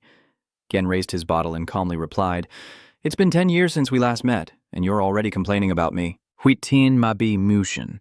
He bowed his head and said, I just felt hopeless about my strength, so I separated myself from reality. I have blindly charged into a mountain I could never overcome. What could be worse than that? Wee sadly says, I heard you lost to the little demon Uihun, you fool. One defeat shouldn't have brought you to this state. Gus is desperate, a fighter fighting back with his fists after losing his arm. That alone isn't enough to be despairing, W shouts angrily. There will never be martial artists who become the strongest, even if only their left arm remains. He smiled and said, I don't think I am as great as them. Deep down I can understand that myself. Images from the past appear causing W to feel endless remorse. Gus said, The strongest person in the world? There was a time I believed I would become the strongest because I couldn't find anyone my age stronger than me. If it was just a defeat, I could have overcome it, but the talent and power of the little demon are beyond imagination. Our starting points from the beginning were not the same. No matter how hard I try, I cannot defeat someone like her. He trembled and said, I, who once boasted about being a genius, lost to a girl only 22 years old. When you meet her, you'll understand what I mean. Listening to his complaints, he angrily shouted in his face, Idiot! He began recounting, I have experienced the feeling of the gap in talent and strength myself for the past 10 years. But I have never given up, even when the obstacles before me are too great, or when I lose myself due to internal exhaustion. If a tall mountain appears before you, be grateful, because that is what creates a battle spirit. And losing to a 22-year-old girl, so what? Today I almost got killed by a 23-year-old kid with a rice cake. Gu Shuyuan was shocked. Oh, he doesn't believe it. What are you talking about? Don't mess with me. How is that possible? He shouted. There's no time for jokes. If you want, I can take you to see him right now. We, trembling, stood before him after explaining everything clearly, and his voice became much more humble. So that's what happened. Hearing him explain, along with Gwen's fierce expression, left him a bit stunned. Gus looked at you with a face full of anger, and then gradually understood. I see. Sungmin stands silently facing the two, not saying a word and showing no emotion. Gwen also stares at him intently. Truly a deadly silence. He suddenly exclaimed, This is truly unreasonable. He suddenly turned to question Wei. Did you deceive me? Unpai shouted. What are you talking about? He then yelled loudly. Weren't you the one who said he was a genius, capable of matching the young demon king? He also has some ability, but it's still not enough to kill you, Elder Shung Min asked with doubt. Why is he suddenly acting like that? Wei, helpless in the face of his unpredictable attitude, sighed in frustration. Sung Min, hearing his voice, said, I brought the Blood Heaven demon here because I want you to fight him, and you were shocked. What? After losing his arm to the little demon, he was utterly desperate and overwhelmed by his own inferiority complex. So I want you to defeat him again and make him wake up. Sung Bin asked back, do you really think such a rough approach will work? And why should I accept this request? He made a deal. I will teach you my ultimate martial art, the Blood Illusion Heavenly Demon Technique. I am determined that even if I learn more martial arts, I won't be able to endure it. I don't need it. He was still talking when he suddenly stepped closer and said, Hey, he's questioning you. Why do you keep standing there like a fool in front of others? Be a bit sensible. Goosey told you. You are too proud, but I can understand how someone your age could have such strength. He smiled excitedly, but once you face a real monster, you'll know what despair is. Just keep driving. Shung Min showed no sign of fear at his warning. Instead, he seemed very interested. Still smiling? It seems you haven't understood yet. I have been like that too. This should be my line to say, I only lost once and already making a big deal out of it. It's so pathetic. I'm trash, and seeing others like this now really makes me uncomfortable. Wow, I can't believe you can endure it. He suddenly turned to Elder B and said, I will carry out your request. Zheng Min said, I can't watch any longer. If you've said enough, then attack, you pathetic loser. The night still covers the city where another battle is about to unfold. Isn't that the Blood Heaven demon? The two now stand facing each other, ready to attack at any moment. A blazing fire burns fiercely beneath Gwen's feet, preparing for battle. He begins the attack first. The large ring of fire grows, the false energy point. In front of your defenses, he thought. Even though I lost an arm and am weaker than before, I will never lose to a kid. Isn't that right, little demon? His murderous look grew closer and closer. I will kill you. In the midst of the battle, a flash of light suddenly burst forth, illuminating the entire surrounding space. Both sides kept launching attacks. Q-Teen Tweet Jiao Technique 5. Deadly Slash. Gu Xian muttered in admiration, then dismissed it. Too fast, but that's all there is to it. He looked at his move and thought, does he also use the same energy technique as the mad demon of the frenzied sky? The fatal slash focusing on speed still isn't enough to pierce through the energy. After evaluating the opponent's techniques, he quickly devises a countermeasure, causing him to be stunned by the sudden change in his opponent's fighting style. What was that lightness skill just now? He's panicking. He couldn't possibly know any of the Kangqi techniques, but his footsteps were somehow generating Kangqi. The techniques flashed through his mind one after another, revealing a two-step way to defeat his opponent as his feet moved swiftly to throw him off balance. The third form of invisible spirit walk then suddenly rushes down from above, leaving Gu stunned and caught off guard. Surprised, he realizes that even with just lightness skill, he can release energy. You damn brat! Gwen gathers all his strength to fight back, his eyes also becoming dazed because of this overwhelming power. Both sides are evenly matched, trying to gain the upper hand. Your sword slashes straight down from above, and Gu Shuyan quickly blocks it. Sung Pin swings his sword fiercely. Guyan quickly pulls back to dodge. A flash of light erupts before him, leaving him stunned and frozen in place, still gripping the sword tightly. Feeling the pain hit him, Gu Shuyan grimaced and silently cried out in agony. My left arm. He was so stunned that he looked dazed as a flash of light suddenly appeared behind him, rushing toward him. Everyone watching the fight was so stunned they gaped open-mouthed. Wei also shook his head in frustration, feeling like he couldn't watch another second. Sung Min pointed the sword at his helpless opponent lying flat on the ground and looked straight into Gwen's eyes, declaring firmly and clearly, I have won! The boy pressed the sword against his face and asked,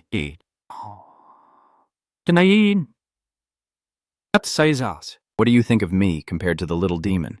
He's not convinced. Do you think a bug can compare to a dragon? You're like salt in his wound, so you're even worse than a bug. Sung Min mocks him. Both his inner strength and martial arts are truly pathetic. I can see he's not used to fighting with one hand at all. Even though he lost before, if he had kept training, the outcome might have been very different. He has wasted his time. Gu lies motionless on the ground after your taunts. Chung Min slowly sheathes his sword. Why questions? At least you should encourage him a little. You calmly said, from now on, everything can only rely on Museum himself. He said that he must have realized the vastness of this world about 3 years ago. Now is the time for him to overcome it on his own. I believe in Musion. He's a hero who can stand on his own feet again. Looking at Goosen still lying motionless on the ground, I silently think, you never know. I've faced despair countless times, but the outcome isn't always good. Gradually, the clouds dispersed across the dark night sky as dawn approached. Gwen still lay motionless on the cold stone floor, his mind filled with tangled thoughts. He exhaled softly, overwhelmed by exhaustion and despair. Goosen softly calls out Hyaniela, quietly voicing his wish to become a blood-sucking demon, as a sinister smile appears in the darkness, hinting at the start of a terrifying plot. In front of a magnificent and grand castle but full of silence, the scene is quite peaceful. A voice echoes right after the door. I have met many dark mages, but your hand, Than Tao, gently holding the glass, is the first I have seen so special. A question full of doubt, a dark mage who is not doomed alongside her master, Dong Hyun lightly shakes the glass in her hand. You're overestimating. It's just a series of coincidences. Dark Tower. Lord Kim Trong Hyun. Jenny La laughed and said, when my master, the Demon King, disappeared, I was accidentally summoned to this world, and that's how I escaped my fate of being erased. Do you like this drink? It's blood wine brewed from the essence extracted from dozens of humans. Queen of vampires. Jeniela suddenly laughed loudly and said, is this how you prove you've given up your humanity? Dong Hai-hun forced a chuckle and said, of course not. He suddenly changed his attitude, saying, it's not necessary to deliberately prove that, is it? Jenny La tilted her head, lightly shook her glass, and calmly observed him from head to toe. She said, yes, it's rare to find a human who harmonizes with me so well. She said, you're the second crazy person I've met recently. He bows politely. You're too kind. A box is presented in front of Dong Hyun, and he readily takes it. Jenny speaks, this is a dark star, proof of becoming a member of the Hunters Guild. I will give it to you. The box opens, revealing a star.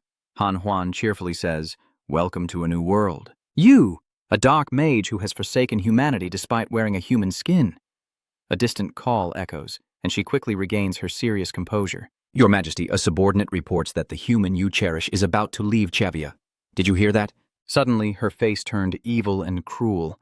The one who insulted you is leaving this place. Jenny La smiled with great pleasure at his fierce expression, his face covered with prominent veins and blood vessels. The evil beast within her emerges, and I will allow it as if bestowing a great blessing. She says, but you must not kill him, do you understand? A triumphant smile spread across a horrified face, saliva dripping disgustingly. Thank you, Your Majesty. The two still face each other calmly, sipping as the blood-red wine in her hand sounds somewhat insincere. I have already intervened a bit in this matter. Dong Hee-hoon bows his head. No, Your Majesty. Jenny suddenly spoke, surprising him. Well, that's really interesting. I remember that usually when someone is called second, they ask who the first is. Dong Hyun answered frankly. I also have a vague idea who it is. Jenny La chuckled quietly. It seems he's gotten himself into another trouble. Seeing his crazed appearance, Jenny sighed softly. Good luck to you. Sungmin. The three of them are crossing the darkness together, ready to leave this place, when a piercing sound echoes through the air. No, not like that. Y is impatient. That's not how to wrap energy around the body. Let me explain it again. Shungmin stubbornly strikes down. Like this?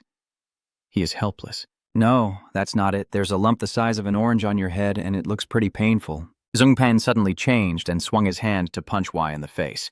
He was furious. That brat is hitting my master. He's covering it up. No, it just seems like your madness has flared up again. And I already said, I didn't hit you. He returned to his serious demeanor, his eyes gazing into the distance. He thought to himself, An and I have been here for 2 months since meeting the heavenly demon. Contrary to my original plan, I stayed in Chavia for 2 more months. He was still pondering the reason when W. Puai suddenly spoke, as promised that he would teach him the blood illusion heavenly demon technique. He said, from now on, you will obey me as your master. He replied, no, I refuse.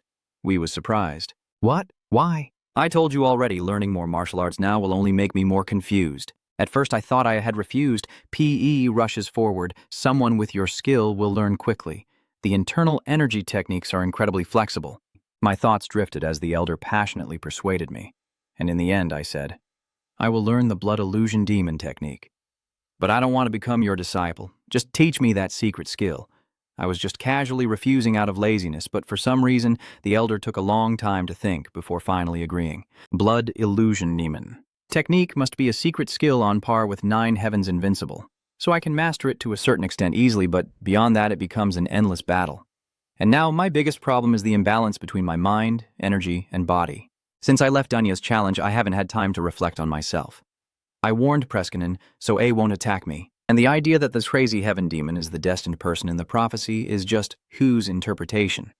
So I stayed in Shavia until the end of the year to refine the blood demon technique and balance my mind, energy, and body. The outcome wasn't exactly what I hoped for, but now that the time of the prophecy is nearly up, there's no reason for me to stay in Shavia anymore. Faint memories from the past gradually surface in his mind. And then, 10 years passed. The tiny spark of the past had grown into someone capable of making their own decisions, and his gaze gradually hardened. It's time to go meet her now. The cold night envelops the mountain ranges, a thin layer of snow covering the mountain peaks. What is this? Why do I smell blood? Wai pinched his nose and furrowed his brow, focusing intently as if he had guessed something, becoming more tense than ever. His eyes widened in horror as a figure full of evil energy gradually appeared right before the two of them. He slowly glided down from the top of the mountain, getting closer and closer to them, a fierce look gradually becoming more evident. Maybe he has recognized this person. Muzhin looked stunned and couldn't believe his eyes when he saw his unusual appearance. Wai was just as surprised, and then cold sweat started to break out. A chilling, terrifying voice suddenly echoed in their ears. "Elder, your rough hand cracking with each movement, and your voice. Are you still okay?" Wai's eyes widened in shock at this appearance. "What is this?" he shouted in utter shock. "What the hell is going on, Mion?" Gus smiled a terrifying smile. Has he truly turned to the dark side? Helg appears and warns him. He has already turned into a monster. Gwen calmly speaks. "Blood-sucking demon." WP is stunned and can't believe it. Why? He angrily cursed, "You fool. Have you even given up the pride of a warrior?" He said, "So what? Does the so-called pride of a warrior help me regain my lost arm? If you truly respect the blood heaven demon warrior, then elders should not interfere in this battle." "Are you here for revenge?" he asks. But who knows? That reason is fading away more and more. My hatred for you and the little demon now is just a habit from when I was still human. He laughed menacingly. "I came here for only one reason. Your Majesty wants to see your despair." Sungbai quickly charged forward to block in front of Wai, surprising him. Wai, furious, clenched his trembling fist tightly. Suddenly, he shouted to Helg, "Please protect Rubia." A warning sounded. "Be careful, he's not like the weak, tattered, bloodthirsty demons you fought before." It seems Geniela has granted him quite a bit of her power. Hearing this horrifying news, he clenched his fists in anger, his eyes sharp, and the space around him seemed to shatter as he charged forward, moving so fast that his figure was invisible. He poured all his strength into swinging his sword down. Guyen fought back fiercely, and their combined, overwhelming power caused both of them to feel uncomfortable. A long slash appeared, but it seemed insignificant compared to him. The ground beneath their feet shattered, as their feet swiftly swept across the broken stones and then shot upward. A deadly strike descended from above, wielding the blood illusion heavenly demon technique. Your eyes widened in shock as the sword strike seemed unharmed. A powerful light erupted. 9 heavens invincible sword. 4th technique of the 9 dragons. Blood illusion. Heavenly demon technique. 1st technique of blood shadow annihilation. The surrounding space seemed to explode, flames dispersing around him before he suddenly darted down like lightning, tearing the ground apart in two. From within the flames, Jung-min gently emerged, clutching his sword tightly. The smoke around you thickened, obscuring your view and disorienting your sense of direction. Guin's sinister face gradually emerged from the fog, a wicked smile on his lips. Sungbin and Hel are furious and disappointed that they didn't hit him. Too late. Gwen sneers at the two with a wicked grin, like a true monster, as they clash again to continue their unfinished battle. Sungmin desperately pushes down the sword as Goose's rough hand raises to strike. He is also exhausted now. Rubia panickingly shouted when she saw that the situation was not looking very good. Helg also looked in with helpless frustration as she saw your expression. Gwen smiled with satisfaction, thinking he had defeated you as you lay motionless on the ground. Sung lies still on the cold ground, but his hand still tightly grips the sword. Helg is furious. How much power did that crazy Genya pour into that bastard? Gusian calmly stands up straight, takes a gentle breath, then smirks. He leisurely approaches beside you, and the Emperor says, "As long as he's alive, you can do whatever you want to him." Gwen thought to himself. First deal with his dirty mouth, then tear his limbs apart. He reached out with a wicked smile, intent on grabbing the boy and then the little demon. At this moment, One Pai suddenly appeared out of nowhere and grabbed his hand to stop him. He was furious, saying, "I told you not to interfere." He said, "If this were a battle between warriors, I would do that. Why I was determined, but I am just trying to protect a kid from a bloodthirsty beast." He suddenly spoke. "So you have used the blood illusion heavenly demon technique?" Gwen asked. He was hesitant and didn't answer. "Did you take him as your disciple?" "I don't agree with that when your shadow appears. Even though they stand close together, there still seems to be a boundary between them." His words don't matter. He laughed and said, "I never thought I would be the one to kill the mad heaven demon." He gritted his teeth in anger. "I am the mad heaven demon Bak Wai." Rubia gently helped Shungmin to his feet as he cried out in pain. Helg said, "All my energy flow has been twisted, and my internal organs are damaged." "Give him the medicine quickly." Rubia took the box and slowly poured the pills into his mouth. Hoji said, "One spiritual pill at least will save his life now, but that bastard is Janiela's bloodline, which she poured all her effort into creating. Even if that old man and the recovering kid team up, their chances are slim. I must persuade the kid to accept my magic. Why would someone like me, Helgi, get involved with someone so weak?" Feeling something's wrong, Helg widened his eyes in shock and quickly turned to see how the boy was doing. Rubia is still feeding him medicine, and he shows no signs of waking up. He angrily glances over when he sees blood coming from Sungmin's mouth, his eyes turning furious. Helg muttered angrily, "What the hell is this bastard doing?"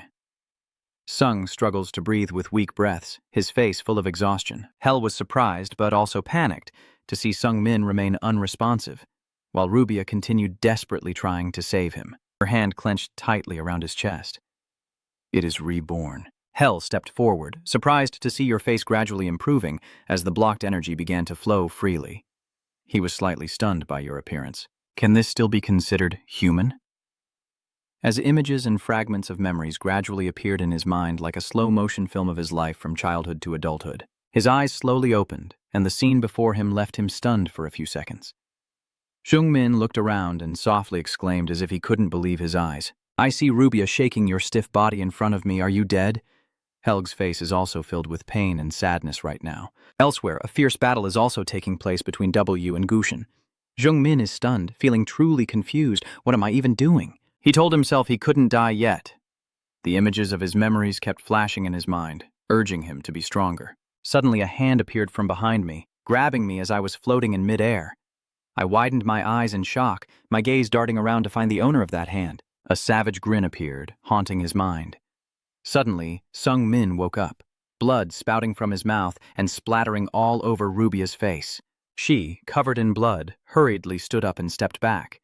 Hel stepped forward and asked, while Jubia, terrified, covered her face and ran away. "Are you okay?" Shung Bin, clutching his chest in doubt, what exactly just happened? "My internal energy flow has been restored." Helg is also amazed. "Oh my God, your internal injuries have healed and your spirit and body are now in harmony." Seeing your battered state, he sighed and wondered if something like this could really happen. You stand up and look at the ongoing battle, your eyes suddenly shining brightly. Rubia shouts, "Wait! What are you planning to do after just coming back from the dead? Don't tell me you're planning to go back into that fight." He nodded slowly, beginning to understand this strange situation. "I see, so that's it. Is it the black heart that the LC guy described?" Recovering from the brink of death, that heart has evolved the boy's body. Even if it was just a coincidence, it's quite strange, as if this world saved him to make him stronger. We said, "The benefactor you are destined to meet in the north is not the mad heavenly demon. If you travel with me, even if you don't go north, you'll still meet that person. A demon who is also a benefactor. It turns out your benefactor is that blood-sucking demon." The prophecy of the gods is always like that. It forces people to act according to a predetermined fate, and in the end, it creates a destiny like this. As the two paused their battle, Sung Min suddenly appeared. WP was nearly exhausted, but still managed to force a smile. He looked at you and asked, "What exactly happened to you?" You hesitated, but still answered, "It seems I have an almost indestructible body." That eerie smile still appears. He wondered and asked, "What is that?" Thoughts appeared. You have been blessed by some mysterious power. You look at your hand, a supernatural, mysterious power? Could it be that the owner of this arm has bestowed upon you an endless blessing? What is that person's ultimate goal? When they keep their life, is there a flicker of fire burning in your heart? Forget it. Thinking about it won't give me an answer. Shung Minette, right now I want to fully harness this power. UX, terrified, his aura suddenly changing.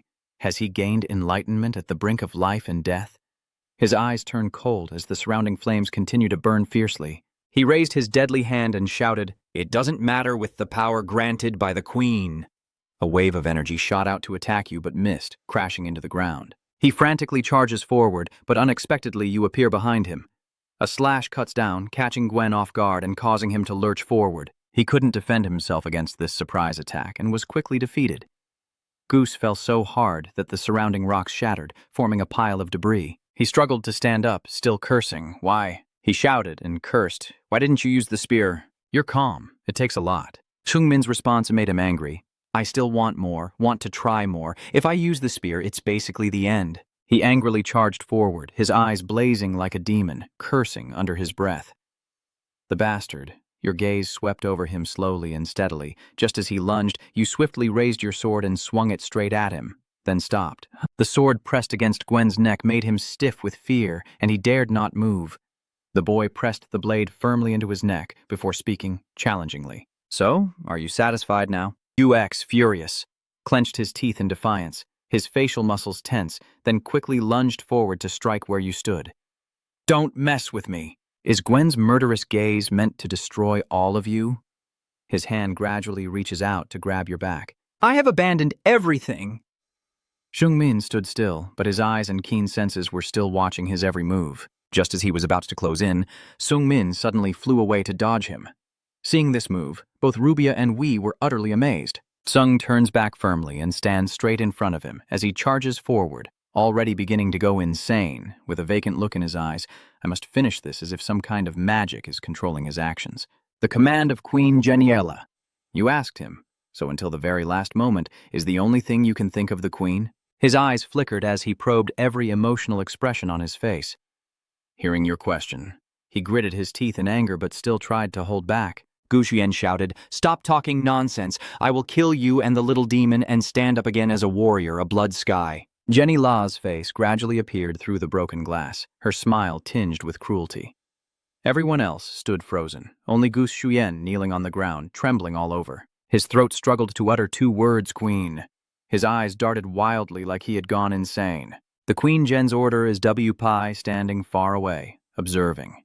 His insane appearance fully captured in his sight. He shook his head in despair, but also with pity for this beta's state. No matter how much he felt sorry, all he could say was, "You idiot!" Unable to watch any longer, he had no choice but to turn his back and walk away. Gus is begging you in a desperate, hoarse voice. Finish me off. A flash of light appeared, and then blood gushed out from the flames. Gwen had truly been defeated by Zheng Min's sword. Maybe this time I am truly free. Sungen wonders why Geniella attacked him through Mu Duyan. Thu Ten, draw your sword and speak loudly. I still can't shake the feeling that this city appearing in the darkness is a place I never wanted to return to. The familiar castle of Queen Genola reappears once again, with her sharp features and that mischievous smile, but this time her eyes look more malicious. She observes through the mirror Shung Min. I still can't imagine if he intervened, he must have used magic, right?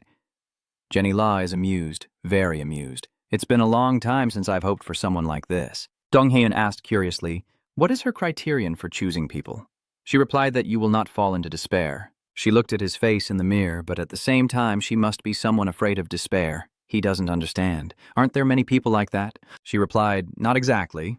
Jenny began to address this issue. First, you're not one of them. You're human, but not really human, and you've fallen into despair. The woman began to focus on Dong Hyun's traits right in front of him.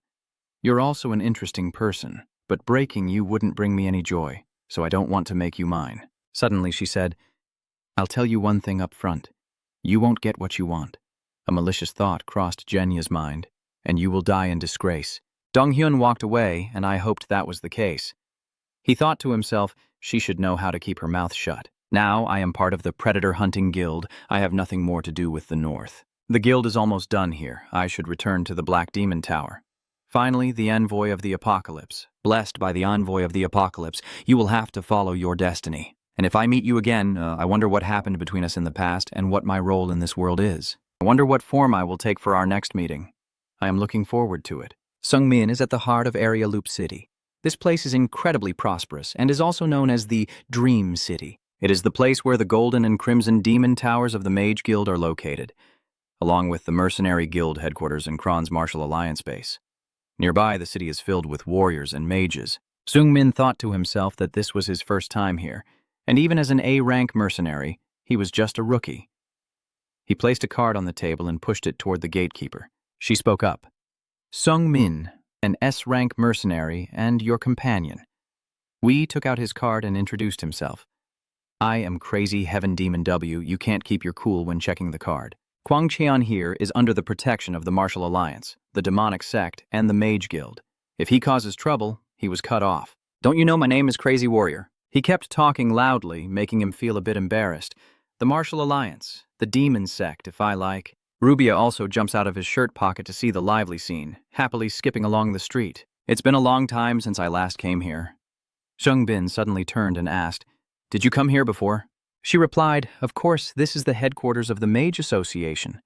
Just like Kim and the Red Demon Tower, they all have people here. He was stunned. The Kim Demon Tower? Sungmin remembered that he had once said he would be granted a favor if he returned, even though he still didn't have anything special he wanted.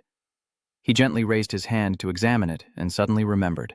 And Scarlet said she would send a signal through her bracelet if she needed help, but there's been no signal for a year, so I think she's fine. Rubia suddenly said sadly, The master hasn't contacted me for a year, but could he leave a message at the Red Tower for me? Gungmin was surprised. Is it at the Red Tower? Loi, the owner of the Golden Tower, is my master's disciple. You are constantly surprised. Loi is a disciple of Enverus? She speaks clearly. If you're not a mage, you wouldn't understand that. But my master is amazing. Sungmin said, We have no plans today, so let's stop and rest. The three of them walk down the street, and he says, Let's visit the Golden Tower first, then the Red Tower. He quietly observes the people and the architecture of this city. This place is truly impressive. Jungpin said, Even with money, it's hard to find something like this. This is the pride of the loop. A result of collaboration between mages and engineers, Rubia explained that some people have technological abilities far beyond alchemy, and by combining the skills of dwarves and magic, they created this place. Suddenly she stopped and excitedly pointed to the most alluring thing beside the train. Helg asked, What's got him so excited? Rubia angrily shouted, Silence. He continued to tease, You're wasting money by taking human form. She's just pretending to be innocent. What do you want me to do? The boy asked. Should we get on the train? Wai suddenly shouted. Just to let you know, I'll sit in the seat near the window. You stand there stunned. Sure now, go ahead. The three of them step onto the train one after another. Rubia tries to sit in the middle seat. Come on, sit down. Wai asks, Why don't other cities have this convenient transportation? Rubia replied, Because it was once a safe and wealthy place. Other cities, let alone operate, just building trains was already difficult for. Hell, it seems there's some dissatisfaction with what they just said. He thought to himself, Many things have changed after 400 years. I wonder how much the South has changed. Kim Tower Station, Sungmin and Rubia step out first. He says, It's so fast.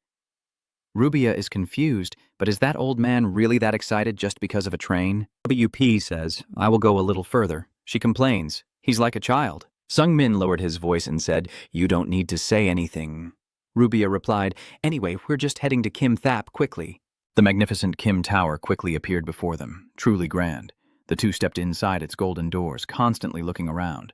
The interior scene is also incredibly magnificent, with every corner illuminated by shimmering lights, as Rubia leads the way while he continues to look around. This way, in the middle of the room, someone is sitting there confidently as if they knew two people were coming.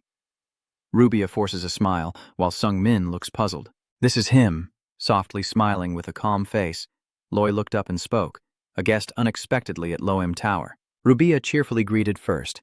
It's been a while since I last saw you. Loi said, Yes, it's been 7 years, right? You haven't grown at all. She replied, You haven't changed at all. He suddenly turned to Chung Min and softly said, You have changed a lot. He thought, I'm not sure if you're the same as before. You replied, Really? The voice echoes in the large room. Do you think the decision to rely on others has been made yet? Sungmin replied, Still not yet. He teased. How big of a proposal are you planning to make? Lot reminds me I have my limits, so avoid going too far. He chuckled. I see. He stroked his beard thoughtfully. But if you have no proposal, why are you looking for me? You can't have just come for tea. Rubia had been silent until now, and suddenly she spoke. I came to ask where my master is, she continued. I am a subordinate of Enverus acting under orders to accompany Sung-min, but I am still out of contact with my master. The faint trace of panic flickered on his face as he hesitated. The master of yours, he said. He came to see me about 2 months ago. Rubia excitedly said, I knew it. Jung Bin suddenly turned cold, his eyes becoming determined as he pondered that name. Enverus. You think like me. He is someone with a distorted perception of cause and effect.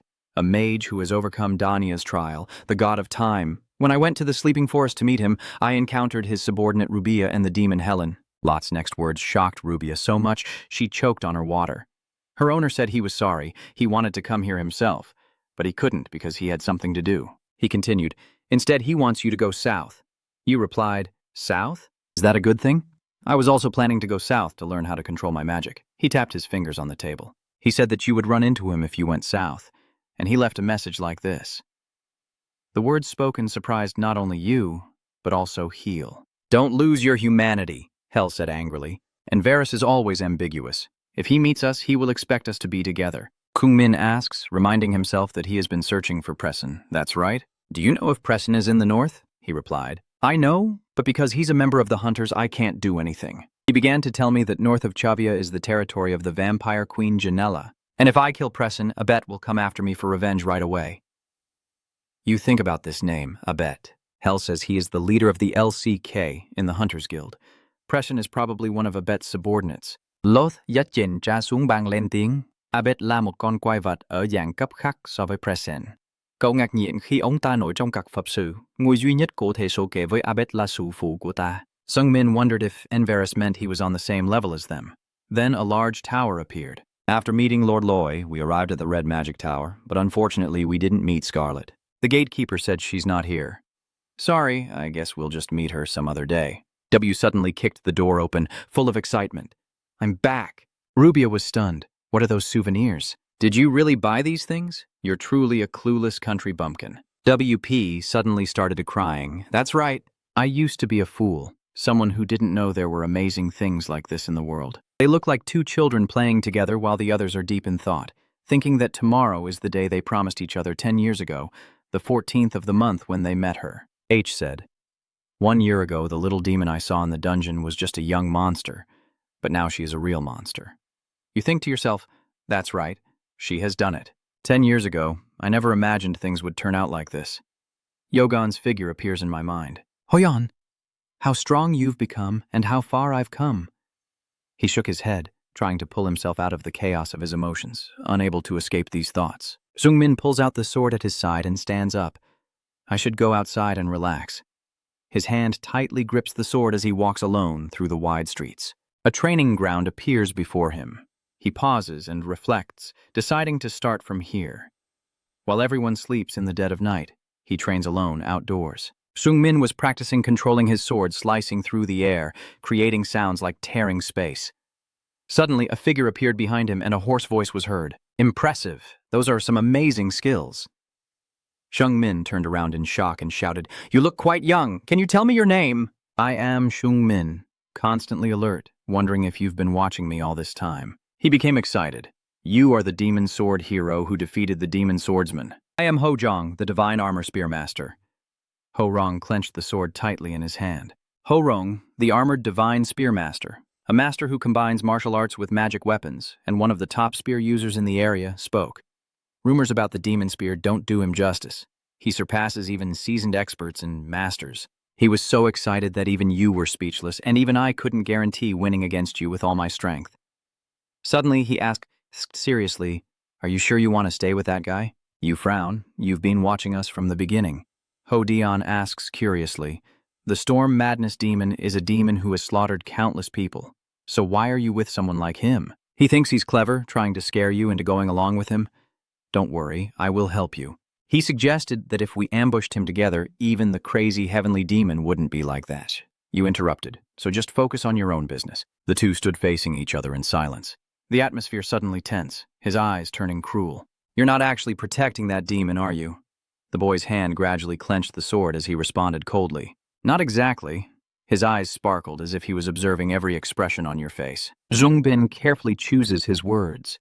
The space suddenly falls silent, leaving only the rustling of leaves. Hodong suddenly burst into loud laughter. I'm sure that's not the case. A hero like you would never do such a thing. I was mistaken. He crossed his arms and continued speaking, but to be cautious, let me say this. The martial alliance still exists. If you stray from the righteous path, his face will harden, and you won't be able to escape the blade of justice. Saying that, he turns and walks away. You stand confused in the training ground as the cool night sky and drifting clouds carry away your words with the wind. I will remember that. On the 14th of Han, the sky is unusually clear, and the clouds are so gentle. Rubia cheerfully said, "Enjoy it." W excitedly rushed forward. "I will go ride the war horse." Helg's trembling expression was captured in his sight. He looked suspiciously and asked, "What's wrong? Are you trembling?" Helg was teasing like the child with Krat first. He retorted, "That's not it. He won't forgive you." All right, all right. Admiration between guys and girls often turns into love. Sung Min runs away, but it's not. His voice keeps echoing in my ears. For someone denying it, my heart is pounding like crazy. "Stop whining and shut up," Helg chuckled. "I didn't expect to see such a fresh reaction from you. You're quite adorable, too." Sung Min's next action leaves Helg speechless. He immediately takes off the bracelet from his wrist. Oh well, Helg's foul mouth has ended up causing him to be sprawled at your feet like this. The water in the fountain keeps flowing and the pond remains as calm as ever. Sung Min stands trembling in the middle of the street, and even at noon by this fountain, it's been 10 years since that promise. He's nervous. Maybe he's arrived too early. Still an hour left. His legs can't stay still and keep pacing. Should I buy a bouquet of flowers? Jungmin dismisses those thoughts. No, why would I buy flowers? I'm just meeting an old friend again. My trembling hand tries its best to hold on tightly, wondering if I can become someone to be proud of. Hoon's images keep appearing in his mind. I want Hoon to acknowledge me. Jungmin's innocent look from the past appears. I want to be praised. You crave it. I want to be cheered on. The shouting and insults ring out. You're useless. You have no talent at all. The criticism hurts, but I always persevere to be recognized. Jung is so tense, he's like drowning in a deep lake. What if Hoon already accepts me? The sun is rising higher, and the time for the appointment is near, but the scene remains silent. Hungmin was so tense that sweat was pouring down his face. He couldn't stop trembling. It's already time. The streets are bustling with people. But no matter how long I look, I can't see the figure I want to meet. Has he not arrived yet? The water in the fountain has almost dried up, but the figure of someone still hasn't appeared, making him hesitant. Shungbin quickly grabbed someone on the street to ask, "Today is the 14th, right? You're tense." "It really is today." Frustrated by Hoon's broken promise, you grit your teeth and call out to Nebo. Nevu appears. "I am here. You order. I want to know where Hoon is." He quickly searches for information and reports back. "Please wait for me a moment." Nevu said that if the person you are looking for is the little demon Hoon, she is currently at the moment. She is fighting the divine armor spear at the south gate. He is stunned. "What did you say?" Shungmin tried to recall what this guy looked like. A divine armor of war? He felt uneasy and quickly rushed away. Strange, with his power, a divine armor spear user shouldn't be a match for him at all. His wandering thoughts kept pushing him forward, but he was still being overwhelmed by the little celestial demon. The townspeople warn you not to use your light steps on the streets anymore. Any warning now is meaningless compared to Hoon's safety. Sungpin dashed forward like a gust of wind and landed right on the roof of a moving ship. He was terrified. Unless Hoon had encountered serious trouble, he wouldn't have been overwhelmed by someone like Ho. Clear concern shows on his face. What on earth is really going on? The battle between Hoon and Ho is still intense with no sign of stopping, as Ho's sharp and deadly spear keeps spinning relentlessly. He mocked, "You're not as strong as they say, huh?" The divine armor spear struggles to stand up, speechless and trembling. "Why did you attack me?" She struggled to stand up, wiping the blood from her mouth as she questioned. "I didn't do anything," Hodong said. "Even a wounded tiger I would do my best to hunt and kill." "Black blood, your body must be in bad shape, right?" She said. "Your fighting style isn't very good." He was angry, his eyebrows furrowing, as a devil cultist mocked and sneered about justice. "I'm just mocking you," he said. "I admit I'm a bit cowardly, but as long as I kill you, I don't care what reputation I lose." "Slaughtering all those people? Did you ever think this day would come for you?" As he rambled on, she suddenly asked, "What time is it?" He was surprised by her silly question, but still answered. "It's almost evening." Her voice softened with a hint of sadness. "Is that so?" The sky is still clear, but inside her heart is gloomy.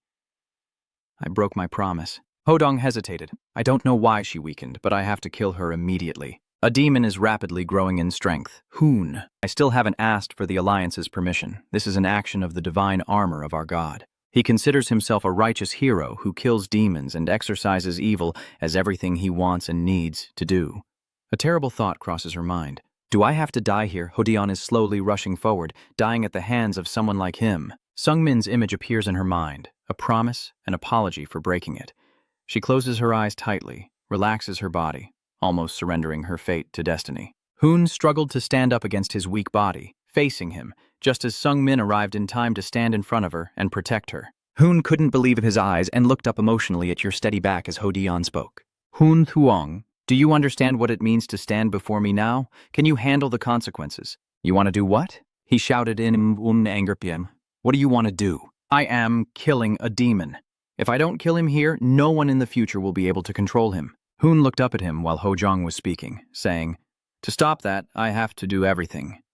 She seemed in disbelief, trying to call out his name again to confirm. Sung, is that you? Hoon's eyes widened in shock and emotion as Shung still smiled gently at her, as if to reassure her that she was protected. Hodong, furious, glared at the two lovers, clenched his spear ready to attack and unable to hold back, shouted angrily at the two of them. Who are you laughing with? As the spear swiftly approaches Jungmin's position, just before it hits his neck, he gently turns his head and gives a cold, piercing glance. You didn't dodge but chose to face him head-on.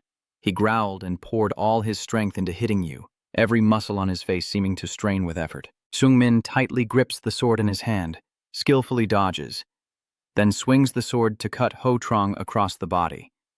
Jungmin frowns, his face cold as he looks at Ho Trong, who was just kicked away. Hodong was caught off guard, but he managed to stand up while holding his spear, placing his hand on his wound and shouting, Soul Spear! Armor! Restore immediately! Jungmin blocked the attack in front of him, watching him cautiously as his armor was healing. Is it a magic armor like mine?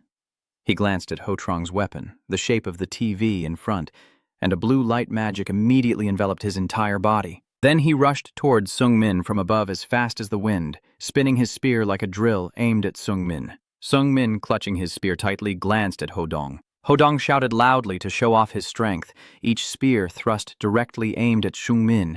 The boy frowned, trying to dodge the attack, but not stopping there. A flame erupted from Ho Trong's spear tip, along with magic. The flames quickly engulfed him. Jungmin frowned, thinking to himself, this looks like it's going to be a tough fight. Hodong thought he had defeated you. He gritted his teeth, tears streaming down his face, but as the smoke from the flames cleared, he was stunned by the scene before him. Jungbin disappeared silently and appeared behind Hodong, just as if it were me in the past. Hodong wouldn't have known anything. Still shocked that Sungmin was gone. A loud crash echoed as Sungmin suddenly attacked him from behind, catching Ho off guard. He was thrown back and fell to the ground. Sungbin coldly glanced at him. The armor on Hodong's head was shattered, blood trickling down his face. Hodong roars, you bastard! Sungmin hears the noise and slightly tilts his head to glance behind. By now, many people have gathered around them. Staying too long in the crowd could be dangerous. Then he turned to look at Hoyon sitting on the ground, smiling gently at her. Hoon said with difficulty, I didn't expect us to meet again like this. Sungpin nodded gently, with a loving gaze. Yes, me too.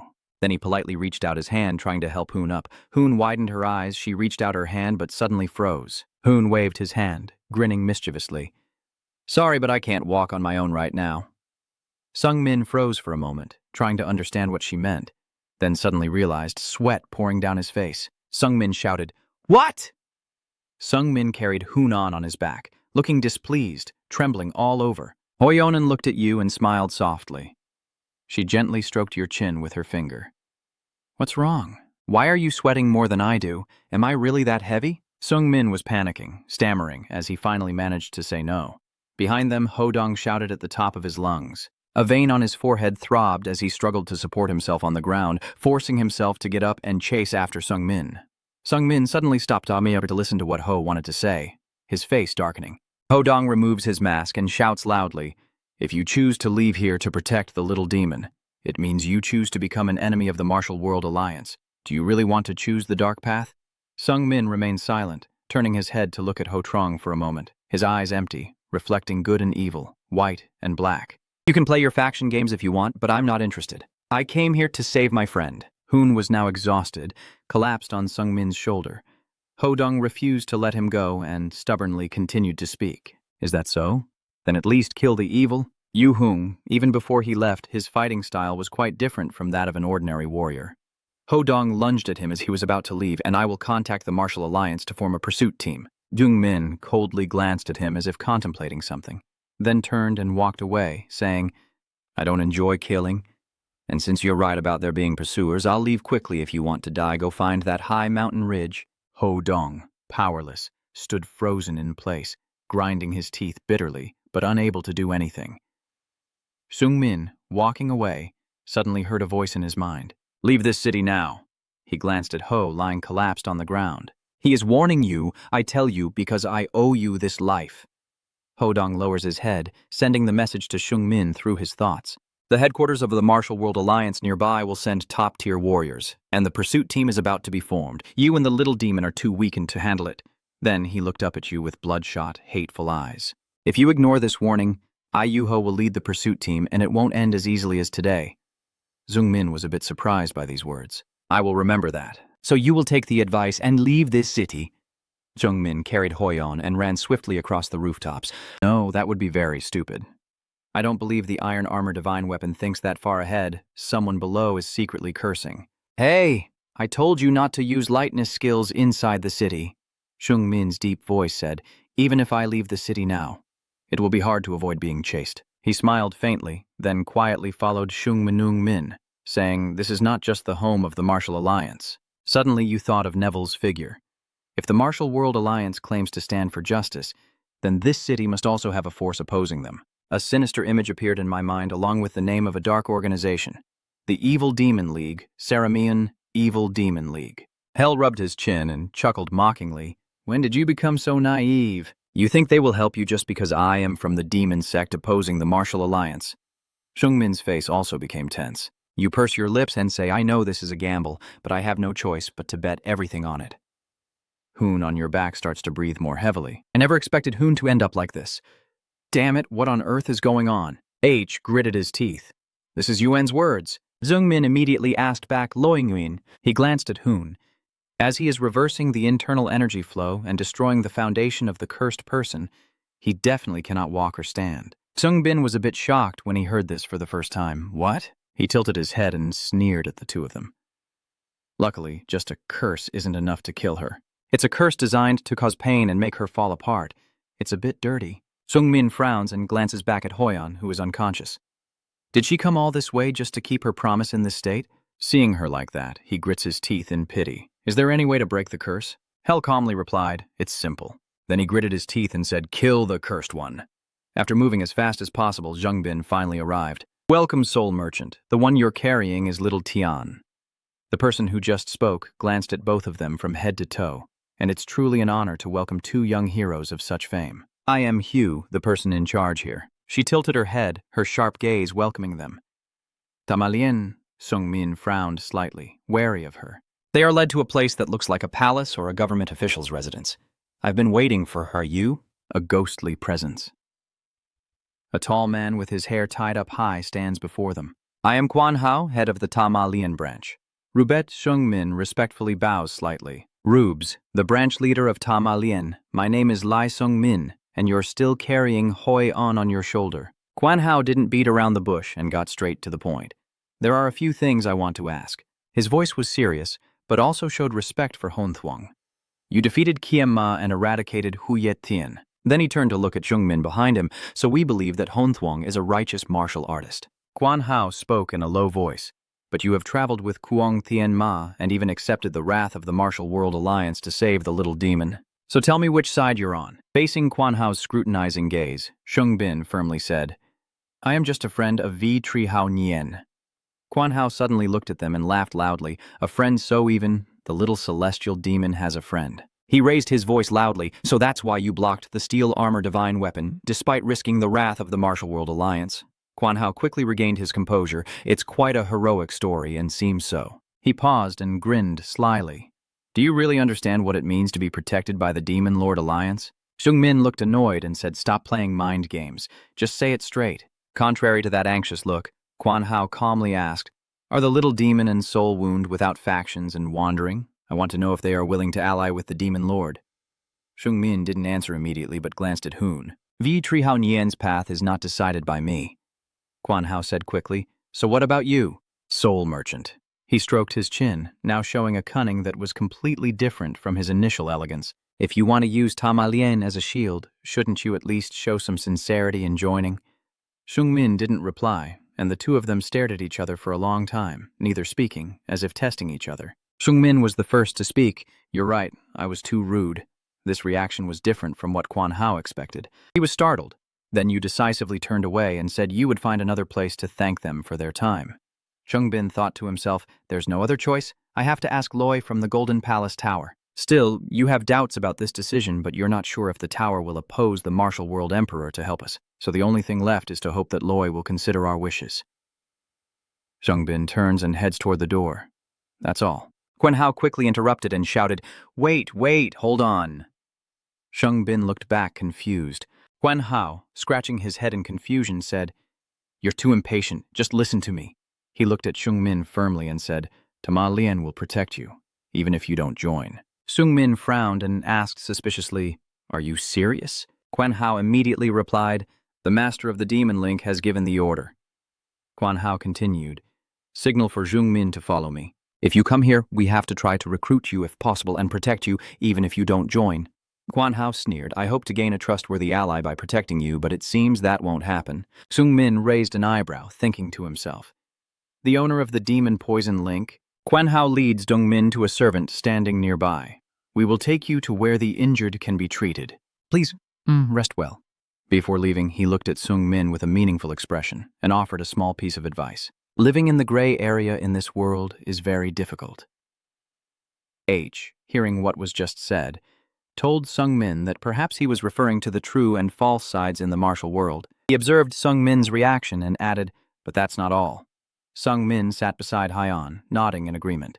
Helg said in a deep voice, justice and evil, human and demon, you walk the line between them. He looked at Shungmin provocatively. How long can you march straight along that thin line? Shungmin saw Hoon move and immediately interrupted, saying, be quiet, she's awake. Hel, excited, withdrew disappointed. Sung was overjoyed to see Hoon open his eyes and exclaimed, Hao Nian's position, you're awake, huh? His eyes were dull and his face showed clear exhaustion, soaked in sweat. Suddenly she sat up and loudly called Lai Shungmin. Shungmin hurriedly stopped her. No, stay lying down a little longer. Don't push yourself. After a moment of thought, Shungmin also decided to voice his concern. I heard you've been cursed. Who is the one cursing you? Hoon said with a faint smile and a helpless look. What good does it do if you know? Shungmin stammered. Then I am, Hoon said coldly. You think you're stronger than me? As soon as the words left his mouth, Shungmin's face darkened. Hoon, breathing heavily, calmly explained, I fought him for 3 days and nights but couldn't kill him, and when I retreated, he cursed me. She gently smiled at Shungmin. Do you think you can defeat someone like that? Shungmin clenched his fists and asked, all right? Hoon widened his eyes in surprise at his somewhat intense reaction. No matter what, I will do whatever it takes. Hoyan silently widened his eyes, looking at the person in front of him. She didn't expect that he could become so determined because of her. Hoon's cheeks flushed red. She smiled and squinted with emotion at Shungmin. Hoon decided to tell Shungmin that the one who cursed me was a swordsman called Thien Nguai Thien. He said he is a low-ranking member of an organization called Thien Nguai Thien. Shungmin suddenly felt that this name sounded familiar. WP also said that this was a wound caused by the sword of Thien Nguai Thien. Shungmin was stunned. Thien Nguai Thien. Seeing that Shungmin remained silent, Hoon spoke up. You get angry as if it's your problem. I'm very happy about that. I sit up with my arms crossed, but Trung Kui is still my problem. I will handle it. Did Shungmin try to stop her in that state? Hoon, resting his chin on his hand, sighs. I never thought I would hear those words from you. Thinking about Shungmin calling for help with V-Tree. Shungmin was furious. He's never been like this before. Both fell into deep thought, Hoon's voice tinged with sadness. It's been 10 years. I don't want to talk about it anymore. She slightly smiled and said, you got angry on my behalf because we're friends, right? Shungmin was startled, stammering. Yeah, of course. Hoon suddenly leaned in close to Shungmin as a friend with a favor to ask, can you do it? Shungmin hesitated, of course, anything. She glanced at the lunchbox beside her, hungry. Shungpin didn't understand and looked at the lunchbox with a puzzled face. Hoon put on a pitiful face, saying her hands couldn't lift anything while spreading her arms to prove it, then closed her eyes and waited. Sungmin still didn't understand and stared at Hoon intently. Hoon, helpless, simply said directly. She stuck out her tongue and licked her lips. "Feed me." Sungmin's face turned red as he shouted, looking displeased, just like when Hoon asked for a piggyback ride, because Hoon had fought until exhausted and needed time to recover. Meanwhile, Jungmin was searching for more information. When he was in the demon realm, he observed Rungpin passing by and Rubia. "I really want to ride the warhorse, but don't say it so loud. You went to see Neville, but he just shook his head in frustration, and even Ibrisa doesn't have much information about them." Even though Sungmin met with many people, there was no useful information or way to lift Hoon's curse. They couldn't find the answer. Hell appears again. If this continues, we will have to head south. Kungmin clenched his teeth in helplessness. Helg stroked his chin and continued. There are more mages in the south, so it will be easier to find a solution there. Sungmin looked at Hoyun suffering on the bed, his hand instinctively clenched. Even now, the hunting dog of the Martial World Alliance was on its way there. They have to make a decision before it's too late. Chung Bin went to see Quan Hao and asked, "Didn't he?" "Yes, you repeated your question. How far would Ma Dao Lian go to protect its members?" Quan Hao chuckled softly. "That's a good question." He thought for a moment and explained calmly. Most members of the Demon Path League have been trained in demonic arts. Martial arts are very powerful, but they change a warrior's nature. Chung Min asked again, "Why not try to control them?" Quan Hao immediately replied, "We have some control over them, but unfortunately there are some who have gone beyond the limit and become monsters. They went insane. When that happened, the Demon Path League could no longer protect them." He gritted his teeth and said, "The Martial Alliance will handle the rest for us." Sungen frowned after hearing this, thought for a moment, then decisively said loudly, "I have made my decision." Zungbin looks determined and straightforward, saying to Quan Hao, "I will leave Ma Dao Lian no matter if Vola Min and the hunters chase me. I have to do my job." Quan Hao doesn't answer immediately but glares darkly at the young man before him. Zungbin doesn't hesitate, turns around and walks out.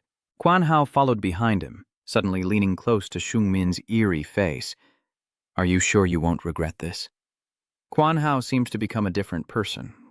Zungmin was terrified by that strange face, sweat pouring down in fear, his face pale and trembling as he stammered, "What?" Quan Hao changed his tone, still maintaining that eerie expression, and said, "I'm glad to meet you.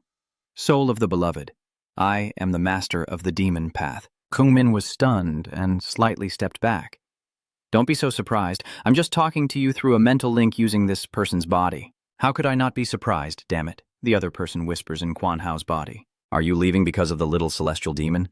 Hearing Hoon mentioned, Shungmin's face hardened. "Yes, even though it was brief, we still thank you for providing us with shelter. The Demon Lord." Inon, in his noble body, grinned and said, "Very well. If you want to leave, I won't stop you. I just want to tell you one thing." He seriously warned Zungmin, "You're walking a gray path, but if you want to switch to a better black, come to the low forest. I will be there waiting for you." Ainon's words still echoed in Sungmin's mind even after he left. Sungmin and Hoon sit side by side, facing Wei and Rubia, who speaks with a truly impressive opening. He looked at Hoyon with a hint of admiration. At only 23, his strength already surpasses the ordinary, something that has never happened before. Hoon smiled, lifting his head to look at P. Crazy Heaven Demon Book 1 P. "I've also heard a lot about you." One Pi immediately became excited. "How does it feel to meet her in person now?" Hoyon said with a loud laugh, teasing tone. "It seems you're not a very tough opponent, are you?" Whose face immediately darkened with anger. He clenched his fist and shouted, making Rubia startle. "Just hearing it already stirs my blood. When she recovers, I really want to fight her." Hoon simply smiled and replied briefly, "All right." Immediately after, she rested her head on Sungmin's shoulder, making him blush furiously. Wei sighed regretfully, saying, "It's a pity that someone like you, a ruler, has fallen into this situation," with a look of sorrow in your eyes. "I need your help, Elder." "Don't worry, I've been facing the top martial arts villains for decades." Soon after, they arrived at their destination. A figure appears high above. It's Ho Dong. He doesn't seem surprised by their arrival. "You don't care about my warning, do you?" Shungmin frowned as he looked at Han Sta. Such a terrifying warning, but I'm really disappointed. I thought they would come in a crowd to deal with me. Hodong hesitated slightly and said that a few things had already happened. He glanced over all of them and immediately recognized each person. Crazy heavenly demon bitch 1PE. Hodion slowly turned his head. Little heavenly demon Yuhun. Hodion probably knows this name all too well, Hon Thuong Lee Sung Min. Hodong's gaze fixed on Rubia, and as he spoke, her surprised face suddenly fell silent. Hodong stared intently at Wei, clutching his spear tightly, the despicable demon who disturbed the peaceful and safe lives of the people. Under the name of justice and the bright martial world, he suddenly charged forward and shouted, "I will eliminate you all." Chung Mi calmly said, "I and Little Demon Lord haven't done anything bad, so maybe you should just tolerate the crazy demon." Wai is surprised that statement actually works. Hodion frowns, veins bulging on his forehead. Evil will sooner or later commit sins. That's how you heretics are. Chung Min stood stiffly, coldly saying, "Are you serious?" He suddenly remembered Quan Hao, and it was indeed a twisted thought. Chung Min approached and muttered, "So even if Wei Hun hasn't done anything wrong, you still insist on killing her just because she's on the demon faction? Your eyes are blazing red as you grind your teeth and emphasize every word. You all love labeling others as black and white, don't you?" Hodong saw your anger and immediately drew his armor. "Fine, if that's what you want, I will kill you with the spirit armor spear." A few days earlier, that day a letter flew into Du Ho Chin's house. He looked at the letter in his hand in silence. A command line glaringly clear: "Kill the little heavenly demon at all costs." To him, it was no different from a threat. Reinforcements are not coming. Ho's face darkened as countless worries flooded his mind. Xiao Tianma is weakened, but Soulblade and Mad Heaven Demon are by his side, and neither of them can handle this alone. Hodong glanced over the letter once more, sighed deeply. This was almost a death sentence. But then he frowned, his eyes shining with determination. "But it's okay." He clenched the spear tightly in his hand and said with a resolute voice, "I don't know if they abandoned me because of the Alliance's situation, or as punishment for submitting to a demon in front of the people." Hodong tosses the letter aside and steps forward with his spear. "But I will destroy these demons." His facial muscles tense. That has been my lifelong ideal. Returning to reality, Hodong quickly lunged at Chung Min. Chung Min raised his spear to block, then jumped back without attacking, standing in front of W. Wei glanced at Chung Min, asking if he needed help. Chung Min simply replied firmly, "No need." Hodion rushed forward, attacking and shouting loudly, "Bring me the head of the little demon." Sungbin grits her teeth in anger. Those damn bastards, innocent people like Yuan are demons, and they try to kill her. Sungbin looks straight into his eyes through his armor, daring him to abandon Hoyan, yet she doesn't blink, as if that thin line between black and white has no gaps at all. "You grind your teeth so hard they almost break. It drives me crazy." Hodion rushes forward while attacking Shungmin with magic from a distance. Sungmin transforms his large wound into a sword, blocking each attack. Ho roars in anger, his eyes fixed intensely on Shungmin with unwavering determination. Sungmin also doesn't hold back, his eyes flashing with sparks. Fine then. Ho Trung's arrogance only makes Sungmin more furious. If you think you are justice and label others as evil. Sungmin dodged all of Ho Trung's attacks and charged straight at him. Then I will take it. Sungmin's sword pierced through Ho Trung's armor and then into his body, leaving a large wound. Unlike their first confrontation, Sungmin no longer intends to spare him. I will follow that path. Ho Dong, pierced through, stands motionless as fresh blood keeps gushing from his wound. Ho Dong's magic power disappears, and the armor on his head also vanishes. He struggles to speak each word, but I have no intention of making this decision. Kungmin looked at him with difficulty and spoke, cutting in coldly and regretfully. Ho Dong smiled as he spoke, blood spurting from his mouth. Sungmin's gaze looked at him without a hint of mercy. And how do I feel?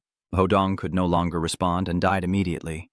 Sungmin glanced at him on the ground as the crowd gathered around to watch. Sungbin sheathed his sword, the divine armor spear guarding the main hall. Even a master like him fell because of that black and white thinking, as if it was nothing. WP approached him. Sungmin looked at the corpse inside, wondering if it was really worth it. There's no other way, but it will be troublesome. Now you've killed the renowned main sect martial master. Seeing that Shungmin did not reply, Wei continued. All the reputation you built as a soul spear will vanish, and you will be regarded as a demon. The Martial Alliance scoundrels can now send people to kill you without any worries. He said in a harsh voice that Du-ho was probably just a sacrificial pawn. As soon as he said this, Sung-min was stunned. At this moment, you and the heavenly demon are not yet infamous enough for them to carry out a widespread purge. I know very well how the Martial Alliance acts, and Sung-min still can't believe it. Are you saying they sacrificed a master just for some excuse? It's worth it. Hoon is now exhausted and being cared for by Rubia. If he can defeat a monster at the Divine Realm at just 20. When W mentioned the Divine Realm, Sung-min couldn't help but be curious. What exactly is it? Chung-min suddenly jumped in surprise. WP was standing in front of him, and he didn't even know when that guy appeared. This masked man is named Duong-mook. He crosses his arms over Chung-min's chest. Chung-min shivered. When did he stand behind me? Duong-mu whispers, the Divine Realm level is too high for someone like you to reach. He answered in a trembling voice. That is the highest realm, surpassing even the peak mastery. A towering wall, that is the Divine Realm. Duong-mook glances sharply at both of them. Many have failed and fallen before that wall, like the person next to you. It can't be! You are Duong-mook. Remove your hand from Chung-min. Has the sword wound you received healed yet? It's Teo Tien-ma. He chuckled to himself. It seems Teo Tien-ma has already figured it out. Chung-min gritted his teeth, unable to move. Dong-mook slowly walks up to Chung-min and Wee and says, I will give you the honor of witnessing a Divine Realm master. He then raises 2 fingers, and darkness envelops his entire body. I am the Demon Lord of Chon Ao Chon.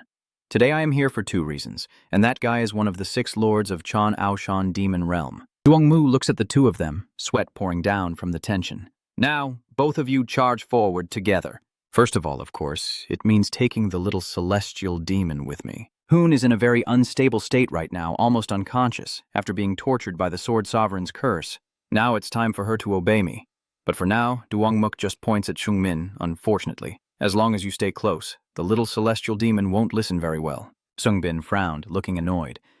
So, you want to get rid of me? Dong-mu said as he took out a sphere, which was part of the second reason. Then he flicked his hand to make the sphere rise into the air. The sphere quickly shot upward under Duong-mook's force, soaring into the sky and then radiating a circle of light. Everything around them darkened. Only the blinding light from the sphere remained. Chung-min stared in awe at the sphere, unsure of what would happen next. Rubia and WP are also stunned, sensing something from this sphere. Only Dong-mook remains coldly watching their reactions. Dong-mook and the entire Sung-min group are standing in a different dimension, so don't be too surprised. Duong-mu raised both hands as if this was completely normal. I was just splitting space to avoid the gaze of others. He looked at Sung-min, who was panicking. Sung-min, at your age, your skills are indeed impressive, capable of easily handling the spear. Then he took a kunai and held it to his forehead. I need to test your abilities. That is also my second reason. I will not kill the first person. We shouted at Duong-mook, but Duong-mook cut him off before he could finish and told him to shut up. He didn't even look at Y and slowly said, It's been 10 years since you lost the Sword Sovereign, right? I remember you promised that within 10 years you would reach the Divine Realm, but now you still haven't achieved that level. He enunciated each word directed at W. The outside world has no interest in trash. Stay out of this. WP was insulted and just clenched his teeth and endured. Sung-bin also couldn't bear to see him spoken to like that, and quickly turned with concern. Senior, we softly replied, I've said too much. The kunai in Domu's hand suddenly grew enormous, now releasing an invisible aura directly toward Chung-min. You raise your spear into a ready stance as Duong-mook aims the kunai at you. Charge forward then, you pathetic loser. Then he threw it away. The kunai shot towards Chung-min as he manipulated the kunai. The kunai flying towards Chung-min's feet suddenly glows, causing the ground beneath him to shake violently and throw him off balance. Sung-min couldn't defend himself, his nerves on edge, sweat pouring down, as a series of kunai rushed toward him from ahead, approaching rapidly, and Sung-min, panic-stricken, realized the kunai were passing right in front of his face. You quickly regain your composure and try to dodge the kunai to avoid injury, but you can't block them all, and some leave scratches on you. Duong-mook provocatively raises his finger, saying, I intentionally missed, so you can't even touch me. Behind him, 1P had appeared out of nowhere. Just as Wie was about to strike from behind, Duong-mook swiftly darted out from in front of him to his back. This speed was so fast that 1Piece missed his punch in mid-air. Dong-mook calmly narrowed his eyes as his entire body suddenly turned into a shadow. Wie also sensed something was wrong. He gritted his teeth and growled. Before Wie could strike, Duong-mook cast magic repeatedly on Wie's body. Seungmin watched as one piece was beaten to a pulp. Helg also spoke up. The strength difference between the two sides is too great. He is waiting to toy with that day. Standing there like a statue, unable to do anything but grit his teeth and wait for the right moment to strike. Seungmin's eyes flash fiercely. He wants to help W. Hell also shares the same thought. What should I do now? Duongmuk continuously dodged all of Y's attacks, then closed his eyes and sighed, showing no concern. Then he suddenly vanished into the air and softly said to W, "I am tired now." An invisible pressure pressed down on W's body, making it difficult for him to understand what was happening. Then a direct strike from above descends on Wei, forcing him to fall to the ground instantly. Duongmuk's voice echoed as W coughed up blood. "You wasted 5 years?" He is now sitting on top of one piece. "You no longer deserve my attention." As Duongmuk was feeling proud, he suddenly sensed an enormous power that made him startle. He suddenly turned around and saw Seungmin standing in the darkness, his body emitting a strange red aura. Duongmuk stood up and smirked. "I can't let him go, I have to take the little demon with me." He looked at Seungmin, who was in his demon form surrounded by dark energy, not expecting someone like you to rely on the filthy power of demons. Seungmin's eyes burned red, his anger reaching its peak at Duongmuk's contemptuous words. Relying on the power of the devil, W also struggled to get up behind him. The old man stood beside Duongmuk, trembling with anger. Duongmuk just glanced at him. "And you haven't even managed to stand up yet?" Wei grew larger, a crimson hue engulfing his entire body. He roared in anger, but Duongmuk calmly said, "Come on, even you?"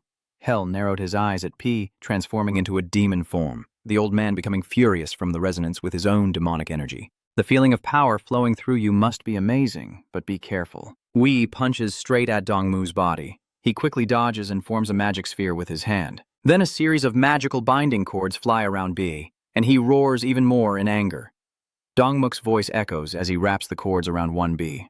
Nothing in this world comes for free. The binding cords start tightening around Wei, and the demonic energy will destroy that person's true nature.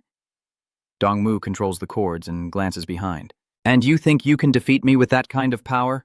Jungmin's spear shot straight at him. Duongmu looked wide-eyed, dodged to the side but still got hit by the spear. "What?" Jungmin's fingers curl into a ball of fire in his palm, the fourth blood moon demon god technique. Neither Jungmin nor Duongmuk yields, both charging at each other with uncontrollable fury. 2 orbs in each hand touch, unleashing a terrifying force that leaves no clear winner, as their clash causes an explosion and swirling energies shake the space violently, but moments later, the darkness is dispelled. I am a bit surprised. He still stands firm but has been thrown quite far, even though you are borrowing demonic energy. He narrowed his eyes and the aura of magic wrapped around his hand in terms of strength alone.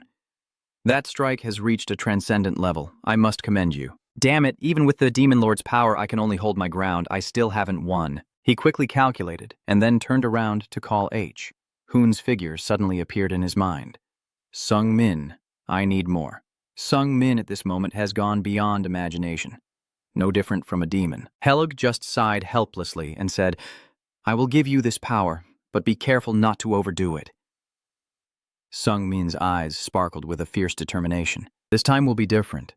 My body and mind are prepared, and I have enough inner strength to control the demonic energy."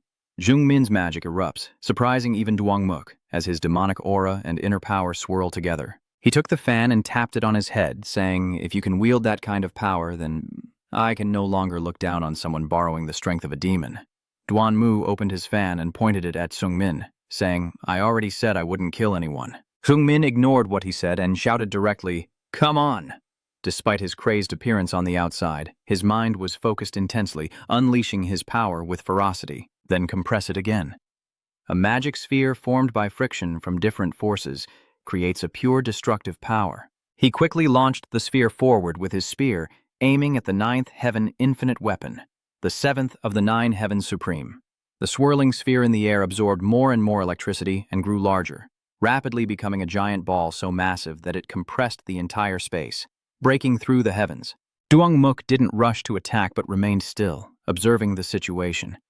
When the sphere was about to touch him, Duongmuk raised his fan and flicked it lightly. He flicked the fan straight up into the sky, causing the sphere to tear apart in the direction of the fan. Nice attack. The sphere instantly split in two, flying to the sides, leaving Duongmuk standing safely in the middle. The man arrogantly kept his eyes closed the entire time, ignoring the explosion behind him. Duangmuk sneered, "Well done," but before he could finish, the smoke in front of him dissipated, revealing Shungmin standing tall nearby. A shockwave suddenly passed over Dongmuk's head, his eyes filled with terror, while Shungbin was frantically charging forward. A streak of blood in his eyes was clearly visible, and a roar echoed throughout the space. The sound of Thuong's slash rang out, but that attack from Shungmin suddenly fell silent, contrasting sharply with the chaos of the battle. By the time he regained his composure, Dongmu was thrown into the air, blood pouring from the wound on his chest. Dongmu's eyes widened in disbelief, unable to believe he still had the strength to strike again. Damn it, I've been fatally wounded. Duangmu looked at Shungmin standing still. I hit his weak spot, but with all those spears stuck in you, I still can't believe how he's able to counterattack. Would it really be shameful to kill him? He knelt on the ground, struggling to lift his hand. There's no other way now. I was just too careless. Now I have to take little heavenly demon back to the outer heaven. As soon as this thought crossed my mind, Duangmuk immediately sensed something unusual in the air. He looked up and was quickly frightened into paralysis. Blood dripped onto the ground, echoing with the steady sound of footsteps. Duangmu Kui stood there motionless, blood streaming across the ground. In front of him, Shung Pin was steadily approaching each step, leaving a trail of blood from his wounds. You said as you charged forward, "I won't let you take him anywhere." Shung Min's appearance now is no different from that of a true demon. Duangmu clenched his eyes, watching Shung Min's every move closely, surprised but not entirely stunned by his strength. Pretty impressive, but unlucky for you. I didn't expect him to still move like that in that condition. Then he lowered his head and raised a kunai. If my body were still intact, I would now take your life whether you borrowed demon energy or not. He threw the kunai towards Sung Min. I will take the little demon away. Sung Min is also seriously injured now. He doesn't react as the kunai rushes in goodbye. The kunai, just a few centimeters from Shung Min, suddenly froze in place, followed by a loud crash from above. A mysterious power appears. Duanmu's pupils constrict as he can't believe what just happened. Someone's voice echoes. Inon appears, standing in front of Shung Min, grabbing his shirt. It's been a while, hasn't it, Duanmu? Lately you've been really into bullying the weak, huh? Duanmu was immediately provoked when he saw him. Don't call me by that name, he shouted. Suma Lianchu. Inon just smirked. Inon turned to Shung Min and directly pulled the kunai from his head. Blood splattered everywhere. Shung Min let out a faint cry of pain as Duangmuk Thiu Tao seemed afraid of disturbing Incheon. How did you get here? Incheon slowly lowered Zhung Min to the ground, his body trembling. How so? There is nowhere I cannot reach. Duangmuk stared intently at Incheon, noticing a faint shadow surrounding him. Duangmuk sneered. So you're just a shadow. Inon immediately retorted, so what if it's just a shadow? Zhung Min remembered his first appearance in the noble body. If it was Tuma Lianchu, then Duangmuk shouted. You mean you want to interfere in the affairs of the heavenly outside heaven? Inon calmly smiled. Probably so. He looked down at Shung Min's bloodied body, feeling pity for the boy struggling in despair, then glanced over to see that Duangmuk was also badly wounded. What shadow?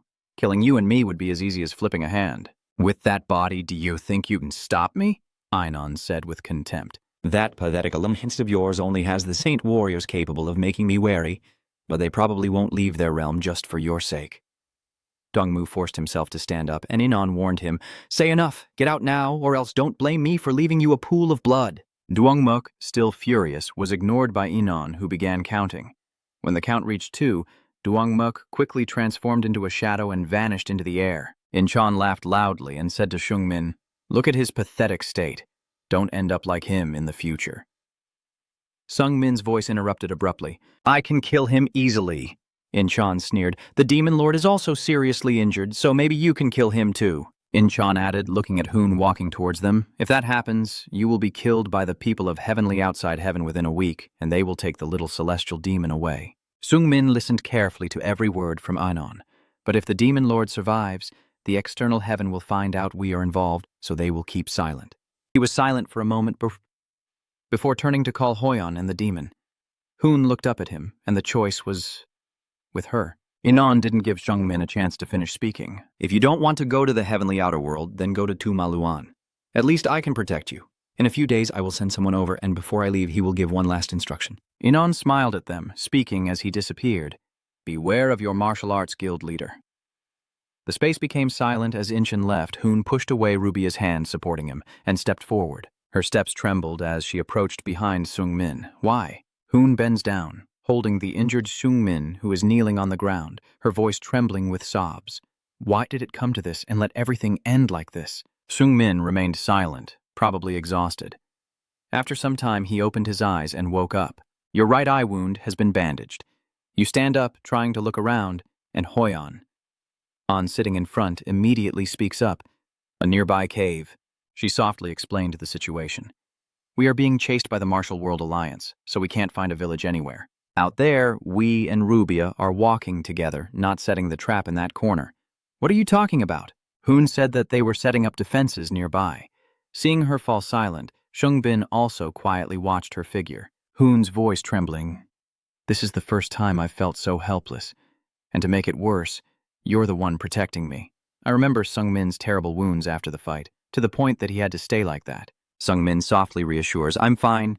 Hoon immediately shouts, but for me, is that okay? Sung saw her get excited and froze for a moment.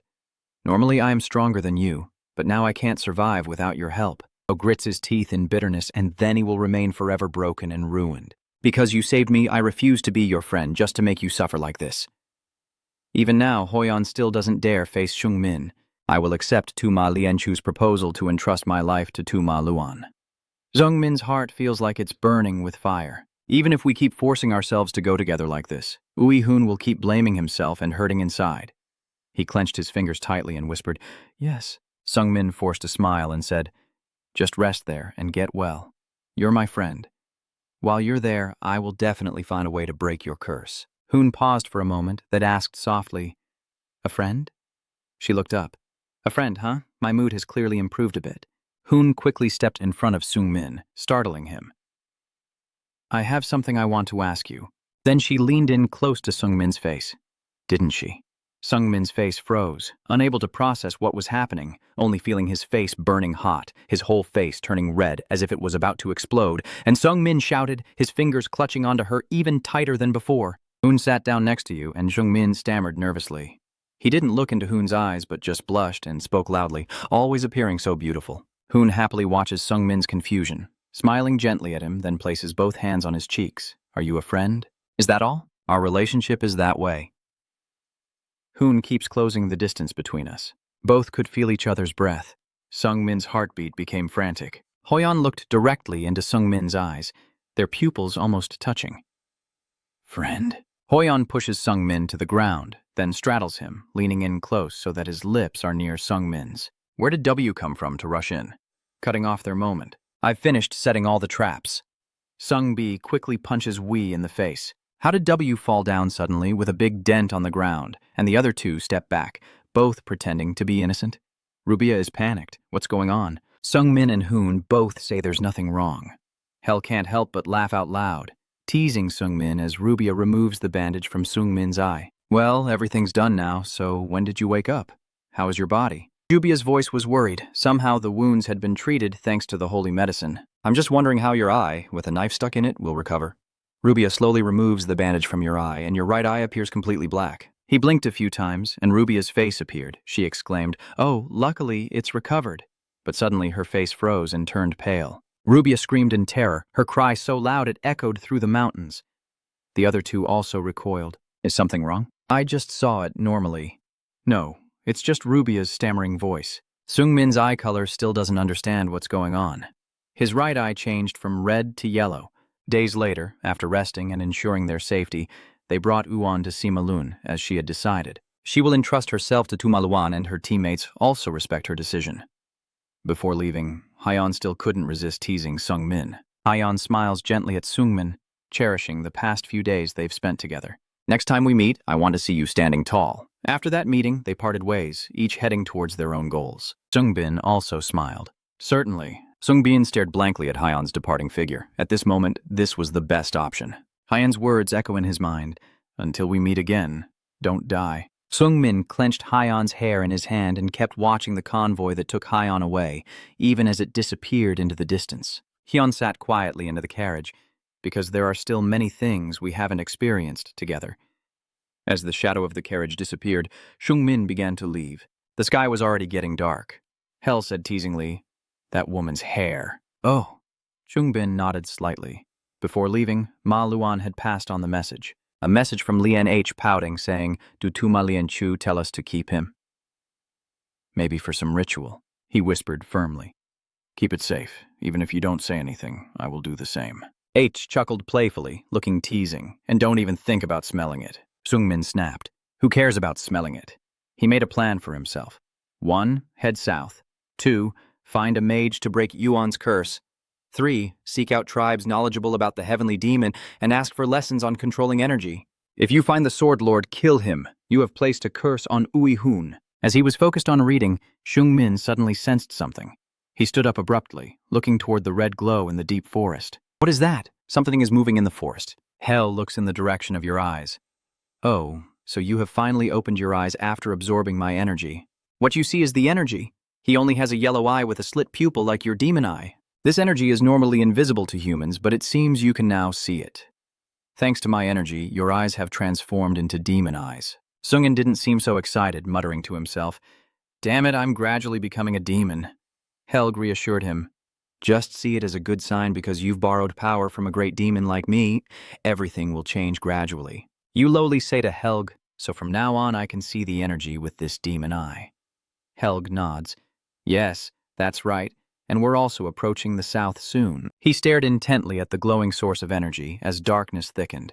The space grew silent with strange sounds, and monsters born from human fear continued to emerge. Hui's voice grew more serious. "The south is considered the area with the most monsters, and its civilization is less developed,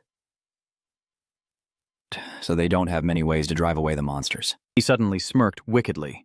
"Monsters born from human fear grow stronger as they are fed by that very fear," Hel said sharply. "That's what a monster truly is." As soon as the words finished, a giant snake appeared behind Sungmin. Sungmin turned around, not very surprised by its appearance. The giant snake sticks out its long tongue and asks, "Who are you?" "How dare you set foot in my territory? Your skin looks so real, doesn't it?" Sungmin pulls out the merchant's spear and laughs loudly as he looks at the eyes of that monster. "Your eyes really resemble those of a monster." Rubia wakes up startled by a loud noise and asks, "What's that?" Sungmin's face darkened as he thought to himself, "Monster." He furrowed his brows, determined he would never become a demon. Sung Min's demon eye suddenly turned blurry and darkened, revealing only black and white, and an evil smile involuntarily appeared, haunting his mind. Wee and Rubia, after waking up, immediately pulled out the snake and cooked it, surprising Sung Min, and everyone ate the snake meat.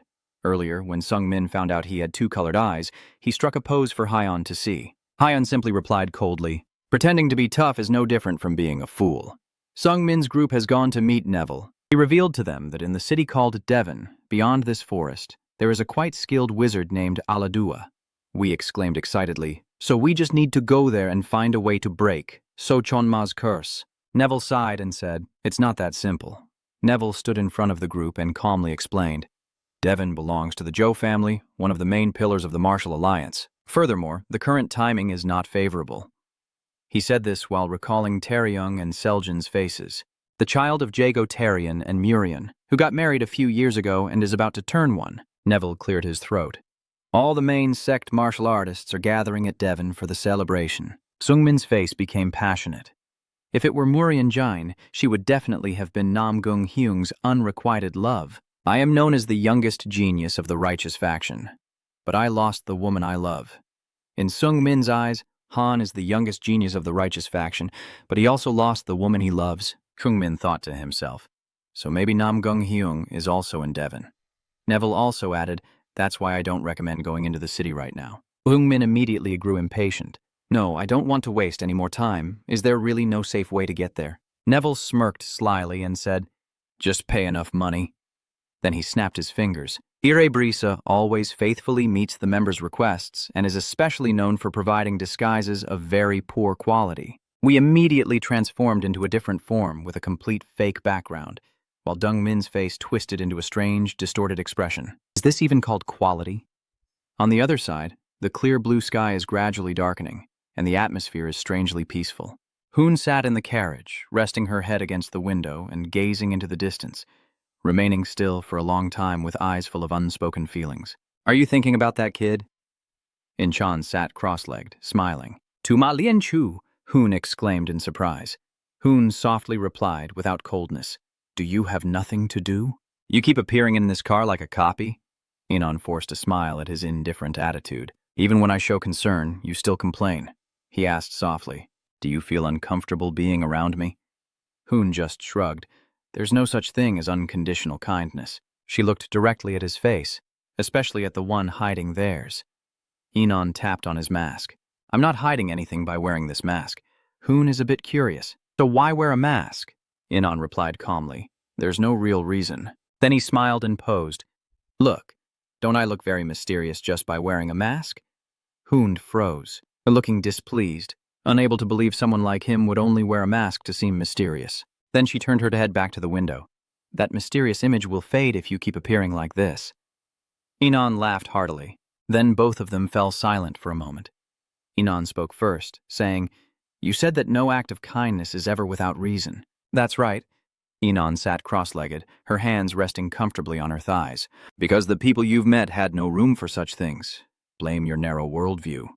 Hoon saw him speak in a deep voice, immediately flinched and straightened up in his seat in a defensive posture. She looked at him nervously, sweat beading on her forehead. This is not a bluff. Facing her tension, Inon sneered and said, Are you always the main character in your world? So arrogant, don't worry, I'm not very interested in you. Then he mentioned Zhongmin's name, making Hyon startle. What I find more curious is Gui Trangboy. Hyon trembled with anger. What are you plotting? Inchan sat cross-legged, smiling softly. You dare to send out a killing intent towards me? Does he look at Hyon with such sarcasm, with that cursed and fragile body? Hyon screams. Even if cursed or losing limbs, I am still myself. Still, she was trembling, clutching herself tightly, thinking to herself, that is what I have decided, because I promised you. Inon suddenly realized he was looking at Hyon like a hunting tiger, and he thought to himself, how pitiful. Inon calmly reassures, relax. When I say I care about Gui Trong, I mean it literally. Then he strokes his chin thoughtfully and says, I am considering taking him as my disciple. Hyon was a bit stunned. She repeated, an apprentice. Hyon felt quite surprised and incredulous at this decision. The demon sneered at Inon, the leader of Shimun and the strongest of the evil sect. Inon calmly replied, why not? I heard that you don't take disciples. Inchan flicked his fingers, but no one has caught my eye so far. Actually, his tone is slow and deep. That's also why I'm not interested in you, because I prefer them. Inon stared intently at Hyon. I prefer an ordinary person who works hard over a genius who does everything easily. Hyon also didn't back down. She chuckled softly. Are you saying Lai Sung-min is an ordinary person? It's ridiculous, he started slowly. But after 10 years, as soon as he finished speaking, Inon became even more interested. 10 years. Hyon was surprised by this reaction. Yes, someone as a genius surely can't be imagined. He smiled, his voice slow, reflecting on the time that kid had gone through. Inshin's voice turned hoarse, but Hyon could still hear it. I said it was 5 years ago, and he became even more excited. That's why I was interested in him. Returning to Sung-min, he is now standing in front of a burly-looking man named Adua. He spoke up now, still bowing his head. A guest, right? This is the wizard Awa. Sung-min didn't beat around the bush and asked directly. I want to find someone. Adua is sitting on a mat at Veiduang. He replied slowly. That's the old man's specialty. Fi is Awa, who looks up and sees a distorted masked face with a mischievous eye. Every time Sung-min deviates, he screams. What the hell? Who is this? You look so messy. Sung-min disregards his reaction, placing a small bag beside him. I want to find the one who cast the curse on the owner of this hair. Aladua opens the bag and takes Hoyon's hair strand. It's not difficult. Then he rubbed the lock of hair between his palms as if to feel it more clearly. Aladua's magic spread throughout the space. Sung and Wee watch closely. Aladua clasped his hands together and let out a sharp breath. I see a forest with scenes unfolding through his magic. I also see elves. Aladua concentrates intensely, magic enveloping his body. The one who cast the curse is in the elf tribe's forest. Aladua suddenly inserted a finger into his nose, and the other nostril snorted, This is an extremely deadly curse. At this level, even the caster's body struggles to withstand it. He said through gritted teeth, so now he must be suffering just as much as the curse he created. We nodded, so hunting him would be easier. Sung said firmly that the forest of the Eo tribe was the destination already decided. We looked at him. Tar hated boring prey. Someone stepped closer from behind them and asked, Who are you? Wai glances at the newcomer, who is Taeryung, with his hands clasped behind his back and a frown as he looks at them. Jungmin also turned around and immediately recognized the person in front of him. Taeryung said with a displeased look, not at all like an ordinary person. This is Jia Cat Tai Lin, the silver-winged flying dragon of the Jia Cat clan. A few minutes ago, a skull-masked person informed Taeryung. Juing is here in Devon. He is Hak Quyen, the leader of the demon hunter team under the martial world. Taeryung thought for a moment after hearing this. Gui Trang, I once met him once. I didn't expect him to become a demonic martial artist. So the Hak Quyen team has come to the Jia Cat clan to seek help. Black Dog nodded, yes, but we lost track of them as soon as we arrived in Devon. Maybe a thought crossed Taeryung's mind. They had disguised themselves, and now he was facing a face distorted by a spell. One Pai stepped forward and asked, "Do you say they are not like ordinary people?" Of course. He pointed to himself and clearly read out the false information. A Helmus Sebastian Crow often hides his true identity because the rebel group of the Tau always hunts me down, the last heir of a noble family that has been wiped out. I disguise myself as an ordinary hunter, carrying in my heart a fire of hatred and a desire for revenge. Taeryung opened his mouth in shock, looking at him with a mixture of doubt and trust. Ignoring WP's rambling, even in exile in the mortal world, I have never forgotten the dignity of a noble. Taeryung glanced at Jungmin's strange face. Sung blinked innocently. I am a gayet, which means a dog's excrement. Taeryung froze even more, pointing at you, stammering and unable to speak. Jungmin still kept that distorted face, staring seriously at him. Taeryung narrowed his eyes and looked at Sungmin for a long time. The two almost locked eyes. It took so long that Sungmin's face was distorted, and through Taeryung's eyes, it was even more bizarre. Taeryung refused to give up, staring intently at him, sweat pouring down his face. Jungmin also kept his gaze fixed without blinking. Taeryung forced his face to look normal and kept staring at them, making them grumble and think to themselves that even without saying anything, it was clear they were very suspicious.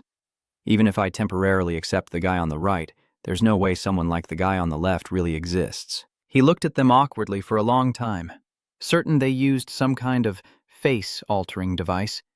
But Taeryung saw through the disguise that behind that facade were two demons with enormous power waiting for him. He thought to himself that fighting these two directly would be suicide, and stammered to Sungmin, I understand now. You two can leave. Sungmin and we were released, and they tried to stay as far away from Taeryung as possible. Rubia transforms into an animal form hiding in Sungmin's shirt. Are they aware of us now? Sungmin whispers, Who knows? Zungin turns to look at P, still in character, looking at me and then at you. Yes, sir, Rubia snapped. Why is he so committed to staying in character? It just makes me want to punch him. Before, one Pua saw my disguise and immediately spent money to buy one. The full option disguise set that the old man bought on a whim was too expensive. Nevu's eyes sparkled at that moment. And there will be no refund, sir. Jungbin silently weeps inside. If I hadn't bought the cheapest disguise, I wouldn't even have enough money to pay the wizard. Jungbin suddenly realized something and stopped in his tracks. He whispers his thoughts so Jubia can hear, wondering why someone like Jia Cat Tai Lin would come to see the wizard. At the same time, he also realized their purpose was to find us. They continued walking without knowing that a few people on the neighboring roof were quietly watching their movements. Just as Shungmin predicted, Aladua is casting a spell on Taeryung. I confirmed it with a magic sigil. The two people you are looking for seem to be the ones who just left, sir. Taeryung muttered to himself, I knew it. Hurry up and start the pursuit team. Hai appears behind him and greets, interrupting Taeryung's train of thought. Hio tilted his head with a knowing look, about to follow Guang. Taeryung immediately stood up and turned to face him. Nam Kung Hing Win, Gu Trang is your sworn brother, right? Why are you here in front of Alawa's confusion? Those two started arguing, saying, Don't act like this isn't your business. You're going to join us too, right? You're not planning to oppose the Martial World Alliance, are you? No one said anything. Don't worry, I don't plan to retreat. If my brother is lost as the senior, it's my responsibility to guide him back on the right path. Taeryung turned and charged forward, shouting to Wan Hai as he ran. Then let's join the Lam Thien Quang Sword Corps and form a pursuit team as soon as possible. Wan Hai remained standing still, not intending to leave, lost in thought. I don't know how long has passed, but Shungmin's group had gone deep into the city. Shungmin hid to the side, observing the people around him. But the gathered group doesn't seem impressive. Probably not enough time to call in the experts.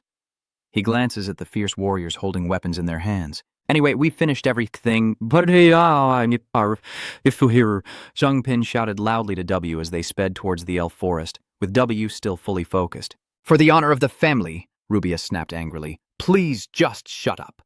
A furious shout echoed from behind. "Capture those damn demons!" Hell suddenly appears. He whispered, as if everything had been planned in advance. "Just in time, I have a secret estate nearby in the forest. I will give you the treasure I promised." The space is tinged with a mystical purple hue. So this is where we passed through while being chased. Lai Dong-min looks around, unable to hide his suspicion, and mutters, "What kind of cursed forest is this?" Suddenly, a dark entity burst out from the depths of the shadows at a terrifying speed. The group continued to follow the forest. "You said, the Trung kneel down." Lee Jung-min turned to Fly like One Piece, his mind gradually piecing together the strange things. "Are you saying that your fear caused this forest to mutate?" He confirms. "Yes, I realized it when I saw the ghostly fire spots clinging to me. After I died, that unprovoked fear took root in this forest. Even after death, I still have such a strong influence. I truly am something different. I wanted to mock him, but he's too skilled, so I had to hold back." Sung Bin asked further, "Is this place safe for us?" He replied, "It's hard to say. Some things here obey me because they originate from me, but many things are beyond my control. We can't be careless, but at least I can make them lead the way. The pursuers must be terrified right now." Sung Min knows. Yes, without wasting more time, you quickly decide that we will follow the guidance of the spirit Fire Flare, take his treasure, lose the pursuers, and leave the forest. The spirit Fire Flare suddenly flickers strongly. Rubia froze, the flickering Wu Lin Hua trembling. He sensed that something was here. Helg whispers as if facing an existence that shouldn't appear. "Is this energy you?" Amidst the hazy bones, a voice echoes. "It's been a long time. I thought you had died 400 years ago." Hell beside Jungmin immediately changed expression. "Be careful, kid. That is a predator king-eater." The surrounding air seemed to freeze, and that name carried a weight that silenced the entire forest. Dui, G, W, I, the great demon. Dui, G, W, I. Rubia was startled and panicked, then looked back at the traces they left on the path. "The jagged marks I drew 2 hours ago? Rubia has been here for 11. We have been going in circles all this time." He clenched his fist. Blood-red magic surged, and then quickly disappeared. "Even with my demonic blood ring, I can't break a single tree. What kind of cursed spell is this?" Rubia frowned, her voice urgent. "The magic force is too strong. We can't even map it easily." Bayok P shook his head, his eyes filled with confusion and anger. "No way. In my time, this was just an ordinary forest. This phenomenon feels like someone has cast a barrier covering the entire forest." He slowly concluded, "I'm not sure this barrier isn't something an ordinary human mage could create. The surrounding space seems to be distorted, making directions unclear. It seems like there's something troublesome hiding here." Sage Jane suddenly screams in terror as if he saw something, tearing through the air. A gigantic entity slowly materializes from the void. Its body is shrouded in an enchanting purple hue. Jago Taryung immediately drew his sword, ready to charge in. "What kind of monster is this?" He froze in place, his whole body stiff with the oppressive pressure weighing down on his mind. In shock, Taryum couldn't hold back and exclaimed, "What is this?" In that moment of life and death, Aladua rushed forward with him, pushing him back. He shouted loudly, "Damn it! Go now!" The battle raged in an instant but was intensely fierce, with the evil spirit's light exploding violently, startling Aladua in fear before the giant form gradually turned into faint purple smoke and vanished into the void. Hio stared intently and asked tremblingly, "What was that just now?" The other person replied, "A malevolent spirit." "I told you already that this forest maze is extremely dangerous, filled with spiritual and evil spirits that your martial arts can't handle. If I had known this was a forest maze, I wouldn't come even if I were offered riches beyond measure." "Wait a moment, calm down." Jago Taryung realized Aladua was losing control and tried to steady him. "I don't understand what's going on, but aren't you being too cautious?" Kim Long Hio, Thentien Kim Kwang Squad. "Look at this. All these powerful experts are gathered with the most promising talents from each noble family." As each name is called out, his eyes shine brightly. "Elite teams from the noble families and the pursuers of the Martial World Alliance. Seijin's Boneflower, the Black Dog Battalion, under the Martial World Alliance's Pursuit Force. With that much power, don't you understand yet?" Contrary to that optimism, Ad Dua couldn't believe what these people could do. That entire great power is on the brink of destruction like a dog. The monster was born from fear. 4,000 years ago, a great demon shook the entire world. It was so powerful that even after its death, the fear it left behind still lingered, causing this forest to warp and be filled with evil energy. Dago Taryung stammered, trying to cling to a less frightening possibility. "Wait, You mean this monster isn't even its true form, but just its remnant soul? He replied, "Just that? You say that because you don't know anything. Even the remnants of that demon's soul could easily wipe us all out." A heavy silence hung in the air, and he still said, "The name of that monster is the one that surprises them all." Helgen beside Lee Shung-min with those spirit fire dots seems to like you too much, which makes you a bit uncomfortable. These ghostly fire spots seem a bit too friendly, don't they? Helg explained. Kid, don't get angry, just listen. He slowly begins to confess. The reason this forest has become like this is probably my fault. The atmosphere in the forest suddenly turns cold. He growled softly. Be careful, rookie. It is a type of predator, a king of monsters. He gazed directly at a fiery figure that once spread terror across the world. It is a chain demon, a demon of chains. It slowly continued, one of the 5 kings of the carnivorous species. Jug sighed softly. A demon king. That spot is now vacant. Hell looked on with a cold, puzzled expression. What happened? You are much weaker than before. He immediately pulled up his shirt, no longer the majestic appearance of a king. Juai, with only a battered soul remaining, replied, But you see me in this state, torn apart and searching. He revealed without hesitation the shame of someone who once stood at the top. So you're hiding here to absorb the remnants of this old man's inner strength. Are you a parasite? He replied, I no longer have the right to be proud. You are right. I have been completely defeated and exiled from my city. So I should stay here to recover. Then do you want to punish me for invading your territory? I don't care. Let the loser lick my broken pieces to recover. I'm just here to take something back. By the way, it's a relief. Who was the one who defeated you? One. Jog, after hearing him appear to be calm. The name spoken from the horned monster immediately causes the space to tremble. Yana, a 9-tailed fox spirit, is currently ruling Uri. Outside, the night is silent. Shung-min turns to ask, Huazhu, isn't your treasure already stolen by someone? He scolded, Foolish, that's impossible. They quietly moved deeper into the forest and suddenly saw what looked like a temple. Helene announces, We have arrived, look carefully. His face lit up. You instinctively startle, as a purple hue with sparkling light envelops the space. Helg nods confidently, a smug smile on his face, knowing that being stored in this auxiliary space means no risk of theft. Open it. Country bumpkin. Li Dongmi squints, trying to recognize the strange substance. It doesn't look like hongok. What is that? He reveals it. What? Have you never seen it before? When the box opened, it was Long Tam, and you were stunned, unable to believe it. Long Tam. One treasure after another appears, each emanating a divine aura, eternal ice and the inner core of the monster, with 100 internal energy and 60 poison resistance. You and he both gaze with bright eyes at the treasures, dragon bones and scales, as the light from the piles of gold and silver jewels dazzles your eyes.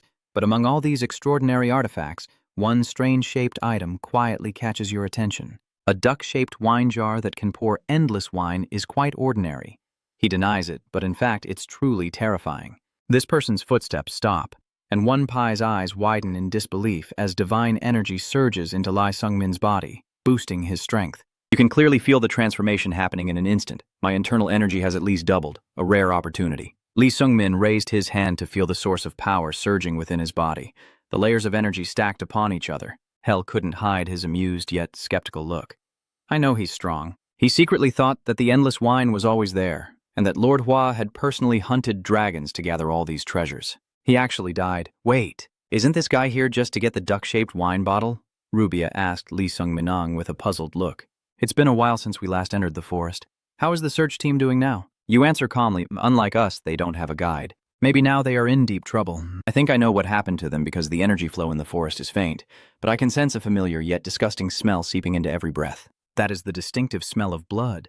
Those who once tracked them are now likely to have become sacrifices for something brutal. There's no doubt that the Ming martial artists are chasing us. Lai Dong-min looked visibly scared after hearing that. You ask, could it be the work of the Crimson Demon? Does the other side deny it? Helg immediately objected. That doesn't seem to be the case, and in his mind, the image of George Y. lying motionless on the ground instantly appeared. He shook his head slightly. Although fallen, he was once a king of monsters and not the type to die easily.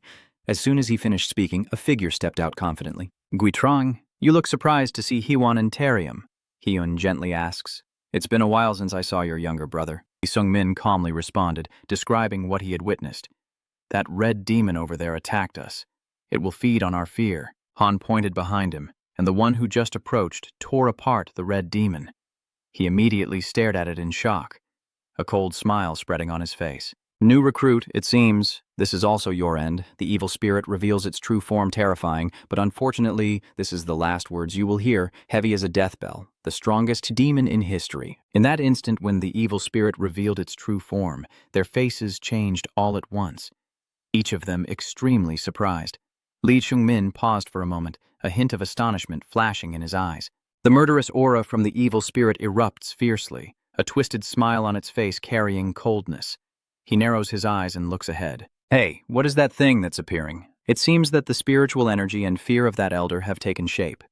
A mass of spiritual energy is gathering in this forest or something similar. The evil spirit hovers behind, its cold eyes fixed on Lai Sung-min's figure. The boy thinks to himself, this guy is way too calm. He used to panic and burn his internal energy whenever he faced a strong enemy. But after the battle with the Blood Heaven Demon, his spiritual power and internal strength became much more stable. And moreover, Healjin's elixir almost doubled his internal energy. Li Sung-min takes a deep breath, prepares for the final fight, calmly swings his sword. This is something he can definitely do. At that moment, from the deep forest, a chain demon suddenly appears out of nowhere, then goes berserk, destroying everything in an instant. But then, another demon beast tore the Shichqui into pieces in the blink of an eye. Hai opened his eyes wide, unable to hide his shock. Yet Li Hung-min kept fighting with his sword, his eyes shining with determination, watching the battle unfold, fighting evenly with them as the deadly evil spirits rush in fiercely. Hai quietly thinks he's crushing them all. When did the distance between us become so great? Hell whispered with a cold contempt, which was only natural since, even if it took my form, it was just a hollow shell of a remnant spirit. It seems strong enough to defeat the red demon of corruption, but there's no way it can beat the one I personally trained. The evil spirit is furious as it's being beaten mercilessly. Li Dongmin dodged the attack while observing it, quickly analyzing in his mind.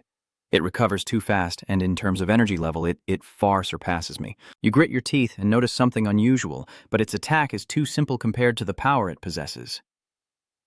Helg stands in deep thought, frowning slightly, a hint of discomfort flashing across his face for no clear reason. What is that? Helg muttered, a sense of disgust rising from deep within his soul, feeling inexplicably horrified. The later it gets into the night, the darkness falls over the forest, and Talin La appears with a pained and furious expression. Lai Dongmin glances over and speaks calmly. He's not an opponent to be taken lightly. Helen felt like you seemed excited, didn't you? He let out a long breath, as if he was ready for the only choice left. Then Li Sung-min's gaze turned cold. Is there any other choice left? He looked at you coldly. Hai suddenly lowered his voice and spoke to you. Really? Sweat was streaming down Hyunun's face. He continued. Gui Trang, if you let me go, Namgung will no longer pursue you. Can you forgive me for old time's sake? He agrees. All right, the atmosphere briefly calms down. Then Li Dongmin looked around the devastated battlefield and said, let's keep going. The pursuit team is already broken up. Wait a moment. Aladua hurriedly stepped forward, raised his hand to signal, I want to go with you. He glanced at him and said coldly, I just saw that dead body still lying there. Aladua shamelessly said, pretending to be dead is my specialty. That squinty-eyed guy dragged me here, and I ended up being led to my death. Following those fools forever, even if I had multiple lives, it wouldn't be enough. Please, get me out of this forest, and if you're looking for someone or something, I will help find it. You have a gentle and shy melody. So, after leaving this forest, where will you go? Lai Dongmin replied firmly, without hesitation. First, we will go to the mysterious forest. A curse echoed, filled with rage throughout the woods. Damn it! Jegotarium gritted his teeth, anger clearly on Hai's face. He was not only kneeling before the demon, but also abandoning the pursuit team now. Sejin is urgently urging him to act. What are you planning to do next? Forget about the Namgung and Tang families. The priority is to escape from the forest first. She kept complaining non-stop, making Jegotarium annoyed. It's been a few days, and suddenly he snapped in anger. Shut up, we need to get out of here and seek help from the Martial Alliance immediately. Where did the black dog rush in to threaten Mr. Sejin from? Jegotarium was caught off guard, not understanding what was happening or reacting in time when the black dog suddenly lunged forward and struck him. He chuckled softly, his voice as cold as ice. In truth, from the very beginning, you guys weren't skilled enough to defeat Gui Trong or the Madhead. You guys were just sacrifices from the start. I didn't expect to have to kill my own kind.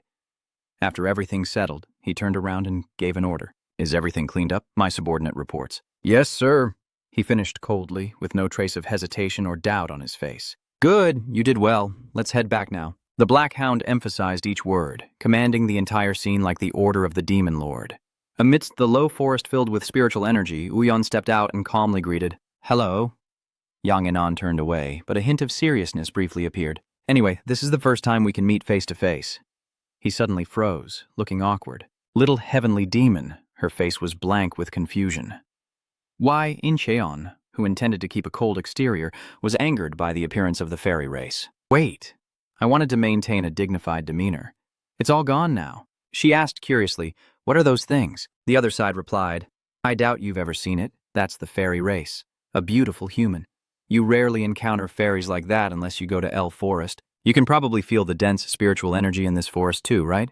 That's because the fairy queen lives here, and it's not a bad place to recover. I don't know when the demon hunter will arrive here, probably in at least half a year. The fairy folk circle around her, smiling kindly. Let's make a deal together. She agrees. All right. Elsewhere, Shungmin and Don continue their journey toward the village where the mad demon learned to control demonic energy. Li Sungmin and Bak Wanpai are searching for their way through the dense jungle together. Amidst the wilderness, Aladua begins to worry as she realizes they are lost. You guys don't know the exact location of the village either. After all, we're in the middle of the forest. Did you receive anything from that tribe? If it's related to them, I can use tracking magic to find the village. Rubia crossed her arms, her voice impatient. You have nothing? If you have something, then show it quickly. Then he took out a bracelet. Aladua takes the bracelet, his eyes instantly changing. A bracelet is enough, so why are you so tense? Rubia glanced at Bayok P with a teasing look. You got this from a young lady, right? After completing the ritual, Awa slowly said, All right, now I know the position. Lai Dongmin looked at everyone and said firmly, Let's go. Out of nowhere, an old figure slowly stepped forward. Va stared at him intently, voice trembling with emotion. Bayok WB, is that you? Povas, a member of the Void Min King's servant tribe. Bayok P was stunned by her elderly appearance. Bovas, you're so old now. It's been 10 years after all. She replied, I never thought I would meet you again. What brings you back here? He answered, I returned to find the technique of energy circulation related to controlling demonic energy that I once learned in this village. Povas, after hearing that, fell silent for a few seconds due to the overwhelming loss. Trying to hold back his pain, he whispered, Dagur is dead. Povas widened his eyes, his breath catching for a moment. What? She continued. Not just Du Gio, everyone has died. I am the only one left alive. Lai Sung-min stepped forward, surprised, and asked, What happened? It was a demon. 3 years ago, a giant fire-breathing demon appeared. It said it was looking for a human who could control demonic energy, then burn our entire tribe alive. From the start, we shouldn't have gotten involved with those demons, so why did we believe in a monster that had been dead for a long time? We worshipped the wrong god, and this is the punishment. Li Shung-min kept his eyes on her and asked again, So how did she survive? Bovas reveal a nine-tailed fox? When the demon had almost slaughtered everyone, a fully golden nine-tailed fox appeared, and as soon as it revealed itself, the fire demon fled. The nine-tailed fox said it would protect the villagers and then led the survivors away. You wonder, why didn't she go with you? Her eyes turned frantic. Why wouldn't I go? Do you think a demon would really come to save people? The others are probably being swallowed whole by that fake fox spirit. Suddenly, Foss's voice broke out in utter panic. There's a demon in the bushes. A demon.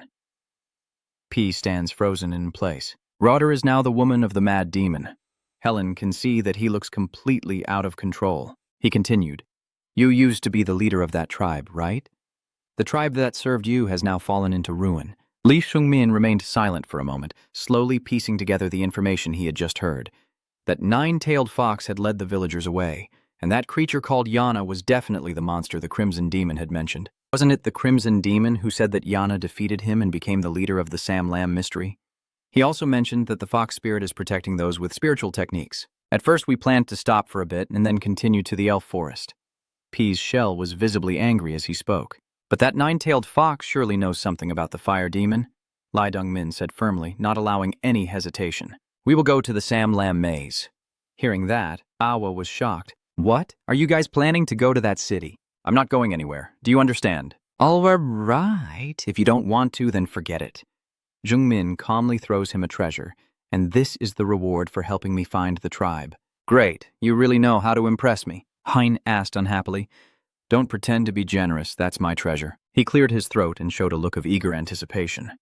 I sensed that something good was about to happen. My master who taught me magic is also in the Mivu forest. If you come with me, he will help you. After days of crossing mountains and forests, the silhouette of the demon city in the mysterious woods also appeared. Lee Dongmin froze for a few seconds, unable to believe what he was seeing. Is this where that guy's master is? Passing right in front of you are beautiful girls, and a seductive young woman is approaching. Are you annoyed in passing through here because there's no other place?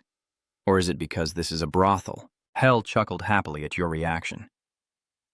Demon City is like that, full of all kinds of half-beasts and monsters that keep the night here always blazing. Lee Dongmin continued to ask skeptically, is this the place where Aladua's master lives? Suddenly, a girl appeared and smiled sweetly. Are you guests? Sua tilted his head, his voice soft and suspicious. Please. We will serve you wholeheartedly. As he turned to leave, Hell suddenly remembered something and turned back. There's one more thing. He continued with a hint of meaning, but also surprise. The men in blue are actually men. After being led inside the brothel by the man at the door, Lai Shungmin's group also met Dua's master. As they entered, someone familiar with Awa asked, Do you say Awa introduced you? Lee Dongmin looked at the person in front of him and replied, yes. Dua's master then confirmed and said, it's more useful than I thought. I thought he was just a foolish disciple. But sometimes he can do something impressive. Lee Chungmin listened to Aladua's master but didn't understand anything and could only remain silent. Aladua's master continued, that clumsy guy next to you and the beast boy are not my type. Bei Xipi just stood there silently after hearing this. Rubia, on the other hand, reacted very strongly. Kid, Aladua's master doesn't care, and she continued speaking. Sometimes changing her tone was quite interesting. The person lounging on this long chair is Grand Mage Fong, who is Dua's master. She continued, let's go, the night is still young. Lee Sungmin blushed deeply at her words and shouted, that's not why we're here. After some conversation, Fong also understood everything that had happened in the past few days. After hearing this, she said, so you saved my disciple? She beckoned towards Lee Sungmin. Even if he's useless, I still have to repay the favor as a master. What do you want? My body? Lee Sungmin, hearing her joking like that, looked serious and said, no, I don't need that. I want to see Yan Fong. Hearing this name, immediately sat up and asked, Yan, are you talking about the nine-tailed fox? I can arrange that, but what are your true intentions? Lee Sungmin directly states his purpose without hiding it. I'm trying to find a way to control the demonic energy. No, that's not it. You should have gone crazy a long time ago, but you still retain your humanity. Is it because fate is tied to you? You really are a strange case. What is the force of fate? That is a force that compels fate to follow a predetermined path. I think you can feel it too, right? Your fate is no longer just yours. Even if variables change, the outcome remains the same. Even in situations where you should have died, you still survive and meet the people that fate has arranged. Li Zungmin, hearing her say that about him, could only gape in surprise and didn't argue against what she said. Fong stood up and slowly approached him, saying, a person with a destined power will inevitably bear a heavy responsibility. Of course, I've never seen anyone with a stronger destiny force than you. You seem pretty confused, after all. Listening to Fat, Lee Sung-min feels a headache and puts his hand on his forehead, looking exhausted. Fong sits cross-legged, one hand supporting his chin, and says to him, I'll let you meet Yana for now since you said you wanted to see her. It took about 4 days to reach her. Yana is an old friend of mine, so if you're bored while waiting, feel free to come and visit me. 4 days later at Hoa Vien, Lee Sung-min finally met Yana. As soon as he saw her, he asked, Are you Yana? Yana calmly replied, Yes, the girl in the traditional long dress with blonde hair, standing behind her with 9 tails, is the ruler of the 9-tailed fox forest. Yana looked at him and said, I have been waiting for you for a long time. The next words she spoke shocked both him and H even more. King Huvo is still doing well. Hearing that she knows about my existence, Hell frowned and asked Lai Sung-min, What? How does she know about me? Yana still stood there, knowing that both of them would be very shocked to hear that. She continued to ask, even though she couldn't see with her eyes. You are over there, aren't you? Lai Dong-min stammered. How does she know about the Void King? Hell whispers to him, not sure if she can hear. Yana bowed her head slightly and said, It was the Void King who saved my life 500 years ago. Hearing her say that, Hel was also very surprised because he didn't remember doing that. When did I do that? Yana recounted what happened many years ago. You probably don't remember me. At that time, I was just an ordinary fox spirit. She said that and used her power to pull Helg out. So, shall we talk face to face then? Seeing Helg being pulled out by her using her power, both Lee Sung-min and he were stunned. Yana pulls him out and then smiles brightly at him. The King of Light is intangible. Hel felt a bit wary seeing her act like that in front of him. Don't act so familiar. I don't remember her. Yana heard him say that, but she didn't blame him, only gently touched her chest and calmly said, still proud and majestic as ever. As soon as she finished speaking, her eyes lit up brightly. A powerful energy surrounds her, and this time I will be the one to help you. Bai-ok and Lee Sung-min immediately became alert upon seeing her terrifying appearance. Yana only glared, and a single Bai-oc was knocked away. Then she turned back and immediately hung Lee Sung-min up. She looked at Lee Sung-min, who was tied up, and said, "You entered that pathetic human and intended to take over his body, didn't you? Don't worry, I will help you.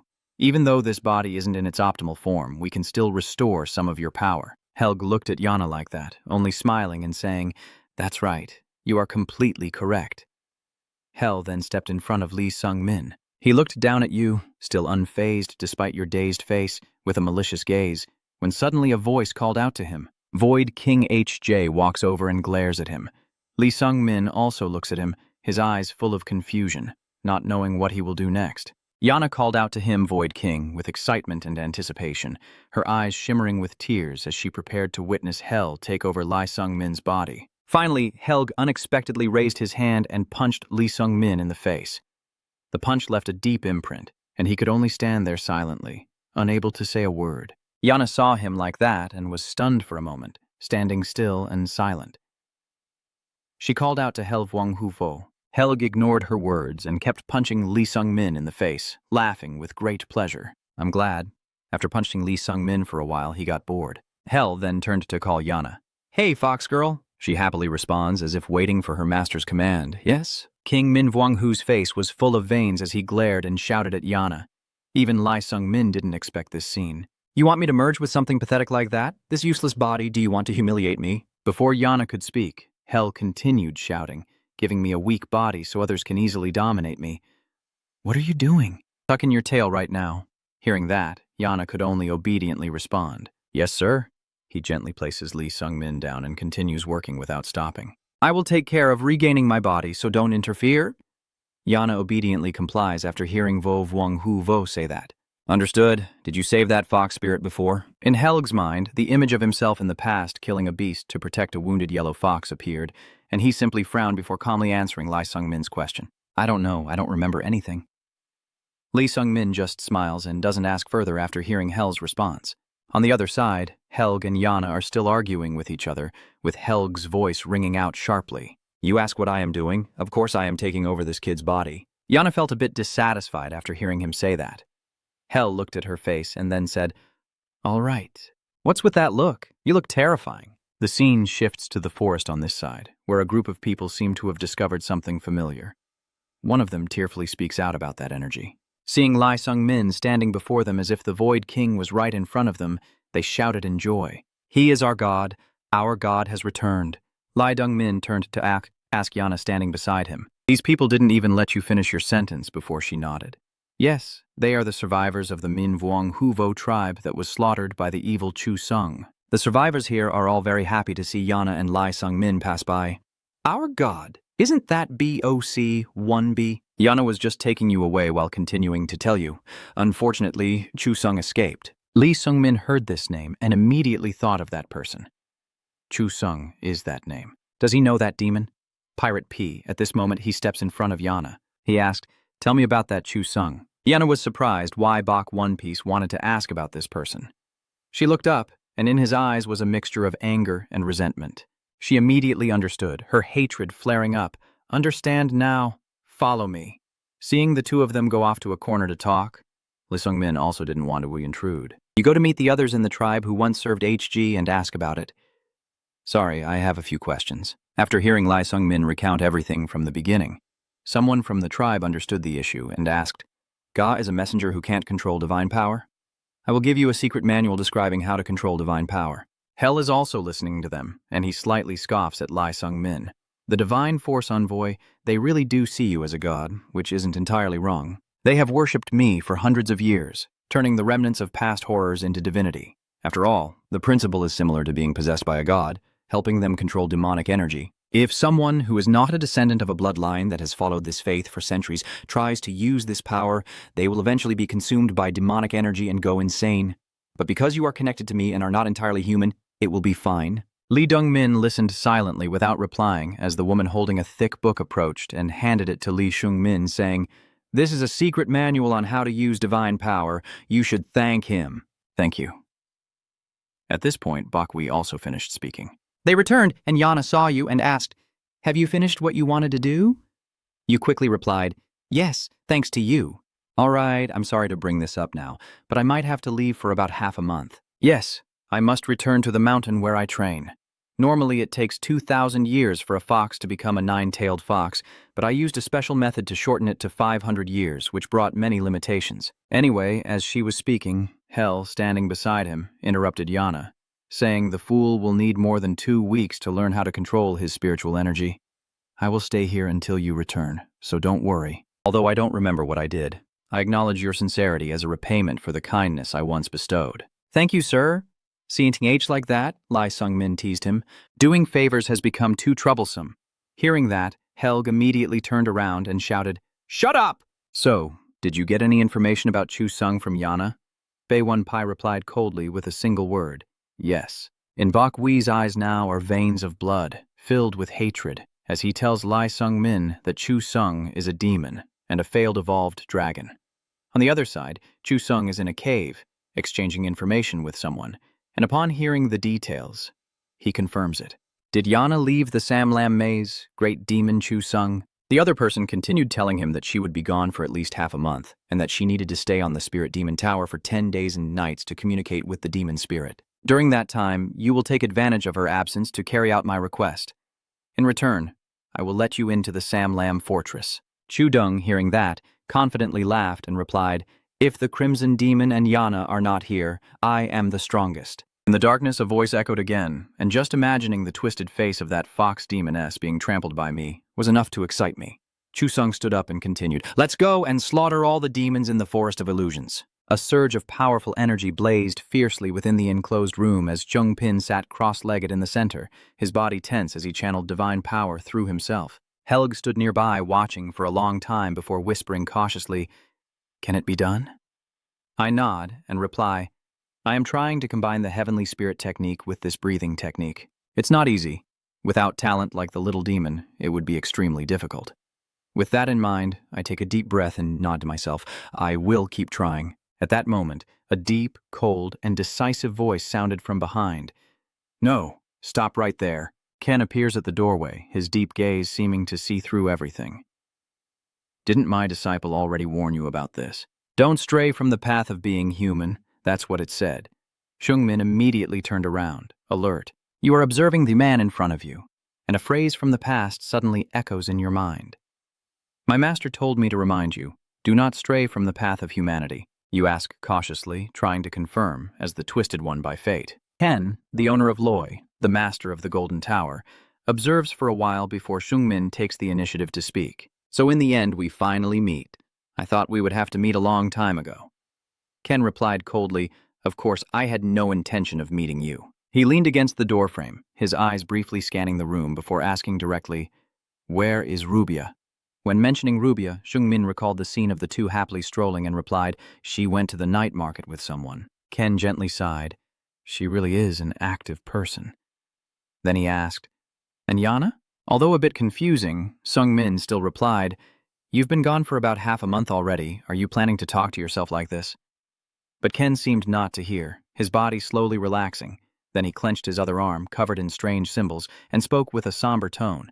"I did everything just to fight against fate, but in the end, everything was meaningless, like an ant emerging from the lion's trap, only to be swept away by a giant storm immediately after, as if all efforts were pointless." Sung Bin, feeling a bad omen from these words, interrupted. "What are you rambling about?" Ken calmly looked straight at you and replied, You're just a pitiful person full of self-doubt, the end of a foolish mortal fighting against fate. The moment I met you, I felt my destiny being pulled along by you. The more Jung Bin listens, the more confused he becomes. What are fate, destiny, and all those things? Ken slowly explained. The god of time said, those like me, twisted by karma. Only someone who has overcome death like you can answer my question. After saying that, he looked at you as if to scrutinize something, then continued speaking as if he had seen through your fate. The power of fate is the force that makes everything follow its predetermined course. No matter what you do, the place your fate leads you to is where he pauses for a moment before emphasizing the end of the world. Hearing that, Shungmin froze in disbelief, staring fixedly at him. Facing those astonished eyes seriously, Shungmin finally managed to say just one sentence. What the hell is that? But he didn't wait patiently to hear the rest and interrupted. Enough. I didn't come here to satisfy your curiosity. I told you I never wanted to meet anyone. Zhang frowned and asked again, why are you here then? He straightforwardly replied, asking Yana, the ruler of this city, to cooperate. His face grew serious, as a great danger was approaching the chaos of the city. I came to stop him. Shungmin frowned. Someone like him also needs to ask for help, Ken replied in a deep voice, an old enemy of mine. Then he looked directly at you and clearly stated his purpose. So give me your strength. Since you are absent, you will be spared. But if you don't stop him, disaster will come. Chungbin thought for a moment before slowly saying, then I have a request too. What is it? There's not much time left. Kei was startled and exclaimed in shock, a surge of panic in his heart. Shungbin calmly replied as if it were nothing. I want to eat it and absorb it. Hearing that, he was extremely panicked. Are you crazy? Swallowing that enormous mass of magic energy will cause your body to explode instantly. But his face remained emotionless, confidently replying as if he had foreseen it. I'll handle that part. I've searched everywhere but couldn't find anyone capable of refining the dragon heart into medicine. Ken hesitated, meaning I can do it. But Shungbin interrupted with a harmless smile and made a request. If you can't help me absorb the dragon's heart, then I'll lie down and scratch my belly. Isn't it true that you also need my help with your work? Hearing that, Kei was stunned and exclaimed, what? Just then, inside this night market, Wee and Rubia looked around in panic as they heard screams. She asked confusedly, what just happened? It's chaos out here. Suddenly, Cycler rushes in from afar, running and shouting in panic. Help! Please save me! His voice choked with fear, but he still managed to shout a warning. Chu Sung has returned. Hearing that, W was so stunned he couldn't speak a word. But before he could reach the scene, a fierce blaze suddenly engulfed and burned everything right before his eyes. I knew it. Chu Dung exhales smoke, his eyes full of pleasure. Truly amusing. Burning everything without reason. Then he glances at where One Piece is standing, showing delight as if he has found a new prey. There's that big guy who looks easy to set on fire. Come here so I can burn him to death smoothly, Wee asked, suppressing his anger. Are you Chu Sung? Hearing that, he was a bit surprised and replied, who are you to call me by my name so casually? Wee calmly untied his hairband, leaving his opponent speechless for a moment before he spoke in a thunderous voice. Madness. Book Y. W slowly walks toward him with a cold, emotionless face. His eyes are bloodshot, veins bulging on his forehead as he grits his teeth and says, that is the name of the one who will tear you apart. For hundreds of years he was famous as a great mage, but when he became a lich, the world was terrified and furious at the cruel traces of dark magic he left behind. Abed's power can be inferred from the fact that he remains alive despite being hunted by the entire world. L.H. Tin, the Predator Hunter. Abed chuckled smugly at his achievements. He spoke in a truly astonishing way. Breskin, how could you create such a masterpiece with your level? Breskin, hearing that, patted his hands in flattery. It is truly an honor for the god. He continued, saying, what is even more incredible is that what you did with this material is just child's play. You truly are an unmanageable pervert. Suddenly, Abet's eyes turned cold as if he sensed something. He spoke coldly. The rats have already pierced the barrier and sneaked in here. Hearing that, Brescan exclaimed in shock, no way! Is that the fire? Abet confirmed firmly. No, Yana's extraordinary power comes from a pact with evil spirits. She still needs a long time to complete the possession ritual, so it can't be her. At this point, he immediately gave the order. Breskin, go stall for time. He was startled and asked again, a god? But faced with Abet's murderous gaze as if he wanted to kill. Breskin trembled and replied immediately, "Yes, I will go now." In another city, Shungbin spoke with boredom. "I have faced you too many times." He looked directly at the opponent, his voice trembling, and asked, "Are you okay?" Seeing that attitude, Breskin was furious and shouted, "You cursed heart thief, so you are the intruder." He asked, "I heard there are two people." Sung recalled Chi's words, "Someone is coming, you better hide." And I honestly say, one of us has already gone straight to the center. Hearing that, Breskin chuckled with satisfaction. "Looks like I've been assigned to deal with you. This weakling." Shungbin then drew the spear from his side and replied, "That's right." Breskin unleashed a powerful surge of energy and then declared, "Today, I will take back my heart from your hands."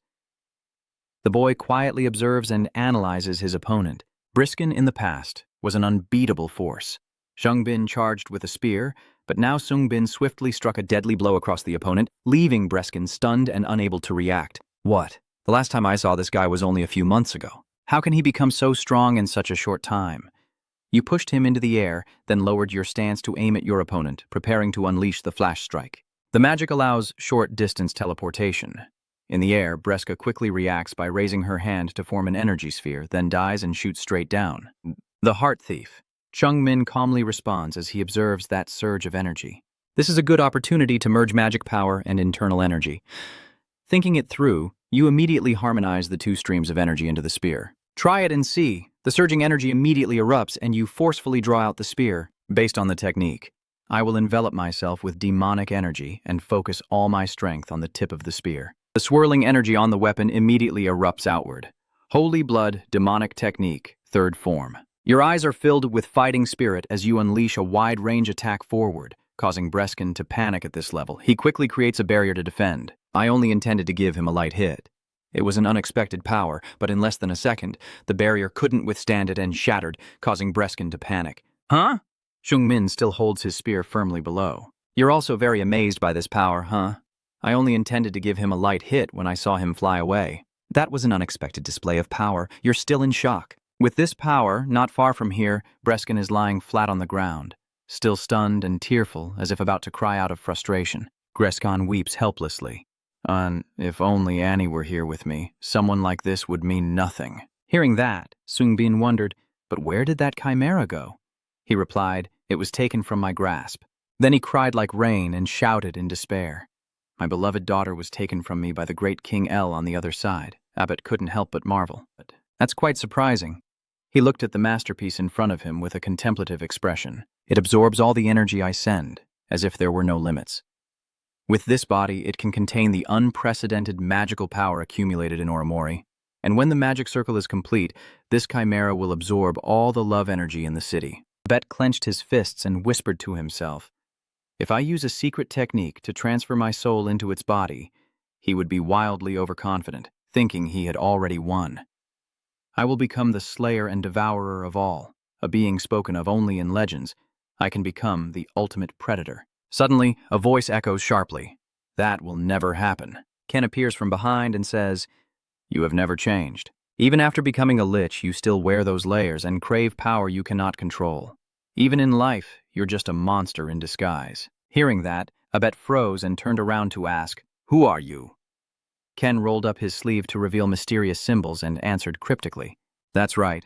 This is the first time we've met with this face. You will soon find out who I am. Hey, Abet, Ken said as he raised his arm to reveal ancient tattooed symbols. That's right, you've never seen this face before, but you'll soon find out who I am, Abet. Abet immediately recognized this person, the tattoo on his arm. He shouted in shock, No way, it's you, wasn't it? You who disappeared hundreds of years ago. He just whispers, Lap. The man standing in front of Abet is named Ken. After the whispering ended, a shadow appeared behind him. La appears, smoking a cigarette. You summoned me probably to get back what you gave to IR Briss. He takes a puff of his cigarette, with no way out left. Ken nods in response after hearing that. Fine. La stepped forward and held out a magic orb. I understand, I won't ask anything more. Ken's eyes flare with anger. I now have a destiny to destroy the cycle. Abet was also frightened by the pressure of the magic. To escape from it, I have given up my power, my appearance, and even my existence. Changing the course of fate, I wandered for 100 years trying to escape. Ken stood silently, a stream of magic wrapping around him, but everything is over now. After that unexpected encounter, The fate I struggled to escape from has come back. His body suddenly started to glow. Perhaps this is the karma for avoiding responsibility. Even though I know what it is, since the water has already spilled, just save the whole world. Abet has been standing still all this time. You should not have been granted that power. Abet, what I have taken back is my destiny and my magic. The magical energies are disappearing. Ken is transforming. Do you now know who I am? Abet clenched his teeth, veins bulging on his face. Ken replied coldly, "Yes, that is the strongest mage." A moment later, hurried footsteps echoed, and after dealing with it, Priscan and Lee Seung-min rushed to the central square and witnessed. He gasped for breath, frozen in shock at the scene before him. It was an apocalyptic scene, with space engulfed by magic attacks and the ground trembling. This is a bloody battle between the two great mages Abet and Ken fighting each other. When Abet sees Seung-min appear, he grits his teeth. Breskin, just throw him away. That useless pervert probably isn't dead yet because his life container is still intact. He looks around, searching for something. Where did that guy go? After inciting Chu-sung to cause chaos in the forest, he disappeared. Did Ken turn back to look for Seung-min yet? Seung-min nodded slightly. He seems to be having a hard time. Ken shifts his gaze back to the opponent cowering there. Now with you, maybe the situation will change. It would be so much better if Rubia were here too. Sung-pin drew out his spear, ready for battle. Rubia, you mean he's so desperate he's relying on her? Anyway, I will join the fight. Abet's face looked uneasy. He muttered curses under his breath. Damn it, we are fighting to hold on to life minute by minute. If he joins the fight, we won't stand a chance. After a few moments of hesitation, he makes his decision. There's no other choice, Abet shouted. Come here, A giant formation appears. Aina stands in the middle, her eyes wide and vacant, a mark appearing on her forehead. Without hesitation, Aina Na instantly transforms her monstrous arm and charges forward. A flies at the speed of light, piercing through all attacks and heading straight for Ken. He reached out his hand to block, and Sung-min stood in front of him, using his spear to deflect the attack. Sung-bin shouted to Ken, "I'll handle this side." Ken turns away, "Thank you." Sung-bin grins confidently. "Now, charge forward." Anna retracts her hand, and the wound on her arm is gradually closing. Sung-bin looks at Anna with suspicion. Usually emotionless, but now she truly seems hollow, that mark on her forehead. You remember what Preskin said about the mark of obedience, right? So what if Abet has marked my daughter with obedience?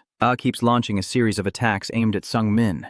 Sung-min clenches the spear tightly in his hand. She is much stronger than when we fought a few months ago, but you still hold out your sword. Streams of magic were unleashed as Seung-min looked at her and laughed loudly. Does she have enough strength to handle this? Aina keeps charging forward without hesitation, with Sung-min's power aimed straight at her. A deafening crash rang out, coming from Seung-min's recent attack.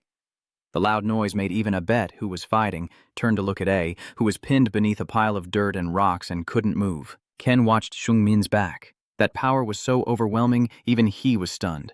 "Oh my God," I swore by my mana too hastily. Ken looked at Seung-min with a strange smile and thought, the most dangerous one is not Abet, but this guy.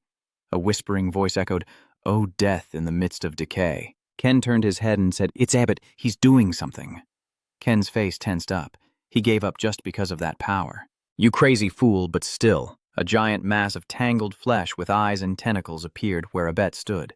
Abet smiled, clasping his hands together, and said, "I offer it to you. Please grant your power to this humble servant." Ken also immediately realized his intention to directly manifest the power of the Demon Lord. His nerves were stretched tight as a bowstring. This is Abet's final line of defense. A gamble. He watches the monstrous creature, which has absorbed the power of the Demon Lord he had sealed within himself. The price for that is sweat pouring down my forehead. When a dark mage summons the power of the Demon King, after death, their soul is stolen by the Demon King and tormented forever. He shouted at Abet, "Are you crazy, Abet?"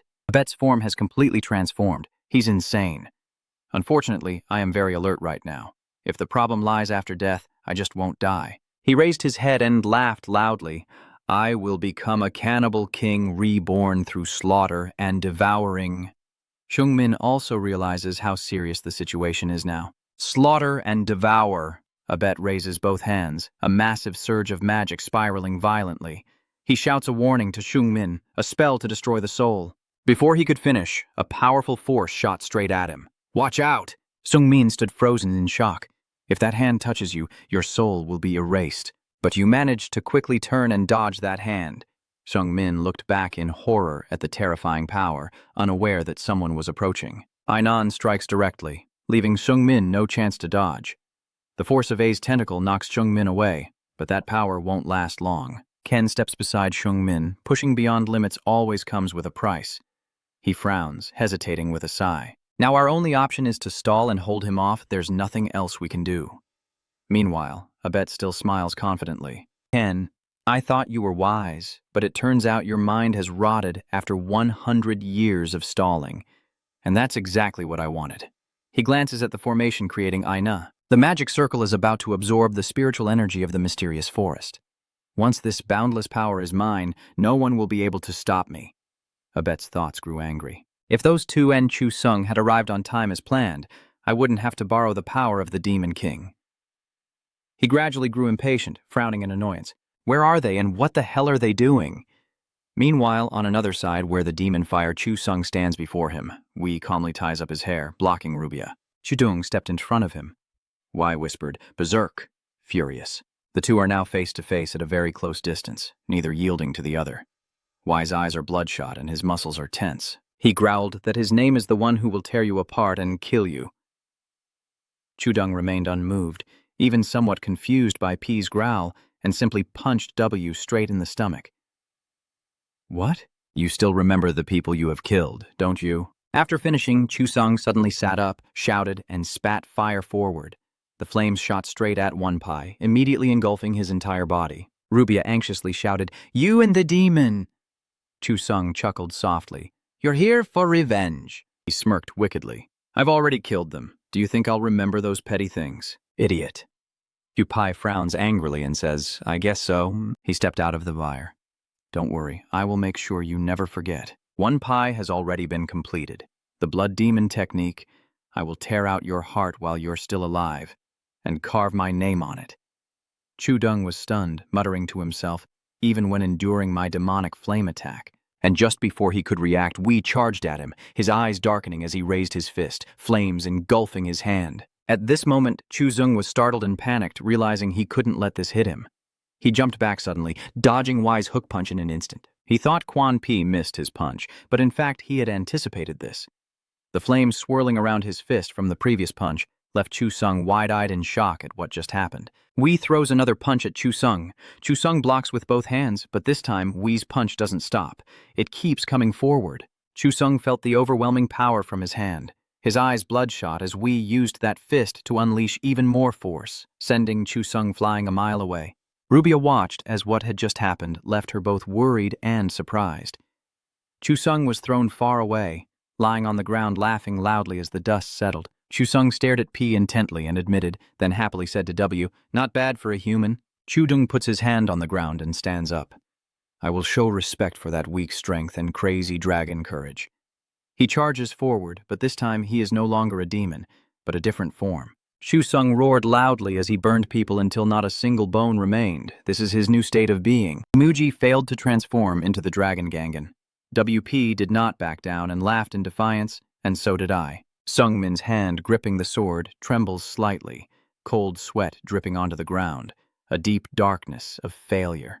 A spell that can erase the soul with a single touch, a chimera capable of infinite recovery. The longer the battle lasts, the more stamina is drained. Abed, using his spiritual power to shape a contemptuous smile, said, You rush into a losing battle just to get a dragon's heart? You're absolutely right. At that moment, he sneered, his face betraying no mercy. The spiritual energy fluctuated, glowing runes, and the magic circle was complete. The Chimera girl glances sideways and steps into the center of the circle, sensing something unusual, and he stares in shock. Seungmin's eyes widen and his face tightens. Whatever it is, we must stop it. He gathered his strength and charged after Anna. Aves didn't bother to stop Hungmin from chasing A, he sneered contemptuously. Stupid fool. Aves's plan is for the circle to absorb the massive accumulated energy of Aramori into the center. Such enormous energy is unbearable for ordinary humans. Even Avest would explode catastrophically if he absorbed that energy. But this Chimera girl can absorb it. A's heart is such a powerful treasure that it's hard to believe that the pervert could create it. Without this monster's heart, anything that can absorb energy endlessly, whether a great demon or a dragon, would explode just by standing in the center of the circle. Due to external overloads observed by a bet with a confident face, a young person like you fighting this well is already impressive, but it seems I will achieve what I want without having to lift a finger and blow up and die. A Vest's miscalculation, as the battle line just steps into the formation, the circles of characters immediately start to move. At the same time, streams of spiritual energy surged around him as the formation activated. Lai Sung-min also possessed a heart like that. Ta Ling was stunned and exclaimed, "These madmen, are you planning to swallow the city's spiritual energy?" Break the magic circle now. The energy is being absorbed into you, and that is a power humans cannot withstand. He looks like he guessed your plan to destroy the circle. Too bad, as soon as you step into the center, everything will be over, and you'll explode. Then his voice excitedly said, "Let me enjoy this fireworks display. 3.2.1. Suddenly, his eyes shone brightly, and streams of golden spiritual energy burst out powerfully. Immediately after, the space trembled, the formation exploded, and Avest gasped as if he couldn't believe his eyes. Even he was stunned for a moment by what just happened. His voice was filled with amazement. Did he really manage to break through the magic circle? Suddenly, from where the formation just collapsed, streams of spiritual energy burst out, and still surprised, Ken looked up as the energy dispersed. Avest's face turned pale as he realized his plan had failed. No longer the confident and arrogant demeanor he once had. I can't believe my lifelong wish was ruined by someone like him. Suddenly, a blazing red eye appeared behind him, making him fear. Suddenly, Avest roared, "Not yet! It's not over!" His whole body tensed as he said, "The Demon King is trying to take my soul." Avest kept glancing around, considering that at least a soul exchange is necessary. He turned forward and shouted loudly, "Chimera, I command you with the mark of obedience." From the moment a line of spiritual power is released by Avest, "Accept my soul," he muttered to himself. "If that body still exists, I still have a chance." Suddenly, a voice came from the darkness. "Soul. Fine, I'll take it, even though I'm not a chimera." Avest, seeing this, panicked and shouted inwardly. The Kim Trong-hyun clone had disappeared after summoning Chu Sung, suddenly appearing again, and he quickly reached out to seize Avest's soul. His eyes were full of anger. "What are you planning? What are you planning? I only cooperated with you from the beginning because of this." Enverus no, Ken could only watch. Avest's soulless body turned to dust in an instant. His soul was suddenly torn apart by an evil sorcerer, trembling violently before vanishing. Avest, the spirit king who once shook an era, has fallen, and a new Avest, an even more terrifying demon lord, has been born. He knew this instinctively. Even after witnessing all of this, the reason Ken didn't intervene was because he had drained all of Avest's magic and knowledge from his soul. Dong-hyun smirked smugly, surprised at how smoothly everything had gone. His eyes turned cold, a sinister look appeared on his face, and now it seems your fate has begun to change. Lee Sung-min, because a much more terrible demon lord is beginning to awaken. The rage lasts only a short time, but the demonic energy absorbed through the magic circle is transforming Lee Sung-min into something completely different. Seeing this, Dong Hai-eun smiled broadly as spiritual sparks around him began to escape. Oh my God, it's so gloomy like that, it's beyond my imagination. Suddenly, he soared into the air with a cold voice, watching as your entire body twisted and transformed fiercely. He frowned and exhaled. "What will be your fate?" He is tense. Even if I don't want to, I can still feel it clearly. This is a separate existence that should never have been released into this world. Most of my mana is depleted, and my body is shattered by the backlash of the soul-reversing summon. Avest is indeed dead, but the dark mage who absorbed both Chimera and Aviz still remains. Suddenly, he chuckled coldly, blood still lingering at the corner of his mouth. He sighed slowly. What a cursed fate. Suddenly, Ken's scream made Dong Hai-eun widen his eyes. Oh, great mana. He raised his hand, glowing talisman shimmering, the surrounding space trembling. "I dedicate this body." The spiritual energy fluctuated and gathered as if to swallow Ken's hand, his face darkening as he muttered, "I am sorry." Ken swung his arm forward, launching an attack that clashed and exploded outward, his eyes blazing with intense and dangerous fighting spirit. "The last fortress of a mage." Ken, facing Dong-hoon and A, says with determination, "No one of you is allowed to leave here."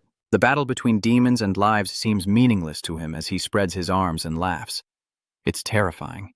An archmage like you throwing away your life and charging straight at the enemy? I have no more purpose or will to fight, but even so, my spiritual power suddenly erupts. Dong-hyun transforms. Can you really do this? Ken turned around, his eyes flashing, unscathed from the explosion. His endurance was incredible, yet he clenched his teeth, blood flowing from his nose and mouth, his voice growing heavier. I don't have much time left. Where is this? This place feels like Danya's challenge. Clearly, I'm fighting Enverus. As the magic circle erupts with demonic energy, a sudden pain surges through him. Jung tries to hold his head with his hands, hoping to remember something. Memories flooded back, his body beginning to change, then his face contorting with rage. Shung-min was panicked, his eyes filled with worry, until suddenly Shung-min's eyes lit up. What is that? Suddenly, the evil spirit's voice made him startle. You bastard! Sung-min shouted. Min Vuong is in a daze. What are you doing? Explain quickly and clearly. It speaks indifferently. First, this is your inner world. And second, outside your body is going berserk like a rabid dog. Are you indifferent and unconcerned? Talin frowned. Damn it, you're too slow to understand. I'm explaining quickly because the situation is very urgent. What's on the other side of the wall is your demonic consciousness, your inhuman nature. And right now, it's the one controlling your true body. Honestly, after absorbing that much demonic energy, it's very unusual that your humanity still remains. But if you beat it to a pulp, you might be able to take back your body. Usually, just punching it in the face does the trick. You want power but don't want to become a monster, right? Then listen up, fight, and win. Kung-min slightly bows his head, smiling confidently. I see, thank you, Huvo the Phantom King. Talin crossed his arms and said, I can't help you directly. You have to handle it yourself, understand? That wall can only be crossed by you. He turns and walks away. Don't worry. Shung-min clenches his sword tightly, with powerful streams of spiritual energy emanating fiercely. He draws his sword to face Dong-hyun in his transformed form. If it's about fighting alone, I've got plenty of experience with that. Talin felt relieved, but suddenly he froze, his eyes widening. Talin suddenly realized that the hidden fate behind Sung-min's demonic consciousness knew it had been discovered. It grinned wickedly, eyes wide with tension, and from afar, the treacherous fate raised a hand to his mouth to signal silence. Talin sweat profusely, stammering, What is that? Why didn't those fools notice anything? It's right next to them. Immediately afterward, he shouted loudly to warn Sung-min. When there was no response, Talin felt even more danger. It leapt into the air but couldn't reach fate. This time, Talin was truly panicked and trembling, shouting ahead, What exactly are you? What kind of thing dares to take root inside a child like this? Destiny points ahead with a dangerous, slow voice, saying, You only need one step to get there. The image of it is hazy. I stand at the very end. Suddenly, fate laughs sinisterly and speaks in a deep, commanding voice. Do you want to come this way? What is this power that makes Talin kneel? Am I kneeling before myself? Suddenly, fate vanished on the spot, then reappeared in the distance, leaving only a trail of spiritual energy. Seeing that, Talin frowns cautiously. In the distance, the mysterious fate reaches out and signals silently. Sung-min focuses on observing the combat style of the demonic consciousness. It roars and charges at him. Its movements are like that of a beast, attacking Shung-min while analyzing.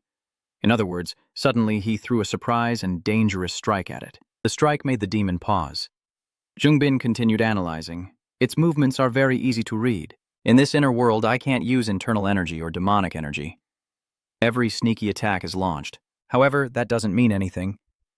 Suddenly, he flew up, taking advantage of the opening, and used the hilt of the sword to force it down to the ground. Jung-min kept reading his opponent, saying, I will lose to a beast that has lost its mind.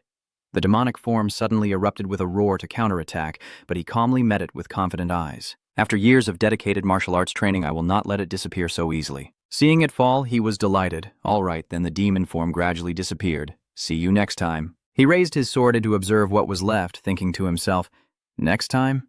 It probably won't be as easy to handle as this time. Immediately, he turned back and wondered, It's over, this Void King. How am I supposed to leave now? But Sung-min only saw Talin with a grim expression. The Void King. Only his face still showed fear. Is something wrong? Nothing. Your demon body was controlled by Ken outside, but in return, his entire body seems about to collapse. Luckily, before my life was completely drained, we managed to subdue it. An incredible power, a strange destiny. It is an entity with unlimited potential for growth. a truly dangerous existence for the entire world. I only feel lucky that I destroyed it before it became even stronger. Ken raises his hand to deliver the final blow. I apologize. Suddenly a voice cut in. No need to apologize. You use both hands to break the chains, then slowly lower yourself down, surprising him. Ken was still in shock at your return. I only helped him because I was promised a reward. Ken's inner voice echoes. All right. I, Enverus, swear before Mana to ensure a worthy reward for helping Li Shungmin absorb the dragon's heart. Your gaze is cold, but determined. Please keep your promise, sir, he replied in a deep voice. Both of your eyes now bear the mark of the demon eye. He slowly stands up and says, and just now you went berserk in a completely insane state. Do you understand what that means? Chungbin's hands clenched. Everything has been taken care of smoothly. But Ken frowned and looked cold. Even I, once called the greatest mage, have fallen to this point.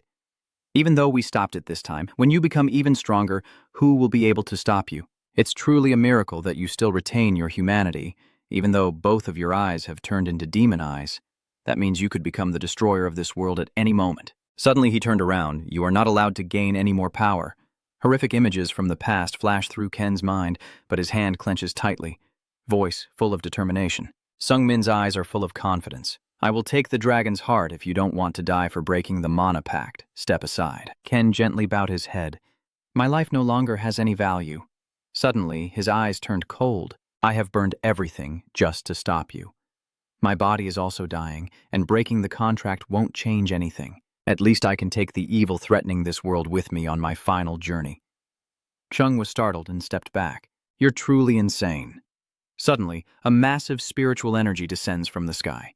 No, you won't die? Chung looks at that with a panicked expression. No, why is it you? Dong Hai-un's sinister face laughs loudly. I never expected to witness this. He is floating in midair with his arms outstretched. The appearance of a supreme being. He was bewildered by the words spoken. Who gave you permission to die? Ken. At this moment, from the wreckage in the middle of the battle, a figure appears. Oh, human. The Fairy Queen speaks. I will fulfill the covenant with you on their behalf. The Spirit Queen Dong-hyun is excited. She is the entity that rules all the spirits of the spirit realm, trembling with anger. That guy truly has close ties with many high-ranking spirits. So you're saying the reason is because he is loved by the queen? She asked. Tell me, what is the pact between you? Sungmin replied. Enverus agreed to help me absorb the dragon's heart. He shouted, Stop, you can't do that. If he gains even more power, she yelled. Be quiet. The Spirit Queen tremblingly said, When I agreed to make a pact with you, I said that from that moment on you are mine. Whether this world collapses or you fall because you cannot fulfill the pact. I don't care at all. The only thing I won't tolerate is your death. Dong-hyun quietly leaves. I have swallowed a bet, and it seems I can also take Chimera with me. Indeed, the outcome is better than expected. By the way, this is a wonderful scene. I think this is the perfect moment for me to withdraw from here. He looked at everyone standing there, a sinister smile on his face, then quickly left. Dong-hyun looks at Chungmin and softly smiles. What kind of creature will you become when we meet again? Ah, what will I look like when I appear? Dong-hyun quickly vanished into the air, so fast that not even his shadow was left behind. The two of them stood silently, focusing on Chungmin's terrifying appearance. The conditions of this world were unsuitable, and the Fairy Queen began to show her displeasure, shouting, Stop immediately. For her, the atmosphere of this world is like poison. She needs to return to the spirit realm immediately. She still softly said, We will return to the spirit realm together. He shouted in anger, questioning her. Why did you do that? Because of me. The gentle appearance of the Fairy Queen at eye level made Hun feel heartbroken. You might die. The Fairy Queen turned back, a gentle smile on her lips, even as fresh blood flowed from the corner of her mouth. She looked towards Dong-hyun and thought to herself, As long as I have someone by my side, I don't mind dying. The Fairy Queen had vanished, dissolving into tiny spirits that merged into the space. Sungbin lies motionless on the ground after a fierce battle, with no one by his side right now. Those thoughts keep repeating. As long as I have someone by my side, I don't mind dying. We gently opened her eyes, her thoughts kept running. Is that what she told me, right? Chudung stepped closer and asked, Is that all you can show? Huh? He questioned. What did I do to you when you yelled that I was your enemy and all sorts of other things? Did I kill someone important to you, maybe your parents, siblings, or your wife? Y remains motionless, listening to Chu Sung's furious accusations as memories of the past flood back. Now that I left the tribe, she went with me. Wei recalls that terrifying memory, and not long after, I began to go insane. He was tormented. I told her that in my condition I might kill her myself, and by doing so I convinced her to return to the tribe. Rubia listened to this information from his mouth, stunned and speechless, her eyes brimming with tears. Chu Dung surprisingly laughed loudly, and just because he told her to return to the tribe, her lover was killed by my hand. That's great. I'll send you off with her. After a moment of hesitation, One Piece said something that changed the course of the story, but it was a lie. Chu Sung, at this moment rushing forward, was suddenly pushed back by a force. Wei suddenly surged with strength, stood up and pushed him away with one hand. Chu Dung is suspicious. What the hell? He's a dying man and suddenly he's become stronger. I just need an excuse to push her away from me. I thought that to go beyond my limits I had to give up everything except martial arts. Since I experienced that humiliating defeat and realized my limits, I have fought desperately to reach the level of a transcendent being. He got up and shouted, "And why should I care about your life story?" I know these are just pointless and empty thoughts, but after a moment of hesitation, he continued, "I feel like I can finally let go of this obsession as long as I defeat him." Wei begins to act, unleashing a powerful burst of energy. At that moment, the blood demon technique of the berserk demon erupts more fiercely than ever before, capable of overwhelming Chu Sung, who previously seemed untouchable. But the fuel for that power is his own life, and the one who unleashes their energy will shine brighter than anyone else for a moment. And inevitably, the outcome is death. We silently praise in his mind, hoping this life doesn't end until he can finish him off. Sometimes this world grants sweet miracles to those who hold hope. However, ironically, when it comes to commonalities, the world often delivers cruel endings. We suddenly burst into a triumphant laugh. For a moment, even I felt fear. Chu Dung seems excited. Good. It looks like the effect of that strange power has ended. Is that right? You tried so hard, even using such power unnecessarily. Now die. We closed his eyes tightly, knowing how dangerous the situation was, but suddenly opened them wide when he felt no pain as he had expected. Rubia may be small, but she fearlessly rushed forward to protect him. Although her tiny face was trembling, her eyes remained full of determination. Wei is amazed. Rubia looks full of suspicion. What's wrong with this kid? Even Wei seems a bit confused. What is Rubia doing? Rubia is trembling all over, but still shining with determination. Hurry and run, you know. At first I thought I was getting involved in trouble and complications, but somewhere along the way I started to feel happy. I have experienced adventures I could never have with just Sung Min and that old man, so you must not die. Old man, he was terrified beyond measure, his mouth agape, speechless. No, Rubia, I have already. Chu Dung lost all patience, his breath burning hot, and the red flame gathered in his mouth was more than enough. In the next moment, he spat out a stream of energy, causing the surrounding air to tremble endlessly. But Chu Sung was stunned and incredulous, unable to believe what was happening. Rubia is an artificial spirit created by Enverus. When Enverus abandoned her old name and was reborn, she was created with the help of the Fairy Queen. She can use simple magic, but essentially she is not proficient in it. However, the Queen of Spirits left Rubia a protective measure reserved only for Enverus, serving as a backup plan for any worst-case scenario. Her entire body was enveloped in a stream of pure energy, making his previous attack unable to defeat Rubia. Seizing the moment, One Pai quickly rushed forward and delivered a powerful punch directly to Chu Sung's body. The miracle happened. He stared in shock, his eyes fixed on the scene before him, then delivered another punch straight into Chu Sung's stomach, causing him to cry out in pain. From a body clearly drained, his last bit of strength ignited a blazing surge of energy that burned like a final flash of light. Daryu's entire body radiated with a powerful aura, and energy enveloped his form. Chu Dung was panicking at that moment, his body covered in sweat, but he quickly steadied himself and lunged at Junbi, fiercely grabbing his arm. Chu Sung exerted all his strength, squeezing until Pai's arm. She is slightly deformed, then spun around and grabbed his neck with a fierce tug. He smirked, knowing this body was destined to fall apart. Chu Dung widened his eyes, terrified, breathing heavily. What kind of madness is this? He gritted his teeth and spat out each word. I am the mad heavenly demon. With those words, Wei poured all his strength into tightening his fingers, causing his entire body to immediately relax. Rubia was stunned, unable to speak a word. He stood silently there, breathing heavily. P's body seems to be gradually disintegrating, vanishing into the void. The end has come. Her eyes filled with tears, she shouted in worry, "Old man, are you okay?" He looked at her with affection, a faint smile appearing on his face. Rubia panicked. Old man, don't die. We need the medicine. Just a little longer.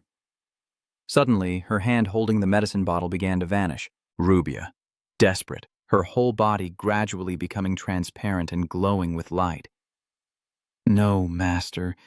Wait a moment. Just a little longer." Rubia burst into tears. Just a little longer. Her body disintegrates into the air, leaving only shimmering emptiness. "Old man, are you there somewhere else now?" Your voice echoes coldly. "Have you arrived? Thank you for protecting this city." Fu speaks softly. "It must have been hard to survive until now, but a proper farewell is also necessary."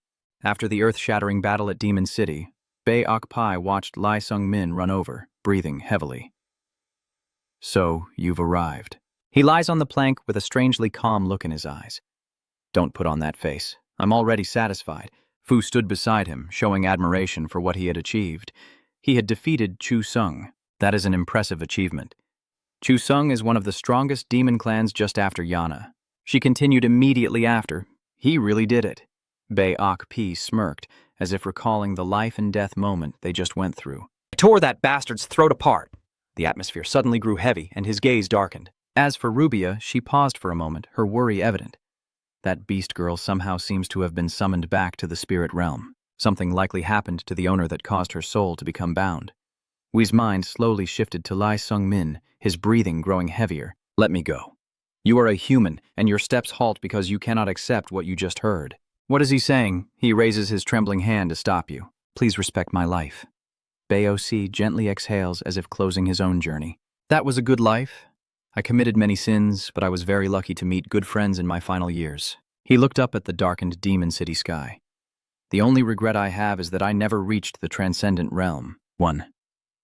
Pai's voice faded gradually, breath weak as if about to vanish into nothingness. "I thought that if I self-destructed my inner core and risked everything, I might see beyond that wall. But it was too much for me." In the heavy silence that enveloped everything, he softly called out. One Pai's mind tilted his head toward Lai Sung Min. "It seems like you want to say something more, unfinished. What do you think about the blood demon rush? Mystical technique?" He didn't dodge the question and answered immediately. "That is an unparalleled martial art." He slowly relaxes his body and then laughs with pleasure. "Is that so?" Baoc paused for a moment before continuing as if entrusting his entire life. "You will surely reach a realm I cannot attain," he continued, a sense of satisfaction evident in each faint breath, "reaching a transcendent level with my ultimate blood demon secret technique." "All right," he slowly said, each word fading away. "That's all I need." Bae Ok Pai frowns slightly. Old memories seem to have pulled him back to a distant past. "I wish I hadn't abandoned her," he whispered to himself, wondering if he could still reach her. He looked into the hazy distance ahead and finally smiled, but the face that appeared in my mind was her. The woman's name was spoken softly, like a late apology. After uttering that name, his body collapsed like a puppet, and all his last defenses vanished. Lai Sung Min stood silently beside him, helplessly watching his life slowly come to an end before his eyes. He realized he was alone once again, with no one to answer him. The road ahead was only heavy silence covering everything. The silence of the road now feels awkward and uncomfortable, with only someone watching Lai Sung Min from afar. He clenched his teeth, frustration barely concealed, as it was too late. That old man had overstepped it, and I wanted to tear apart the one who had killed my people myself. Lai Sung Min lowers his head, overwhelmed by a flood of self-blame, clenching his fists. If I were stronger and had come back earlier, maybe the old man would have... Hell looked at you for a long time, as if weighing something. He silently thought, "This is truly dangerous." Hell spoke up, breaking the train of thought that was suddenly turning extreme. "Now you will go first." Lai Dong Min raised his head and said with determination, "To Elf Forest. Your words are clear and unwavering. There I will kill the king and break the curse of the little demon." "Uji Hoon." Li Dong Min took a deep breath, as if reaffirming this vow to himself. "I don't want to lose any more teammates."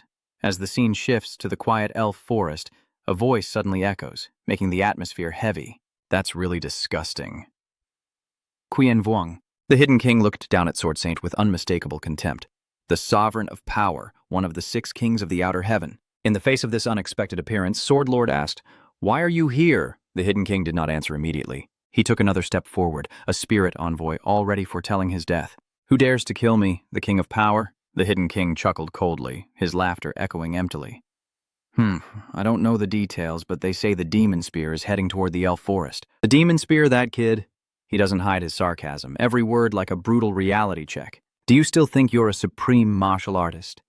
You've been bedridden for so long because of the curse of the little demon that even a petty thug can kill you. Those words like sinking him into a deep abyss of despair. He gritted his teeth and asked, "Damn it, am I about to die?" The opponent replied calmly, "That is not a certain prophecy." The hidden king continued, "I am here to prevent that fate, and by the way, I heard that the mad heavenly demon is with the demon spear." He seemed to remember something and casually added, "According to the hidden king, the mad heavenly demon has not yet reached the transcendence realm." The hidden king's cold gaze when speaking about BOP becomes even more evident. He had potential a decade ago, so I spared him, but in the end, he couldn't break through. Just another failure. If he comes with the demon spear, I will eliminate both of them at once. Sword Sovereign asked further, "So what's the status of capturing the little heavenly demon? How much longer do I have to continue cursing and wasting away like this?" The hidden king paused briefly before saying, "The little heavenly demon is protected by the Demon Lord Alliance Yon, but you know, he's a monster even we can't defeat, so capturing her won't be possible for now." But at that moment, his pressure fell like invisible chains, "But you must not stop the curse." The Sword King's voice was deep and steady, I know. The murderous intent in the hidden king's voice was unmistakable. Xiao Tianma, he paused for a moment before uttering the keywords that held the key to fulfilling Tianwai Tian's wish. Then he continued coldly, "We must capture her at all costs." Everyone's eyes flashed with determination to achieve this goal.